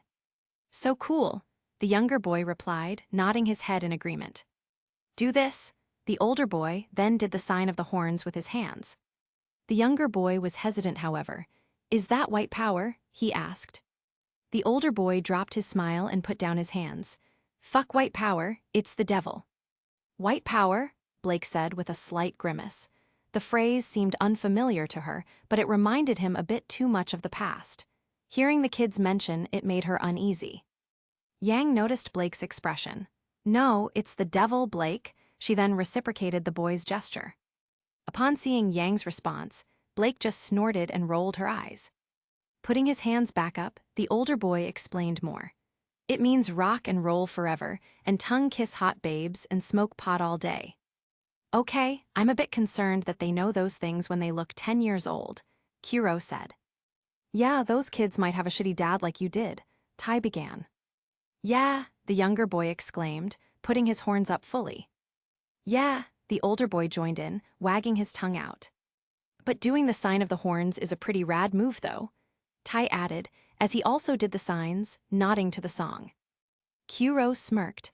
I can see why you were part of that band that we saw earlier. Hey, don't act like you aren't nodding your head too, and you were part of it as well. The two boys then began to do air guitars and more horn signs as they rocked out to the song. Home Sweet Home. However, their jam session was interrupted. An older man walked into their room. "Your old man's ready for you two maggots." Tai and Kuro immediately frowned. "Shit, we were right." In response, both boys put up horns and stuck out their tongues at the man, growling in anticipation. The scene then changed to another man taking money from others. "All right, motherfuckers, let's go, bet's right here. Let's go, let your money talk, come on." This was the boy's father, Augie. As Augie was continuing to ask for more bets, the crowd he was in clamored in anticipation and laughed with excitement. As the brothers arrived, the crowd then began to cheer. They were then directed to a dirt pit, a makeshift arena.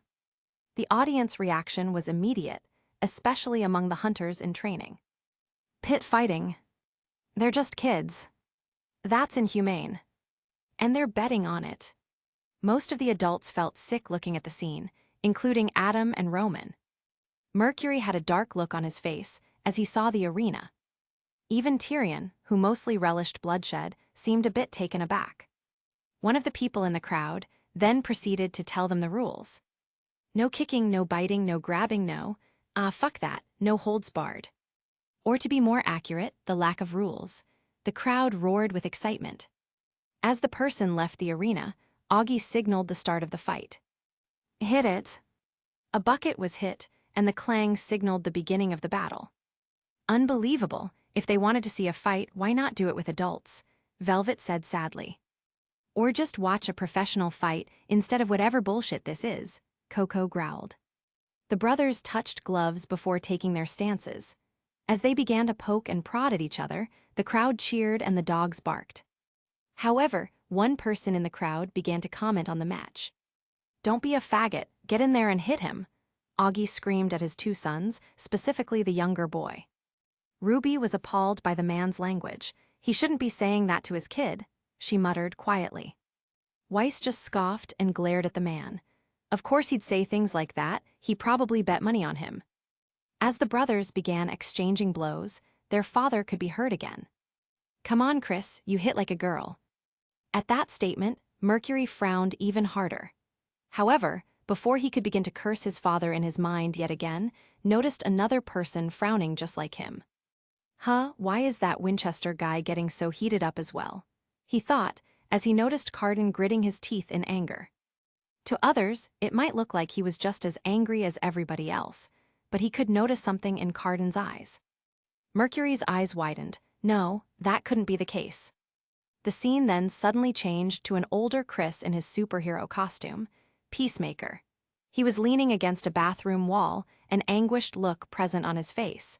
As he was in the bathroom, the news could be heard in the background. Dove, Russell, and Sky immediately gasped. "Carden. Card. Dude, that's you, and you're older too." One.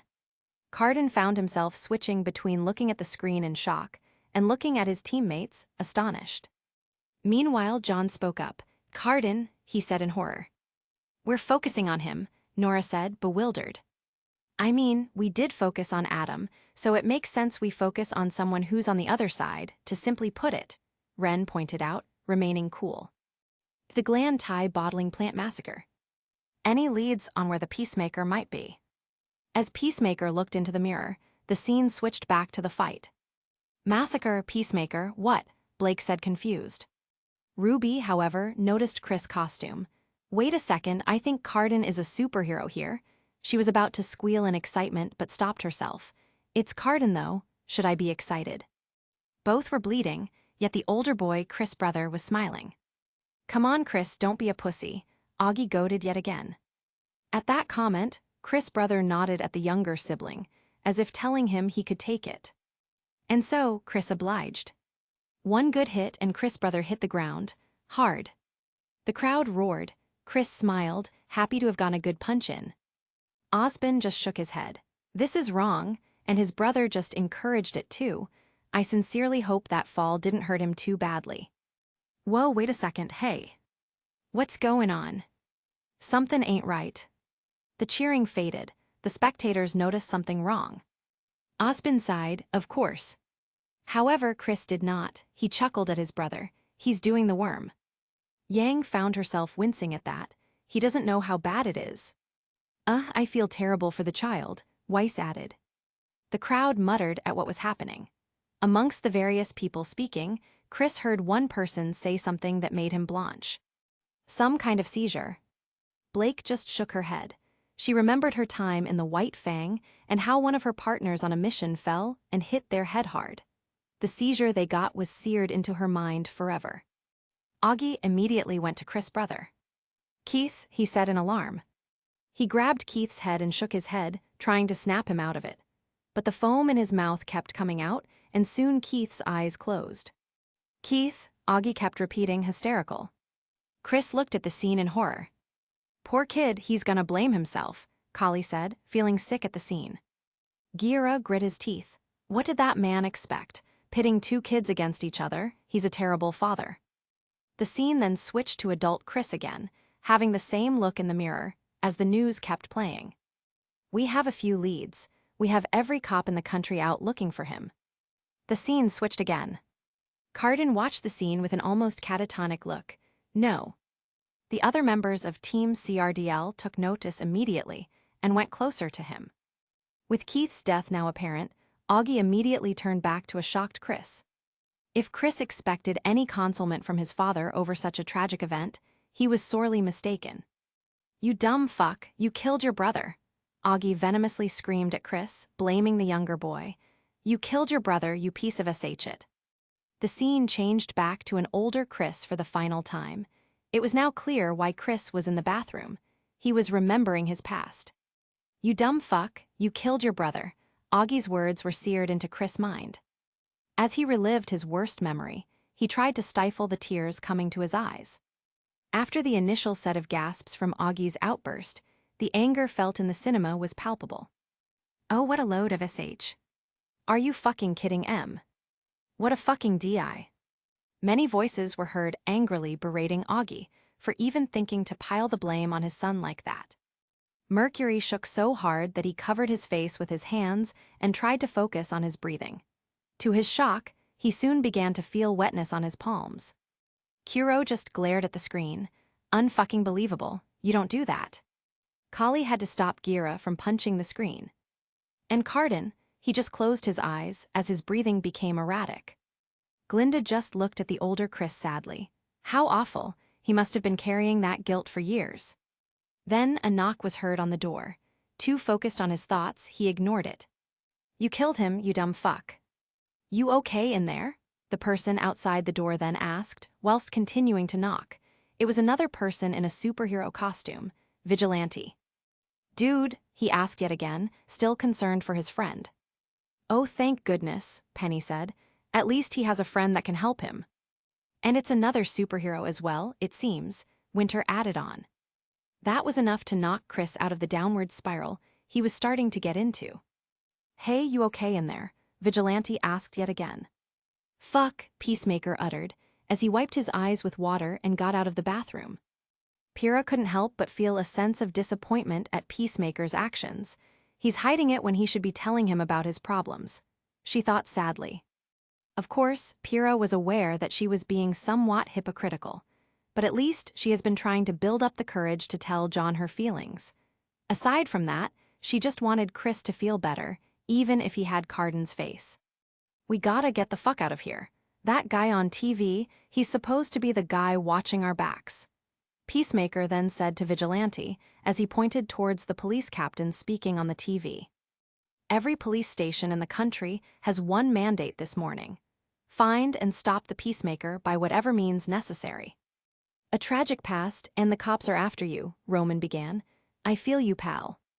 Ruby turned around. "You had an abusive father who made you kill your father."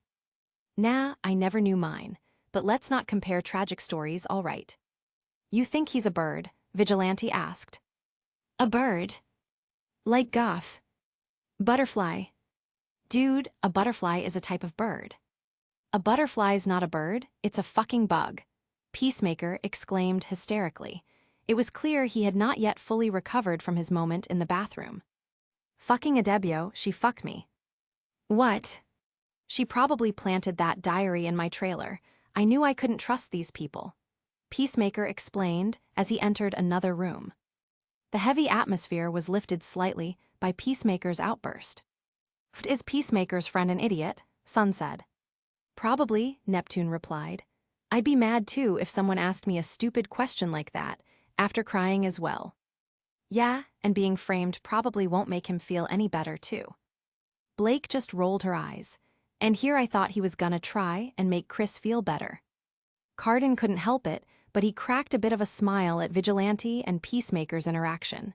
Heck, it's just like us, he thought as he looked at his friends sitting close with him. He expected to see someone there, and was taken aback as the room was empty. Where the fuck's Judah Master? Judah Master was supposed to be there, Vigilante asked. Instead of worrying about it, Peacemaker decided to do something else. Fuck it, can't worry about it now. He grabbed a bag with his belongings, including his Peacemaker helmets, and began to walk out of the room. Move, he said to Vigilante, telling his friend to come with him. All right. Fair enough then, Coco said, as she decided to drop her question about whoever the hell Judah Master was. The scene then switched to Augie, now in his white dragon costume. He was surrounded by his white supremacist followers, as he was briefing them on how they were going to find Peacemaker using an iPad. I've got all the Peacemaker helmets programmed in. These ones at the police station, they must have been confiscated yesterday. But these ones, that's gotta be Christopher. He explained as he showed a map that tracked Chris. That's him, one of the White Hoods said in agreement. Many hunters in training glared at the white dragon when they heard his voice. First he abused his son and now he's tracking him down. I hate this guy, Nora whined. And he has such a cool suit too, Yang added morosely, liking the dragon get-up. I dunno, I think blue would look better than red on him, John added, too. The scene then switched back to Peacemaker and Vigilante. The diary is fake. Of course it's a fake, Peacemaker explained as he proceeded to get more stuff that he would need. If I was gonna write a diary, it wouldn't be a diary, it'd be a fucking journal. Well, I would read anything you wrote, dude. I bet you could do some bomb poetry. The conversation was then interrupted by their fellow team member, John Economos, who entered the room. Dude, I thought you said you didn't write a diary. I didn't, did you see that thing? It looked like it fell out of my fucking vagina. Do I look like the type of guy to stay up all night collaging Jupiters and aliens and shit to put on the front of my fucking diary?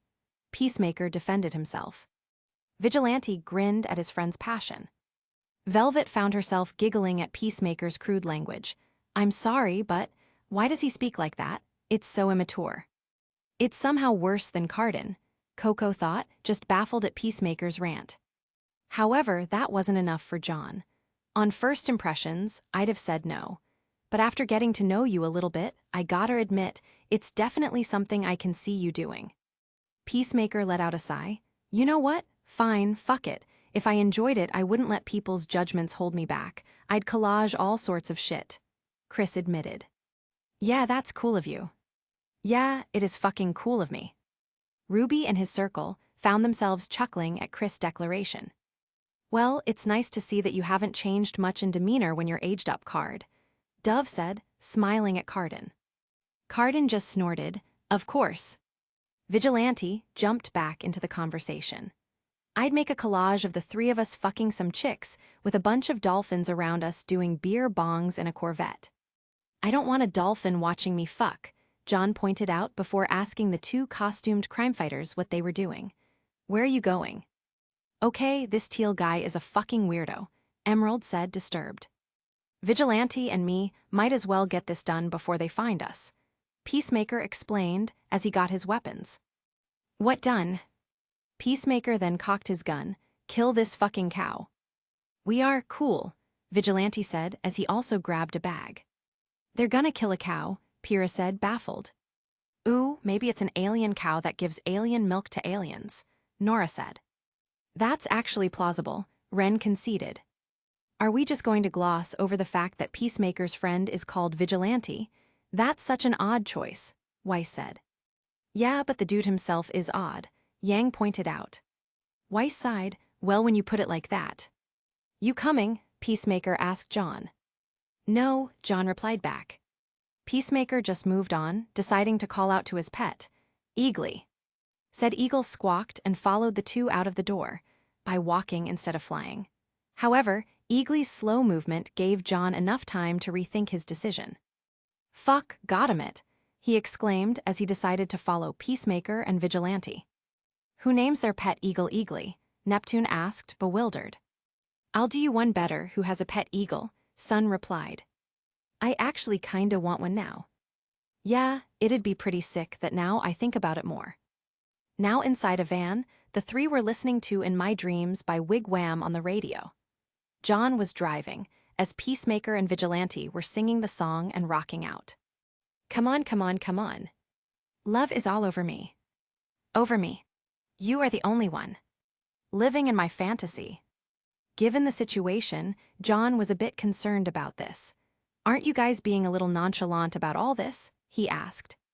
"Economos, are you insinuating there is a wrong time and a right time to rock?" Peacemaker asked back before he and Vigilante began to put up horn signs and wag their tongues. John just rolled his eyes in response. Ironwood found himself smiling at the scene.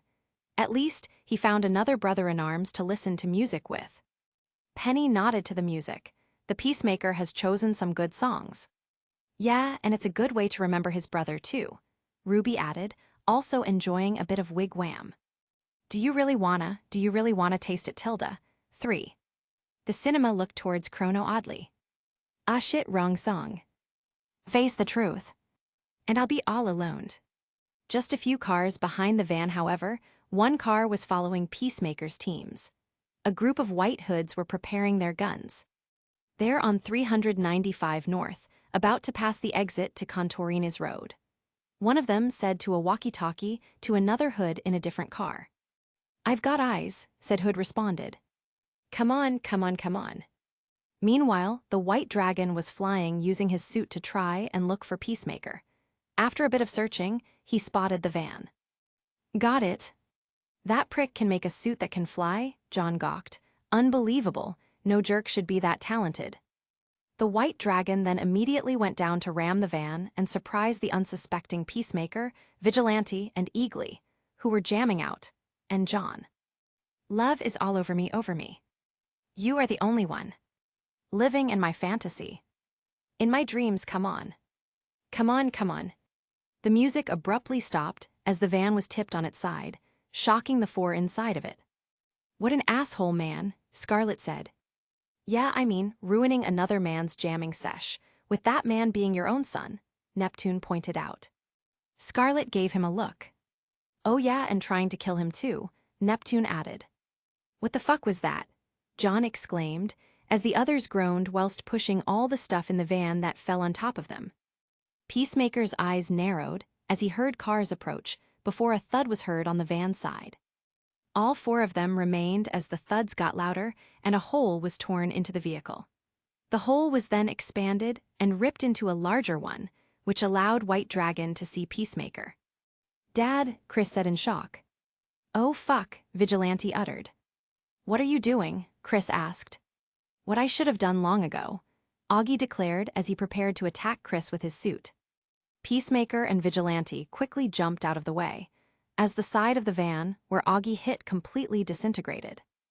Gira and Ty both grit their teeth. That fucking piece of shit, they collectively thought. "Long ago, did he want to kill his son even since he was a kid?" Ruby said, paling at the thought.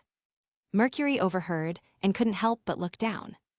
Before Peacemaker could get up from his jump, however, White Dragon immediately went up to him for another attack, only for Vigilante to use his rifle to fire gunshots. They were enough to distract and hurt Augie, allowing Vigilante to redirect him out of the van with his gunfire. Cinder couldn't help but be surprised. He might be crazy, but he's competent. "So another Tyrion then," Watts added. "I heard that," Tyrion said, frowning. "No, not exactly, Arthur," Cinder said before smirking. "Vigilante is a lot less annoying." Watts laughed at that. Tyrion just frowned harder. "I'm gonna poison you guys for that." With Vigilante providing an opportunity for them to escape, John and Eagly immediately took it.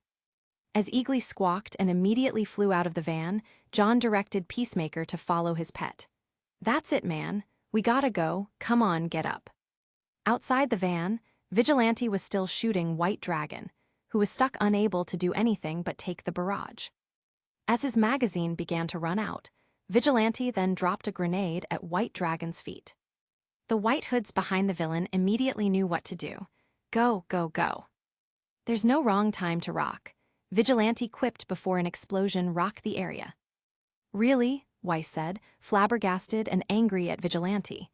That's your first choice after running out of ammo. To be fair, he was surrounded by a lot of people already, so he couldn't reload, John said, trying to defend Vigilante. He could have gone back inside. That's where Peacemaker and Economos are, though. Weiss was stunned. John had a good point. And besides, he's wearing battle armor, so clearly that means he has a wicked good healing factor, Nora finished.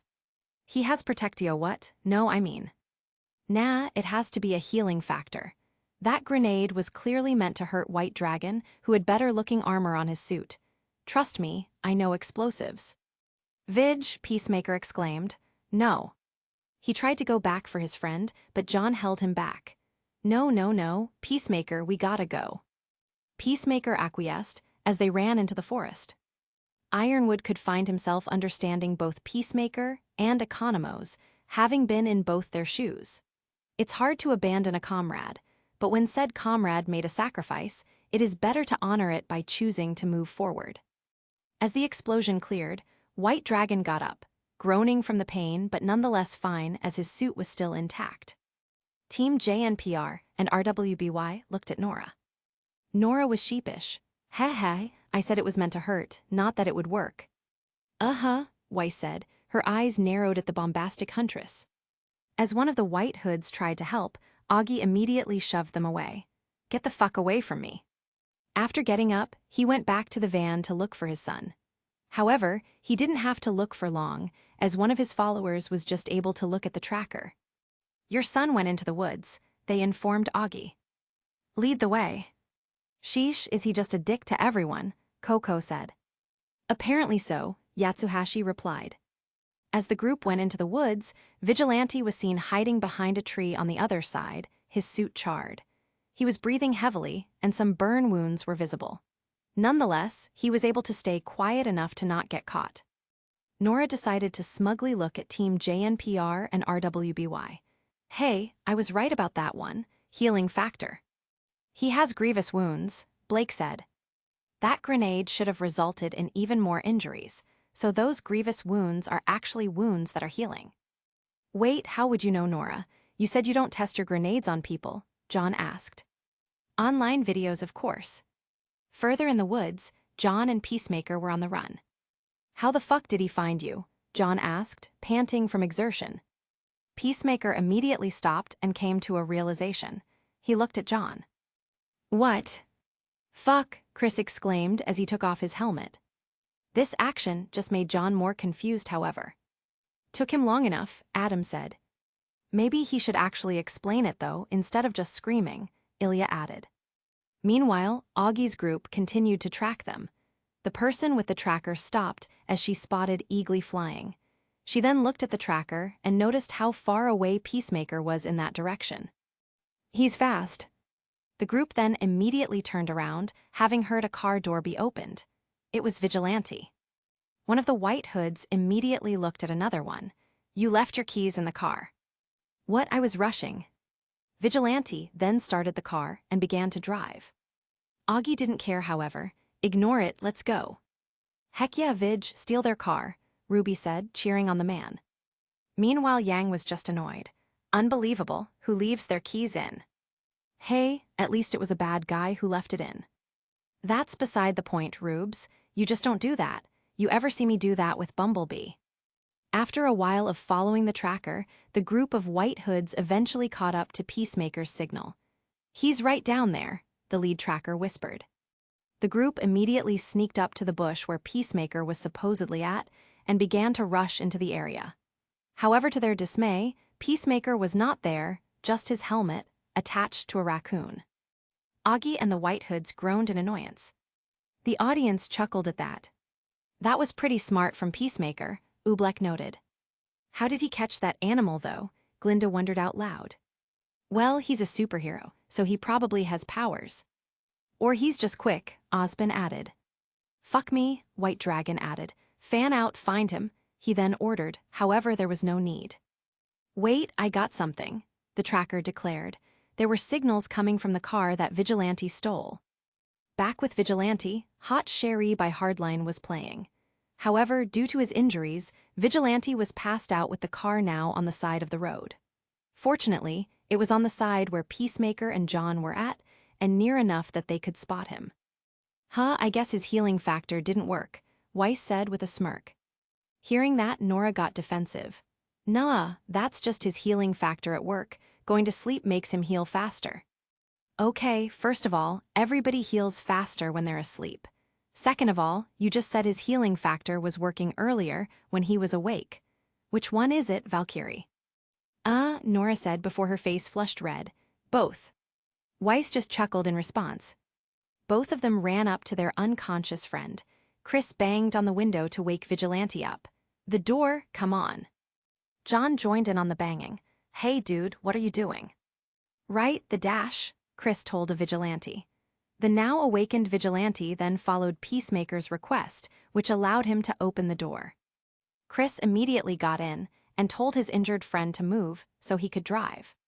John got in the back but got attacked by Eagly, who began to peck his butt. Ow ow hey, ow my asshole, what the fuck dude? Eagly squawked at the man. What the fuck's wrong with your bird? John asked Chris. Bad Eagly, stop it. The bird screeched in response, before continuing to peck John, who was trying to close the door. Sun and Neptune gave each other a look. Yeah, maybe let's not get a pet eagle. With everybody inside now, Chris then began to start the car and drive. Vigilante then increased the volume of the Hardline song. What are you doing, man? Peacemaker asked. There's no wrong time to rock, motherfucker. This is the wrong time to rock. No, Chris, Keith would disagree, Roman exclaimed. You're getting me hot, Sherry. And I want what you got all over me. Isn't my love strong enough? I'm ready to rock you. With the car now fully on the road, Vigilante asked Peacemaker a critical question.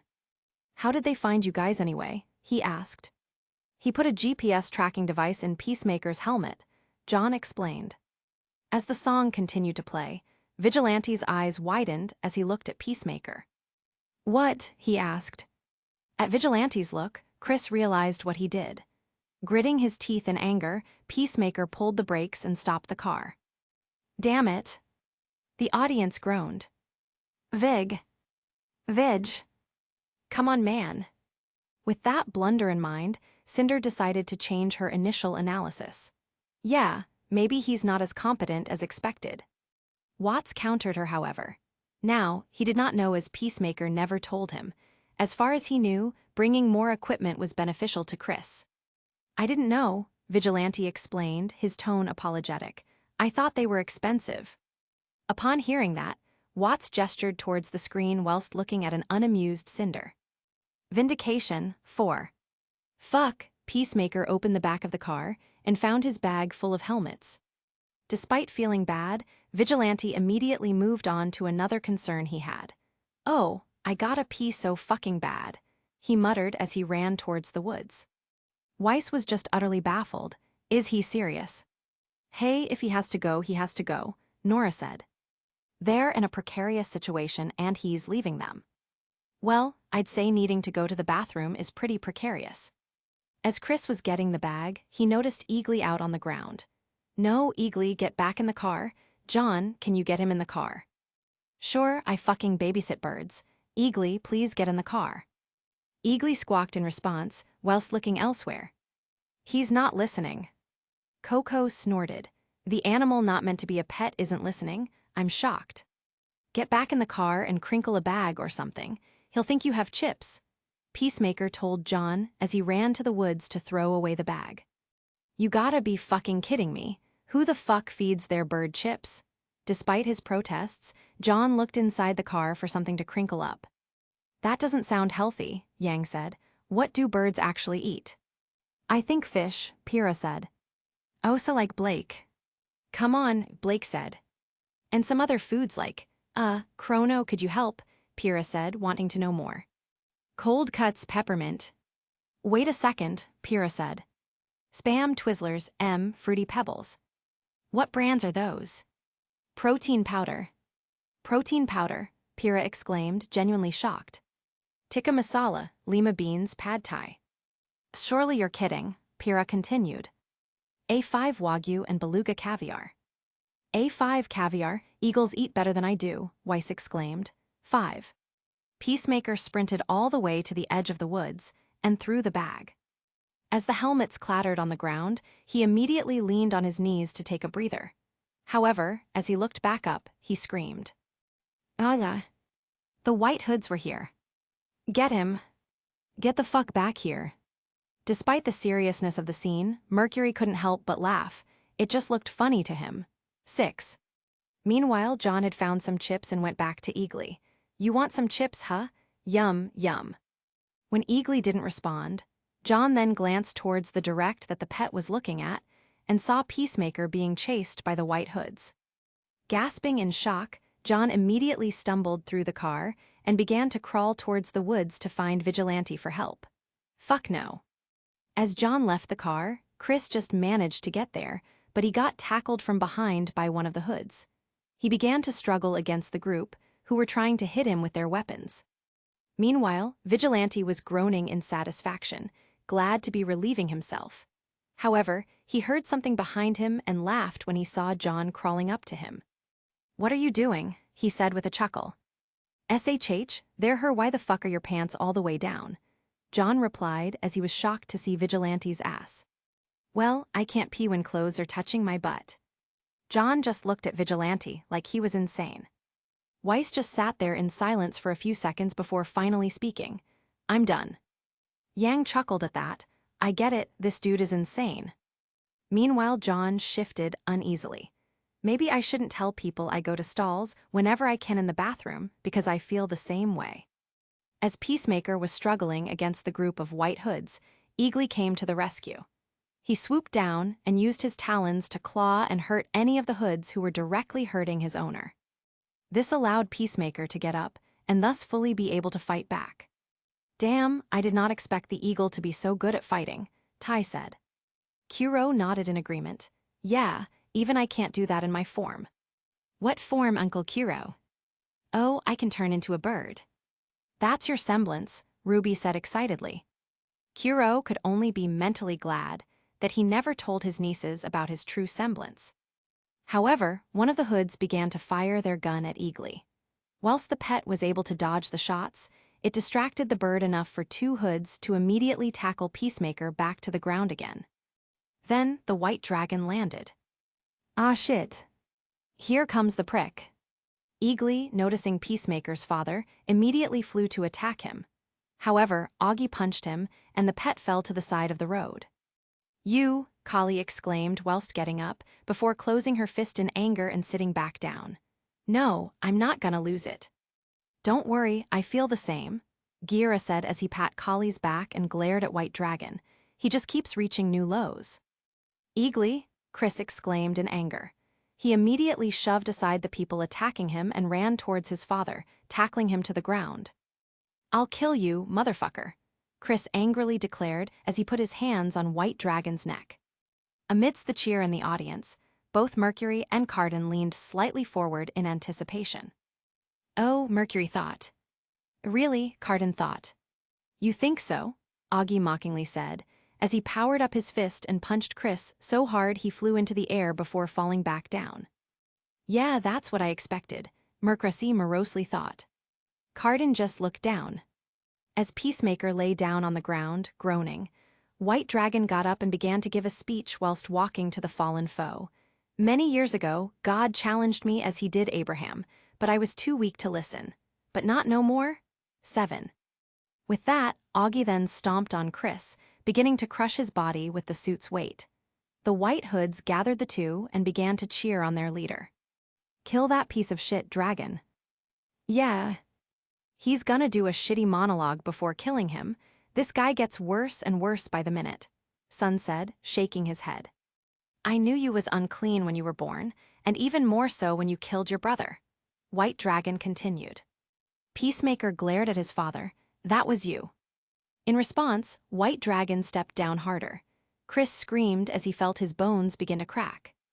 "Do it, White Dragon, do it," one of the hoods cheered. Mercury found himself wincing at Chris' pain, same with many of the hunters in training. "I knew when you listened to that devil music. I knew when you shaved your body like a woman. I knew when you slept with the whores of polluted blood. And men." Men, polluted blood? Blake thought, then it hit her. The white hoods, the symbolism, the speech Augie was giving. She let out a small gasp. Oh no, they're racists. The white hoods began to cheer even louder, as Peacemaker tried to get his father's foot off of him. And even more so when you conspired with the forces of Baphomet against the United States of America. And now, boy, I give your life to go. Before Augie could finish his speech, and Peacemaker's life, Vigilante jumped out from the woods and stabbed a vital part of the white dragon suit. As Augie screamed in agony, Vigilante made one simple comment. "There are gaps in the armor, man." "Yeah. Fuck em up, Vig." "Yeah, get MESSED up, you asshole." The audience immediately cheered as Vigilante came to the rescue. As Vigilante continued to twist his knife, further damaging the suit, White Dragon was eventually able to throw him off. Vigilante then landed in front of the white hoods. Before said hoods could shoot him, however, John came from the woods with Vigilante's rifle and shot all of Augie's racist POS henchmen dead. "OHHH, Isiwanamos," Nora shouted out in glee. "More like a Kono goat," Yang said with a grin. 8. Despite this, Augie didn't care. He only wanted Peacemaker. He turned around and tried to use his suit, but to his shock, it began malfunctioning. Vigilante had done enough damage. Sensing an opportunity, Chris got up and pushed his father towards the car. As Augie collided with it, his helmet fell off. The cheers got even louder. "Yes, Chris, beat up your dad. Beat your demons. You can do it, Peacemaker."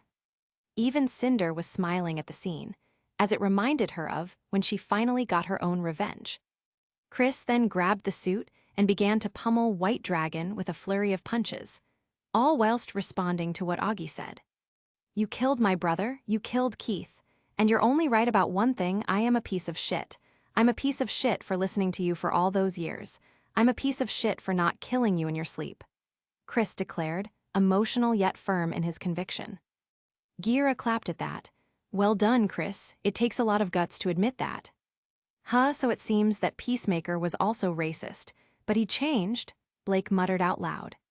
Upon hearing that, and Chris' speech, Carden stilled. The other members of Team CRDL took note of Carden and saw his contemplative face. "Buddy," Russell asked. But Carden didn't respond, as he was deep in thought. Despite this, however, Augie just laughed. "You hit like a girl." In response, Chris shoved him back against the car and went to pick up a pistol from one of the dead white hoods. He cocked said pistol and aimed at his father. The cheering stopped. "Oh, I mean, I don't know about that, man." Whilst the audience wanted to see Augie beaten for his past sins and crimes, the idea of a son killing his father seemed a bit too far for most of them. Augie just sneered in response. "Well, go ahead and do it, you fucking pussy." Holding the gun, Peacemaker held back. The look on his face made his feelings clear. He didn't want to have to shoot the man who raised him. "Aw, come on, man," Son groaned. "Even then, he's still a dick." But this just made Augie even more bold. "I knew you couldn't do it, you faggot, 'cause I control you. Whether or not I kill you, you'll never be able to get the fuck away from him." Bang! In the end, it didn't matter what Peacemaker wanted. It had to be done. As he stared into the shocked look of his father, Chris watched Augie's corpse fall to the ground. Many in the audience flinched at the gunshot. Even Carden, who was deep in thought, was startled. When he saw that Chris killed his father, however, the armored hunter in training immediately gasped and almost fell out of seat. "Wah," he uttered breathlessly. "Card, are you okay?" his team asked him as they helped him up. Carden's eyes, however, were glued to the screen, and to the image of Augie's look of shock as a bullet pierced his brain. Soon afterwards, Chris felt his breath quicken, and he too fell to the ground as well. As he felt tears blur his vision, he closed his eyes and let it all out. "Fuck," he quietly whispered as he began to sob. Most of the audience stayed silent, feeling terrible that Chris had to kill his own father. even if he was a piece of shit.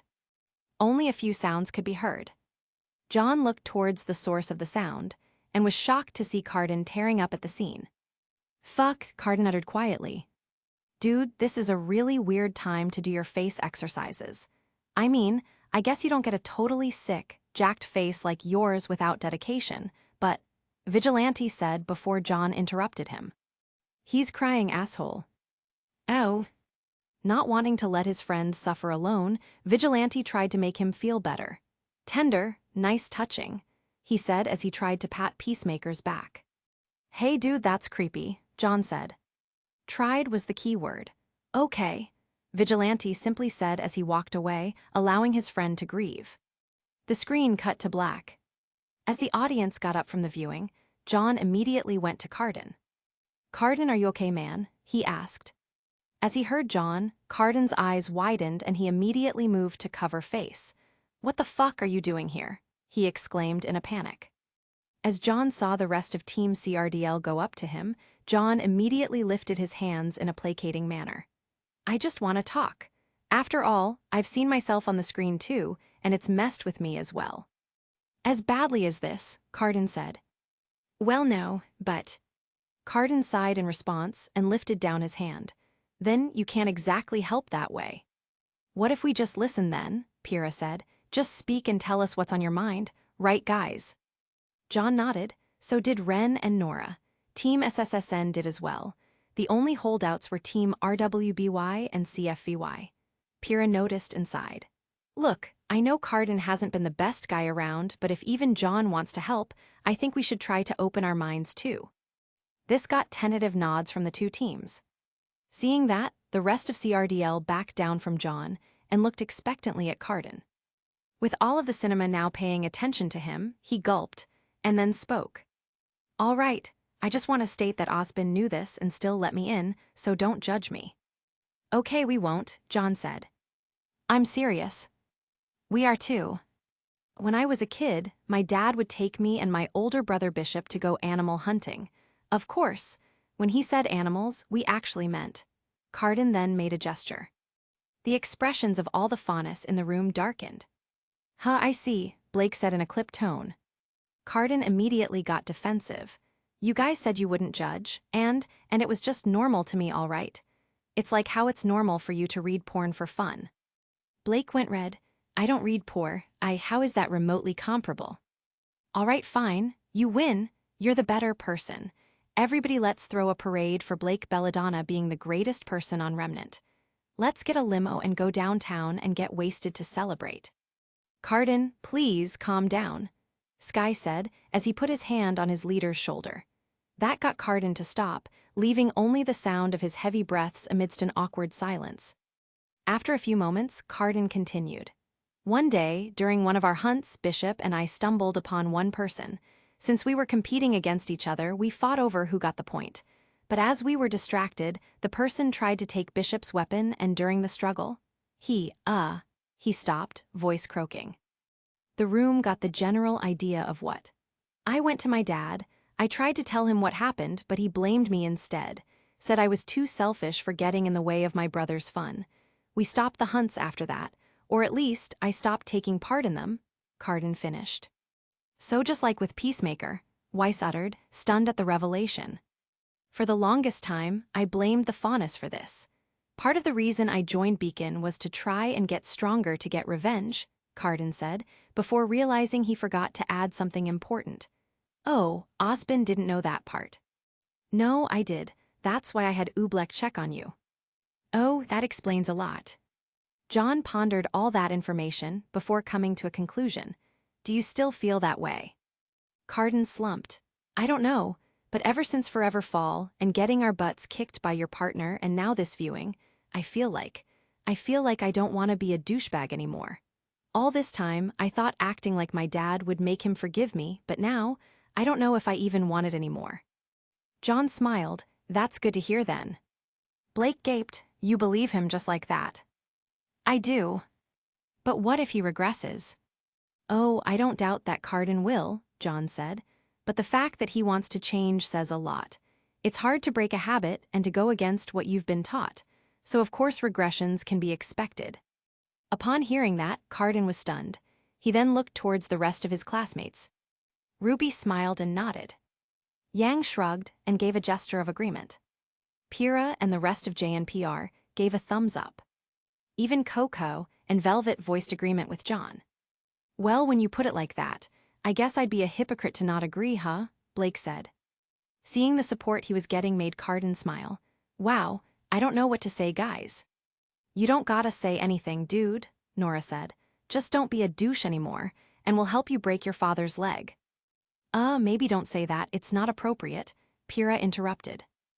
That statement made the hunters in training chuckle, though, and soon lighter conversation topics replaced the heaviness of Carden's reveals. Meanwhile, Adam looked at it and scowled. Oh, so they forgive him immediately, but not me. Well, he didn't exactly kill anyone, Ilya said, outside of when he was a brainwashed kid. That got a chuckle from Chrono, who interrupted. All right, that was nice to see, but now it's time for the next viewing. Chapter 29. Thy Rusted Night and Quiet, Fic and Song.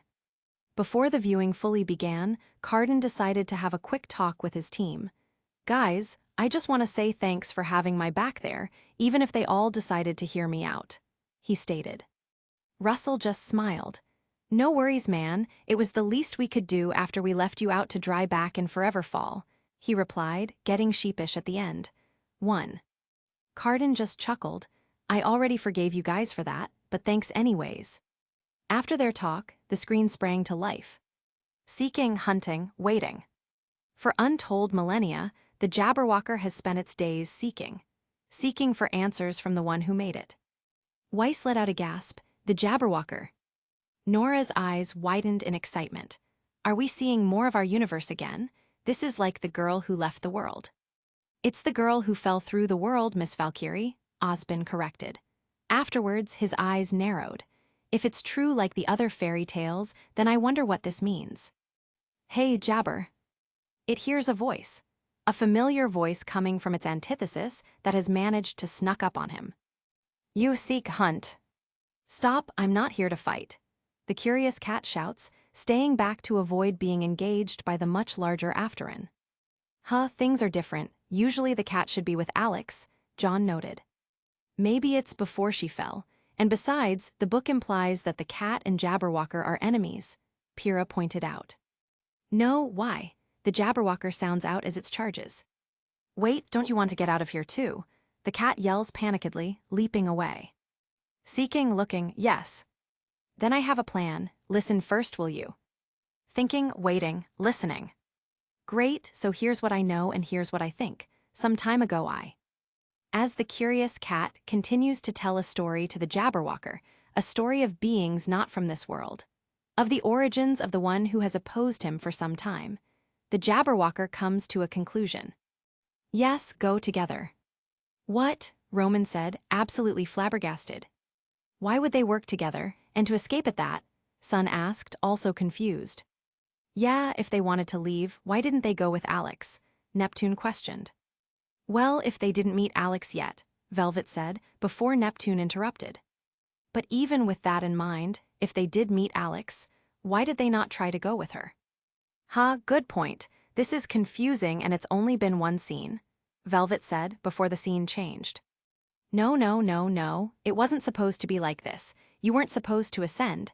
The curious cat screams as it scratches the ground. Searching, seeking, wondering. It took some time to get back to the new Genial Gems village with the Jabberwocker, but the moment they got there, they already knew what happened. The ground looked normal, except for the parts where the tree's roots began to take the Rusted Knight's form. Ascend. What does that mean? Does it have to do with the Rusted Knight being in that tree? Is the knight even alive in there? Many questions were asked by the audience, who just simply couldn't understand why things in the Ever After were so different from the book. I'd say an alternate universe, but when considering the fact that we are meant to be a TV show in the Prime Universe, this must mean this is the actual turn of events. Oobleck thought as he jotted down notes furiously. From there, it was only a simple deduction to think that Rusty was taken by the tree. Wait, there's still a chance. the cat says suddenly to themselves. If he's still there, then all I have to do is cut him out. They continue while pacing back and forth, ignoring the Jabberwocker's tilted head. It might take years, but as long as he's still him, then I could break him again and again before possessing him. The cat exclaims hysterically. Pondering how. Just need to get to the tree and hope Rusty pulls through. But how do I break him again? The cat mutters. Just as they start to turn to the great tree, they hear some rustling and high-pitched sounds. Looking at something familiar, the curious cat grins maliciously. That could work. What the fuck? Yang exclaimed. I thought the knight and cat were friends. It seems the fairy tale we all know is vastly different from the reality, Oobleck added. You're telling me, Kiro stated before turning to Osbin. Oz, did you know about this? Osbin shook his head. No, this is one of the few fairy tales where I had no idea what the truth was. That's why it has always interested me. The roots and branches holding him burst into light as he feels fresh air once again. Spitting out the taste of wood from his mouth, John Ark puts his hands on his knees and breathes heavily as he tries to catch his breath. Silence reigned over cinema. Then it broke. Jauni, you're the rusted knight, Nora shouted. Ruby also shouted, Jauni, why did you look so old and handsome? Weiss said too. That got the attention of RWBY and JNPR. Upon noticing the stares she was getting, Weiss blushed. John then looked back to the screen in shock. I'm in a fairy tale, but how? Osbin thought back to Lewis, the writer of The Girl Who Fell Through the World, and how when he tried to induct him into his group and showed him one of the relics, he panicked and said no. His pupils dilated, like he saw it before and had bad memories. Osbin thought before grimacing. He and Alex must have gotten stuck in one of the realms of the relics, which is the actual ever after. A few seconds later, the implications clicked in his mind, and the headmaster's eyes widened as he gasped. There's only one way Mr. Ark would be near a relic. Oz, Kiro asked. I will have to explain later, however. This viewing is still ongoing after all. Osbin said before looking back to the screen. The first thing he notices as he gets his bearings is he is still wearing his rusted knight armor, albeit cleaner and absent of rust. When he took his old arms, he expected everything to go back to what they were, but this is just as good. Moving in a full set of armor has given him a lot more confidence and protection than his old half set of armor ever did. John doesn't look so rusty here, Coco said. I guess the tree wiped away the rust, Velvet said, proposing a reason as to why that was the case. Makes sense. If it can send people home, I'm sure it can heal armor too. Taking the time to observe his surroundings, he finds himself in the middle of a forest with thick trees that are currently giving him shade with their leaves. While the exact location is unfamiliar to him, he's spent years looking at trees like these to hazard a guess. He's somewhere below the great tree. The problem is that the leaves and branches are so thick that it barely lets the ever after's two suns shine on him. Meaning, he could walk towards a direction only to find out he's been walking away from the tree hours later. Large roots are spread around the area with other afterins undergoing their own process of ascension, trapped as a wooden statue. What the hell? Cardin said, looking at the other afterins with horror. Do they do that, willingly? Russell added. It's gotta be some weird thing that only happens in the ever after, Dove concluded. Looks creepy though. Finally getting himself together, he stretches his back and instantly notices something. No cracks or popping of joints as his eyes go wide when he slowly stretches his body as much as he could. Moaning in pleasure at the sudden sensation, he twists his body this way and that and finds out that there is no pain. Thank you, Alex. As whiny as my voice sounds, I would take it over the back pain. He moans as he tests his muscles. So John got de-aged whilst in the tree? Damn, now I wanna ascend. Taeyong muttered. And the girl helped him, how? Kiro questioned. Tai just shrugged, beats me, man. Okay, so just walk through the door at the base of the great tree.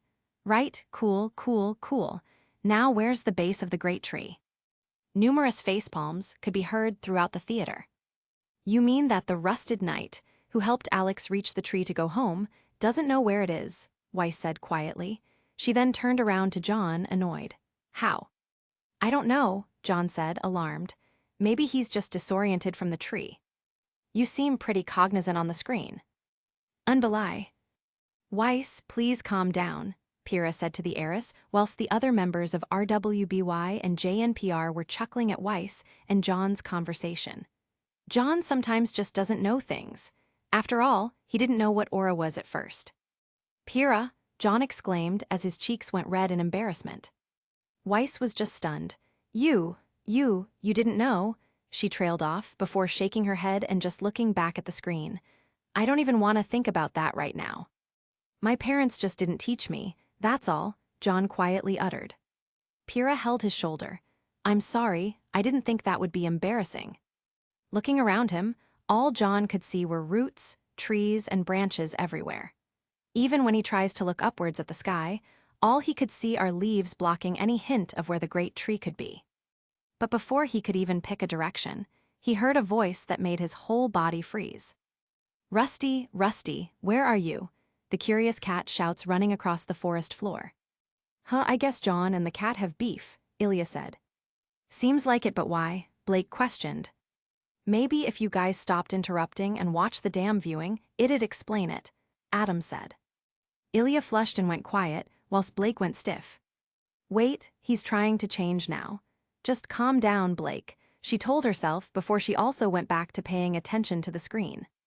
Adam ignored the glares from the others in Team RWBY and just watched the screen dispassionately. Just like that, any positive thoughts John has blows right out the window. For a moment, his eyes narrow, and all he sees is Alex's smile just a few moments ago. To think she would have made right by him if it wasn't for the cat. Wait, so the cat is a bad guy. Dude, he's been working with the Jabberwocker, of course he's bad. And made right, did Alex do something to John?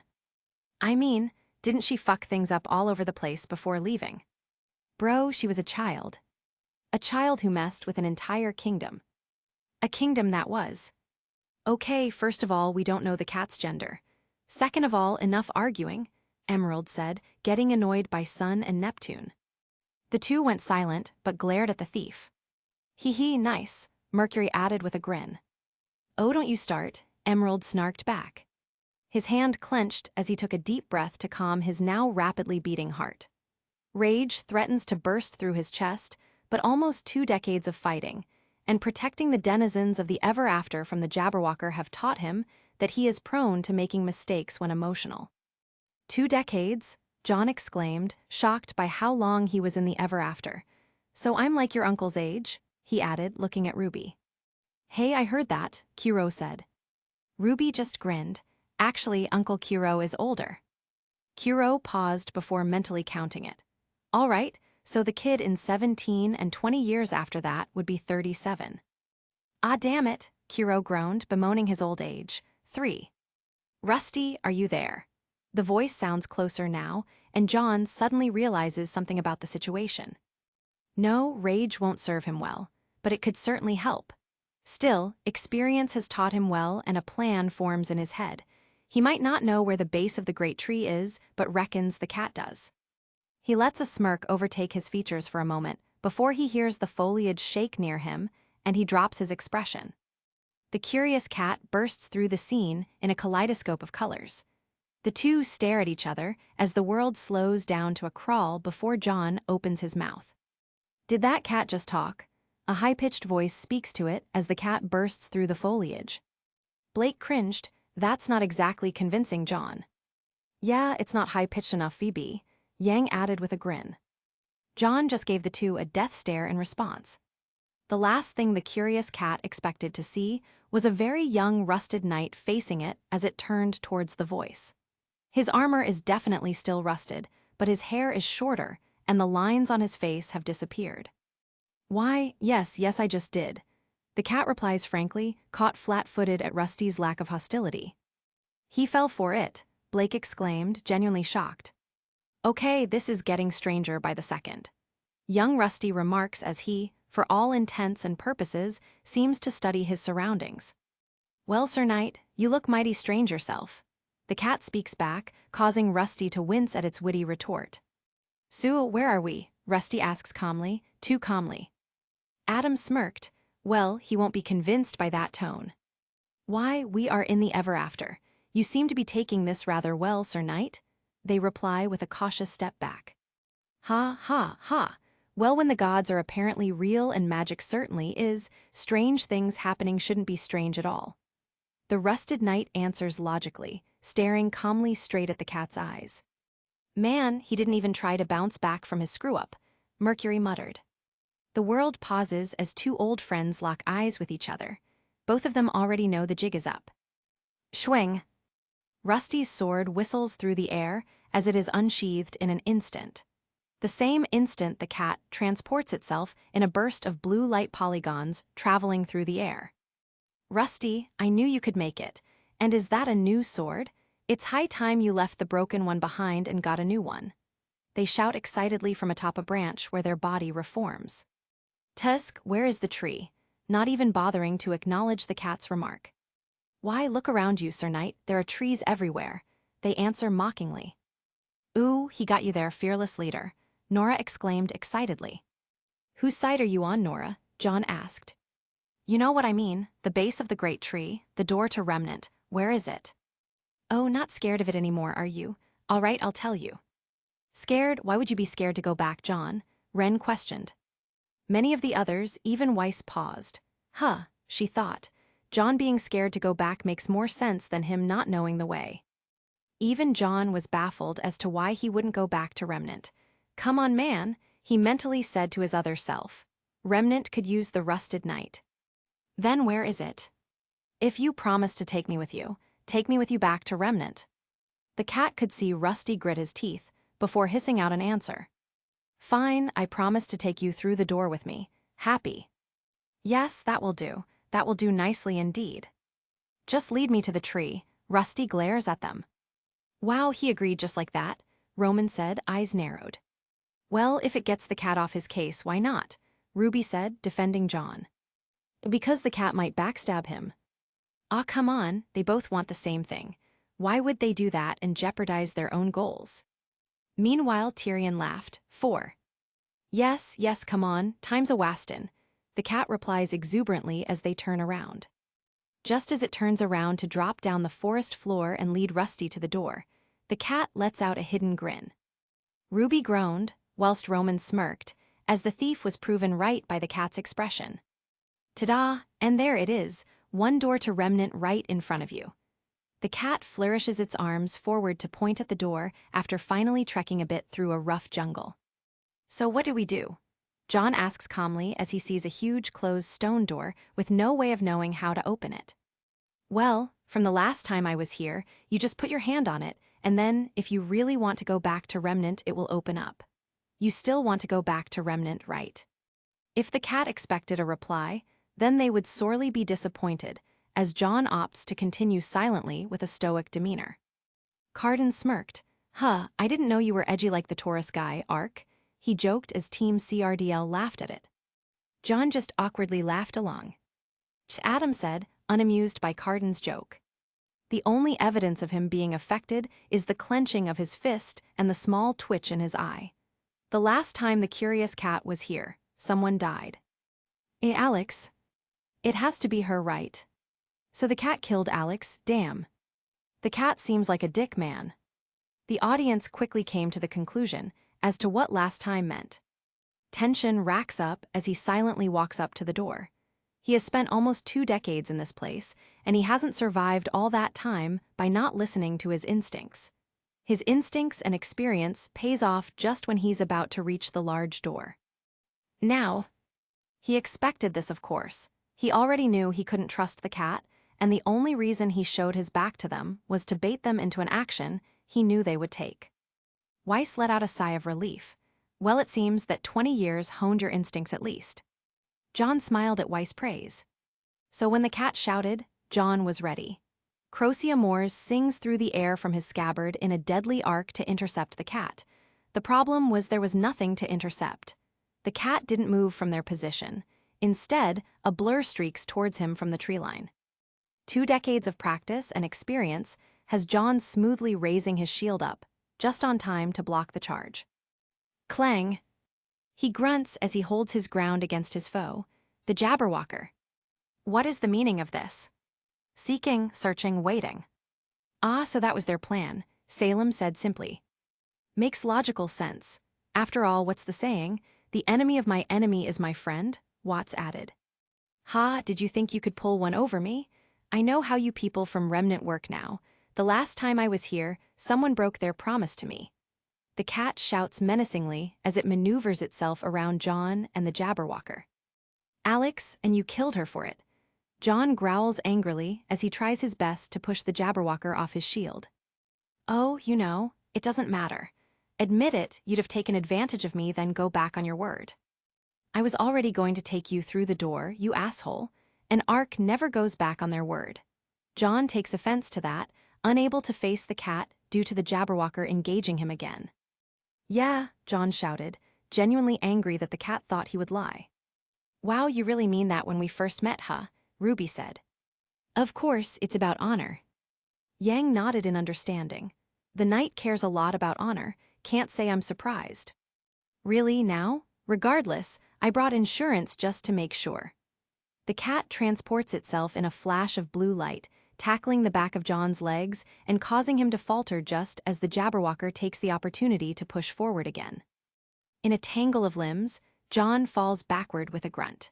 Instead of finding the door to brace himself with, however, John falls into the same void he just rose out of less than an hour ago.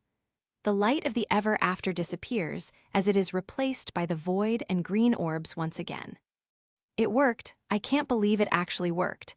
I didn't even have to break you this time. The cat yells hysterically as it wraps itself across John's knees as much as it can. No way, Weiss muttered. You couldn't have lost that easily, Weiss said to John. Yeah, he replied. Even though he saw that was the rusted knight, the part of him with low self-esteem still thought that he could have lost that easily despite more training. Grunting in annoyance, John could see the doorframe disappear into the void above the Jabberwocker. This works just as well for him. Without the door to brace him, John instead takes advantage of the free space to flip them around using their whole momentum in a feat of athleticism Pyrrha would have been proud of. Pyrrha smiled at the maneuver. I guess my training worked out. Good job, Purr, Nora added. No, stop, the Jabberwocker screams out in its usual quick, jittery voice.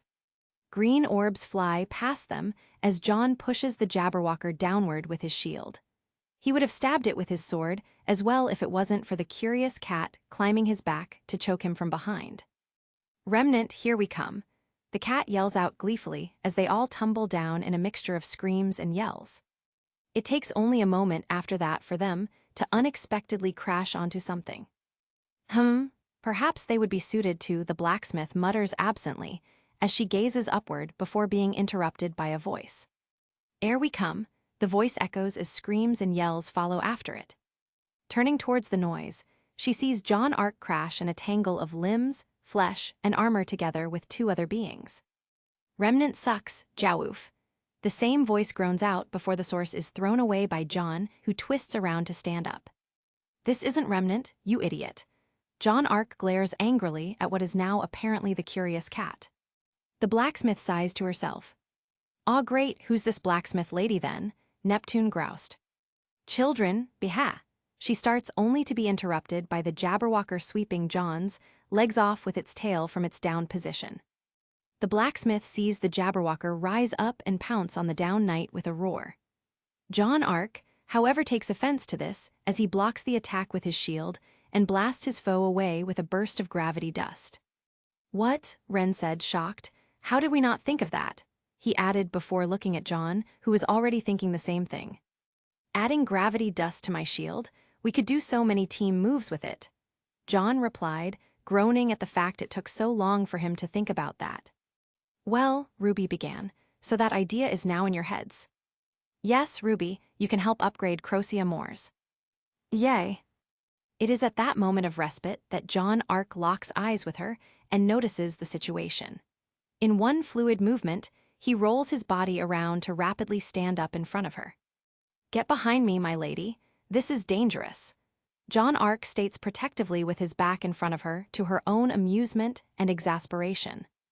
And just like that, the fight is on. My lady, Emerald said with a smirk. Wow, you're really laying it on thick with the night gimmick, huh? Mercury added. John immediately got defensive. What's wrong with what I said? He asked. No response, just some chuckles. Snap. Never has John felt something like this in his life. He has felt paralyzing fear enough to freeze his body. He is not the only one because he can see both the curious cat and the Jabberwocker frozen midstance, similar to him. Good, finally ready to listen. The melodic voice comes from behind and signals the return of their freedom. John almost falls to his knees, but he manages to catch himself before putting himself in a state of vulnerability with both the curious cat and Jabberwocker around. Both Salem and Ospen's eyes widened. The only others who could that, Ospen began thinking. Were the brothers, Salem thought as she grit her teeth. Panting deeply, he turns to the lady blacksmith. Why? Because none of you were listening. Damn, so she's like the god of the ever after, who lives inside the tree, Sun asked. I guess so, and John met her, and tried to protect her, Neptune exclaimed. Did you try to protect a goddess? He said towards John. Pyrrha smiled at that. You try to protect even all-powerful beings. That's pretty cool, she pointed out. John nodded in agreement. Yeah, it really is. John's eyebrows furrow at that, and he waves his sword towards the curious cat beside a panting Jabberwocker. That thing killed Alex, he yells in anger. Because she betrayed me. Silence fills the air as the curious cat's pained scream echoes across the void. She betrayed me, just like she betrayed you. John couldn't help the flinch that ran through his body as the cat glares at him. Alex betrayed me, but how? John asked.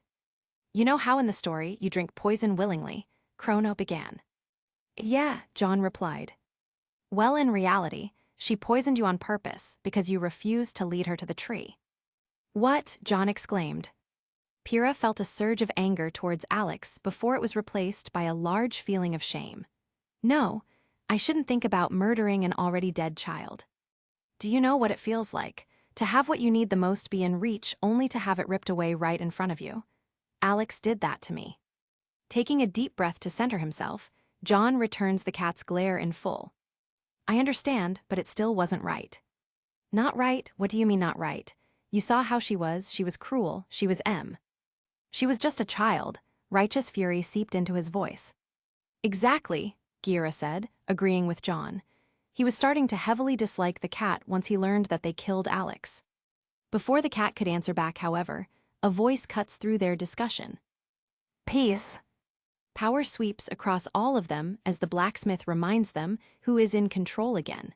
Her interruption gets the cat hissing at her, however. What are you? Don't be afraid, you know what I am.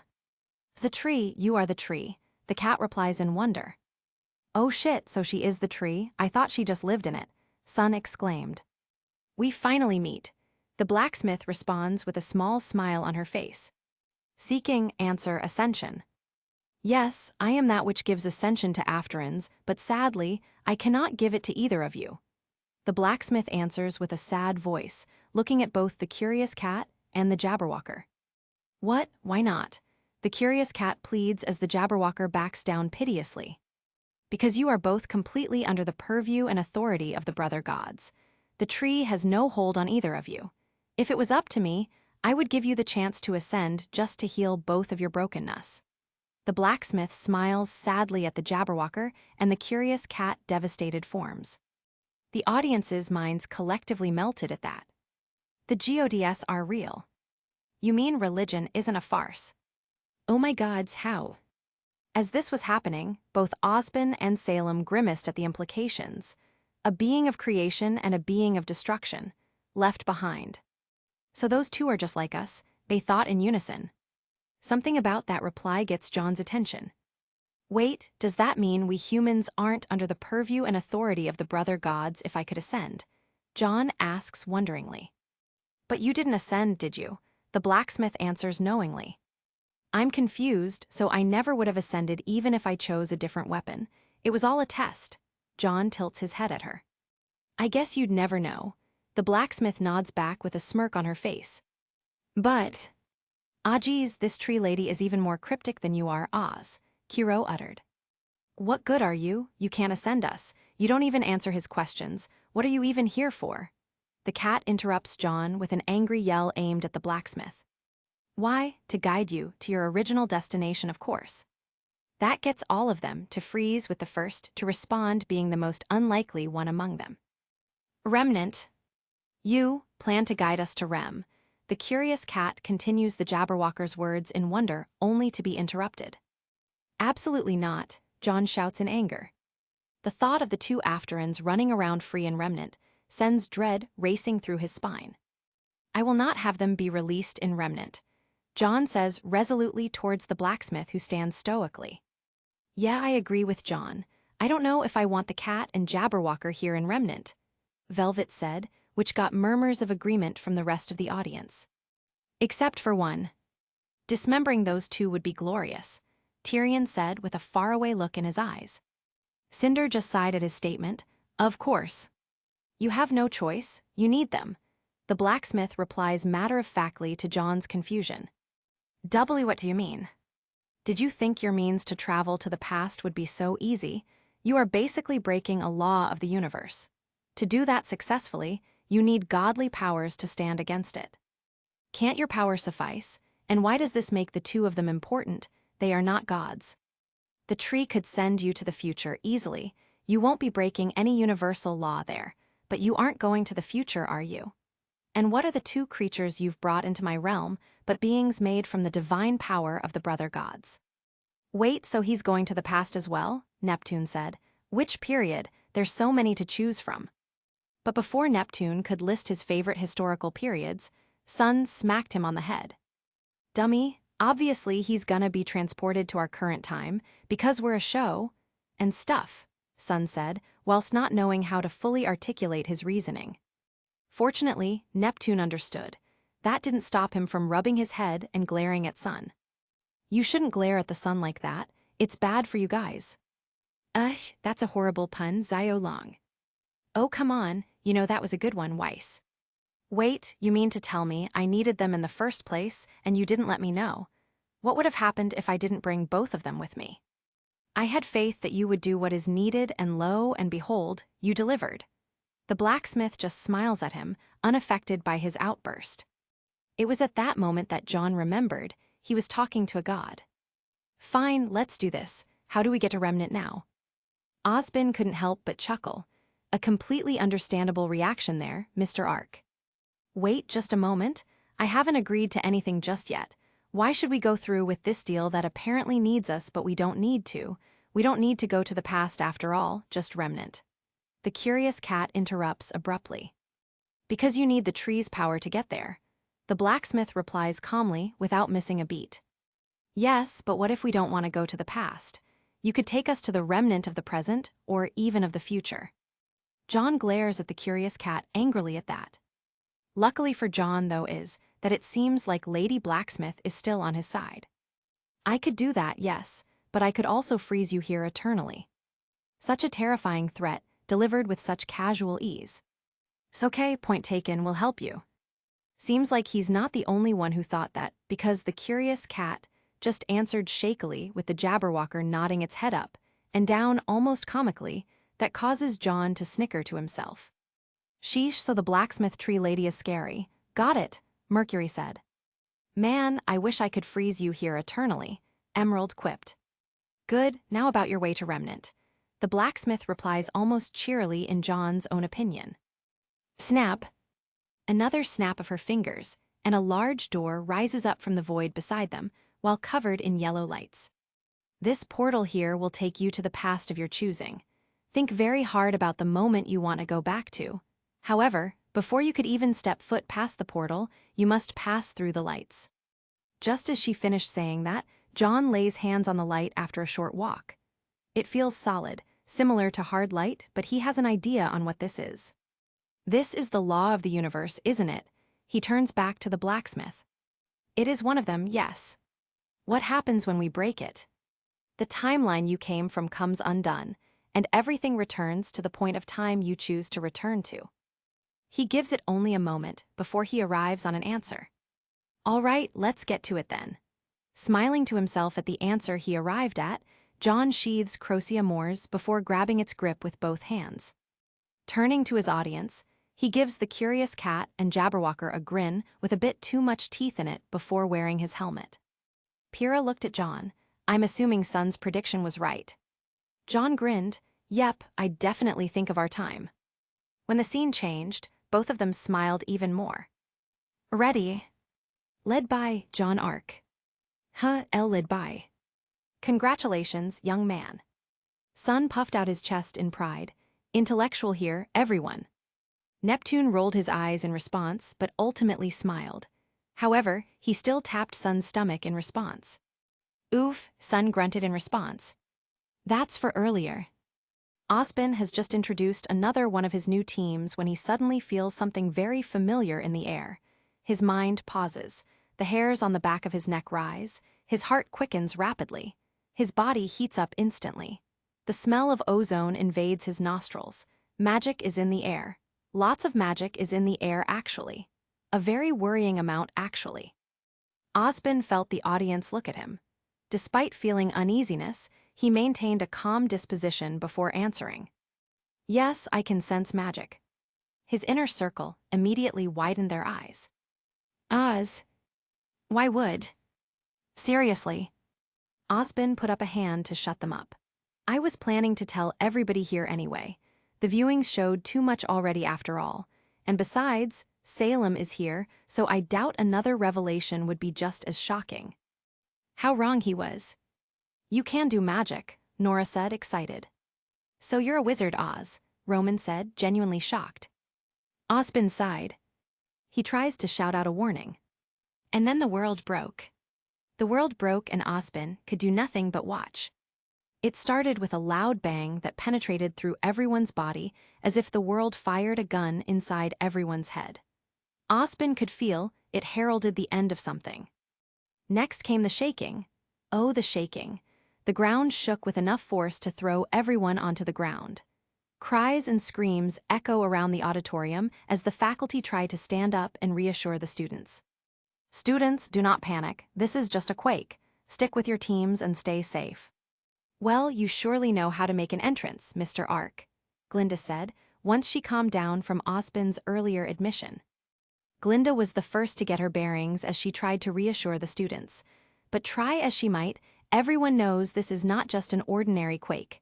After all, a quake would not come from one person. The source? John Ark. Yet Ozpin could do nothing as he watches his student glow, as he watches even the air around him shake, and finally he watches as reality shattered like glass. A star erupts right through Mr. Ark, tearing the fabric of reality as a roar instantaneously floods everyone's ears. Ozpin is horrified for a moment at what could have happened to Mr. Ark, but he was being preoccupied by something else. Clank.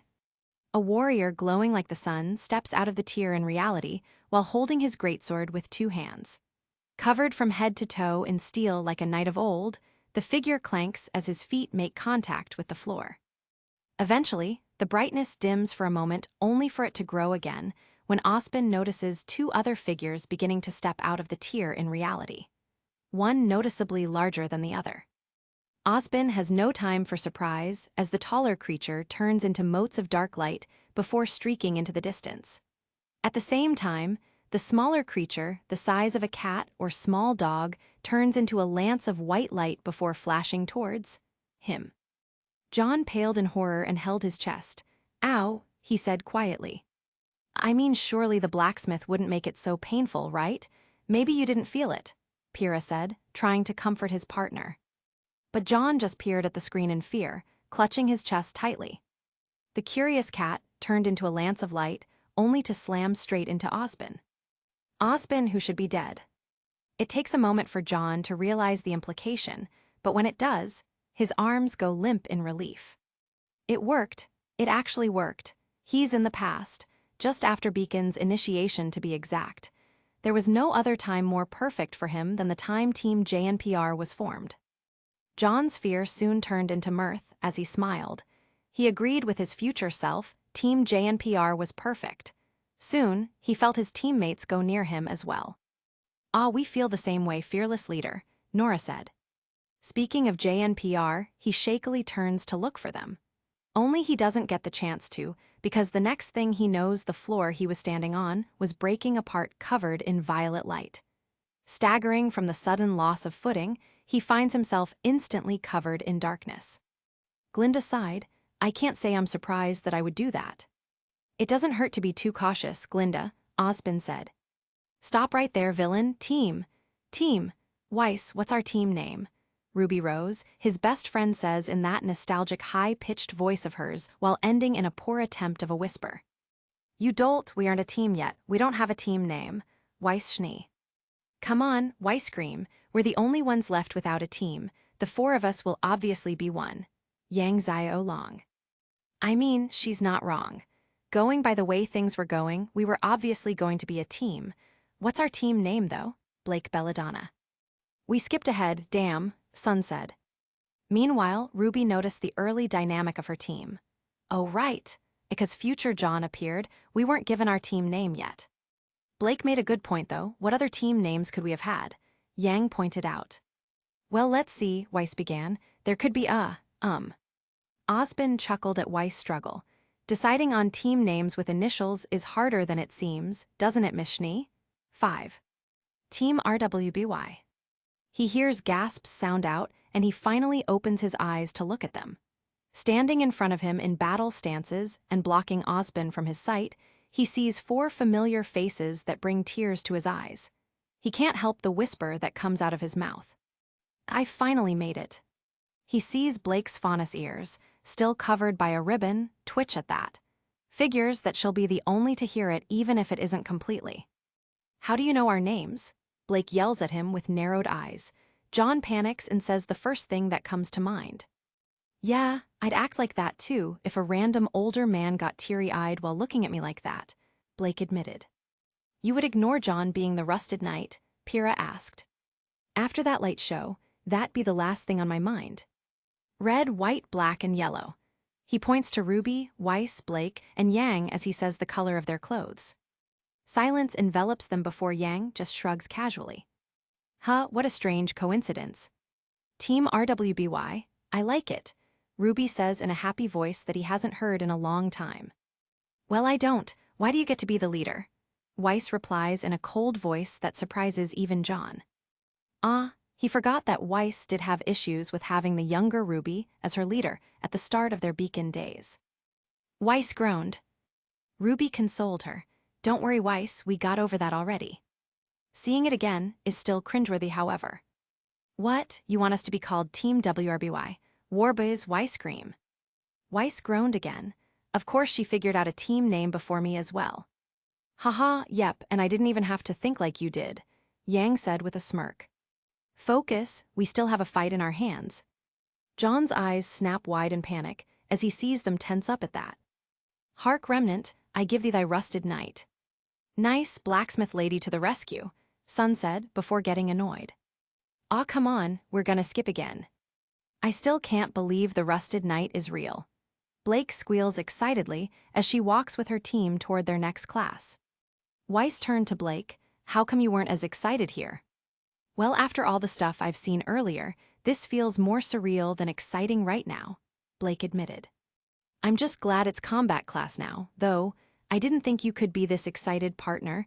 I thought you were all quiet and mysterious. Yang yawns beside her. Blake just rolled her eyes, and Yang grinned at her. You don't understand, Yang, it's the rusted knight, Blake replies.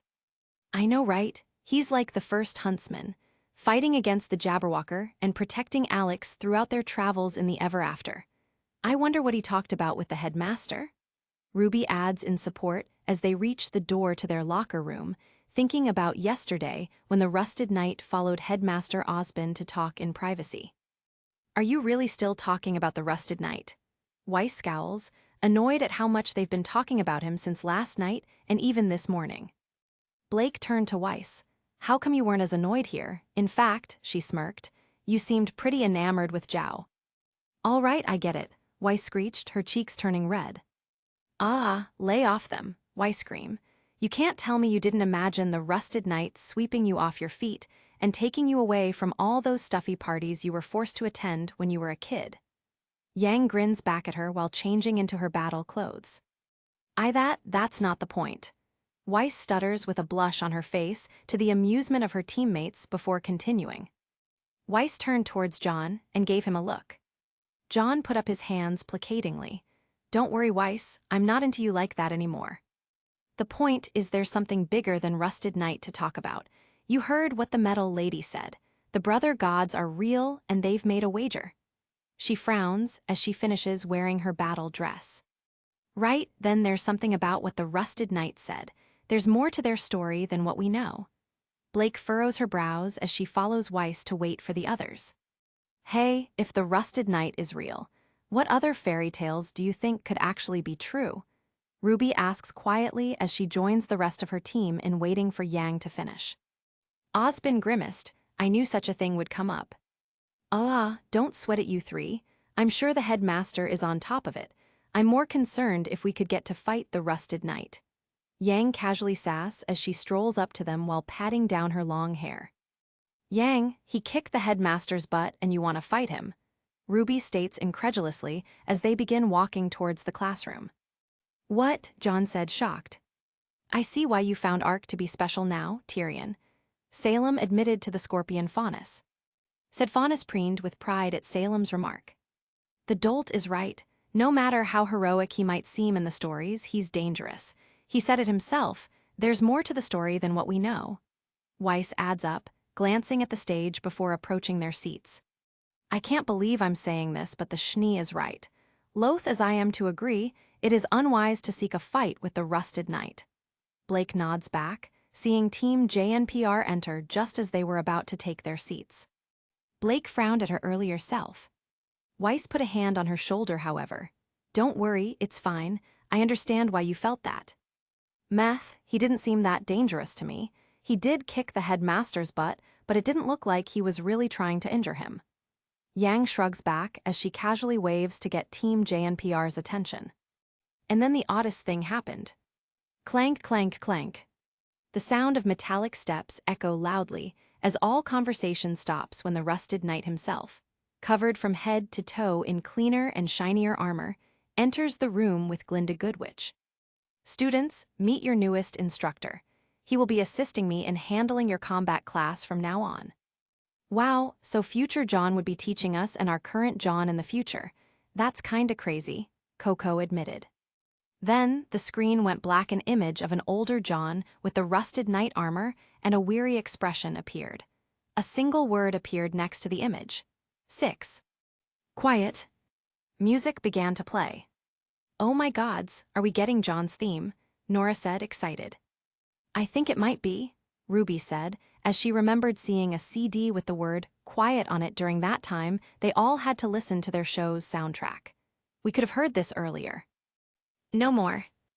Sudden movements. Please. So tired. I'm sleepless. And haunted by you. John and his team were immediately taken aback by the ticking sounds and the somber tone. Why does this sound so sad? Ruby also asked. Falling. Forever. Was I always just a man out of time? Pyrrha felt her breath hitch. Out of time, like that song he sang earlier. So this is what life is. No trouble now. Just quiet. Despite the sad tone, Weiss couldn't help but admire how pleasing the song sounded. She began to hum. It reminded her of the songs she used to compose. Never knew what patience was. Till its face stared me down. Couldn't bear to witness. My own fate. My conviction. The weight of it all. The failures of me. And who I couldn't be. Nora and Ren looked at their leader in concern. John was just listening, remaining quiet. Through the hands of time. I was slipping. Always slipping away. All I felt that I could do was wait. So this is what life is. No trouble now. Just quiet. All this is a miracle. What more can you ask for? The screen went to black. The audience remained silent for a few seconds, seemingly mesmerized by the song. I should have picked this song earlier, Ruby thought. Wow, what a beautiful song, Hazel admitted, breaking the silence. John remained staring at the screen, its black mirror reflecting his own face back at him. "Are you okay?" he heard. John then looked to the side. He saw Ruby and her team, Pyrrha, Ren, Nora, and even Cardin there. He could see the other hunters in training as well. He smiled. "Of course, I get it now." "Get what?" Nora asked. "Why we're here," John said as he got up. "When we were transported here, I thought it was just Chrono messing with us. But now, after this viewing, I finally get it. This is a message, not just to make us aware of ourselves, but of how we can change. And it's working. Look at Roman, he's being more cordial. Adam too. Heck, even Cardin isn't being a jerk anymore." John grinned. He then stated his final point, loudly. "We can change our fates, our destinies. That's why Chrono showed us the future as well. We don't have to just be terrorists or racists or even criminals. We can be heroes. And that includes everyone in here, even you guys," he said as he looked at Emerald, Neo, and Mercury. The trio shifted uncomfortably at John's gaze. His stare that promised friendship pierced them. Meanwhile, Osbin smiled at John's declaration and for the first time in a while, felt confident in sharing his secrets to a larger group of people. "I agree. That's why I want to tell everybody what I've realized." The headmaster then got up. "After thinking more about the story of Alex, I realized how she got into the Ever After." "Oh," Kiro spoke up, surprised. "She used the relics." Osbin then put his hands up before anybody else spoke. "Now, I will explain it.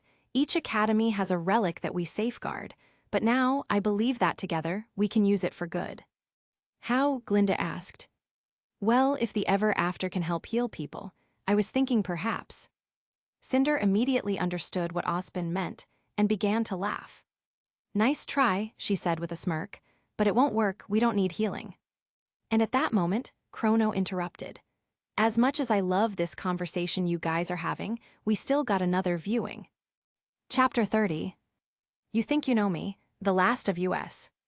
Upon Chrono's interjection, both Cinder and Osbin, as well as the others, quietly looked away from each other and looked toward the screen, before sitting back down.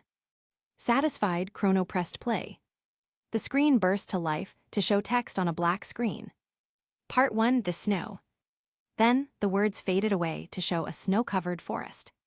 Weiss saw the white landscape and let out a wistful sigh. She might not have enjoyed life in Atlas under her father's heel, but one thing that almost made it worth it was being able to enjoy the view of Atlas winters. If only father had just allowed one walk into the forests, she thought. The area, whilst beautiful, was mostly desolate, until a rabbit appeared from a hole and looked around. Unfortunately for the little creature, it was soon shot in the neck by an arrow. Velvet's eyes widened in awe. "That's the cutest F-King thing I've seen in my entire life," she said, admiring the rabbit.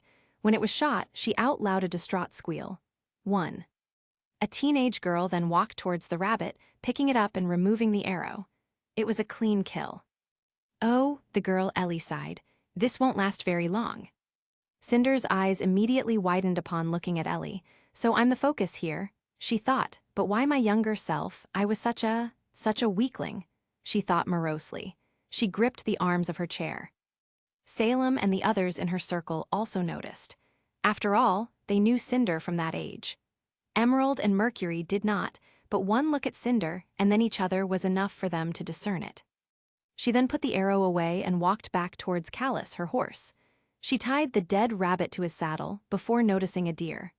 Her eyes widened, and she immediately grabbed Callus, reins, and tossed them onto a branch. "You'll just startle it," she explained to her steed before running towards the deer. She then slid down a small ledge deeper into the forest. Kuro nodded in response. "She knows her stuff," he complimented. Cinder looked at him oddly. Hearing one of her enemies compliment her younger self was startling to Cinder. To her confusion, she felt stomach flutter. "Where'd you go?" she asked out loud before she saw the deer racing past her. "There he is."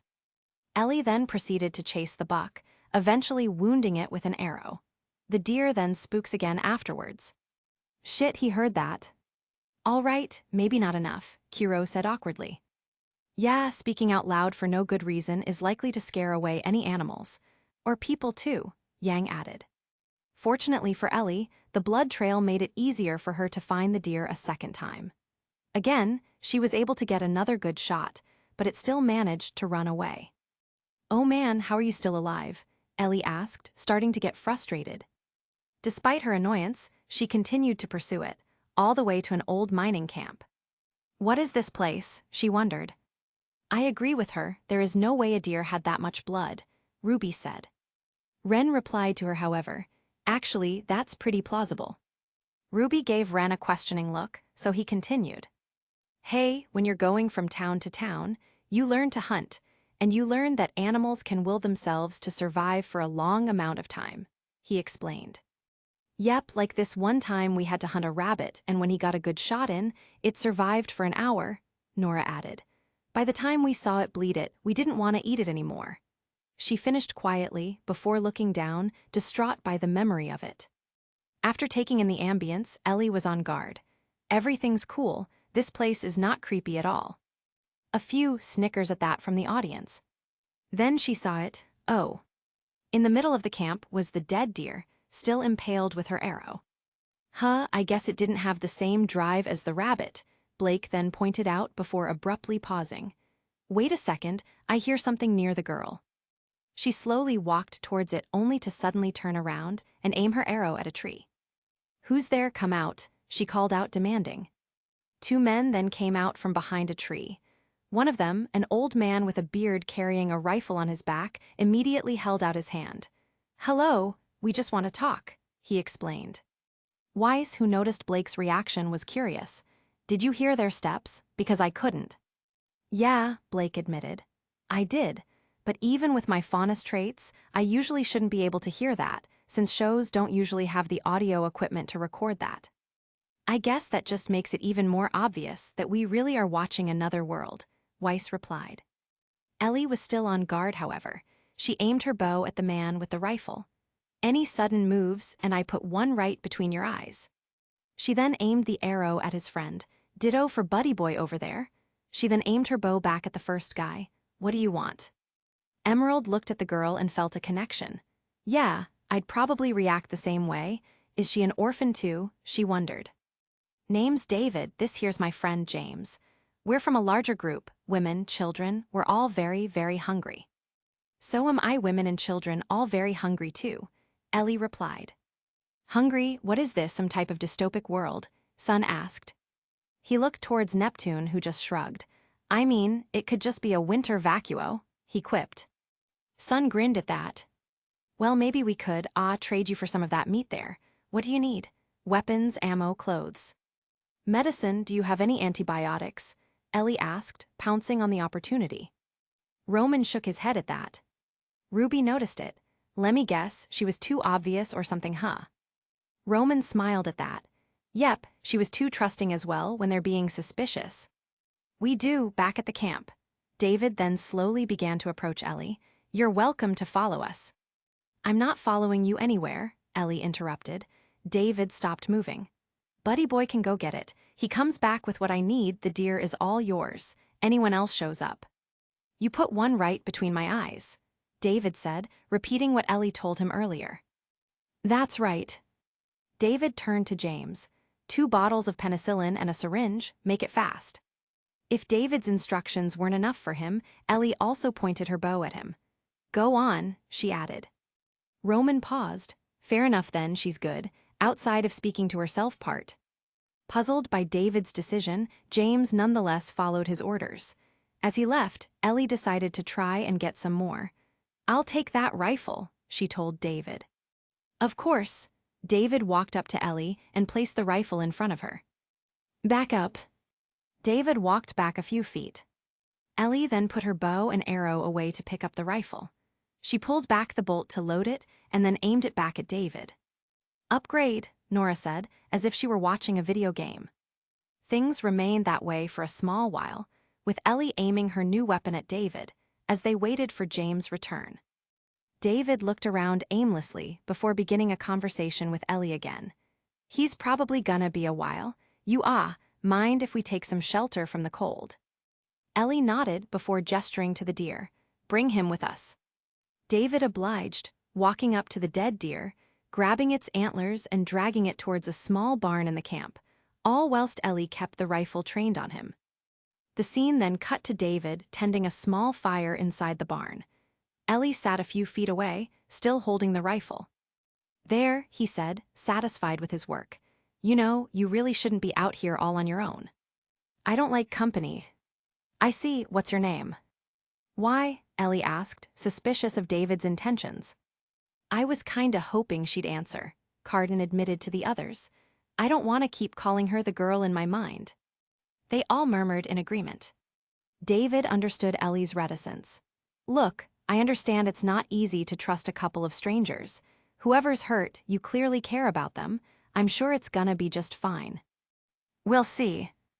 Their conversation was interrupted, however, when the infected began to cry out in the distance. Both Ellie and David stood up and checked the windows. At that moment, a clicker ran into the room, stopping at the door to listen for sound. Ellie stepped back, which caused the clicker to roar and race towards her. However, 2 bullets strike the clicker down. "Oh," Nora said, "so it's a zombie setting. How did I not realize?" she whined. "Now that I think of it, we haven't seen a zombie world yet, huh?" John mentioned. "Yeah," Yang replied.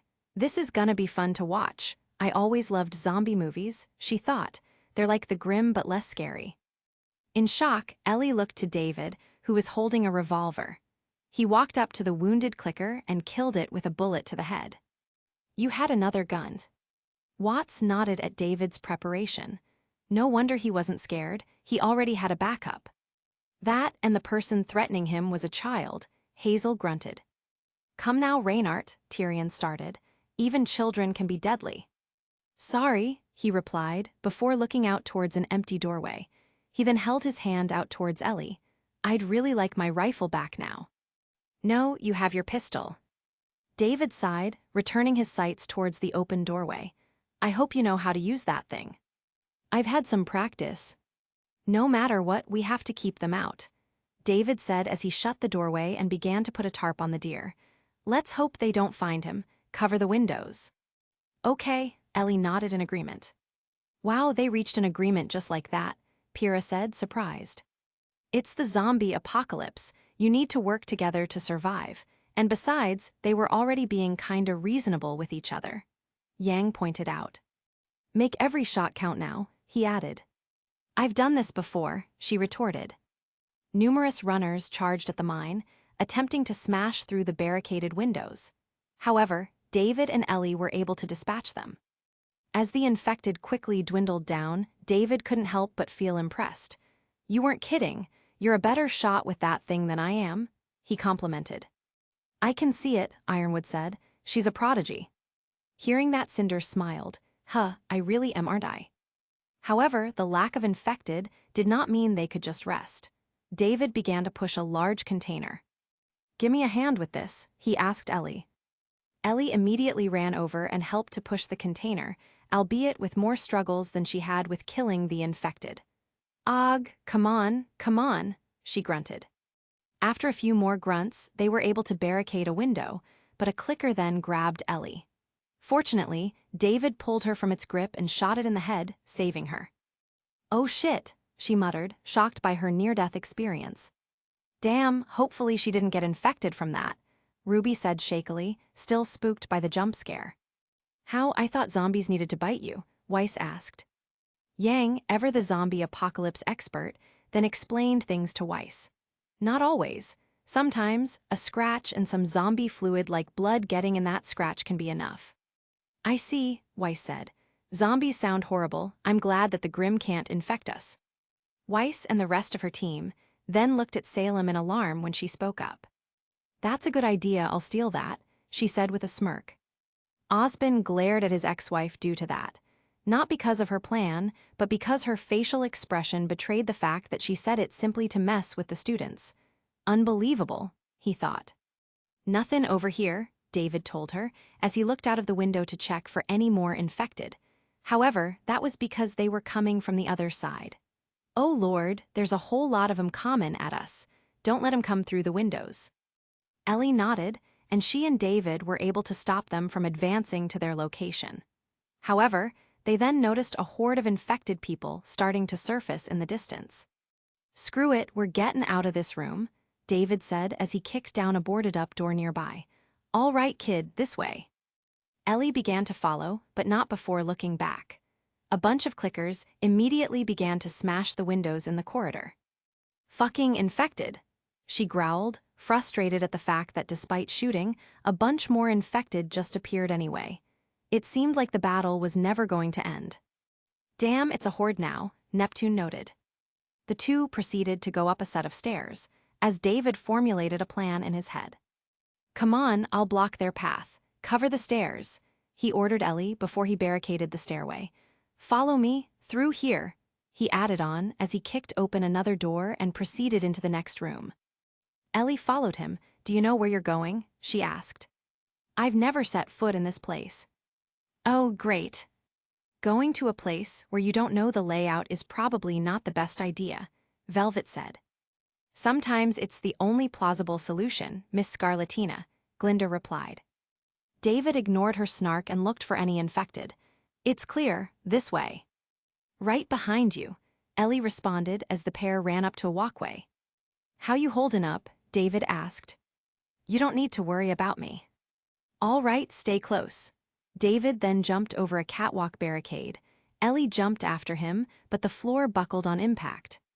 "Oh shit," she exclaimed, before the floor gave in and she fell to the bottom level. "Hey kid, you all right?" David shouted from above. "I'm fine," Ellie groaned. David then looked at Ellie's surroundings from above before noticing something on his level. "More clickers," he muttered. "Get out of there," he shouted to Ellie before fleeing from the two clickers. "Man, this girl just keeps getting into sticky situations, huh?" Sun said. "It makes sense though, she's clearly the protagonist here," Neptune added. "Oh, so she's got plot armor." "Yeps, huh, now that I think of it, we've only seen one viewing where the protagonist died." Ellie returned to her feet and progressed through the ground floor, eventually climbing back up only for a clicker to block her way. Fortunately, David shot it dead. "You all right?" David asked again. "Oh, there you are." "This kid's pretty rude, huh?" Kiro said to Ty. "Yeah, kinda like you back in the day." Kiro sighed. "I walked into that one." "Come on, doors this way. There, that ladder could work." Ellie went to the ladder and positioned herself by the wall. "Semir, boost me up." David then prepared to lift her up. "Okay, ready." "Hang on," she said before preparing herself as well. "All right," David said as he boosted her up. "You be quick, keep a lookout for those things." "I know." Ellie then noticed a clicker and killed it on the catwalk. Noticing the noise, David called out to Ellie. "What's going on up there? Everything all right?" "Yeah, it's okay," Ellie responded as she saw a ladder and dropped it down to David. "All right, here you go." David then got up the ladder. As he finally got to Ellie's floor, he saw another doorway and kicked it open. "Through here. Come on, kid, we need to find a way out of here." "Their teamwork is pretty good," Ren noted. "Yeah, it's like how our teamwork was during initiation," Nora added. Ellie followed, and they ran across an enclosed bridge towards an elevator room. "There's gotta be a way out of here," she pondered out loud before finding a corpse in the far elevator room. "Geez, looks like someone already fought those things and lost." David recognized the corpses. "Ah, Lord, I've been looking for these boys," he muttered before quickly moving on. "Doesn't matter. Grab their gear, I'm gonna look for an exit. Keep your eyes open for anything we can use." Coco's eyes narrowed at David's demeanor.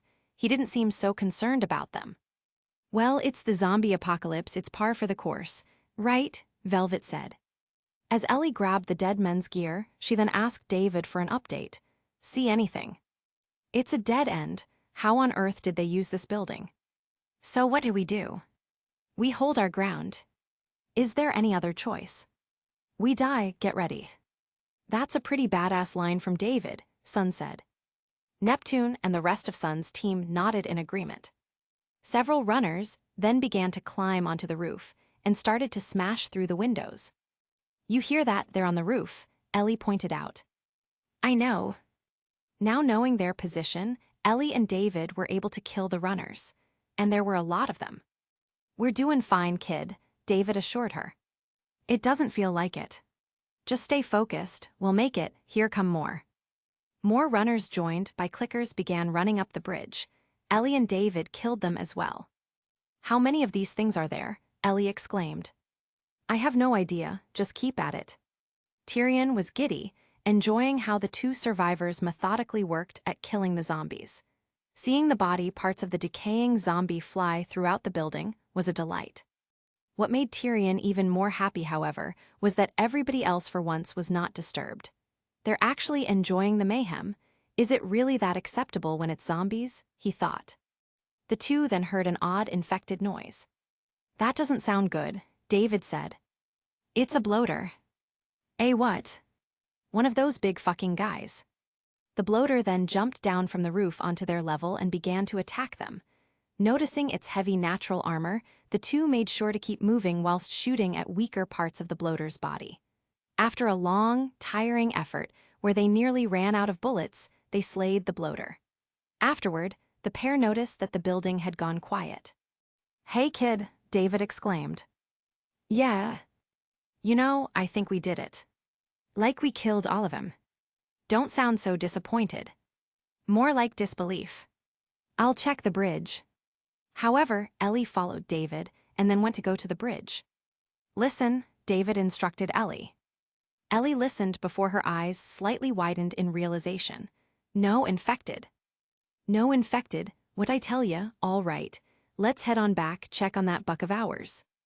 They did it, nice, Ruby said with a smile. And they had to face a boss zombie too. What? Don't tell me that bloater wasn't like a special zombie, Yang said and defended. That bloater looked grotesque, Weiss added, but I noticed that the zombie looked kinda, flora-based. Blake hummed, that's a good point, so the zombies are plant-based. Oobleck heard them, and his face immediately lit up in excitement. That's actually a very smart design choice. After all, some fungi have infected animals in the past, similar to a real-life zombie virus. 2. Upon hearing that, some of the students looked at each other in alarm. So zombies could happen, Cardin asked in shock. Perhaps, but it'd take dedication, a long time, and a person singularly dedicated to making that plant attack the human brain for it to happen, Oobleck said before he paused. He realized that said person was in the room. Salem smirked at his silence. The screen turns to black. Before showing David and Ellie returning to the shack, the fire nearly burnt out. David walked over to it, picking up a stick and began to tend to it again. He looked at Ellie, who was now sitting across from him, having placed her rifle down beside her. You handled yourself pretty nicely back there. Ha Hugh, I'd say we make a pretty good team, David then told Ellie. Ellie, warming her hands on the growing fire that David made, was not so sure. PSSHH, we got lucky. I hate it when people who are clearly skilled act modest, Weiss said. It just seems like a humble brag. Pyrrha heard Weiss and felt her stomach drop. Oh no, is that how some people end up seeing me, when I try to not focus on my achievements? John, putting his hand on her shoulder, took her focus away from her thoughts, however. Don't worry, Purr, I'm sure Weiss didn't mean it about you. Pyrrha smiled but thought further. I already knew that, though. I was thinking about others. Lucky? No such thing as luck. No, you see, I believe that everything happens for a reason. Sure, Ellie said in a mocking tone. I do, and I can prove it to you. Now, this winter has been especially cruel. A few weeks back, I sent a group of men out to a nearby town to look for food. Only a few came back. Upon hearing David's words, Ellie had a look of realization. David noticed it and continued. They said that the others had been, slaughtered by a crazy man. And get this, he's a crazy man traveling, he said whilst pointing at Ellie, with a little girl. Ellie now had a worried expression on her face. You see, everything happens for a reason, David concluded. Shit, this is why it's good to be cautious, Roman said.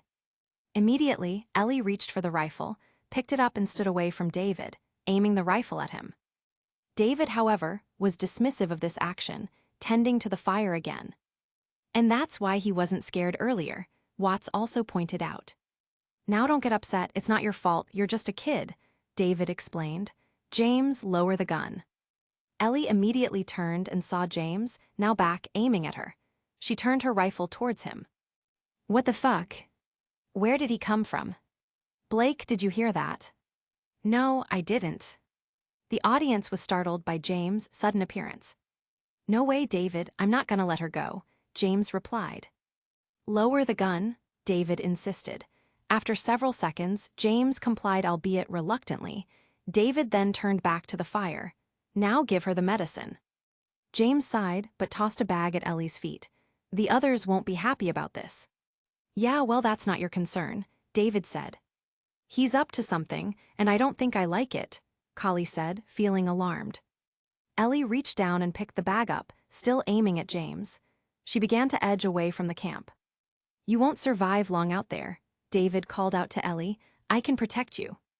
That doesn't sound so bad, but I don't buy it, Collie thought further. One look at her husband showed that he agreed as well. No thanks, she replied as she ran off. David stared momentarily before tending the fire again. He's gonna come back again, isn't he? John said.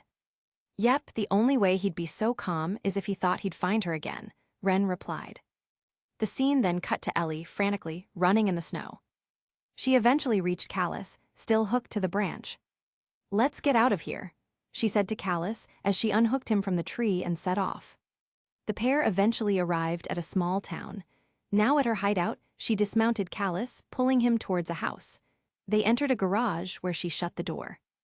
After making sure Callus was fine in the garage, she headed into another room, running down a flight of stairs into a basement. Joel, she called out to the person in the room, an old man with a beard. Joel was lying on the floor with a blanket over him, shaking. So that's who the medicine is for, Winter said. Could that be her father? Penny wondered out loud. There is no biological resemblance, however. She could just take after her mother, Winter replied. And if not, then sometimes family can go beyond the biological, she said, thinking not just about Penny and her father Pietro, but also herself with some of her closest mentors. Oh, she let out breathily as she noticed Joel's worsening condition. She then bent down next to him. I only managed to get a little bit of food, but, she continued as she removed the penicillin from her bag, I did get this. Ellie then pulled back Joel's blanket. Move your arm, she said. Joel complied, and she pulled up his t-shirt, revealing a stitched-up wound on his torso. Oh, she muttered again, before preparing the penicillin. Here we go, she said before injecting the medicine into him, causing Joel to grunt in pain. Sorry, she said before removing the needle. All done. Ellie then put the syringe away and pulled Joel's blanket back over him. Satisfied with her work, she laid down beside Joel as he shivered intensely. You're gonna make it, she promised firmly, before resting her head on her bag and going to sleep with him. Man, that was touching, Blake said, almost awed at the amount of effort Ellie put in to take care of Joel. She must really love her dad, huh? Kiro said rhetorically. Meanwhile, Cinder felt a pit in her stomach, and it confused her. Why is this making me feel weird? The screen cut to black before showing Ellie again. At first sleeping peacefully, she soon startled awake, having heard a noise. She immediately got up and went to look out a window in the basement. Upon seeing a group of men wandering the area looking around, Ellie immediately realized they were from David's group. Oh fuck, they tracked me. Knew it, John uttered quietly. Ellie then jumped down to Joel. I'm gonna draw them away from here. I'll come back for you, she explained to the still sleeping Joel before picking up her bag and running up the stairs. Now outside of the garage with Callus, Ellie slowly lowered the door in order to remain quiet. She then mounted the horse and began to ride towards the streets carefully. Meanwhile, 2 of David's men were roaming the area. Easy, go, come on, she quietly whispered to Callus as she spotted the pair trying to get her. Are you even sure she's here? Man, there were horse tracks down the fucking street. She's here. Ellie listened to the men and tried to sneak by, but she ended up getting grabbed by another one of David's men, one she didn't see. Hey, I got her, get your ass off. Ellie immediately silenced him with her switchblade, stabbing him in the throat. Unfortunately, it was a little too late. The other 2 were now aware of her presence.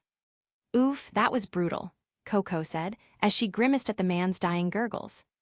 She should have tried to be sneakier, Yatsuhashi added. What are you waiting for? Shoot her. But David said. Fuck David, shoot her now. And David's men are disobeying him. This'll make things so much easier for Ellie, Sun sarcastically said. Go, Ellie urged Callus, as the two began to move through the deserted town, evading gunfire from more of David's men. There. Grabbed her. Fortunately for Ellie, nobody was able to grab her, and she evaded their grasps. However, there were more men inside the various houses she was passing by, rifles in hand. Aim for the horse, don't let her through, one of them said to the others. Get your ass off that damn horse, another shouted right at Ellie. Meanwhile, some of the men were unable to keep up with her and expressed their concerns. Shit, she's running. She's getting away. Come get me, you fuckers, Ellie shouted out in response before grinning. She was almost out of town. Huh, she's somehow escaping pretty handily, Ruby said, shocked by how smooth the escape has been despite being seen. Don't jinx it, Blake said. However, the exit was covered, with two more men blocking the way by standing on top of a disused van. Shoot the horse, shoot the fucking horse, one of them said before they aimed their hunting rifles at Callus. The bullets pierced Callus straight through his neck, a fatal blow. The horse then let out a cry before collapsing over a nearby ledge, throwing Ellie down a large hill. As Ellie picked herself up, she saw Callus motionless dead. Oh man, no, oh shit, okay. Now was not the time to mourn, however. She began running towards the nearby cabins. Ruby looked down as she noticed her team members give her a pointed look. I didn't mean to jinx it. As she began to move, the gunmen above ran to the ledge and looked down. She fell down the hill somewhere. I don't see her though. She's running for the cabins, the other gunmen surmised, just as Ellie managed to find a cabin that she could take refuge in. Inside the building, she was able to slowly and quietly reach the front, where another group of David's men were searching for her. Are we really killing her? David said he wants her alive, one said. He doesn't get to make that call. James told me it's the girl from the university. How many of our guys were killed there? Another replied. So they disobeyed out of a want for revenge, Ironwood said before scoffing. No wonder they aren't leaders. How foolish. Upon hearing that, Watts felt a surge of anger. Oh shit, I didn't know that was her. Screw David then, I ain't taking a chance with this. I just want to finish up and go home, I'm freezing my ass off, a third guy added. Not wanting a confrontation, Ellie backed off and went the other way, finding an exit along a broken cliffside path. Nature track, Ellie said as she read the sign on the path. Okay, that should get me out of here. Smart choice. Yep. She began to cross the ledge over the lake, immediately getting scared of the height. You got this, Ellie. Okay, don't fall in the water, don't fall in. Oh shit. Okay. Once past a good part of the ledge, she was able to get into a culvert, only to be dismayed at it being blocked midway by a dumpster. Shit, she said in frustration, before realizing that the dumpster could be moved back outside, but from the direction of the ledge. Ellie sighed before going out of the culvert and going back to the ledge to move the dumpster. Here we go, she muttered as she had to focus on not looking down yet again. Fortunately, she was able to move the dumpster without any fuss and go back inside the culvert. Once past it, she found herself looking at a large hunting lodge by the riverbank on the other side. Man, that was intense, somehow even more than the chase, Neptune said. Yeah, heights are no joke, Sun said. They're like your ocean for me. Well, it's a good thing you didn't go to Beacon then. They send you off the cliffs for initiation, Velvet told them. Sun shivered in response. That's the way back. Hang in there, Joel. Ellie began to move towards the hunting lodge when more of David's men emerged onto the street. Cover the grounds, make sure she's not hiding somewhere over here. However, Ellie was able to sneak into the lodge, hiding somewhere over there. My goodness, how many of them are there? Nora exclaimed. There must be a whole community of them, Ren surmised. Ellie then found herself in a conundrum as she began to move around the building. How do I get out of here? I don't want to get trapped in here. Og, where's the way out? She asked herself as she found herself at the back of the lodge. Her focus on her dilemma proved to be disastrous, however, as 3 more men spotted her. She's on this side of the lodge. Hey kid, stop this shit and put your weapons down, You're outnumbered and outgunned, you've got one shot here. All right, you've already had your chance. Adam let out a ch, got to think faster than that, kid. Even Cinder was annoyed by it. That's exactly the type of stupid thing I would have done when I was younger, she thought morosely. Gritting her teeth, Ellie began to run, towards them. Using the skills she learned from Joel, she used her guns, her makeshift weapons, and even her arms and legs to get whatever advantage she could get. She targeted limbs, moved quickly and aimed for their backs, and threw objects to distract them. With these tactics, she was able to distract each pursuer long enough to get a killing shot. However, she got injured. Letting out a hiss of pain, Ellie knew what she had to do. Getting out a bit of tape and some alcohol, she made a makeshift bandage to put on her arm where a bullet grazed her. Once satisfied with her own handiwork, she proceeded to move to the exit. Wow, just wow, Kiro said, very impressed and disturbed by Ellie's skills. On one hand, it's nice to see she has such skills, but, Taeyong began. It's also disheartening that such a young child had to learn it. Osbin finished. Yep. Meanwhile, Ellie's reactions made Cinder remember her past after Rhodes. Before, she used to find them happy, as they were the first time after the orphanage where she showed strength. But seeing exhibit the same type of skill, and for the sake of another person in Joel, she frowned. Just as she began to push the door open, David grabbed her from behind. Ellie tried to draw her switchblade, but David grabbed her arm as well and pulled her to the ground. Relax, keeping you alive here, David whispered quietly to her before knocking her out with a sleeper hold. There you go, there you go. Part 1 end. Oh shit. Nua. What's gonna happen to her? Ah, fuck you, David. The audience reaction was immediate shock and rage at David. However, they quickly settled down as they remembered that there was still, in fact, a part 2 to watch. Joel better heal quickly, or else, one of the audience members darkly uttered. Part 2, Cabin Resort. Ellie woke up with a start before finding herself in a cell. She looked outside and found James by a table, whatever he was doing, obscured by the fact that she was facing away from her. Seeing him, Ellie got up and began to crouch, trying to quietly approach the gate. Once she got to the bars, she got a better look of James, using a meat cleaver to chop the limbs off of a human corpse. Ellie let out a small gasp of panic, which caused James to turn to her. In response, James simply put the cleaver down and left the room. Oh great, so that's why David wanted her alive, Nora exclaimed. Once he left, Ellie began to rattle the gate, trying to pry it open to no avail. After a few seconds, David entered the room with a tray of food. This was enough for Ellie to stop rattling the gate, as she instead focused her attention on him. Oh. How are you feeling? David asked. Super. Here, David said as he pushed the tray of food into Ellie's cage. You should eat. I know you're hungry, been out for quite some time. What is it? Ellie asked, immediately unnerved. It's deer. With some human helping on the side. No, I promise, it's just the deer meat. Ellie glanced at the food and then back at David, before finally giving in. She bent down and started to eat the food. You're a fucking animal, she growled in between bites. She still ate it, Ruby said, horrified. When you're starving, sometimes there's no choice, Kiro stated sadly. And it's an apocalypse too, Rubes. Sometimes you can't be picky. This might be the only food she'll get too, Yang added.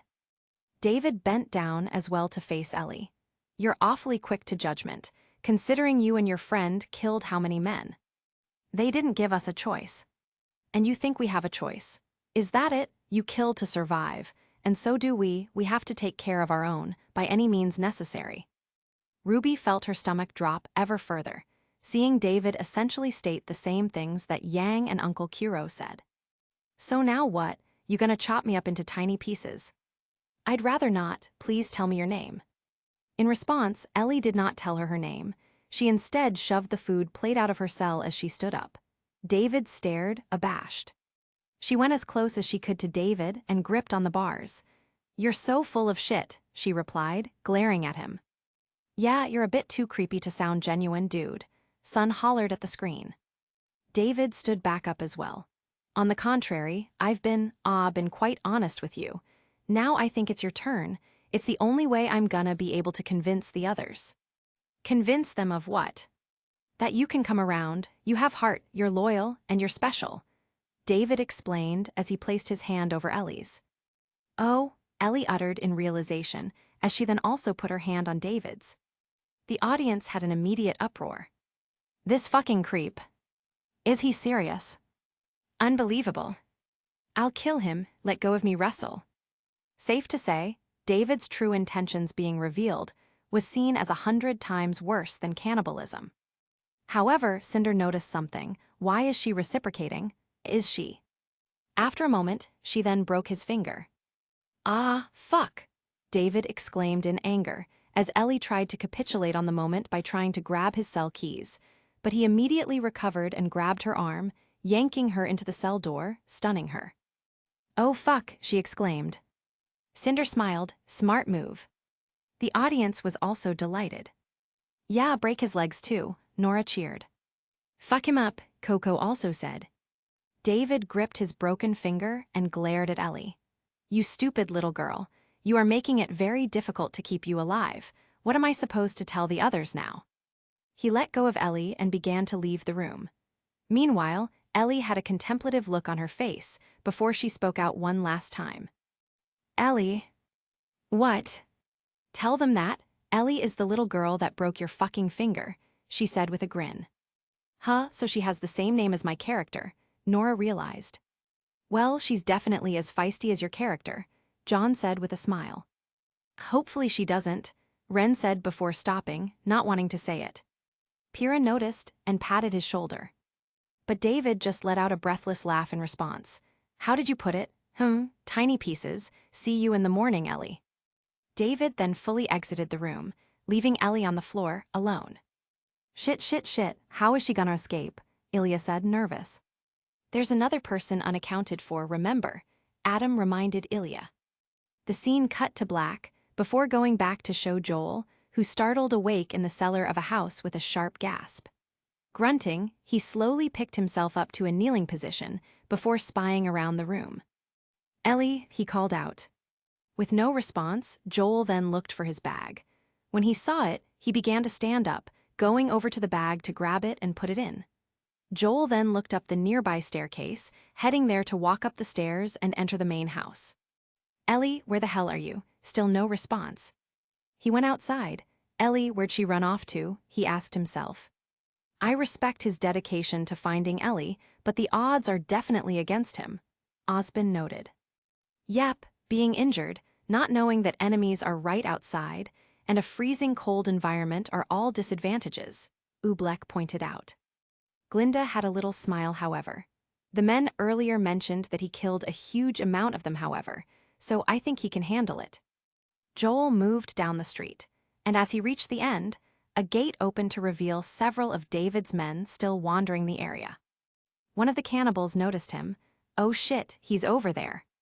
Shit, Joel uttered in response.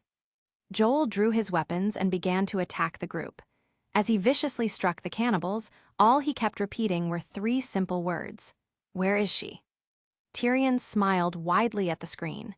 He could respect a man's bloody rampage, even if it was for reasons that differed from his own. Magnificent. As Joel kept killing more and more of the group, more and more of the cannibals became filled with fear. One of them noticed the others hesitating and responded in turn. Move it, don't let him get ya. However, the instructions were all for naught. The said cannibal was soon killed by Joel, who ended up slaughtering all but 2 of the group, who escaped into a street. Damn, he's kinda scary, Sun admitted, which is crazy because we could all technically take him on. Yeah, he reminds me of some of the dudes back in Vacuo, Neptune added with a shiver. At least he has a good reason to be so ruthless, however. Joel chased them, jumping a barricade only for one of the 2 to grab him from behind. Gotcha, asshole, finish him off. The other then tried to approach a struggling Joel with a shiv. Hold him still, he said to his companion. However, Joel then kicked the cannibal with a shiv in the groin, before headbutting the cannibal holding him. Son of a bitch. Oh shit. Joel then broke free, then turned around and slammed the cannibal holding him onto the wall. said Cannibal collapsed, heavily dazed. Joel then kicked him for good measure. You come with me, Joel simply said before dragging him. Come on, he grunted. Let me go, I'll fuck you up. Keeping him alive, Taeyong muttered. That seems similar to David's actions. Well, he does need information on where Ellie is, Yang mentioned. The scene cuts to black before opening to the sound of blows in a room. Joel is repeatedly striking one of the cannibals, tied to a radiator, in the face with his fists. The other is tied to a chair, facing away from Joel and his victim. A table is set up next to the latter, with a small knife on it. A pipe is also on the floor.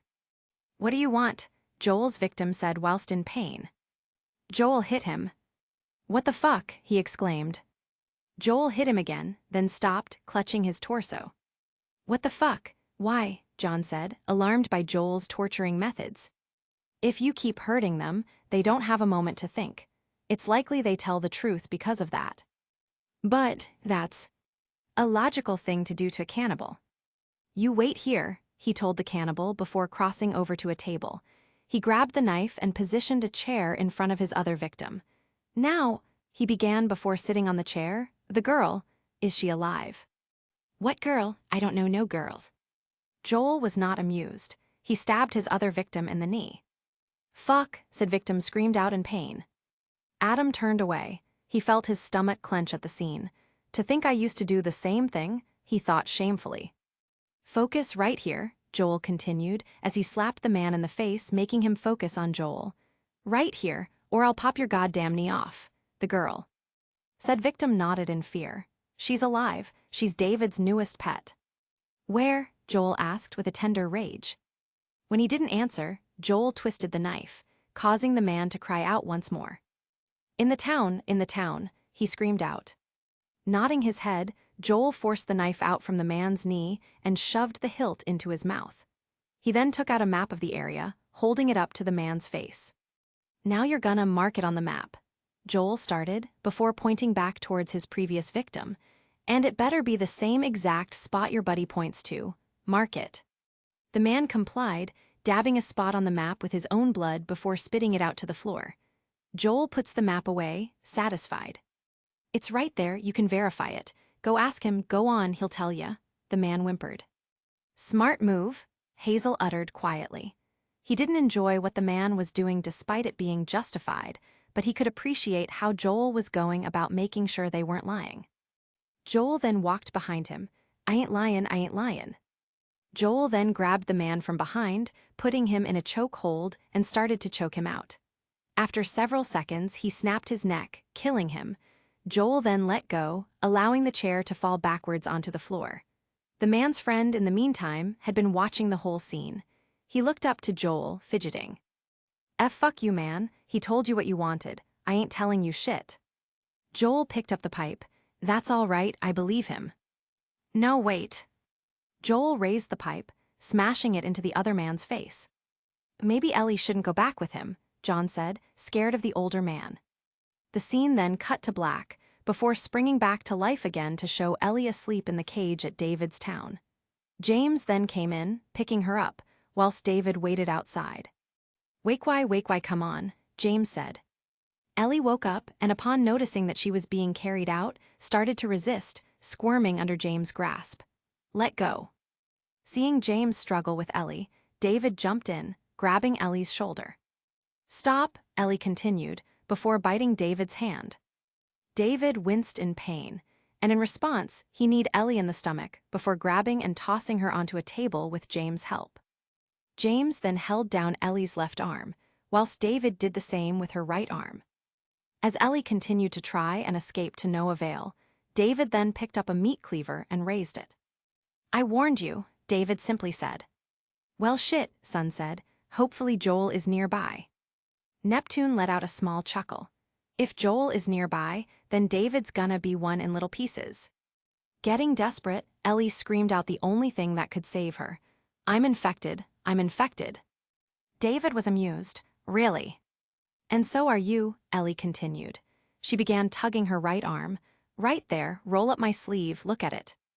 I'll play along, David said with a grin to James. Yeah, that's a bit of dumb move there from RWBY stated. What if she actually is infected, though? Blake asked. Oh, don't be preposterous, Blake. As if a person could survive a zombie infection, Weiss replied. When Blake gave her a look, Weiss explained. What? I know my zombies, aside from the infection stuff, that is. He then stabbed the cleaver into the table, just away from Ellie's head. Ellie flinched. David then rolled up her sleeve, seeing her healed bite mark. Said mark shocked David, as James stared at the two, visibly shaken. What you say? Everything happens for a reason, right? Ellie said, throwing David's words back at him. James then let go of Ellie's left arm, shakily pointing at her bite. What the hell is that? She would have turned by now. It can't be real. David tried to rationalize. Looks pretty fucking real to me, James responded. Nonetheless, he too let go of Ellie's arm, focusing on his hand, checking to see if there was a bite or not. How? She seems perfectly fine, Weiss said, baffled. Yeah, this is kinda crazy, Yang added on. Maybe she's immune and she's a special girl, Nora said with a smile. You know, that might actually be the case. Nora's accuracy is pretty uncanny, Pyrrha noted. Why even fake a bite, though? Sun wondered out loud. For situations such as this, Neptune said. Yeah, but if you had a bite, most people would automatically shoot you to avoid being infected. Oh yeah. So that must mean she actually was bitten. That moment of distraction was enough for Ellie to seize the moment. She proceeded to grab the meat cleaver and hacked it into James' neck. She then rolled off the table as David drew his revolver and fired, missing her. Ellie then landed on the floor as James collapsed, bleeding to death. Pushing herself off the floor, she then went towards the doorway, pushing a hacked animal corpse whilst running. David then fired again, but missed. With some distance between them, Ellie then began to hide next to the doorway. David started to creep towards the door, ignoring the sound of James bleeding out. Ellie then saw her switchblade on a shelf and took it. She then spotted an open window. Okay, she quietly said to herself before running towards it, jumping through and landing on the ground below. What the fuck is wrong with these people? She muttered as she began to go away from the building. David then popped his head out of the window. Where are you going, Ellie? This is my town, he taunted before going back inside, presumably to exit via another path. The audience cheered. Yeah, Otta girl Ellie. Good job. Move, move, move. Get out of there quickly. Phew, that was a close shot. Is that asshole really taunting her after that? Ellie ignored his taunt, before taking shelter in a nearby storage room that was part of a store. I need a gun, she said out loud while searching the area. To her luck, she managed to find a revolver with some bullets in it. Okay, I can do this. She barely has any ammo, Ruby noted. Well, she'll just have to make it count then, Yang said. She probably would be able to, she's a great shot, Weiss added. She then moved towards the front of the store, noticing a snowstorm beginning to rain down on the town. As the snowstorm began, David was seen running out to meet two of his people. We heard gunshots, one of the two said. Infected, David explained. What? The girl, she's infected and she got out. This is bad, David, the other said. All right, I need you to round up everyone who isn't armed and get them to clear out of here. We're gonna find that girl and we're gonna kill her. Oh my God, I'll take the kids to the shelter. David and the two people split up, the former alerting the rest of town by ringing the town's bell. Several cannibals with revolvers then began to patrol the streets. Oh fuck, Ellie muttered, before moving out from her hiding space to begin trying to sneak past the patrols. They really do have kids, Velvet quietly uttered in horror.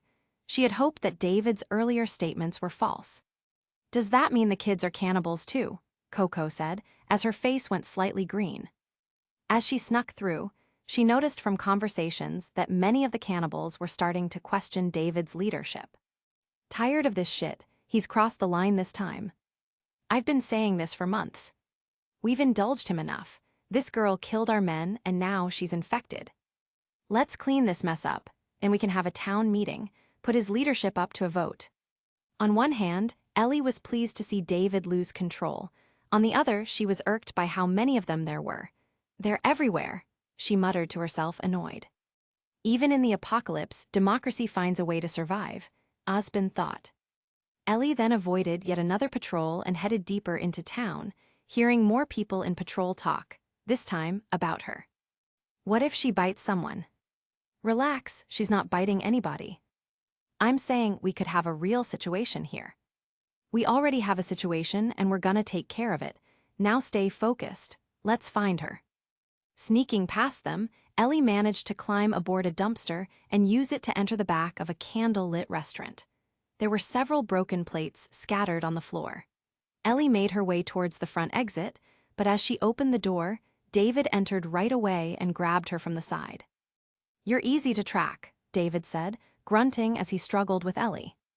How is she easy to track? The others couldn't even find her," John exclaimed, baffled. "Well, if he's really good at tracking, that might explain why he's the leader," Pyrrha mentioned. He ended up knocking over a lit lamp, which caused the front tables to catch fire. Despite this, he managed to take Ellie's revolver and knock her down. He then aimed the gun at her.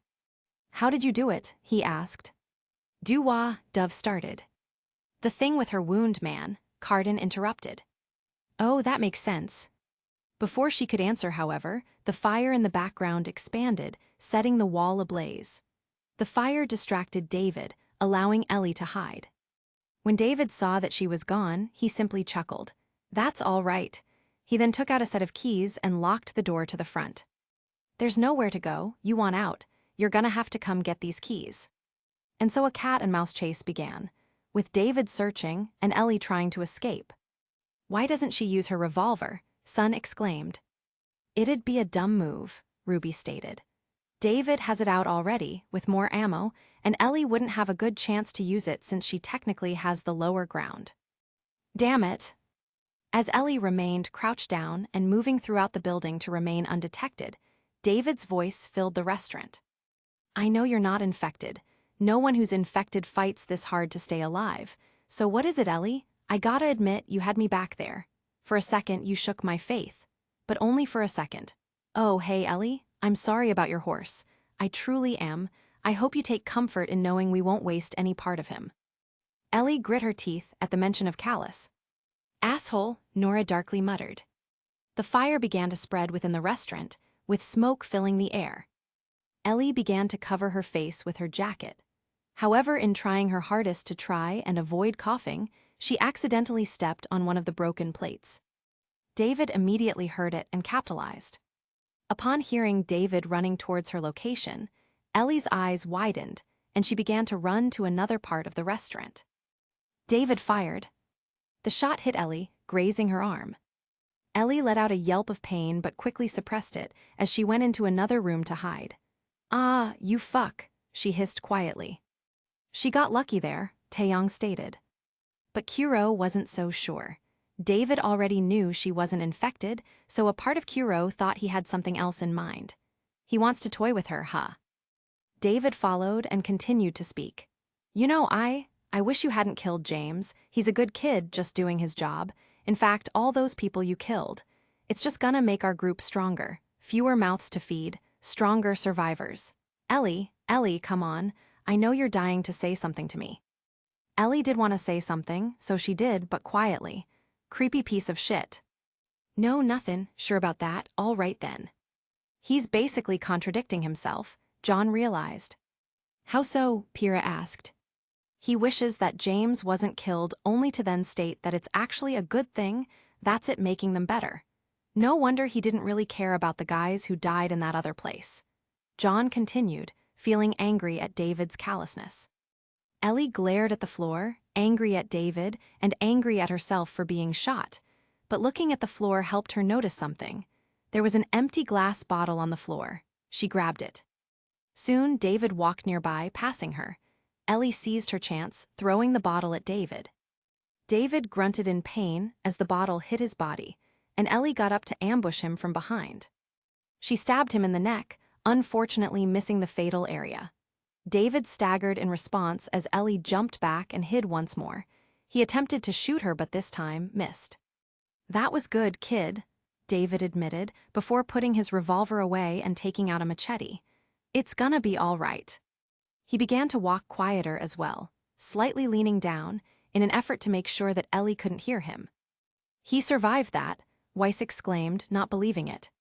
Well, I have seen reports of people on the battlefield surviving shots to the neck, so it is plausible for a person like David to survive, friend Weiss, Penny reported. Of course, after a bit, he couldn't resist anymore and decided to speak up anyways. You know, you keep surprising me. It's a shame you wouldn't come around. Give up now and I promise to be quick. Promise. Yeah, go fuck yourself, Ellie hissed in a whisper. Okay then, don't say I didn't give you a chance. You know, I love how you think that you're better than this, better than us, but you're not. The sound of another cracked plate filled the air. David grinned. To Ellie's shock, he ran incredibly quickly to her location and managed to swing his machete in Ellie's direction. Despite Ellie's quickness, David was able to nick her arm enough for it to hurt. Ah, you crazy fuck, she hissed in pain as she quickly spotted another bottle and threw it at David. The distraction was enough for Ellie to get away to another room and hide. Blake shook her head. How did she step on another plate? She's choking, Adam noted as he saw Ellie struggle amidst the smoke, both literally and figuratively. David, while annoyed that she got away again, was undeterred. It didn't have to be this way, you know. You brought this on yourself. You did, he said as he entered the room. He did not spot Ellie glaring at him behind one of the tables. She threw a brick at him. This time, it hit David in the head and dazed him. Ellie got up and quickly struck him in the stomach. David, still dazed, swung out his machete, forcing Ellie to quickly retreat to cover. David, hissing in pain from both the stomach wound and the head injury, growled. "Run, little rabbit, run," he shouted. That creep is still standing," Emerald stated, annoyed. "He's got guts," Mercury added. "Bloodied guts, but guts nonetheless." The fire had now completely engulfed the restaurant, causing smoke to cover the entire area. Noticing the smoke covering the restaurant, David grinned and began walking around stealthily yet, his body now obscured by the smoke. However, Ellie had the same idea, and after a little while, Ellie managed to get behind him and jump onto his back. She stabbed David in the shoulder. However, David pushed through the pain, slamming himself and her onto a table before grabbing her hair and tossing her over his head. The pair then collapsed to the floor, both knocked out. "Well, it's just a matter of who wakes up first then," Osbin stated. The scene cut to black again, before coming back to life showing Joel, who was now approaching Silver Lake's outskirts. Joel ran into the town, where more cannibals were patrolling the area. As he progressed through the area, using the snowstorm for cover, he was able to hear what the cannibals were saying. "This is pointless, I can't see a thing. Just keep searching. If she comes through here, we gotta catch her. We should be guarding the shelter. We got an infected running around in the town, and we're guarding the damn exit. Look, this kid is deadly, and we don't know where she's gonna turn up. Just keep your eyes and ears open." Upon hearing that last statement, Joel growled in anger and killed the guards.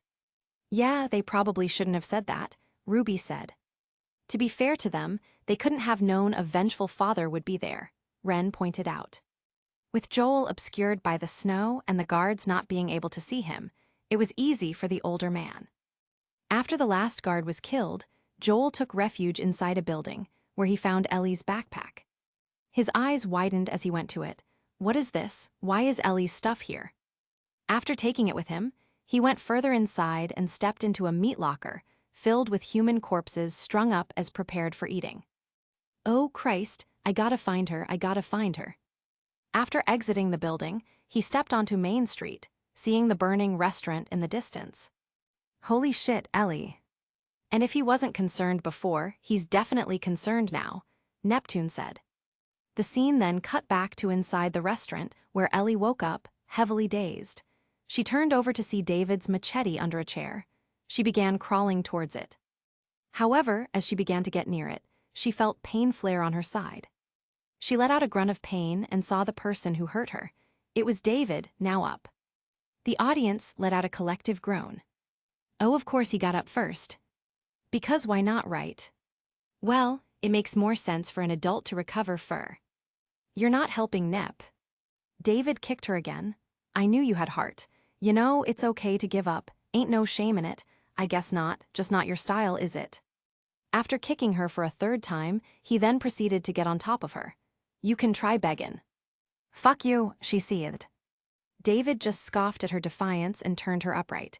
You think you know me? Huh. Well, let me tell you something. You have no idea what I'm capable of, he growled. David then began to choke Ellie. As the life was seeping out of her, Ellie desperately reached for his machete. Come on, kid, reach it. You can do it, you need to. Shit, I can't watch. The audience waited in anticipation, either for Joel to make it or for Ellie to reach it. For a split second, it seemed like she was not gonna reach it. Her eyes began to roll back. No, Ruby said in horror. Joel, where are you? But she stretched out her time one last time and grabbed onto the weapon. She slashed David's arm with it. In response, David rolled off of her, crying out in pain. Ellie then got on top of him and began to slash him several times in the face. David had gone silent, but Ellie kept slashing. And slashing. And slashing. Ellie was beginning to cry now. Most of the audience looked at Ellie in pity. Kuro sighed. The apocalypse is no place for a child, he said sadly. After a few more slashes, Joel ran up to her and pulled her off. Ellie, stop, he said.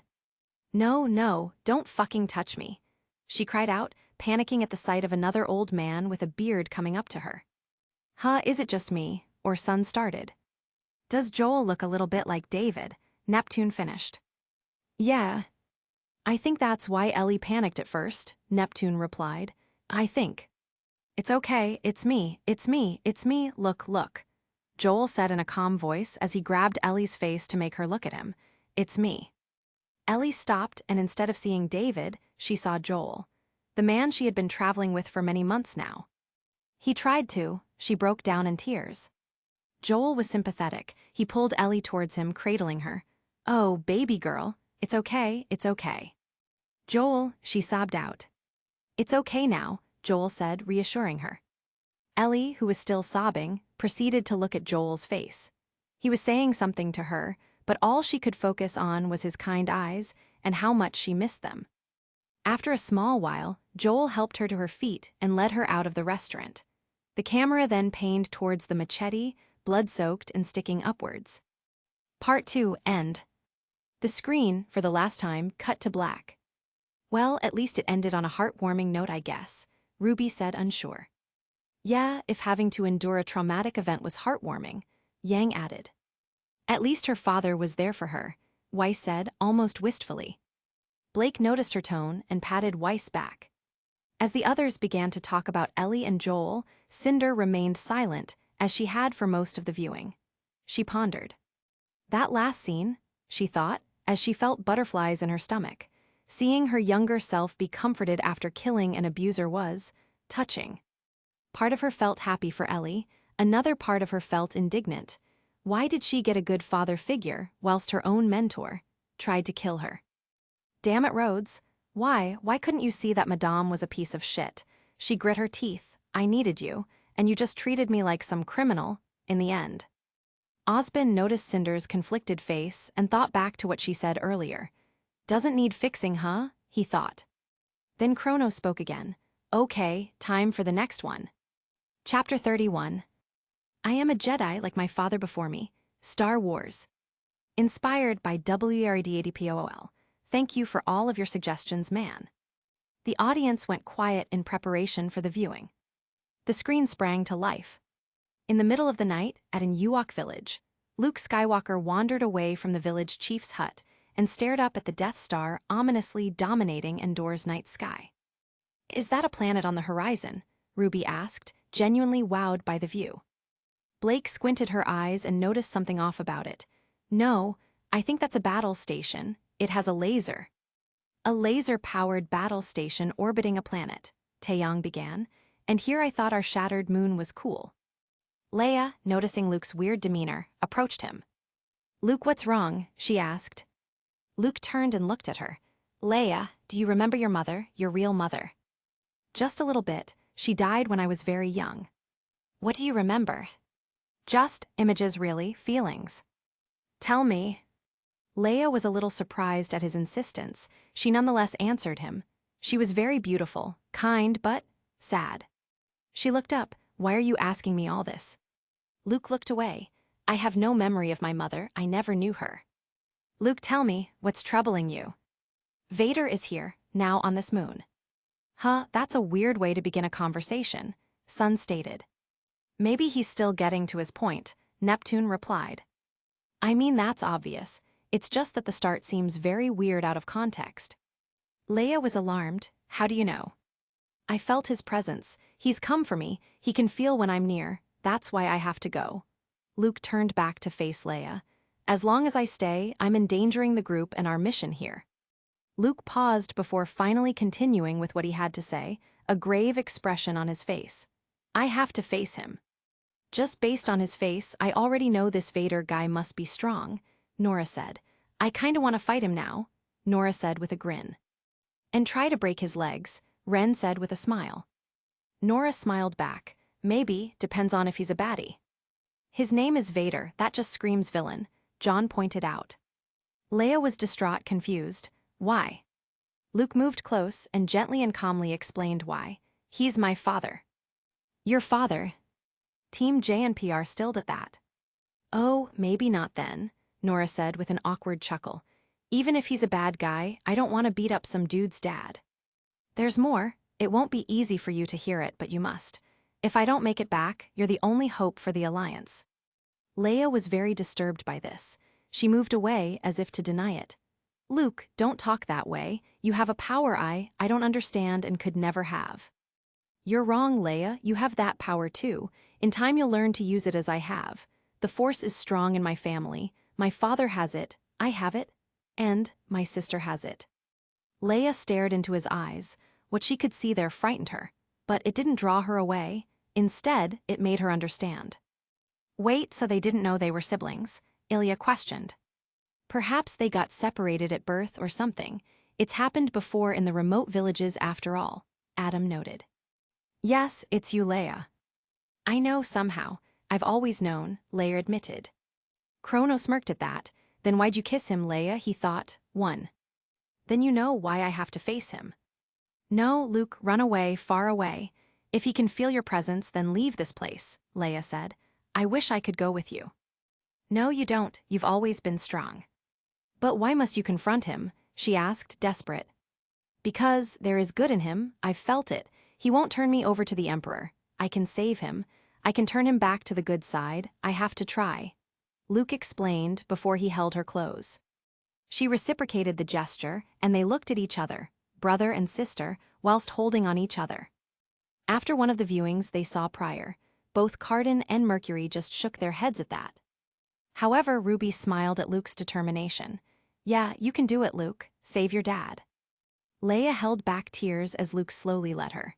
He then went out to the walkway that led out of the village. After he was out of sight, Leia's tears finally burst out as she sobbed, her body trembling. It was at that time that Han went out of the hut he was in and saw Leia. Hey, what's going on?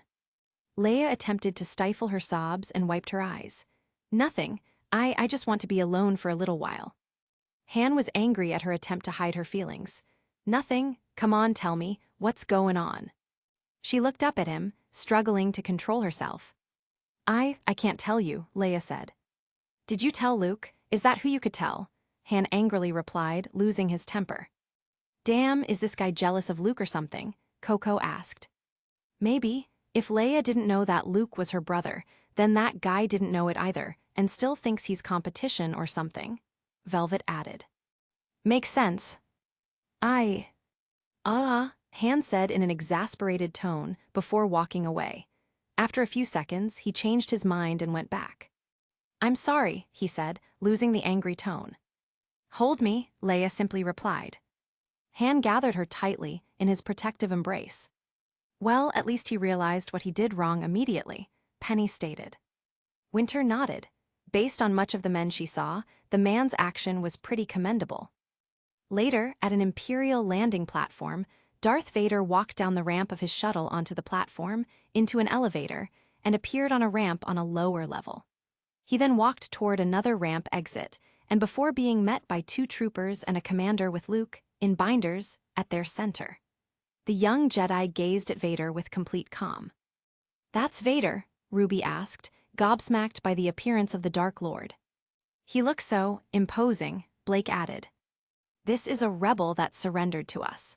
Although he denies it, I believe there may be more of them, and I request permission to conduct a further search of the area, the commander told Vader, before extending his hand to reveal Luke's lightsaber. He was armed only with this, the commander added.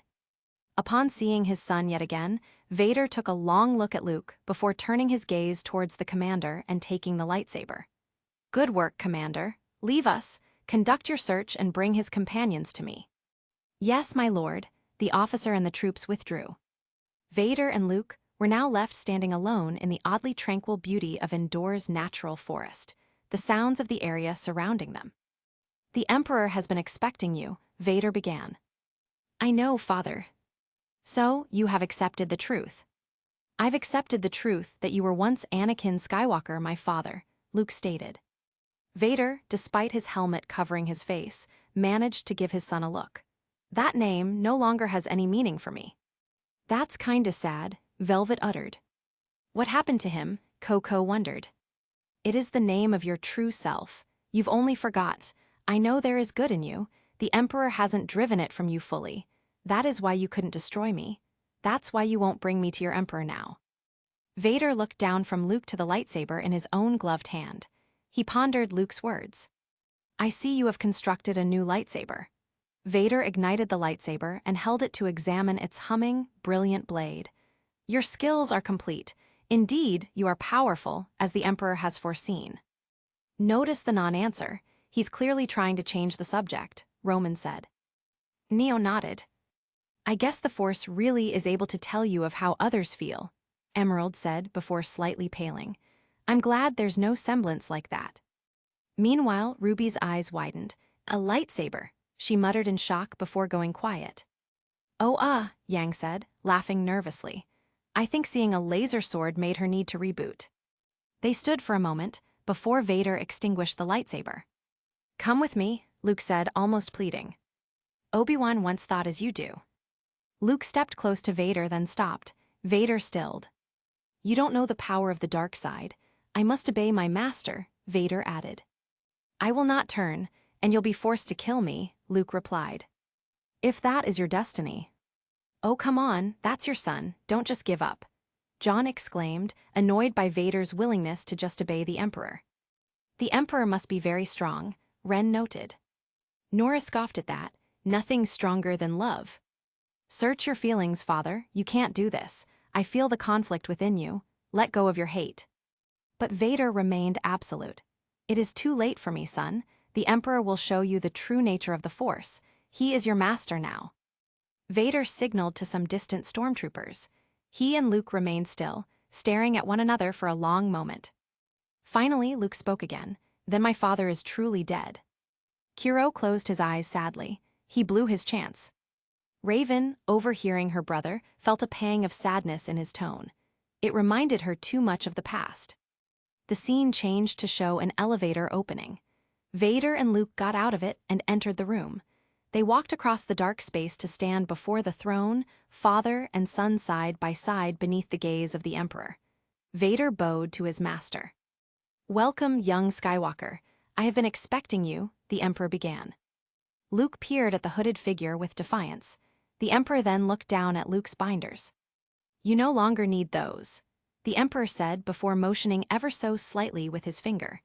Luke's binders then fell right away, clattering to the floor. All right, Roman began. Either this Emperor guy is very full of himself, or he really is that strong. Why do I feel like it's the latter? Hazel stiffened at what the Emperor did. It reminded him too much of what Salem did. He still remembered that day vividly. Going to Salem's castle, confronting the Grim Queen, killing her again and again, only for her to come back. Each and every single time. Hazel shook his head. Even the Emperor with his pale face looked similar to her, he thought. Luke looked down at his own hands, which were now free to do anything, even to reach out and grab the Emperor's neck. He did nothing. Guards, leave us, the Emperor ordered. The red-cloaked guards obeyed, turning around and disappearing behind the elevator. Wow, the Emperor must really not think Luke is a threat, Penny stated. Why would the Emperor treat his future subordinate as a threat? Ironwood asked gravely. With the three of them now being the only ones in the room, the Emperor spoke to Luke once again. I'm looking forward to completing your training. In time you will call me Master. You're gravely mistaken. You won't convert me as you did my father. The Emperor got down from his throne and walked up very close to Luke. The Emperor looked into his eyes, and, for the first time, Luke could perceive the evil visage within the hood. Oh no, my young Jedi. You will find that it is you who are mistaken about a great many things. Many in the audience recoiled at the Emperor's face. Geez, that's a face only a mother could love, Yang said, looking greener and greener by the second. Even Salem was disturbed. Not even the grim pools made me look like that, she muttered. Vader then interjected, extending his gloved hand towards the Emperor, revealing Luke's weapon. His lightsaber. The Emperor took it. Ah, yes, a Jedi's weapon, much like your father's. By now you must know your father can never be turned from the dark side, so will it be with you. You're wrong, soon I'll be dead, and you with me. So he's gonna sacrifice himself now? Sun asked. Neptune shrugged. Well, if he can't convert his dad, he might as well try to take them down with him. The Emperor laughed at Luke's declaration. Perhaps you refer to the imminent attack of your rebel fleet. Luke was alarmed. Yes, I assure you we are quite safe from your friends here. Regardless, Luke spoke back defiantly, your overconfidence is your weakness. Your faith in your friends is yours. Vader gave Luke a look. It is pointless to resist, my son. Ruby, now recovered from her previous shock, couldn't help but feel annoyed. Having faith isn't a weakness, and can his dad stop being such a downer? She thought miserably. Everything that has transpired has done so according to my design, the Emperor added, before gesturing towards Endor. Your friend's up there on the sanctuary moon. Luke looked alarmed yet again.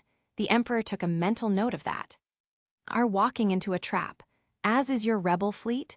It was I who allowed the Alliance to know the location of the shield generator.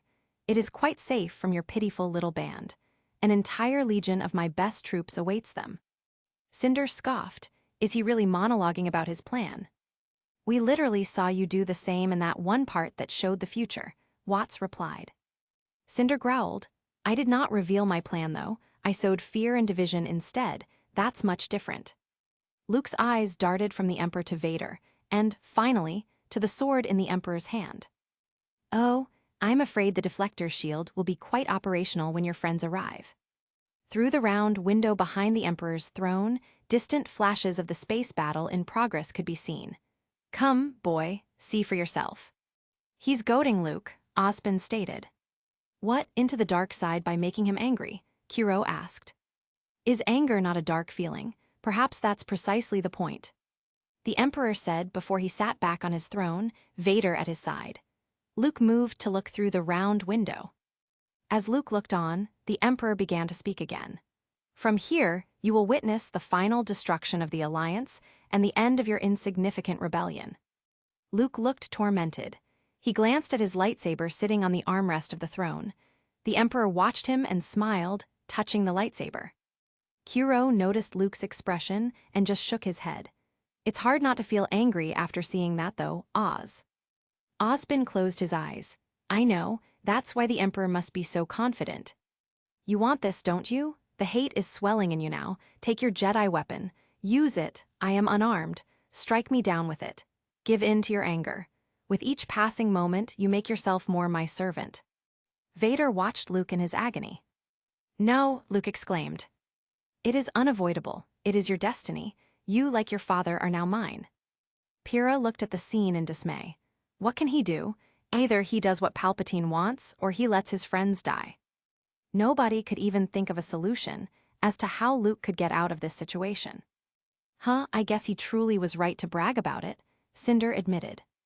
After a few seconds, Ruby noticed Vader's expression through his mask. She smiled. Well, there is one way, she thought. The scene then cut again, before showing the Emperor, Vader, and a horrified Luke watching the aerial battle out the window and on the view screens. Another rebel ship exploded against the protective shield. As you can see, my young apprentice, your friends have failed. Now witness the firepower of this fully armed and operational battle station, the Emperor stated before speaking into his comlink. Fire at will, Commander. Luke, in shock, looked out across the surface of the Death Star to the Rebel fleet beyond. Out of the window and on the view screens, the Rebel fleet was being decimated in blinding explosions of light and debris. Luke could almost imagine the screams and sounds of horror. Many of the war veterans in the cinema paled at the carnage that occurred in screen. Gira looked down. Adam closed his eye. Ironwood looked grimly at the screen. And Ozpin, he stared at the battle sadly. Dying in space must be rough, Sun uttered. Almost makes you glad we can't go up there, huh? Neptune added. The Emperor turned to Luke.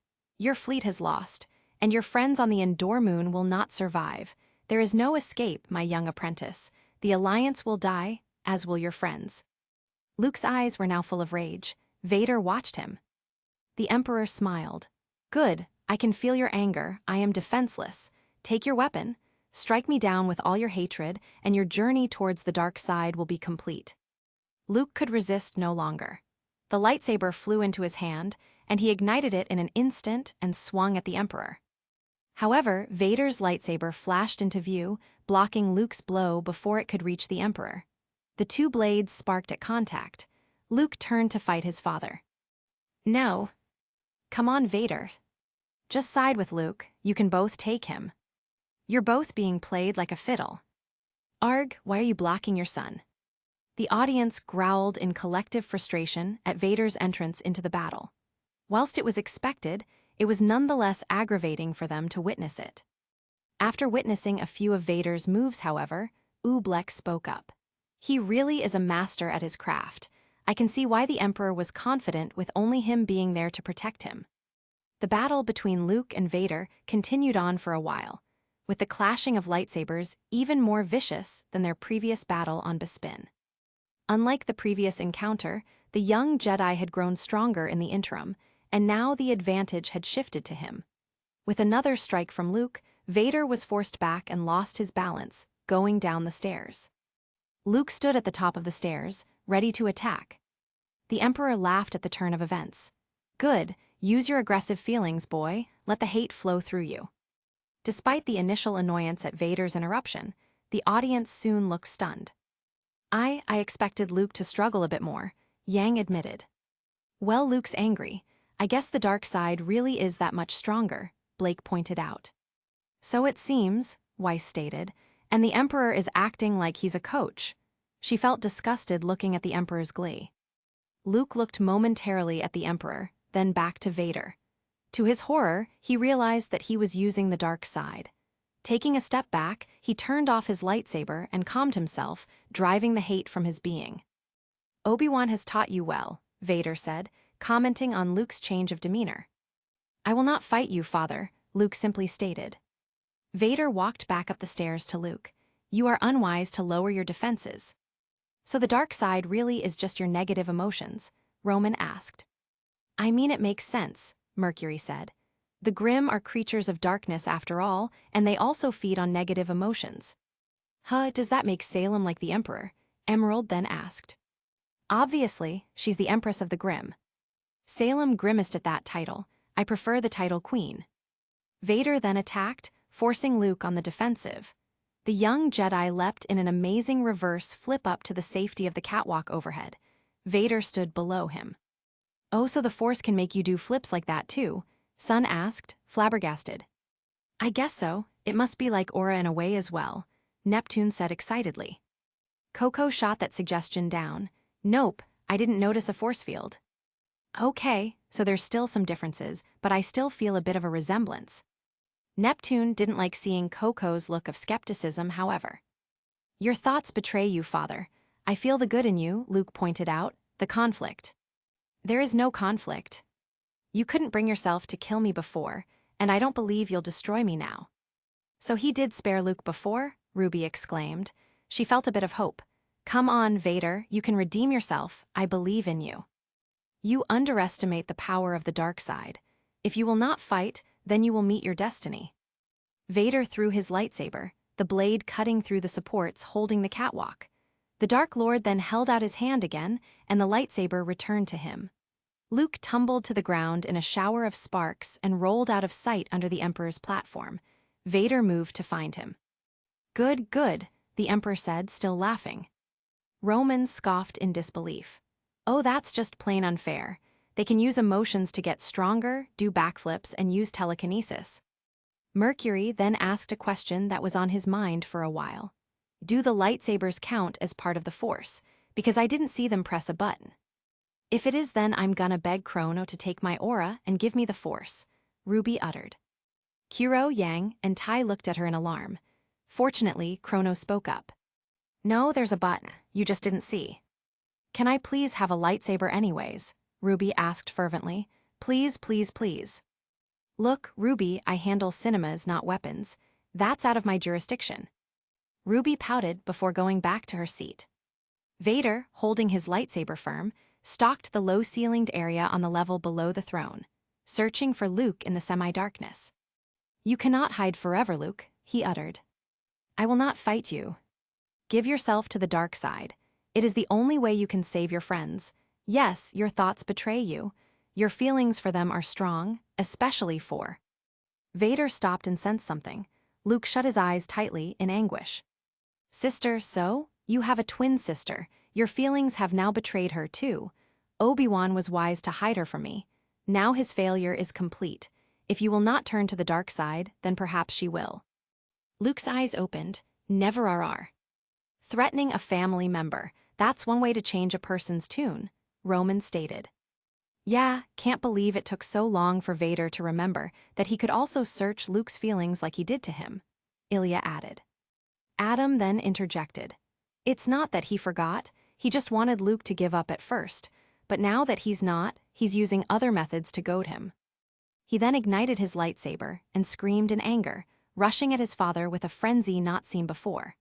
Sparks flew as Luke and Vader fought in the cramped area. Luke's hatred empowered him, forcing Vader to retreat out of the low area and across a bridge overlooking a vast elevator shaft. Each stroke of Luke's sword drove his father further toward defeat. Eventually, the Dark Lord was knocked to his knees, and as he raised his lightsaber to block another onslaught, Luke instead slashed Vader's right hand off at the wrist, causing metal and electronic parts to fly from the mechanical stump. The audience gasped at Luke's sudden flurry of blows, which ended the battle. "Oh shit," Coco exclaimed. "Damn, I guess Vader didn't expect that," Cardin added. "Did he have to really cut off the hand, though?" John asked, concerned by Luke's decision. Ren, however, noticed something about Luke whilst he was swinging his lightsaber. Maybe it was because he lost his hand. "Look at Luke's swing, he has a robotic hand." "Oh, nice catch," John said. "So it's revenge for Vader cutting off his hand before," Yang said. "Damn, that's kinda dark." Weiss glared at Yang, which made the blonde laugh awkwardly. "I didn't even mean to make a pun this time." "I'm sure," Weiss uttered. Vader's weapon clattered uselessly away, over the edge of the platform and into the bottomless shaft below. Luke moved over Vader and held the blade of his sword to the Dark Lord's throat. The Emperor watched with uncontrollable, pleased agitation. "Good, your hate has made you powerful. Now, fulfill your destiny and take your father's place at my side." Luke looked at his father's mechanical hand, then to his own mechanical, black-gloved hand, and realized how much he is becoming like his father. And so, he made his decision. Luke stepped back and hurled his lightsaber away. I'll never turn to the dark side. You've failed, Your Highness." "I am a Jedi," Luke declared, defiantly staring at the Emperor before gesturing towards Vader, "like my father before me." RWBY smiled at Luke's declaration and found herself applauding. "Yeah, you tell him, Luke." "A Jedi?" Blake asked. "Sounds like a hero," RWBY added. Blake nodded in response. So Vader was a Jedi too, before he got corrupted. The Emperor's glee turned to rage. "So be it, Jedi," he said, now glaring at the boy. Luke stood still as the Emperor reached the bottom of the stairs. He raised his arms toward Luke. "If you will not be turned, you will be destroyed." Blinding bolts of energy, evil lightning, shot from the Emperor's hands at Luke. Even in his surprise, the young Jedi tried to use force to deflect them. At first he was half successful, but after a moment, the bolts of energy kept coming with such speed and power. The young Jedi eventually shrunk before them, and his knees buckled. "Those attacks were too quick," Roman said, alarmed by the Emperor's power. "I can see why Vader didn't try to turn," Mercury added. Meanwhile, Nora groaned in anguish. "If I was there, I could be helping Luke. I'd just absorb that lightning like nothing." The wounded Vader then struggled up to his feet and moved to stand at his master's side. "Young fool, only now at the end do you understand," the Emperor said, as he continued to hurl lightning at Luke. Ruby sadly looked at the screen as she saw Vader go back to the Emperor. "Even now?" she squeaked out, genuinely shocked at his decision. As the onslaught continued, Luke was almost sent to the brink of unconsciousness. He clutched a canister to keep from falling into the bottomless shaft as the bolts tore through him. "Your feeble skills are no match for the power of the dark side. You have paid the price for your lack of vision," the Emperor said. Luke continued to writhe on the floor in unbearable pain, reaching weakly up toward where Vader stands watching. Vader watched Luke. He did not know what to expect. Then Luke spoke up. "Father, please, help me." Mercury was stunned to hear Luke's cry for help. "Even now?" he asked, after the numerous times he didn't answer. Again, Vader stood, watching Luke. Then he looked at his master, then back to Luke on the floor. For a split second, Vader did not see his son, but instead his former Jedi-in-arms, Mace Windu. For a split second, Vader saw the past. For a split second, he was Anakin Skywalker. "Huh?" John said, baffled to see the scene change so quickly. Once he realized what happened, his eyes widened. And he wasn't the only one shocked at the reveal. "Wait. John, you're Vader." "Whoa, so John's Vader. I guess this was before he turned." John just chuckled slightly at the revelation. "I seem to be the person behind masked characters, huh? First the Rusted Knight, and now Vader." Pyrrha held John's shoulder. "Well, at least you look cool in both outfits." "Unlimited power," the Emperor screamed, as Vader's surroundings changed from the inside of the Death Star to the inside of a building in Coruscant. Then it changed back. "So he's watched a fellow Jedi-in-arms die before, huh?" Ironwood said. "Indeed, and now it's happening to him again," Osbin stated. "I assume this means he'll make a different choice." Vader's breathing became more frantic than usual as the lightning continued to pour forth onto Luke. He begins to think back to former comrades and his wife. "You were my brother Anakin," he heard Obi-Wan, his brother. "I won't leave you, not this time," he heard his protégé Ahsoka. "Come back, I love you," he heard his wife Padma. Finally, he thought back on what his son said. "I know there is good in you." Ruby felt a surge of hope. "Yes, listen to past friends' words," she pleaded mentally. Vader's thoughts were soon interrupted by the actual Luke in front of him, still screaming in agony. "Aza. Now, young Skywalker, you will die," the Emperor declared. Then, to both Vader and Luke's shock, the outpouring of bolts from the Emperor's fingers increased in intensity, and the lightning lit up the entire room. Luke screamed even louder. "Hurry up. Get over there already. Move, Vader. Come on. Yeah, come on, evil John. Sorry, real John, hey." The audience cheered on Vader to make his move. And so, Vader made his decision. Vader grabbed the Emperor from behind, lifting up the robed figure despite the Dark Lord's weakened body and gravely weakened arm. Shocked by the turn of events, the Emperor struggled whilst in Vader's grasp, his bolt-shooting hands now lifted high, away from Luke. The bolts were soon redirected towards Vader. Despite this, Vader continued to push forward with his Emperor held above him as the sparks rained off his helmet and flowed down over his black cape. After an excruciating walk, Vader arrived at the edge of the abyss at the central core of the throne room. With one final burst of strength, Darth Vader then hurled the Emperor's body into the bottomless shaft. The Emperor fell helplessly into the void, screaming and throwing lightning as he fell into the abyss. Finally, when he reached the bottom, an explosion occurred, creating a rush of air through the room. "Holy shit, he did it," Sun exclaimed happily. "Is he all right?" Velvet asked, concerned for the Dark Lord's well-being. "I dunno, he did tank those lightning bolts though," Yang stated. His job done, Vader collapsed near the bottomless hole.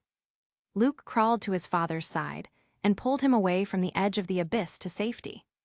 Both the young Jedi and the giant warrior were too weak to move.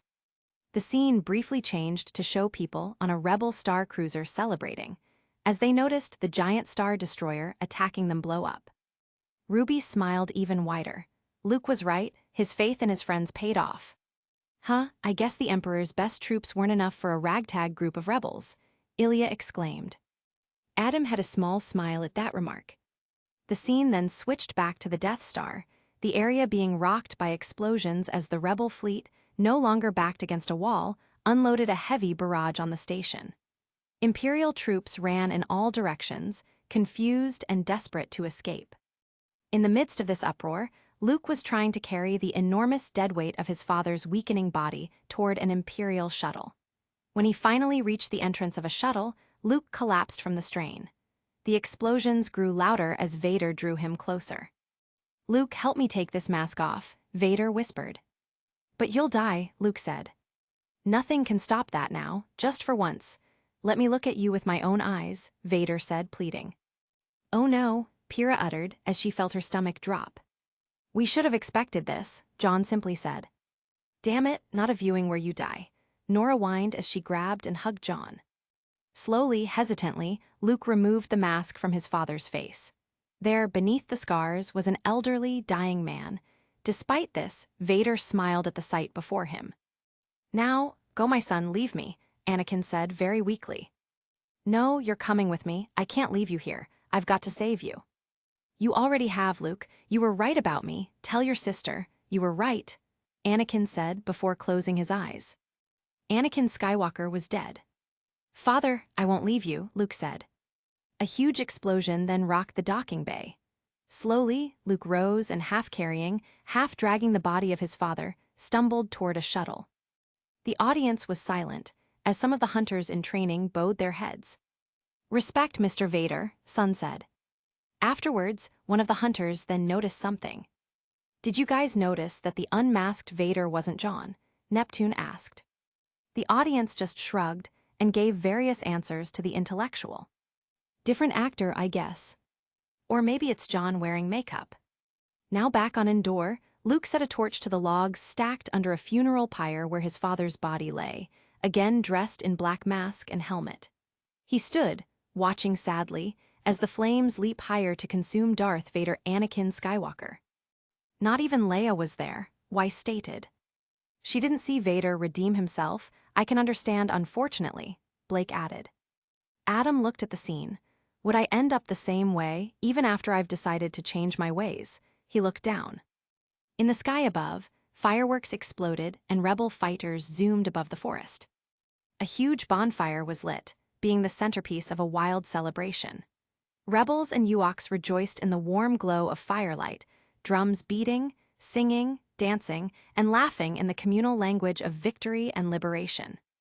Luke took notice of the celebrations and went towards it. After arriving, his friends all rushed to greet and embrace him, Leia, Han, Lando, and Chewie. They all stood close, taking comfort in each other's touch, together to the end. Aw, Ruby said, happy at the group hug. Aw, Yang and Weiss cooed, happy to see the Ewoks. What are those things? Nora said, disgusted by the Ewoks. This got indignant squawks from the heiress and the brawler in response. 2. Luke then looked to the side and saw 3 shimmering, smiling figures at the edge of the shadows. Ben Kenobi, Yoda, and Anakin Skywalker. Luke smiled at the sight, before the screen went to black. That's sweet, Pyrrha said to John. You're still watching over him as a ghost. John grinned. Hey, I gotta make up time. I was an evil lord for many years. She laughed at John's reply before continuing. You took that reveal pretty well, Pyrrha continued. I meant what I said before, and if anything, seeing Vader change, even at the last second, just proves my point further. Pyrrha smiled at that. Yeah, you're right. As the rest of Team JNPR then began to talk about the film, same with everybody else in the cinema, she thought back to her own feelings about Destiny. I'm glad he sees it the same way. 3. The feeling that she had as the vital tournament was coming up started to fade away a bit. 4. Meanwhile, Cinder was just confused. He and his master had it, she thought, and he threw it away for what? Some child he hadn't seen in years. She frowned. I don't understand. As Cinder stewed in her bafflement, Ruby and the others began to realize something. Wait a second, Vader was Anakin Skywalker, right? She asked. Yeah, Neptune answered. Ruby let out a gasp. Does that mean we watched Luke Skywalker? That means he ends up dying to Adam in the future anyways, she said before letting out a moan of sadness. 5. The other hunters in training let out a collective groan upon realizing this. Adam, why'd you kill Luke? You messed things up, Taurus. Why would you do that, dude? Adam scowled at the complaints thrown his way. It wasn't me, it was my actor, he growled. Before Adam could continue being heckled, however, Chrono interjected. I'm glad you guys found the connection, but now it's time for the next viewing.